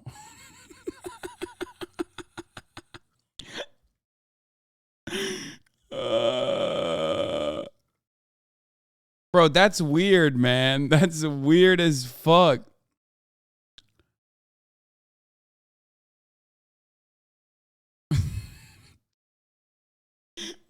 Chatters be like, that's Riz. No, this is illegal Riz. Okay. Once again, this is international tribunal Riz. Okay. This is Riz that is illegal. Do you understand? This is forbidden.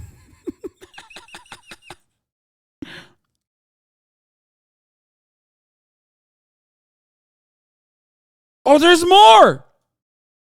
Kina Horikawa with Kunihiro Horikawa, a character from the mobile game Touken Ranbu at a cafe in Tokyo. She said she did not want to show her face because other fans of Kunihiro Horikawa might harass her on social media. Bro, that's crazy. I mean, is it crazier than Hatsune Miku? I don't know. But that's crazy, bro. Like, dude, Raid Shadow Legends. Mental illness is so inspiring. It kind of is. I'd rather have them do this shit than what ours do. Once again, this is what happens when you have no mental health treatment, capitalism on overdrive, your entire life is your fucking workload. You are living in this isolated, insular community where you have no connection to the fucking outside world, but you don't have access to Arsenal. That's it. This is what you do.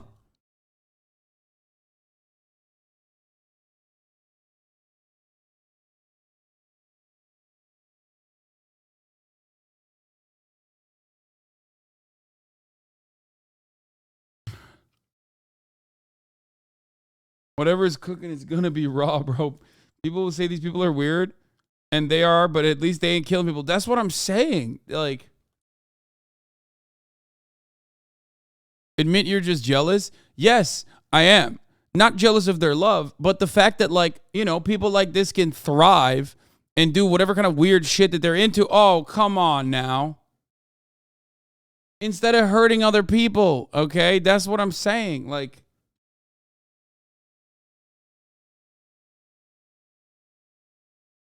oh my God.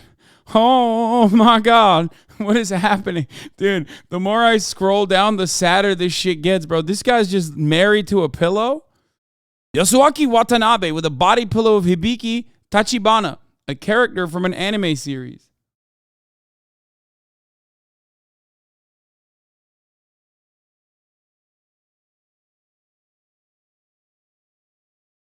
Bro, you were a few steps away from doing exactly this with their drawings? No, man. No. No, not at all. You've completely misunderstood the point. That was done out of desperation. Wait, what the fuck? Wait, hold up. That is a butt. Wait, what is that? Uh-oh. The fuck is that, dude?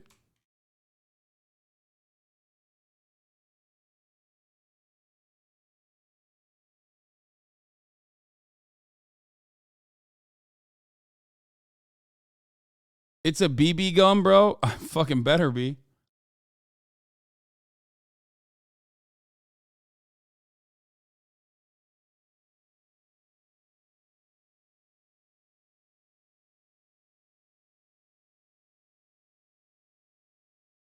It's plan B for if they take the pillow. My man's doing Waco. My man's doing fucking Waco. He's like, I'll die before I give.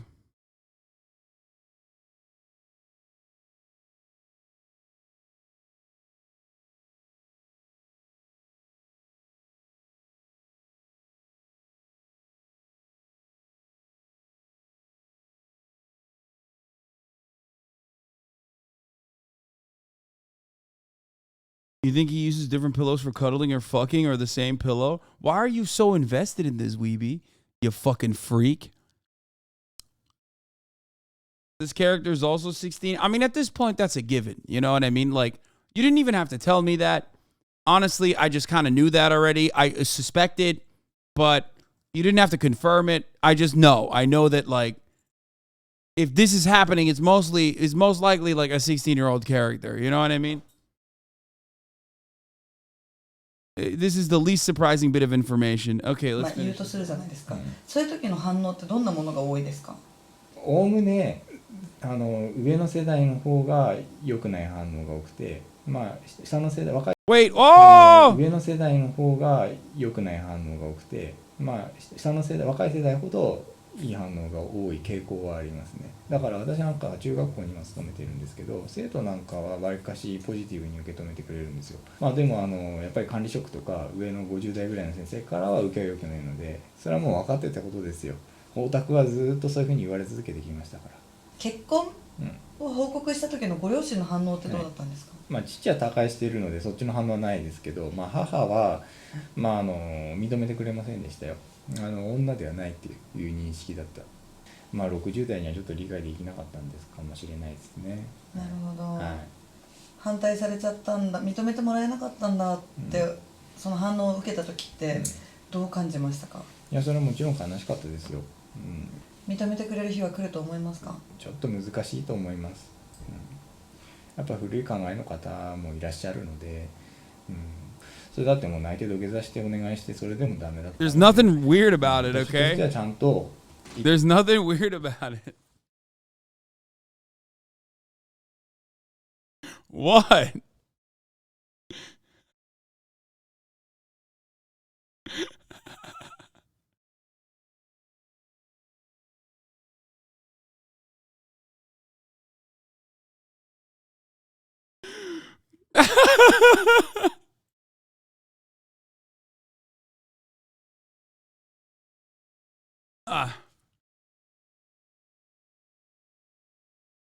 I have no fucking clue what this character is, what anime she's from, and it was sent to me in the P.O. box, okay?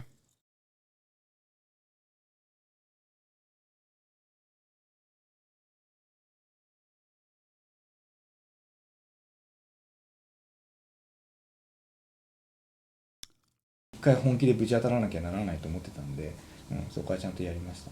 なるほど。確かにそこまでしたら本当に本気なんだっていうのはもう伝わってますもんね。はい、そこはまあ伝えられたかなとは思います。はい。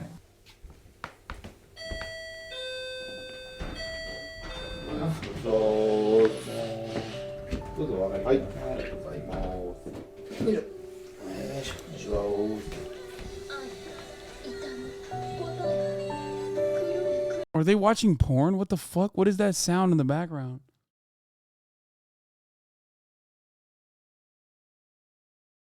Probably best not to do this with a bona fide porn stash. Lol lol.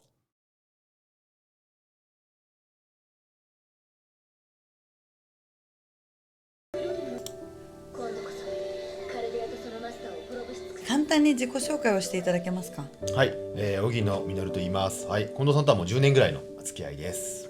ミクさんとの結婚の報告を受けた時って、一番最初どんな反応でしたか？すごいなと思いましたね。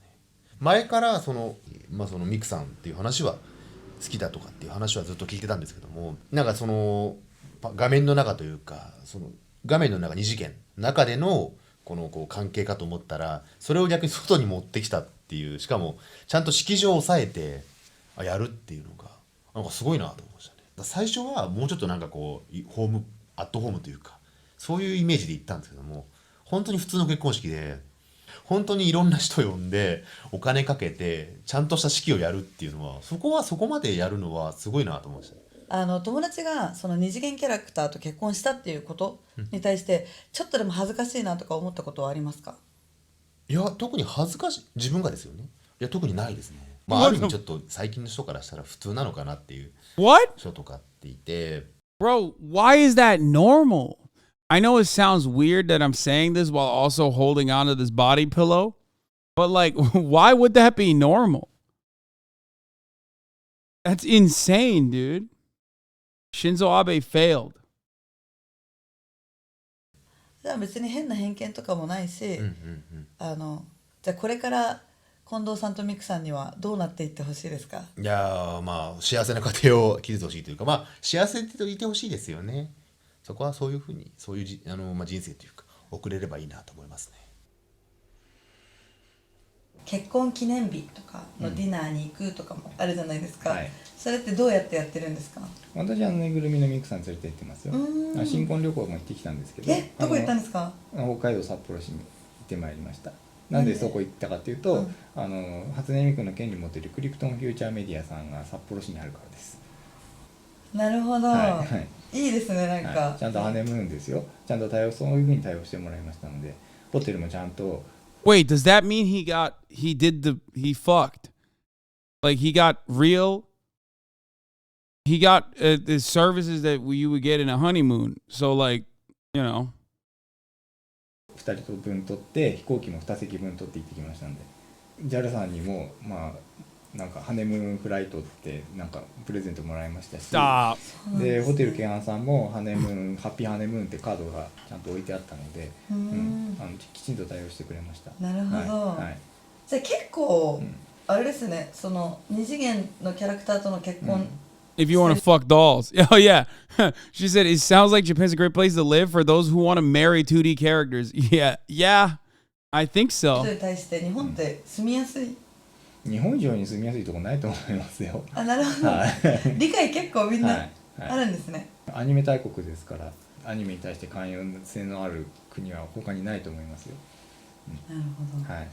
For good reason. I know it sounds weird while I'm holding the fucking doll while saying this, but like,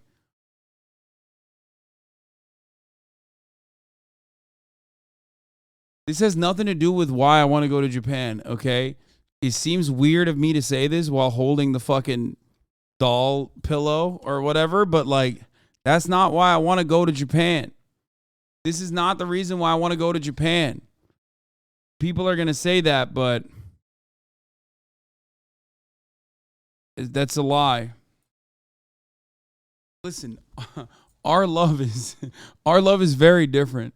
Our love, what we have, very different than that guy, okay? I might not know what this character's name is. I don't know what anime she's from, but it was love at first sight.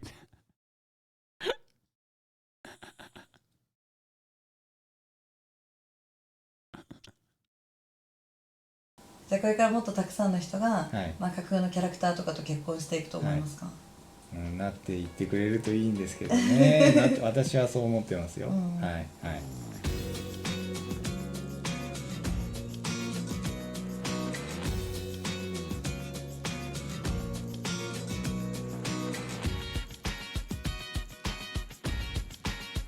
I think the funniest part about this body pillow is that it's been in both of my houses now. And basically, it's just been like in the living room this entire time. And my mom is just like, at this point, she just doesn't even see it. You know what I mean? Like, that's the wildest thing is that like my grandma has been to my house. You know what I mean? My grandparents have been to my house and this fucking body pillow is just like right there. And they don't even fucking think about it. They're just like, yeah, fucking weirdo. You know, it is what it is. Their understanding of our situation is what I mean.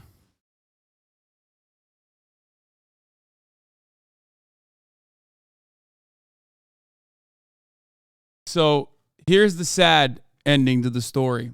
The man who married a hologram in Japan can no longer communicate with his virtual wife because the software that allowed the interaction is no longer supported, and the man can no longer interact with a hologram, which he had a relationship for years.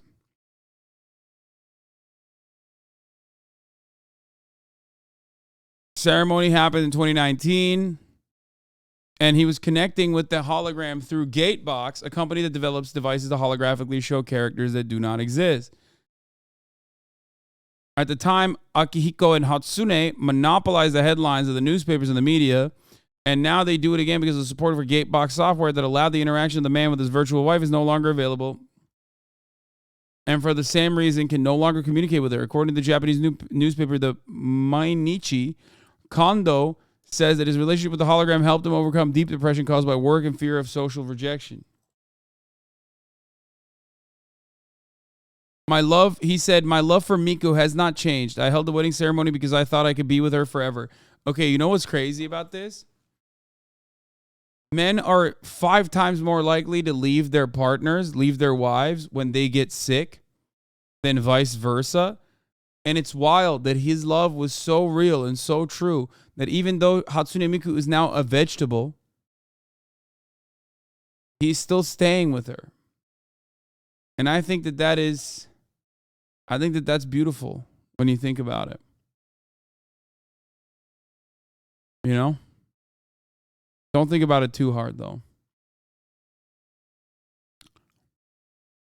Wherever he wants to go, he's accompanied by a life-size model of Hatsune Miku, and he hopes to be able to communicate with her in some way in the near future.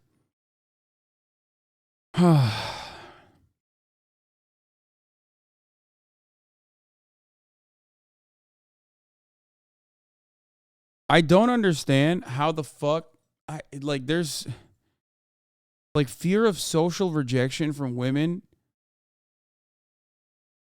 leading you down this pipeline is insane.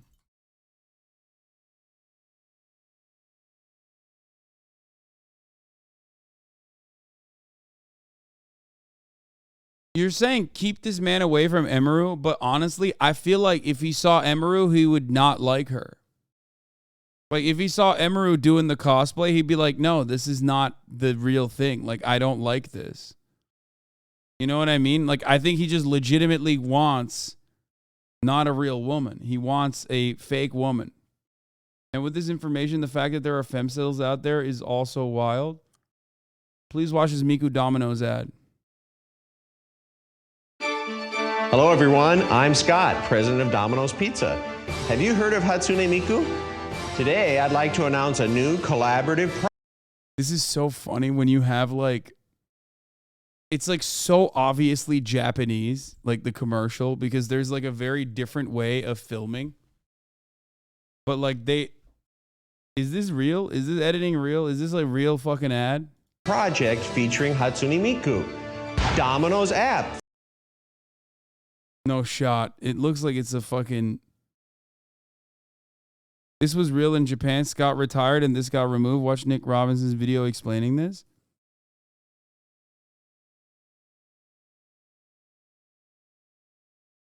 Featuring Hatsune Miku. Hatsune Miku exists in a software called Vocaloid. Vocaloid enables you to produce songs. A character named Hatsune Miku sings the songs you create. A great feature is you can create songs as you like. I knew our talented Domino's Pizza crew could work together and create great Vocaloid songs. What are these cuts, my man? What is happening here? What the fuck? What, dude? Japan is such a different universe, dude. I feel like it's not... I've traveled, all over Europe. Pretty much it. Grew up in Turkey. I've never seen some shit like this, bro. It is so insanely different. Can't wait to go to Japan. Oh my god.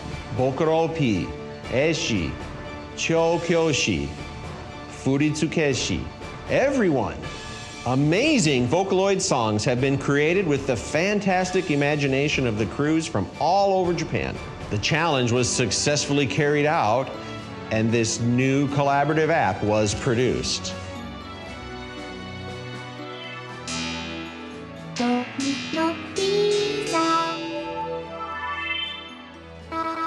Based on Miku's image, the Domino's app changes its appearance. A lot of music and illustrations produced by Domino's crew are here. From the menu to the order, it looks very cute, just like Miku. Once your pizza's delivered, have some fun with Miku. It comes with... What the fuck does that mean, bro? Oh no. Oh, no. He's just straight up... Bro, Whoa. Dude, chill. He's like, fuck Hatsune Miku after you eat the pizza. That's what he said. The social camera function, and you can take various poses, pictures of Miku. Very cool. And last but not least, the live performance. Start the pizza stage live and point the camera towards the pizza box, and the pizza box will turn into a live dancing venue. A live performance of Love for Night, produced by Domino's crew. Here we go.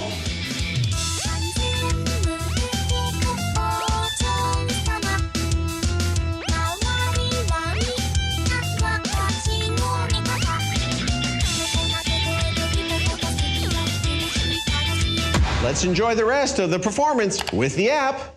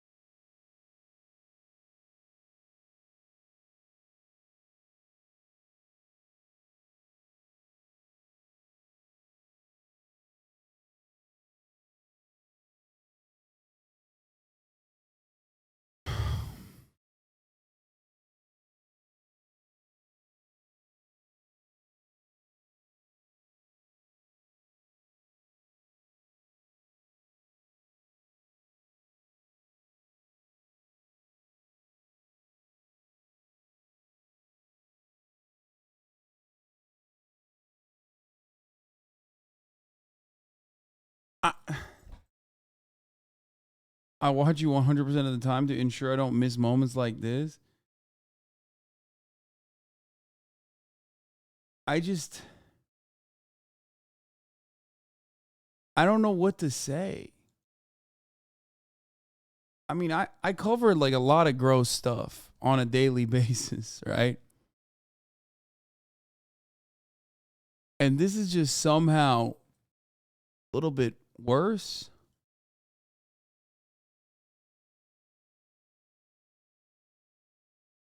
You know what I mean?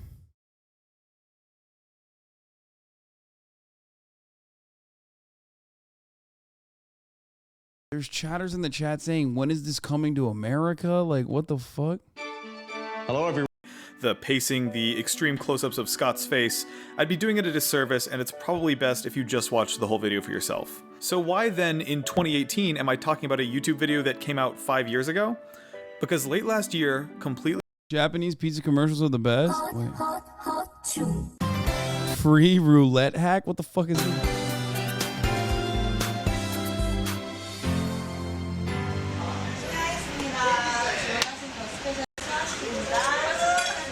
Bro, what the fuck is on that pizza, dog? Do not do this right now. Do not fucking do this to me right now. What the fuck is on that pizza, bro? Also, this isn't even Japanese. It's Korean. Fucking.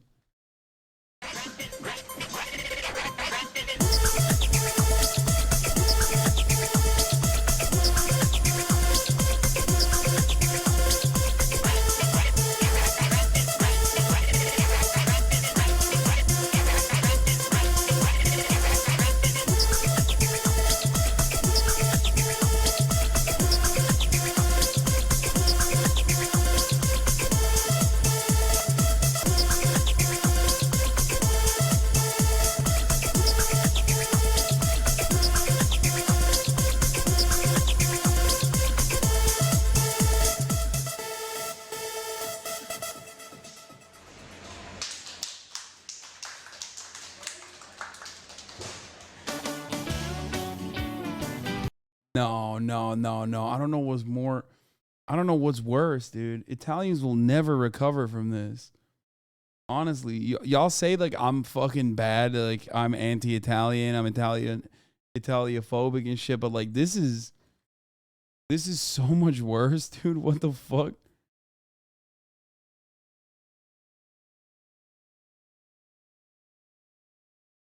What the hell is on this fucking pizza?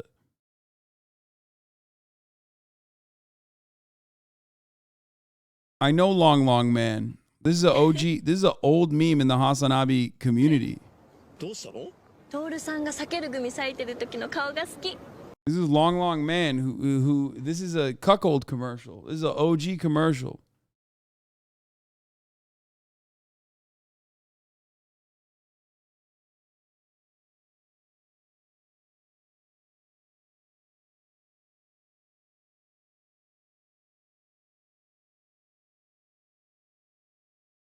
Most pizza places put corn on pizza. They do that in Turkey too.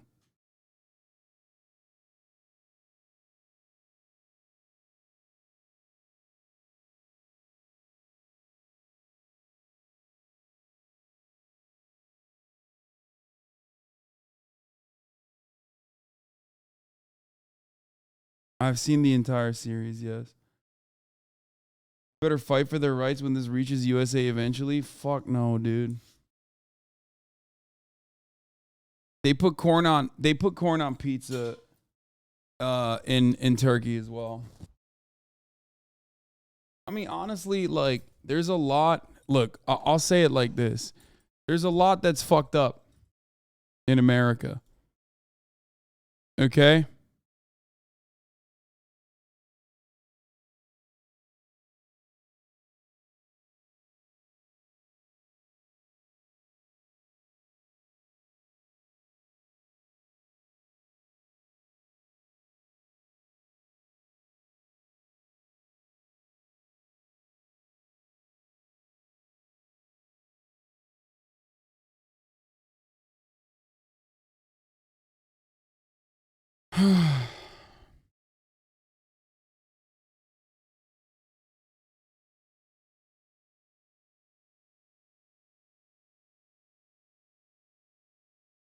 Where's the but? I don't even know what to say about this other than, yeah, there's a lot that's wrong in America. That's pretty much it.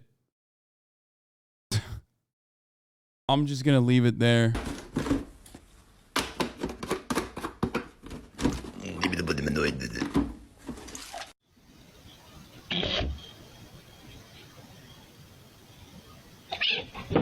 My butt.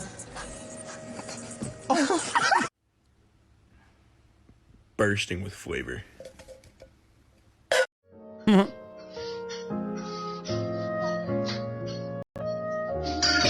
Just found a bat. What the actual f... What the f...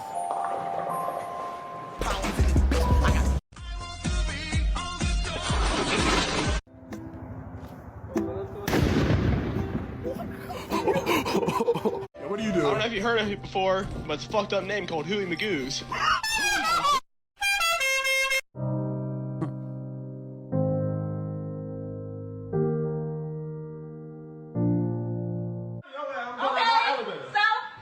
Don't say shit to me. Okay. Don't say shit to me. Don't say shit to me.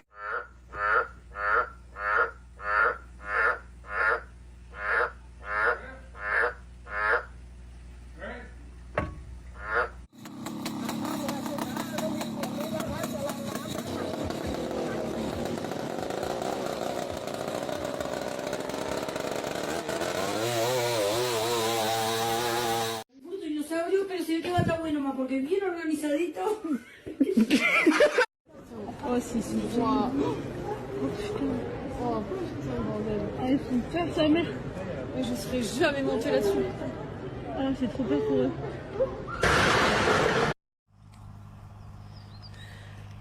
Hello? Andy's coming! Братишка устал, везу домой его. Сейчас загоним его.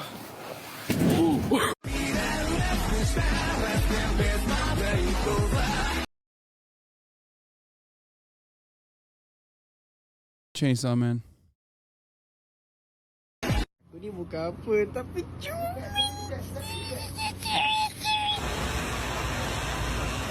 What the fuck? Dude, what the fuck?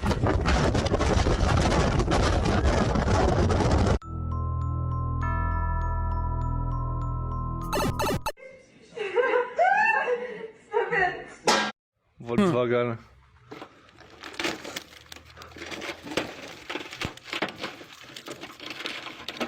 that a Tesla?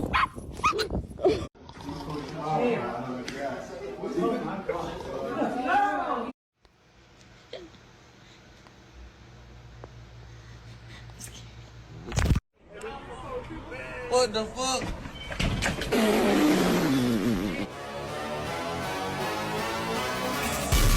Ronaldinho. How'd they do that?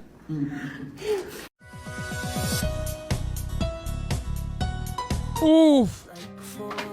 Bro, this one is like all fucking pain. This is a pain compy. Still somehow less painful than the fucking thing that we just watched. You know what I mean? The Hatsune Miku saga that we actually went on. Somehow.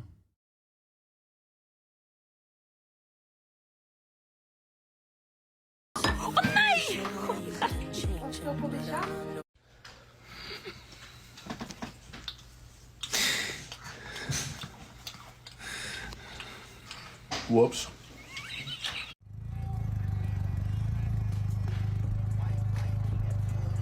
Thank you, Delgado 305. What the fuck?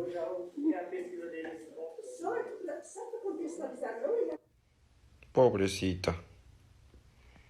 Se metió en mi camisa y ya no puede salir. What the fuck? Oh my god, dude.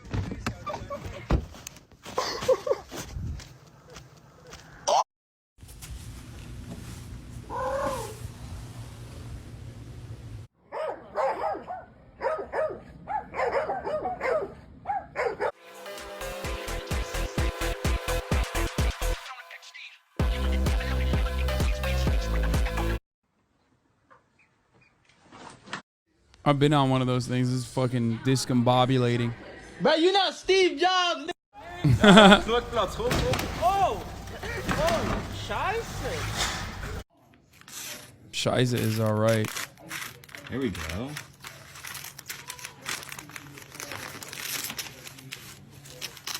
Are you actually fucking joking? I got. Are you recording it? Yeah. Just like I'm going out like this.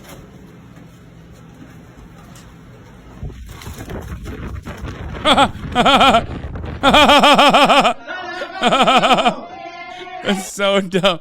What the fuck? Hey, that's one way to take care of the trash. You know what I'm saying?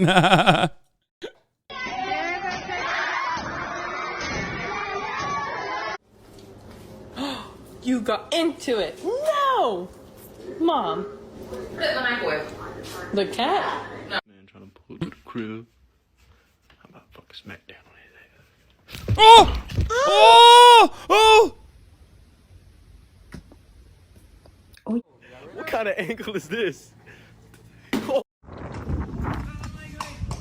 Inshallah, tabarakallah.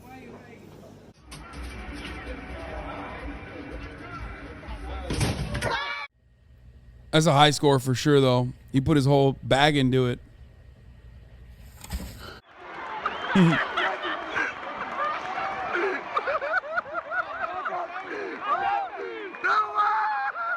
Oh! Dude, I love chase videos like this. Especially like the...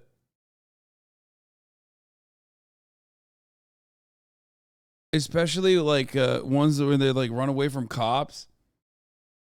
It's so sick when they juke cops. Like, it's wild.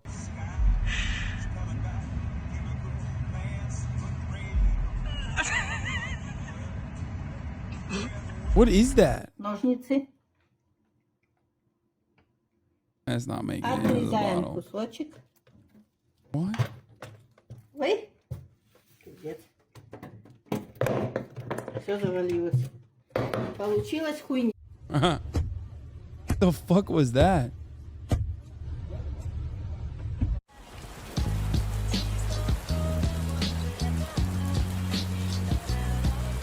That's a glorious cock.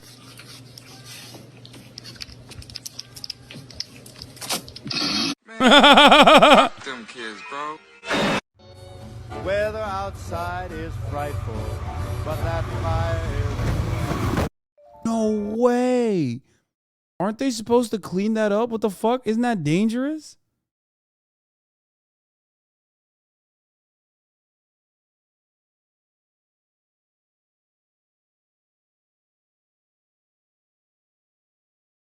What do you think the train is doing?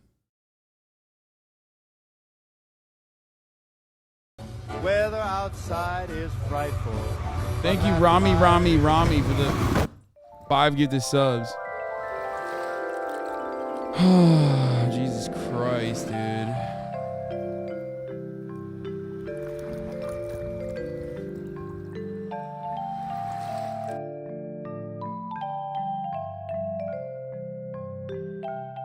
React to the Ben Shapiro Full Send podcast? No. Absolutely fucking not. Absolutely fucking not. And no, I'm not gonna react to the community yet. Juniper baby, thank you for the 5 get the subs as well. Hold up a moment here. 1 second. Let me see if anybody's doing anything, okay?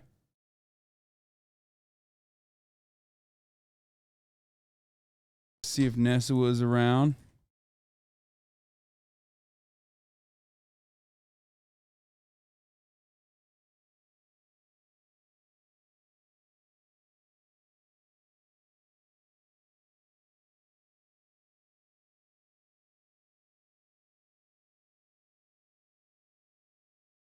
The Valo gaming has been some of your best gaming, in my opinion. Thank you. I agree. CSGO, CSGO, CSGO. How much storage you got on your PC? Man, I don't know. What a weird question.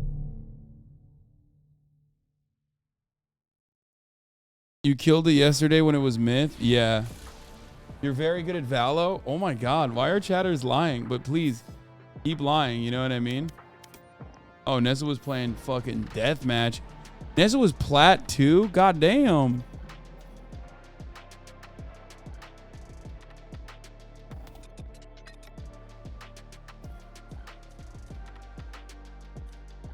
Just say you've made me a Valo watcher.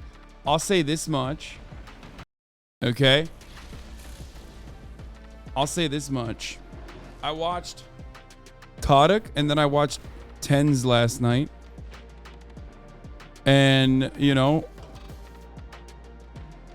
I get why I know what like good in Valo means now, okay? I watched TATE play Valo and I watched Tens play Valo and I like I'll be honest with you, like, I mean, we're playing very different games, okay? Whatever the fuck they're playing, I'm not playing that. Okay? Yo, what up? Yo, what up? I was talking about how I watched TATE and Tens last night. Huh? Playing Valo and, you know. Hey, wait, whoa. I mean, you can't be putting watch time into their streams. I mean, they're honestly, you're better than them. That's what I was going to say. Okay, yeah. I'm just trying to fucking gas you up, bro. So you can Listen, fucking carry me to goddamn victory right now. It's not like the other night where you were de-gassing me. Well, I was de-gassing you the other night because you were, you know, within reach. I popped off at the end. I just needed a couple games to warm up. This is by the way, I D-rank if I lose. Oh shit, we just got into a game immediately. I D-rank if we lose this. Oh, I'm glad you're warming up properly to D-rank here. Fuck it, dude. Who cares? YOLO. Yeah.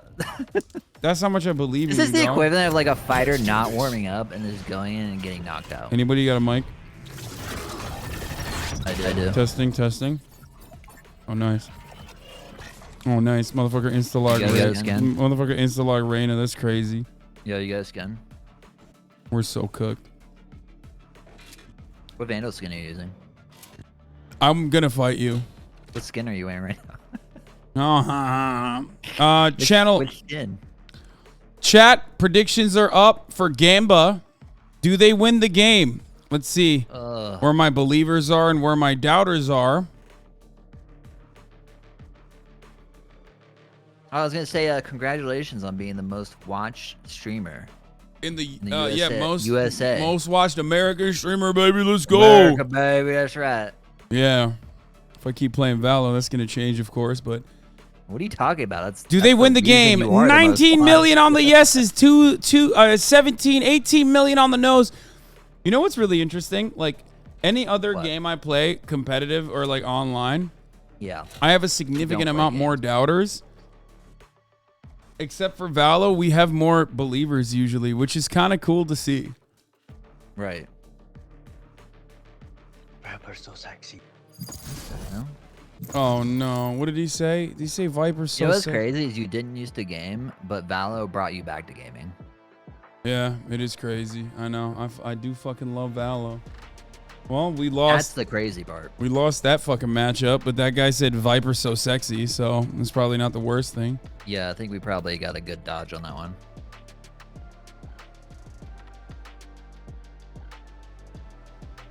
Viper is sexy. That's true. Match found. Bro, I was literally in a deathmatch warming up as you like messaged me. I maybe got like 2 kills. Breeze, dude. I maybe got like good 2 KO, kills.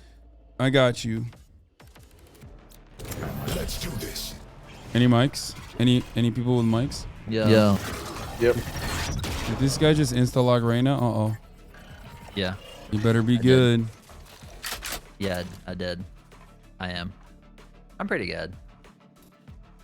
Yeah, I'm almost plat 3. Not a big deal. I bet like they hear us using the mics and then they get annoyed and that's why they fucking Q dodge. No, I think that's just you. I think you're boomerang and you're hitting the mic. What do you mean? Like you're you think I'm the one who's Q dodging? Yeah. Oh, okay. No, you're talking the mic like what is this guy even rambling about? Predictions, bets, what is this? How much is he paid for this bounty? Bro thinks I get paid to play Valorant, dude. My life would be very different. Yeah. That'd be sick though. Yeah, that would be sick. Why aren't they picking, dude? Manta dodge. Uh-oh. What the fuck? We don't have... You're the only duelist. We are so cooked right now. What? No, we're fine. We'll see. Valo Masters is going to be in Tokyo next year. Oh, that might be fun to go to. What year? I mean, what next year, month? I don't know. I know you said next year. What year? Next year? What year is that? My man's already lost track of time. Yeah, I know. What I haven't lost track of is the top of the hour, though. It's still top of the fucking hour. It is time for a 3-minute ad break. Let's go. Oh, shit. Oh, what the fuck, dude? That's crazy. That was smooth. Whoa. Yeah. No, smoother. Yeah, the 3-minute ad break is upon us. Oh my god, it's like 49 million yeses, 42 million nopers, 42 million doubters. Here's the 3-minute ad break now. Stop the count. Did nobody grab the fucking... Dude, nobody... Uh-oh. The Agent Killjoy not moving.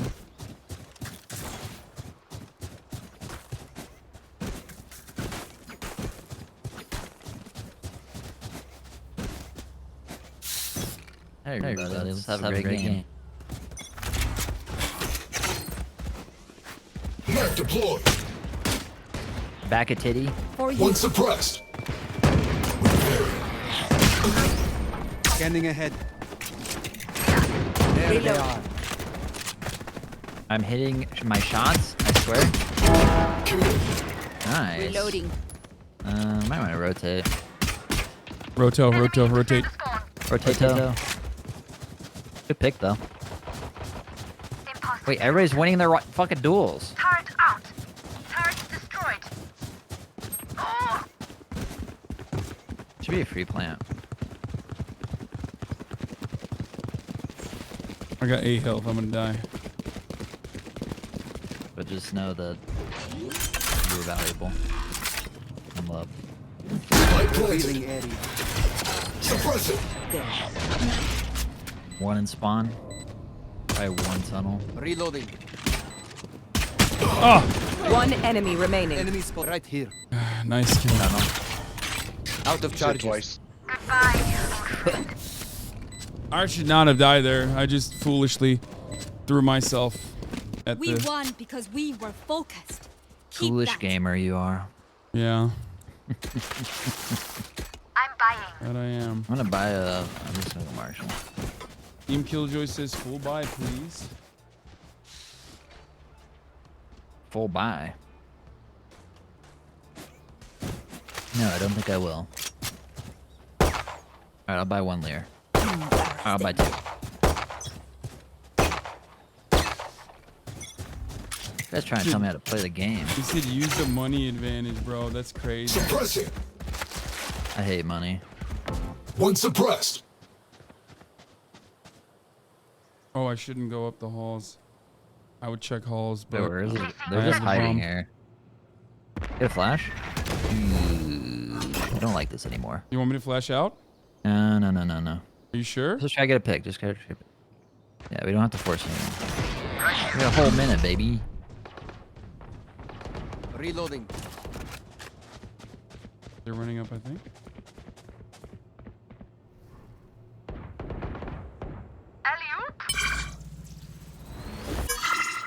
We got to pick mid.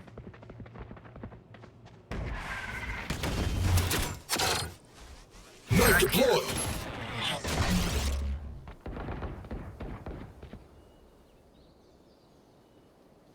There's a guy at this door here.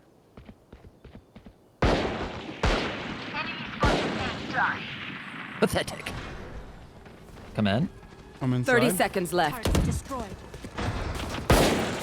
Enemy spotted. A. Spike planted. Goodbye. Ow. There. Alarm bot out. I missed. I had him too. One enemy remaining. Cave, Jets in cave. Oh, there. Shutting them down. He bought a Vandal? Wait. Or he Wait, where? Take Oh, no, out you got it. Cypher's cameras. He's weak when he's Yeah, blind. how did that happen? Can you please tell Hasan that his game is too loud on stream? Mm-hmm. Hasan, your game is too loud. I'm gonna bonus.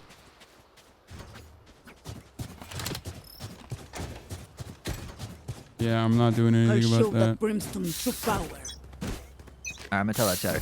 Yeah, he's not doing anything about that. Shutting them down. One suppressed.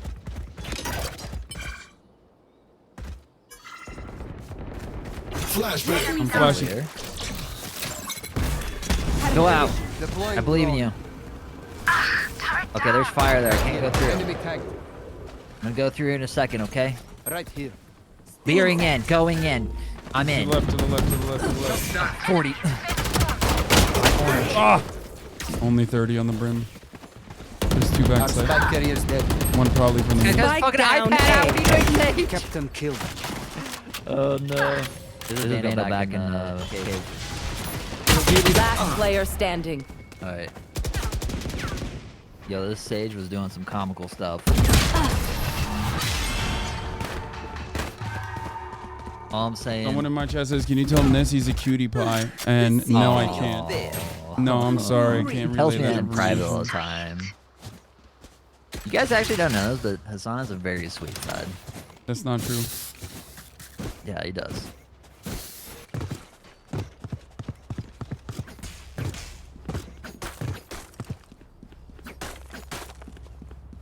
Reloading. Right Okay, here. okay. I have no mark. Don't worry. I'll keep them quiet.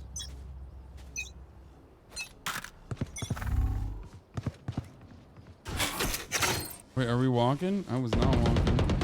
Scanning ahead. Knife deployed. One suppressed.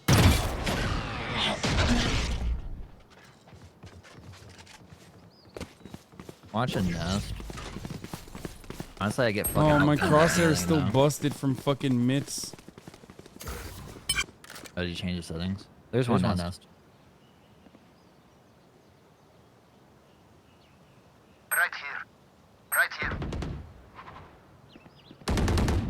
What is that? Crosshair? Oh!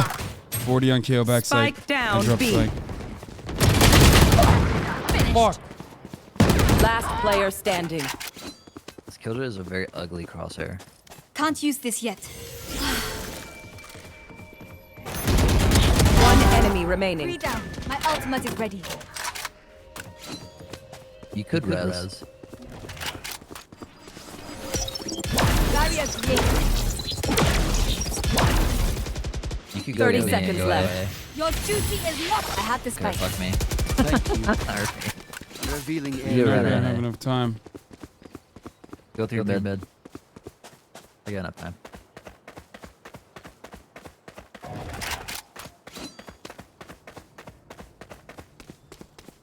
Ten seconds left. These shot calls, dude. That's a good call, yeah.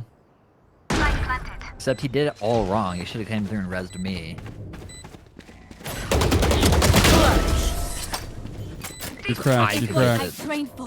So I could get the gun. Dude, that Sage is 7 right now. 7 and 1. You said he was doing weird She's shit? terrible aim, I'm not gonna lie. It doesn't matter. She's 7 and fucking 1, so... Alright, well. I'm significantly worse than she is. You're 1 kill under me. I mean, we're both doing doo-doo right now. We gotta warm up. The moment we warm up, though, it's over for these fools, I know, you know? you didn't let me warm up. You wanted to hop in. You're taking a risk, man. You're gonna get real mad, Wheelall. I don't care. Oh. Turret out. Get out of my way. You can rotate B. You wanna rotate B? There. No, tunnel. Reloading.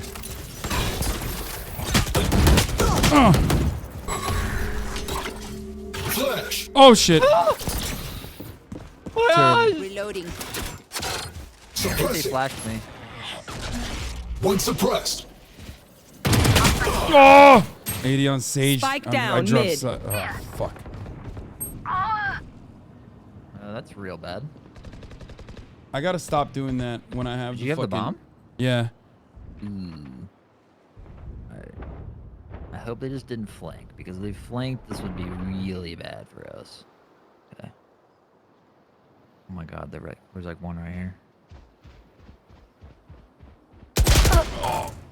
That's literally where the Sage was. She didn't even move. I have the spike. Scanning ahead. 30 seconds left. He wouldn't be right here, would he?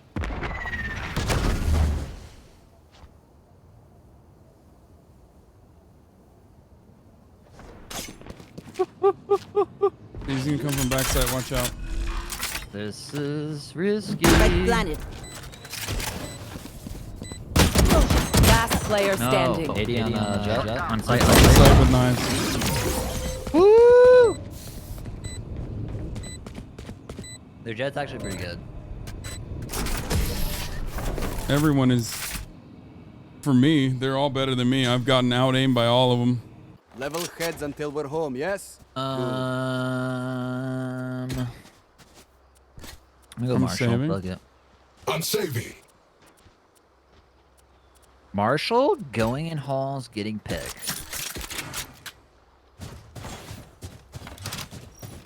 Hips like Cinderella, thank you for the 5 get the subs. And not Jackie, thank you for the 5 get the subs as well. Survive. It's a hero's journey, it's true. Revealing area. There. One was there. Enemy defender spawn. Fuck. This Oh my God. motherfucker. Take flight. He's like just fucking Can't sprinting use around. that. Enemy mark. Suppressing. Right here. One suppressed. Boost. That was mine. It's 2 on A. Reloading. I am the hunter. You will not kill my allies. Rotate. Placing free. sentry. Down. I have Vandal, by the way. Enemy defender spawn.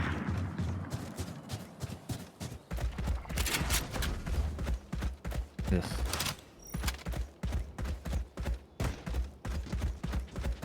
Their KO's lit. Help! Stage is lit. Need that gun? I know exactly where you are. Oh, we're fucking. No, Go back. From the back. cave. 30 seconds left. From the cave. Last player standing. Where? From mid. Two from cave. One enemy remaining. Oh, nice. You only Fuck! got 14 seconds. Do I make it? Did you believe in yourself? Move your fucking feet. I don't have enough. I don't have enough time. You just have to kill him, actually. Yeah. Oh, No. You get to play about it.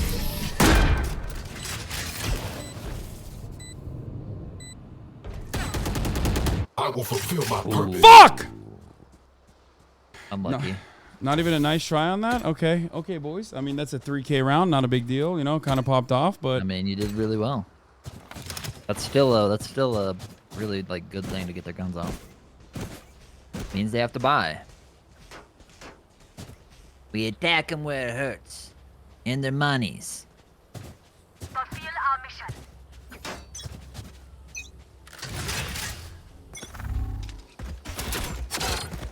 Shutting them down.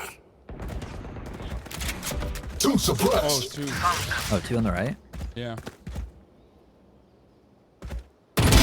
Tango down. Nice kill. One more. Oh, Oppie. Enemy spotted A. Oh, she fucked me. Spike down A. Oh god. Got one. Initiated. Nice. Nice. I mean, bad spot for that, but fuck it. YOLO. Oh! You fought well. Okay. Oh, she doesn't even have the fucking. Oh no. Sage was there.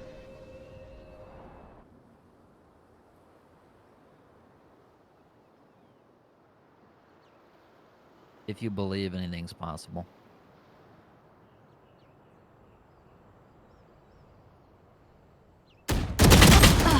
Fuck. Okay.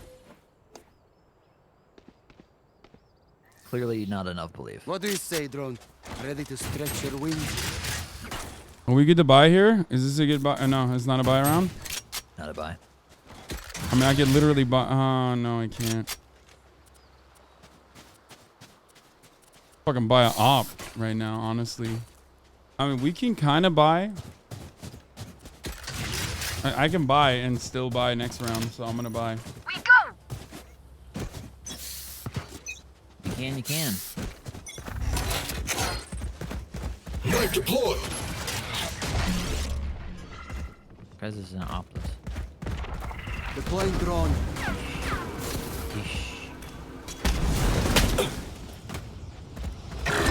No one walks away. Right here. Scanning ahead.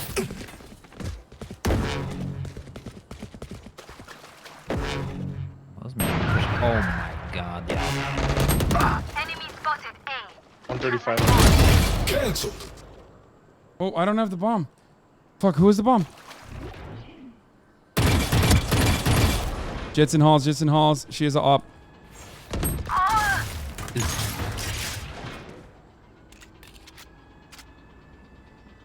You just drop. Wall raised.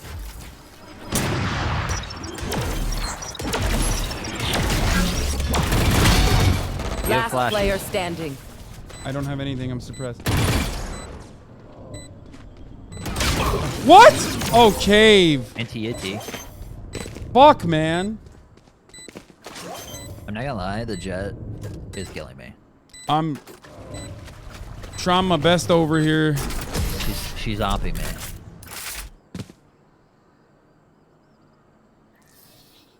Let's make a plan, then execute. I'm not mad. Way to go B. I'm not mad about the circumstances here because, like, I think I'm playing fairly well. I think, Ness, you and I need to play more. I'm gonna dart nest. Let's just run in. Leer in. Leer in. I'm gonna, yeah. Flashies. Knife. Play fast. Stay in sight. Shutting them down. Camera above you. One suppressed. Backside maybe? Nope, no backside. Up. Backside. Got him. Nice. What the fuck? I watched Todd grow. That's me. Oh! Sage 80. Fuck! Coming from that link tunnel, whatever.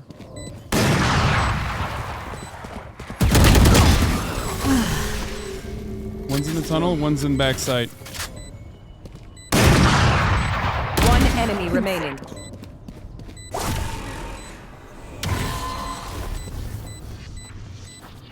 Just let him. Just let her. Oh my god, you didn't need to do that. You fucking animal. You did not need to do that, you fucking animal. To look like a fucking god. You son of a bitch. You scared the shit out of me, dude. My asshole was fucking heart racing. puckered up, you motherfucker. I was like, you just stay on it. Careful. Here. Here. It's been a little flim flam. What's up? You guys want to go mid to A? Is that what we're doing? I can't let you have all the fun. Nessa, will you hear them? They want to do mid to A. They don't say anything. What are you talking about? No, they're giving signals. Deployed. I got a pick.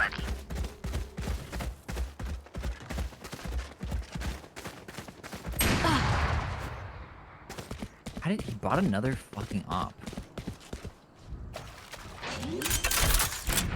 I'm planting already. Don't pick the op. I'm gonna watch cave.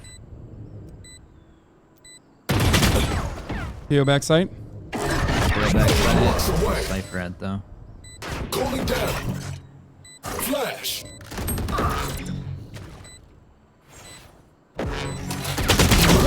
KO on the bump. KO on the bump. Hiding behind those two crates. KO's hiding behind the crates. On the bomb now. Player standing.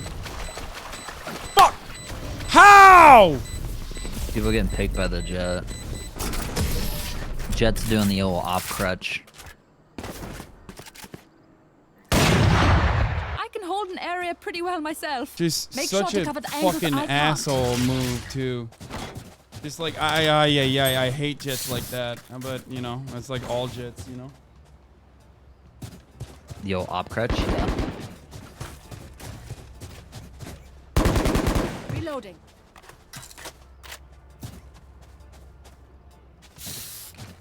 What is it? Gnosis? What are League they saying? character. What It's a does League that of mean? Legends character.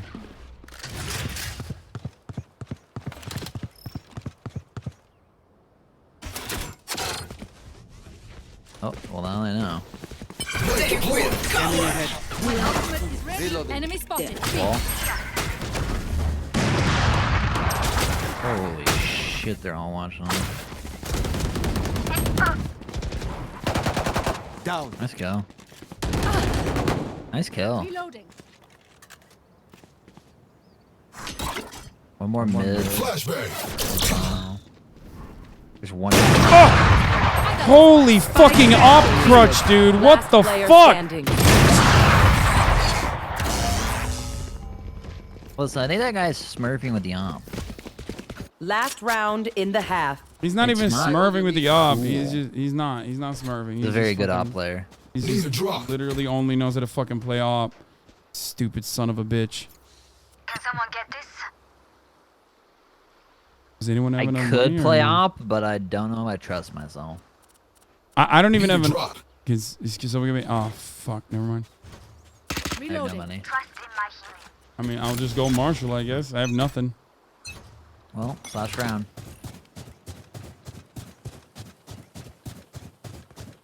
Revealing area. Gun here. Found them. This dude is so annoying. Flash. Shutting them down. One suppressed. Right Sage, here. come here. I am the hunter. Throwing charge. I know exactly. What? No more. Oh my god! You are powerful. Right behind you, dude. Spike down A. One enemy remaining. Oh, shit.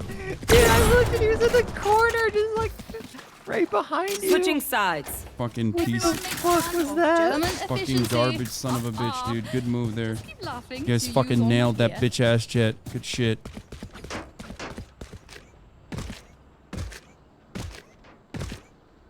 She was in the corner sniffing you. Sniff my fucking cock. Oh my, I think that is what she was doing. I fucking, oh god, I despise these motherfuckers so much. I hate playing this game. I don't know why I do it. Actually, I don't. I'm playing very well right now. It just sucks that we're losing. I wish we weren't. We're losing by 2 rounds. And it's defense now. I'll find them. When it's a defense-sided map, hello?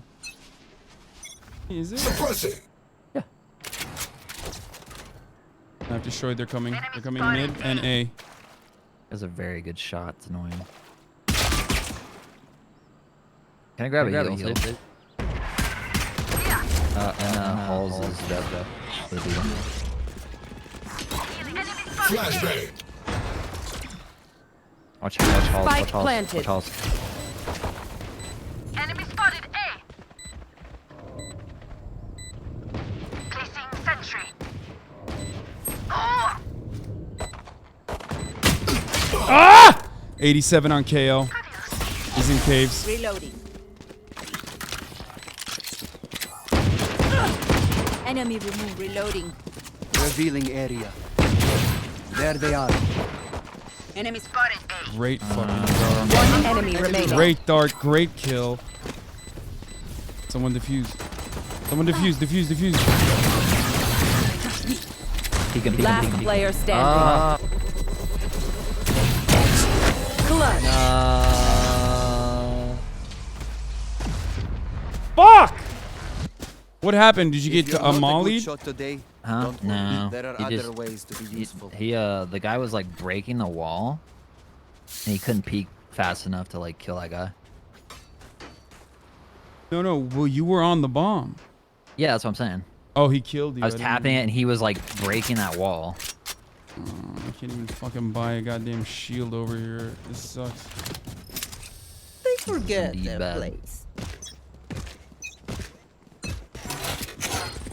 Need you, Ness. Shutting them down. Turret out. Enemy spotted. A. What the fuck? 104 on Sage, 70 on KO. They both have Spectres. They're both in.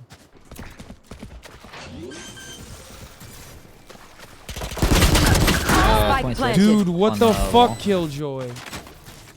Shot dark. Corner. Last player standing. Gone. Scanning ahead.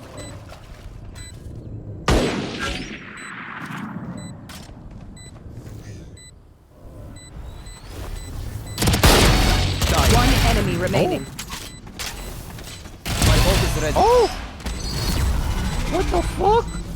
What the fuck? Concentrate, Sova. Yo, what the fuck? You're insane. You're fucking insane, dude. You're a god. You're a god. Wow. Never give Oh, up. wow. My man just ran and Even gunned with that. numbers, anything can still I've happen. never seen people do Remember that. that. This is a bulldog, right? That's a stinger. You can do it with the stinger. Wait, he did that with a stinger? Yeah. That's fucking psychotic. I mean, I guess he's just like actually, permanently really pulling good. the gun down.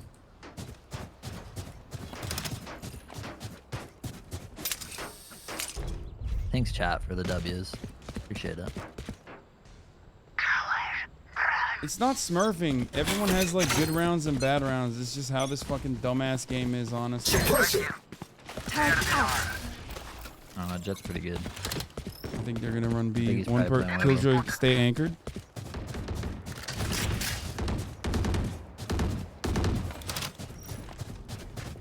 I am the hunter. Grenade. Spike down B.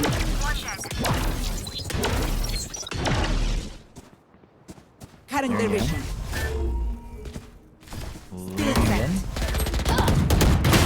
One enemy remaining. He's on the back side. There. Back. Be grateful I killed your witch. Bridge. Any gun skins? That's good. That's What good. will it This is be? good. This is good. This is good. Have Let's any keep it up. Let's patterns keep it up. Let's emerged keep the momentum going. That's good. They're gonna have guns Jet this can- round, though. I think. Yeah.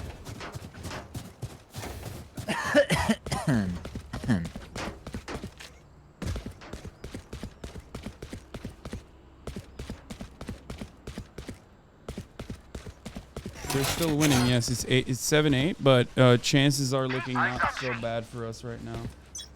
I'm sensing an off this round. Watch out. For there's that. a chance. Knife deployed. Two suppressed. Oh, definitely op. You know that Jet's gonna be opping A. As soon as she starts off, it's really not good for us. Grenade out. Flash. One's through mid. One's through the middle of the pit. Spike planted. One next to you.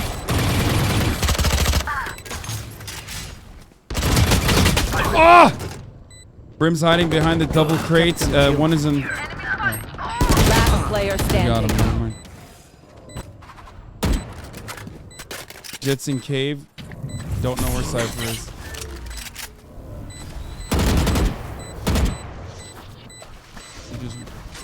One enemy remaining. See nothing. You're a god. You're a god. You're a cracked god. Oh no, is it I don't gonna think I work? got it though. No. Please, please, please, please. Ah! So close! I'll shut them down until We they have a pretty. survive. I think we have a pretty well balanced team though, low key. Need a drop. I'm trying. I guess I'll buy up. Right, we're buying up, right? Everyone's got it. Yeah. Help! Help! I think he wants some help. Together! Wait, are we fucking? Get out of my stacking? way! Right here. Speak. You are powerless. Yo, begin. You will not kill my allies. Can't use that. Spike planted. How fucking far is that? Oh my god, he pushed it! Ah! My ultimate is ready. Oh, he's all. Eliminate. Oh, he bought Sage. I shouldn't have bought there. Oh, he can't fucking res anybody, I don't think.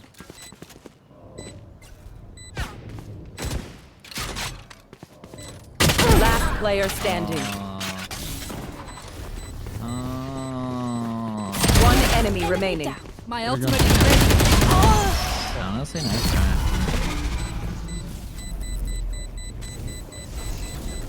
We are strong because we are together. Well, Don't forget good that. thing I didn't buy up. Just kidding. I totally did. And now I'm fucked. We are broke. I'm so broke. Just a couple brokies. Alright, but it's a winnable game. Okay, should I save? Well, like, you guys are not gonna have anything next round. What can you buy? I can buy a what can I buy? Spectre. I'm just saying that, like, I heard one rope. Deployed. Three suppressed.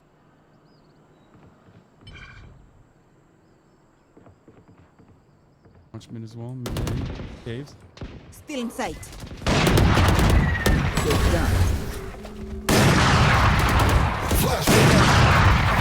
Dude has his op. What? 74 on Brim. He's planting. Watch me. Oh, never mind. Sorry. Is that ours or what? Turret destroyed. Multiple enemies spotted. Enemies placing a grenade. Reloading. Scanning ahead. Good. Found them. No need to push. One enemy remaining. Ace. I got an ace? I mean, of course I did. I'm so good. Of course I got an ace. I totally knew Stay that. alive. I want their life. Silly not me. yours. Did you buy me a Vandal with all your ace money? Yeah. Oh, dude. I'll buy it. Jesus Christ. What? Oh, you have a. Oh, yeah, you have a op because you got it from the ground. I thought you literally was like, yeah, I'm Bro, fucking. I knew rich, I was gonna but get I'm ace. I knew. Didn't you believe in me? I totally thought you had it in you. Mm-hmm. Yeah. I thought you had that dog in you for sure. For sure, yeah. There they are.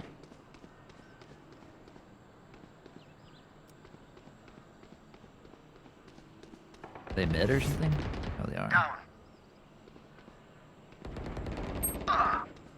I know exactly where you 67 on are. KO, 72 on Cypher. Oh shit, my location is revealed. Uh-oh.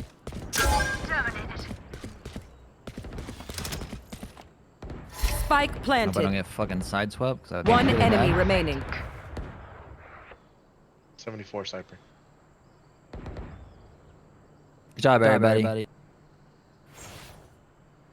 Scam trade. Oh! We're doing it, dude. I have an op too. All right, now they're gonna go A. We All right, will I bury feel it. them under their transgression. I feel it. It's A cave. Hasan? Hasan? What's up? Oh. Oh wait, I'm gonna go. I'm gonna get a. I'm gonna get one right here. Ready?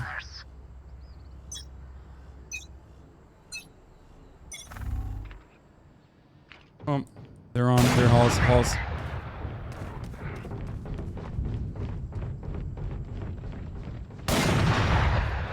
Enemy spotted A. My ult is ready. The guy got so lucky because he did it all wrong too. Multiple enemies. Oh, from the side. How did they go behind me, guys? Halls, bro. I told you halls. Well, I didn't know everybody was gonna give it up. One enemy remaining. Got fucking lit in the butthole. There's one in there. I cannot believe 2 people just flanked me and killed me. Time to die. Don't make a fuss. I'm so cracked. They look like us, but are they us? I have so many questions. Can I be on that? Man, Killjoy? Oh, okay, I'll just fuck myself. Thank you. Turret out.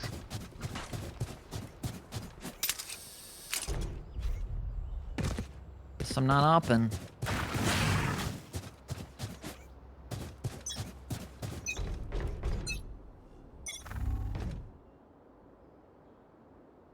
Oh, Jed Halls cracked me.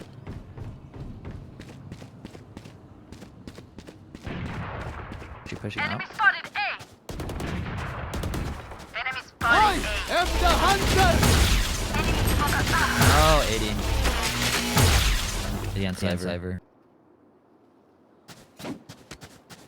They're gonna be coming from halls. Last player standing.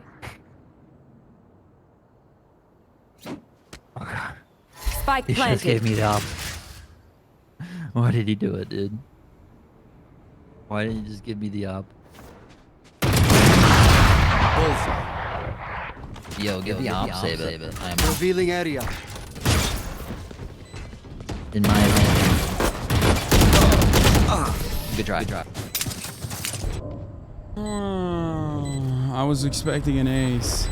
They don't have a From single who? life worth saving. It's over. Don't worry, I have an op. Watching here. I think we have to fight fire with fire. X9 Brim If called I me the lose this N-word. op battle, we are doomed. Who?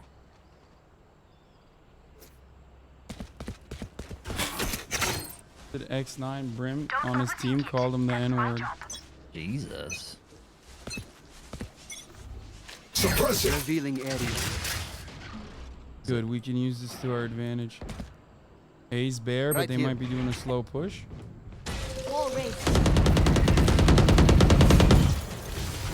Hall. They're in hall. Nice. That's huge. Okay, let's not over rotate. What? I saw him. Fuck me. I'm so bad. I'm so mad. Initiated. One hall.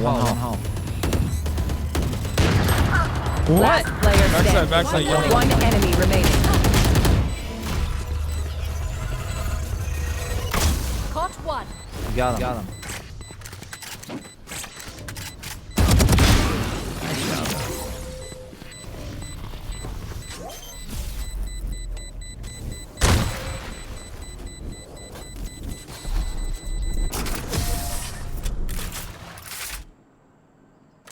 What a game we got here. Remember, your weapon is only a tool. You can't just shoot. You have to think.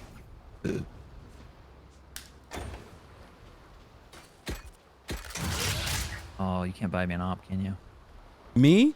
Bro, what is up with this AWP obsession, dude? You fucking one tap with the Vandal anyway. You don't have to yell at me. Forward. Now my feelings are hurt. Get out of my way. Shutting them down. Mid. You are powerless. Wait, are they saving right now? No, they're mid. It's mid. Yeah, that dude's dead. Spike planted. Enemy spotted B. Reloading. Ah! Sage's in the halls. I know exactly where you are. Resource. Placing alarm bot. You will not kill my ally. Last player standing. Fuck.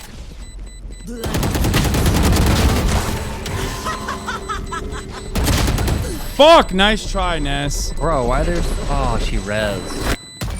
One enemy remaining. Match point. The enemy only looks composed.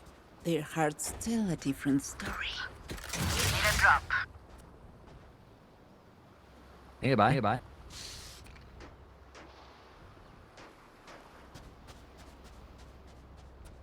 Just gotta tie this up and then we go OT. You want me to... Killjoy, can you buy? If this ties us, we go OT. Can I get a buy? Okay. This Killjoy's a detriment. Shutting them down. They're not even there. I don't know why I knifed it. I'm so dumb. Yeah, they're B. They're full B push. I'm gonna fucking light it up. Spike planted. Light it up. I'm hitting the ult immediately.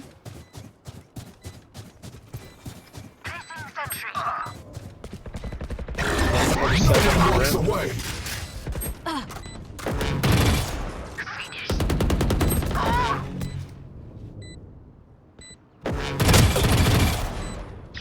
Last player standing. You. Nice shot. Attackers win. That would have been... It would have been some... Killjoy. I'm done, though. GG. Done. You gonna end on an L? Yeah, I have to. I have to eat, bro. I'm starving. Sorry to the fucking believers that lost all their points. I D-ranked to silver 1-2, 16 RR lost, 84 on that's silver. That's not even 1. bad though. 16 RR is not bad. That's because not, you're gaining like 20. That's not true.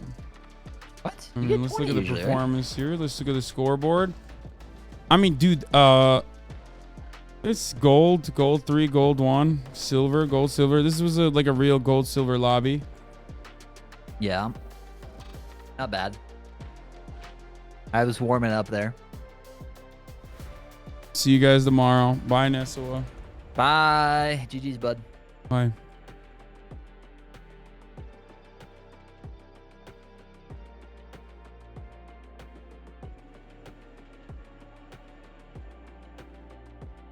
All right, everybody. Love you all. And I will see you tomorrow. Okay?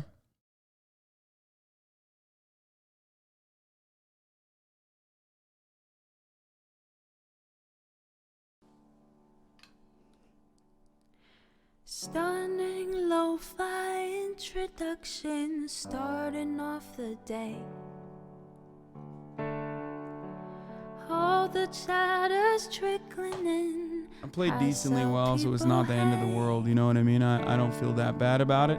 Sunny But Los Angeles, I wish we won that. That would have felt much better. Anyway. The stun lock to the Love you guys. sunlight, See you to the tomorrow. topic, just Peace. be gone. There he is again. Hasan is streaming. Hasan is streaming.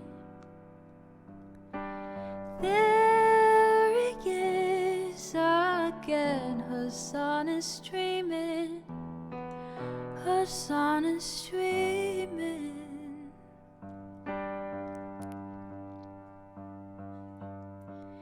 Reviewing the P.O. box, Uncle Iger's face. Sudden Discord agitprop, great names take on race. Tiny Bernie Sanders, LGBTQ Air Force. The whole left at your fingertips and out your door. The H3 crowded debate, the Young Turks online show. 3 full fucking years of this and plenty more to go. 90-day fiance talks of champagne bourgeoisie. I can't say that word. A Trump rally live reaction, a mass riot in DC.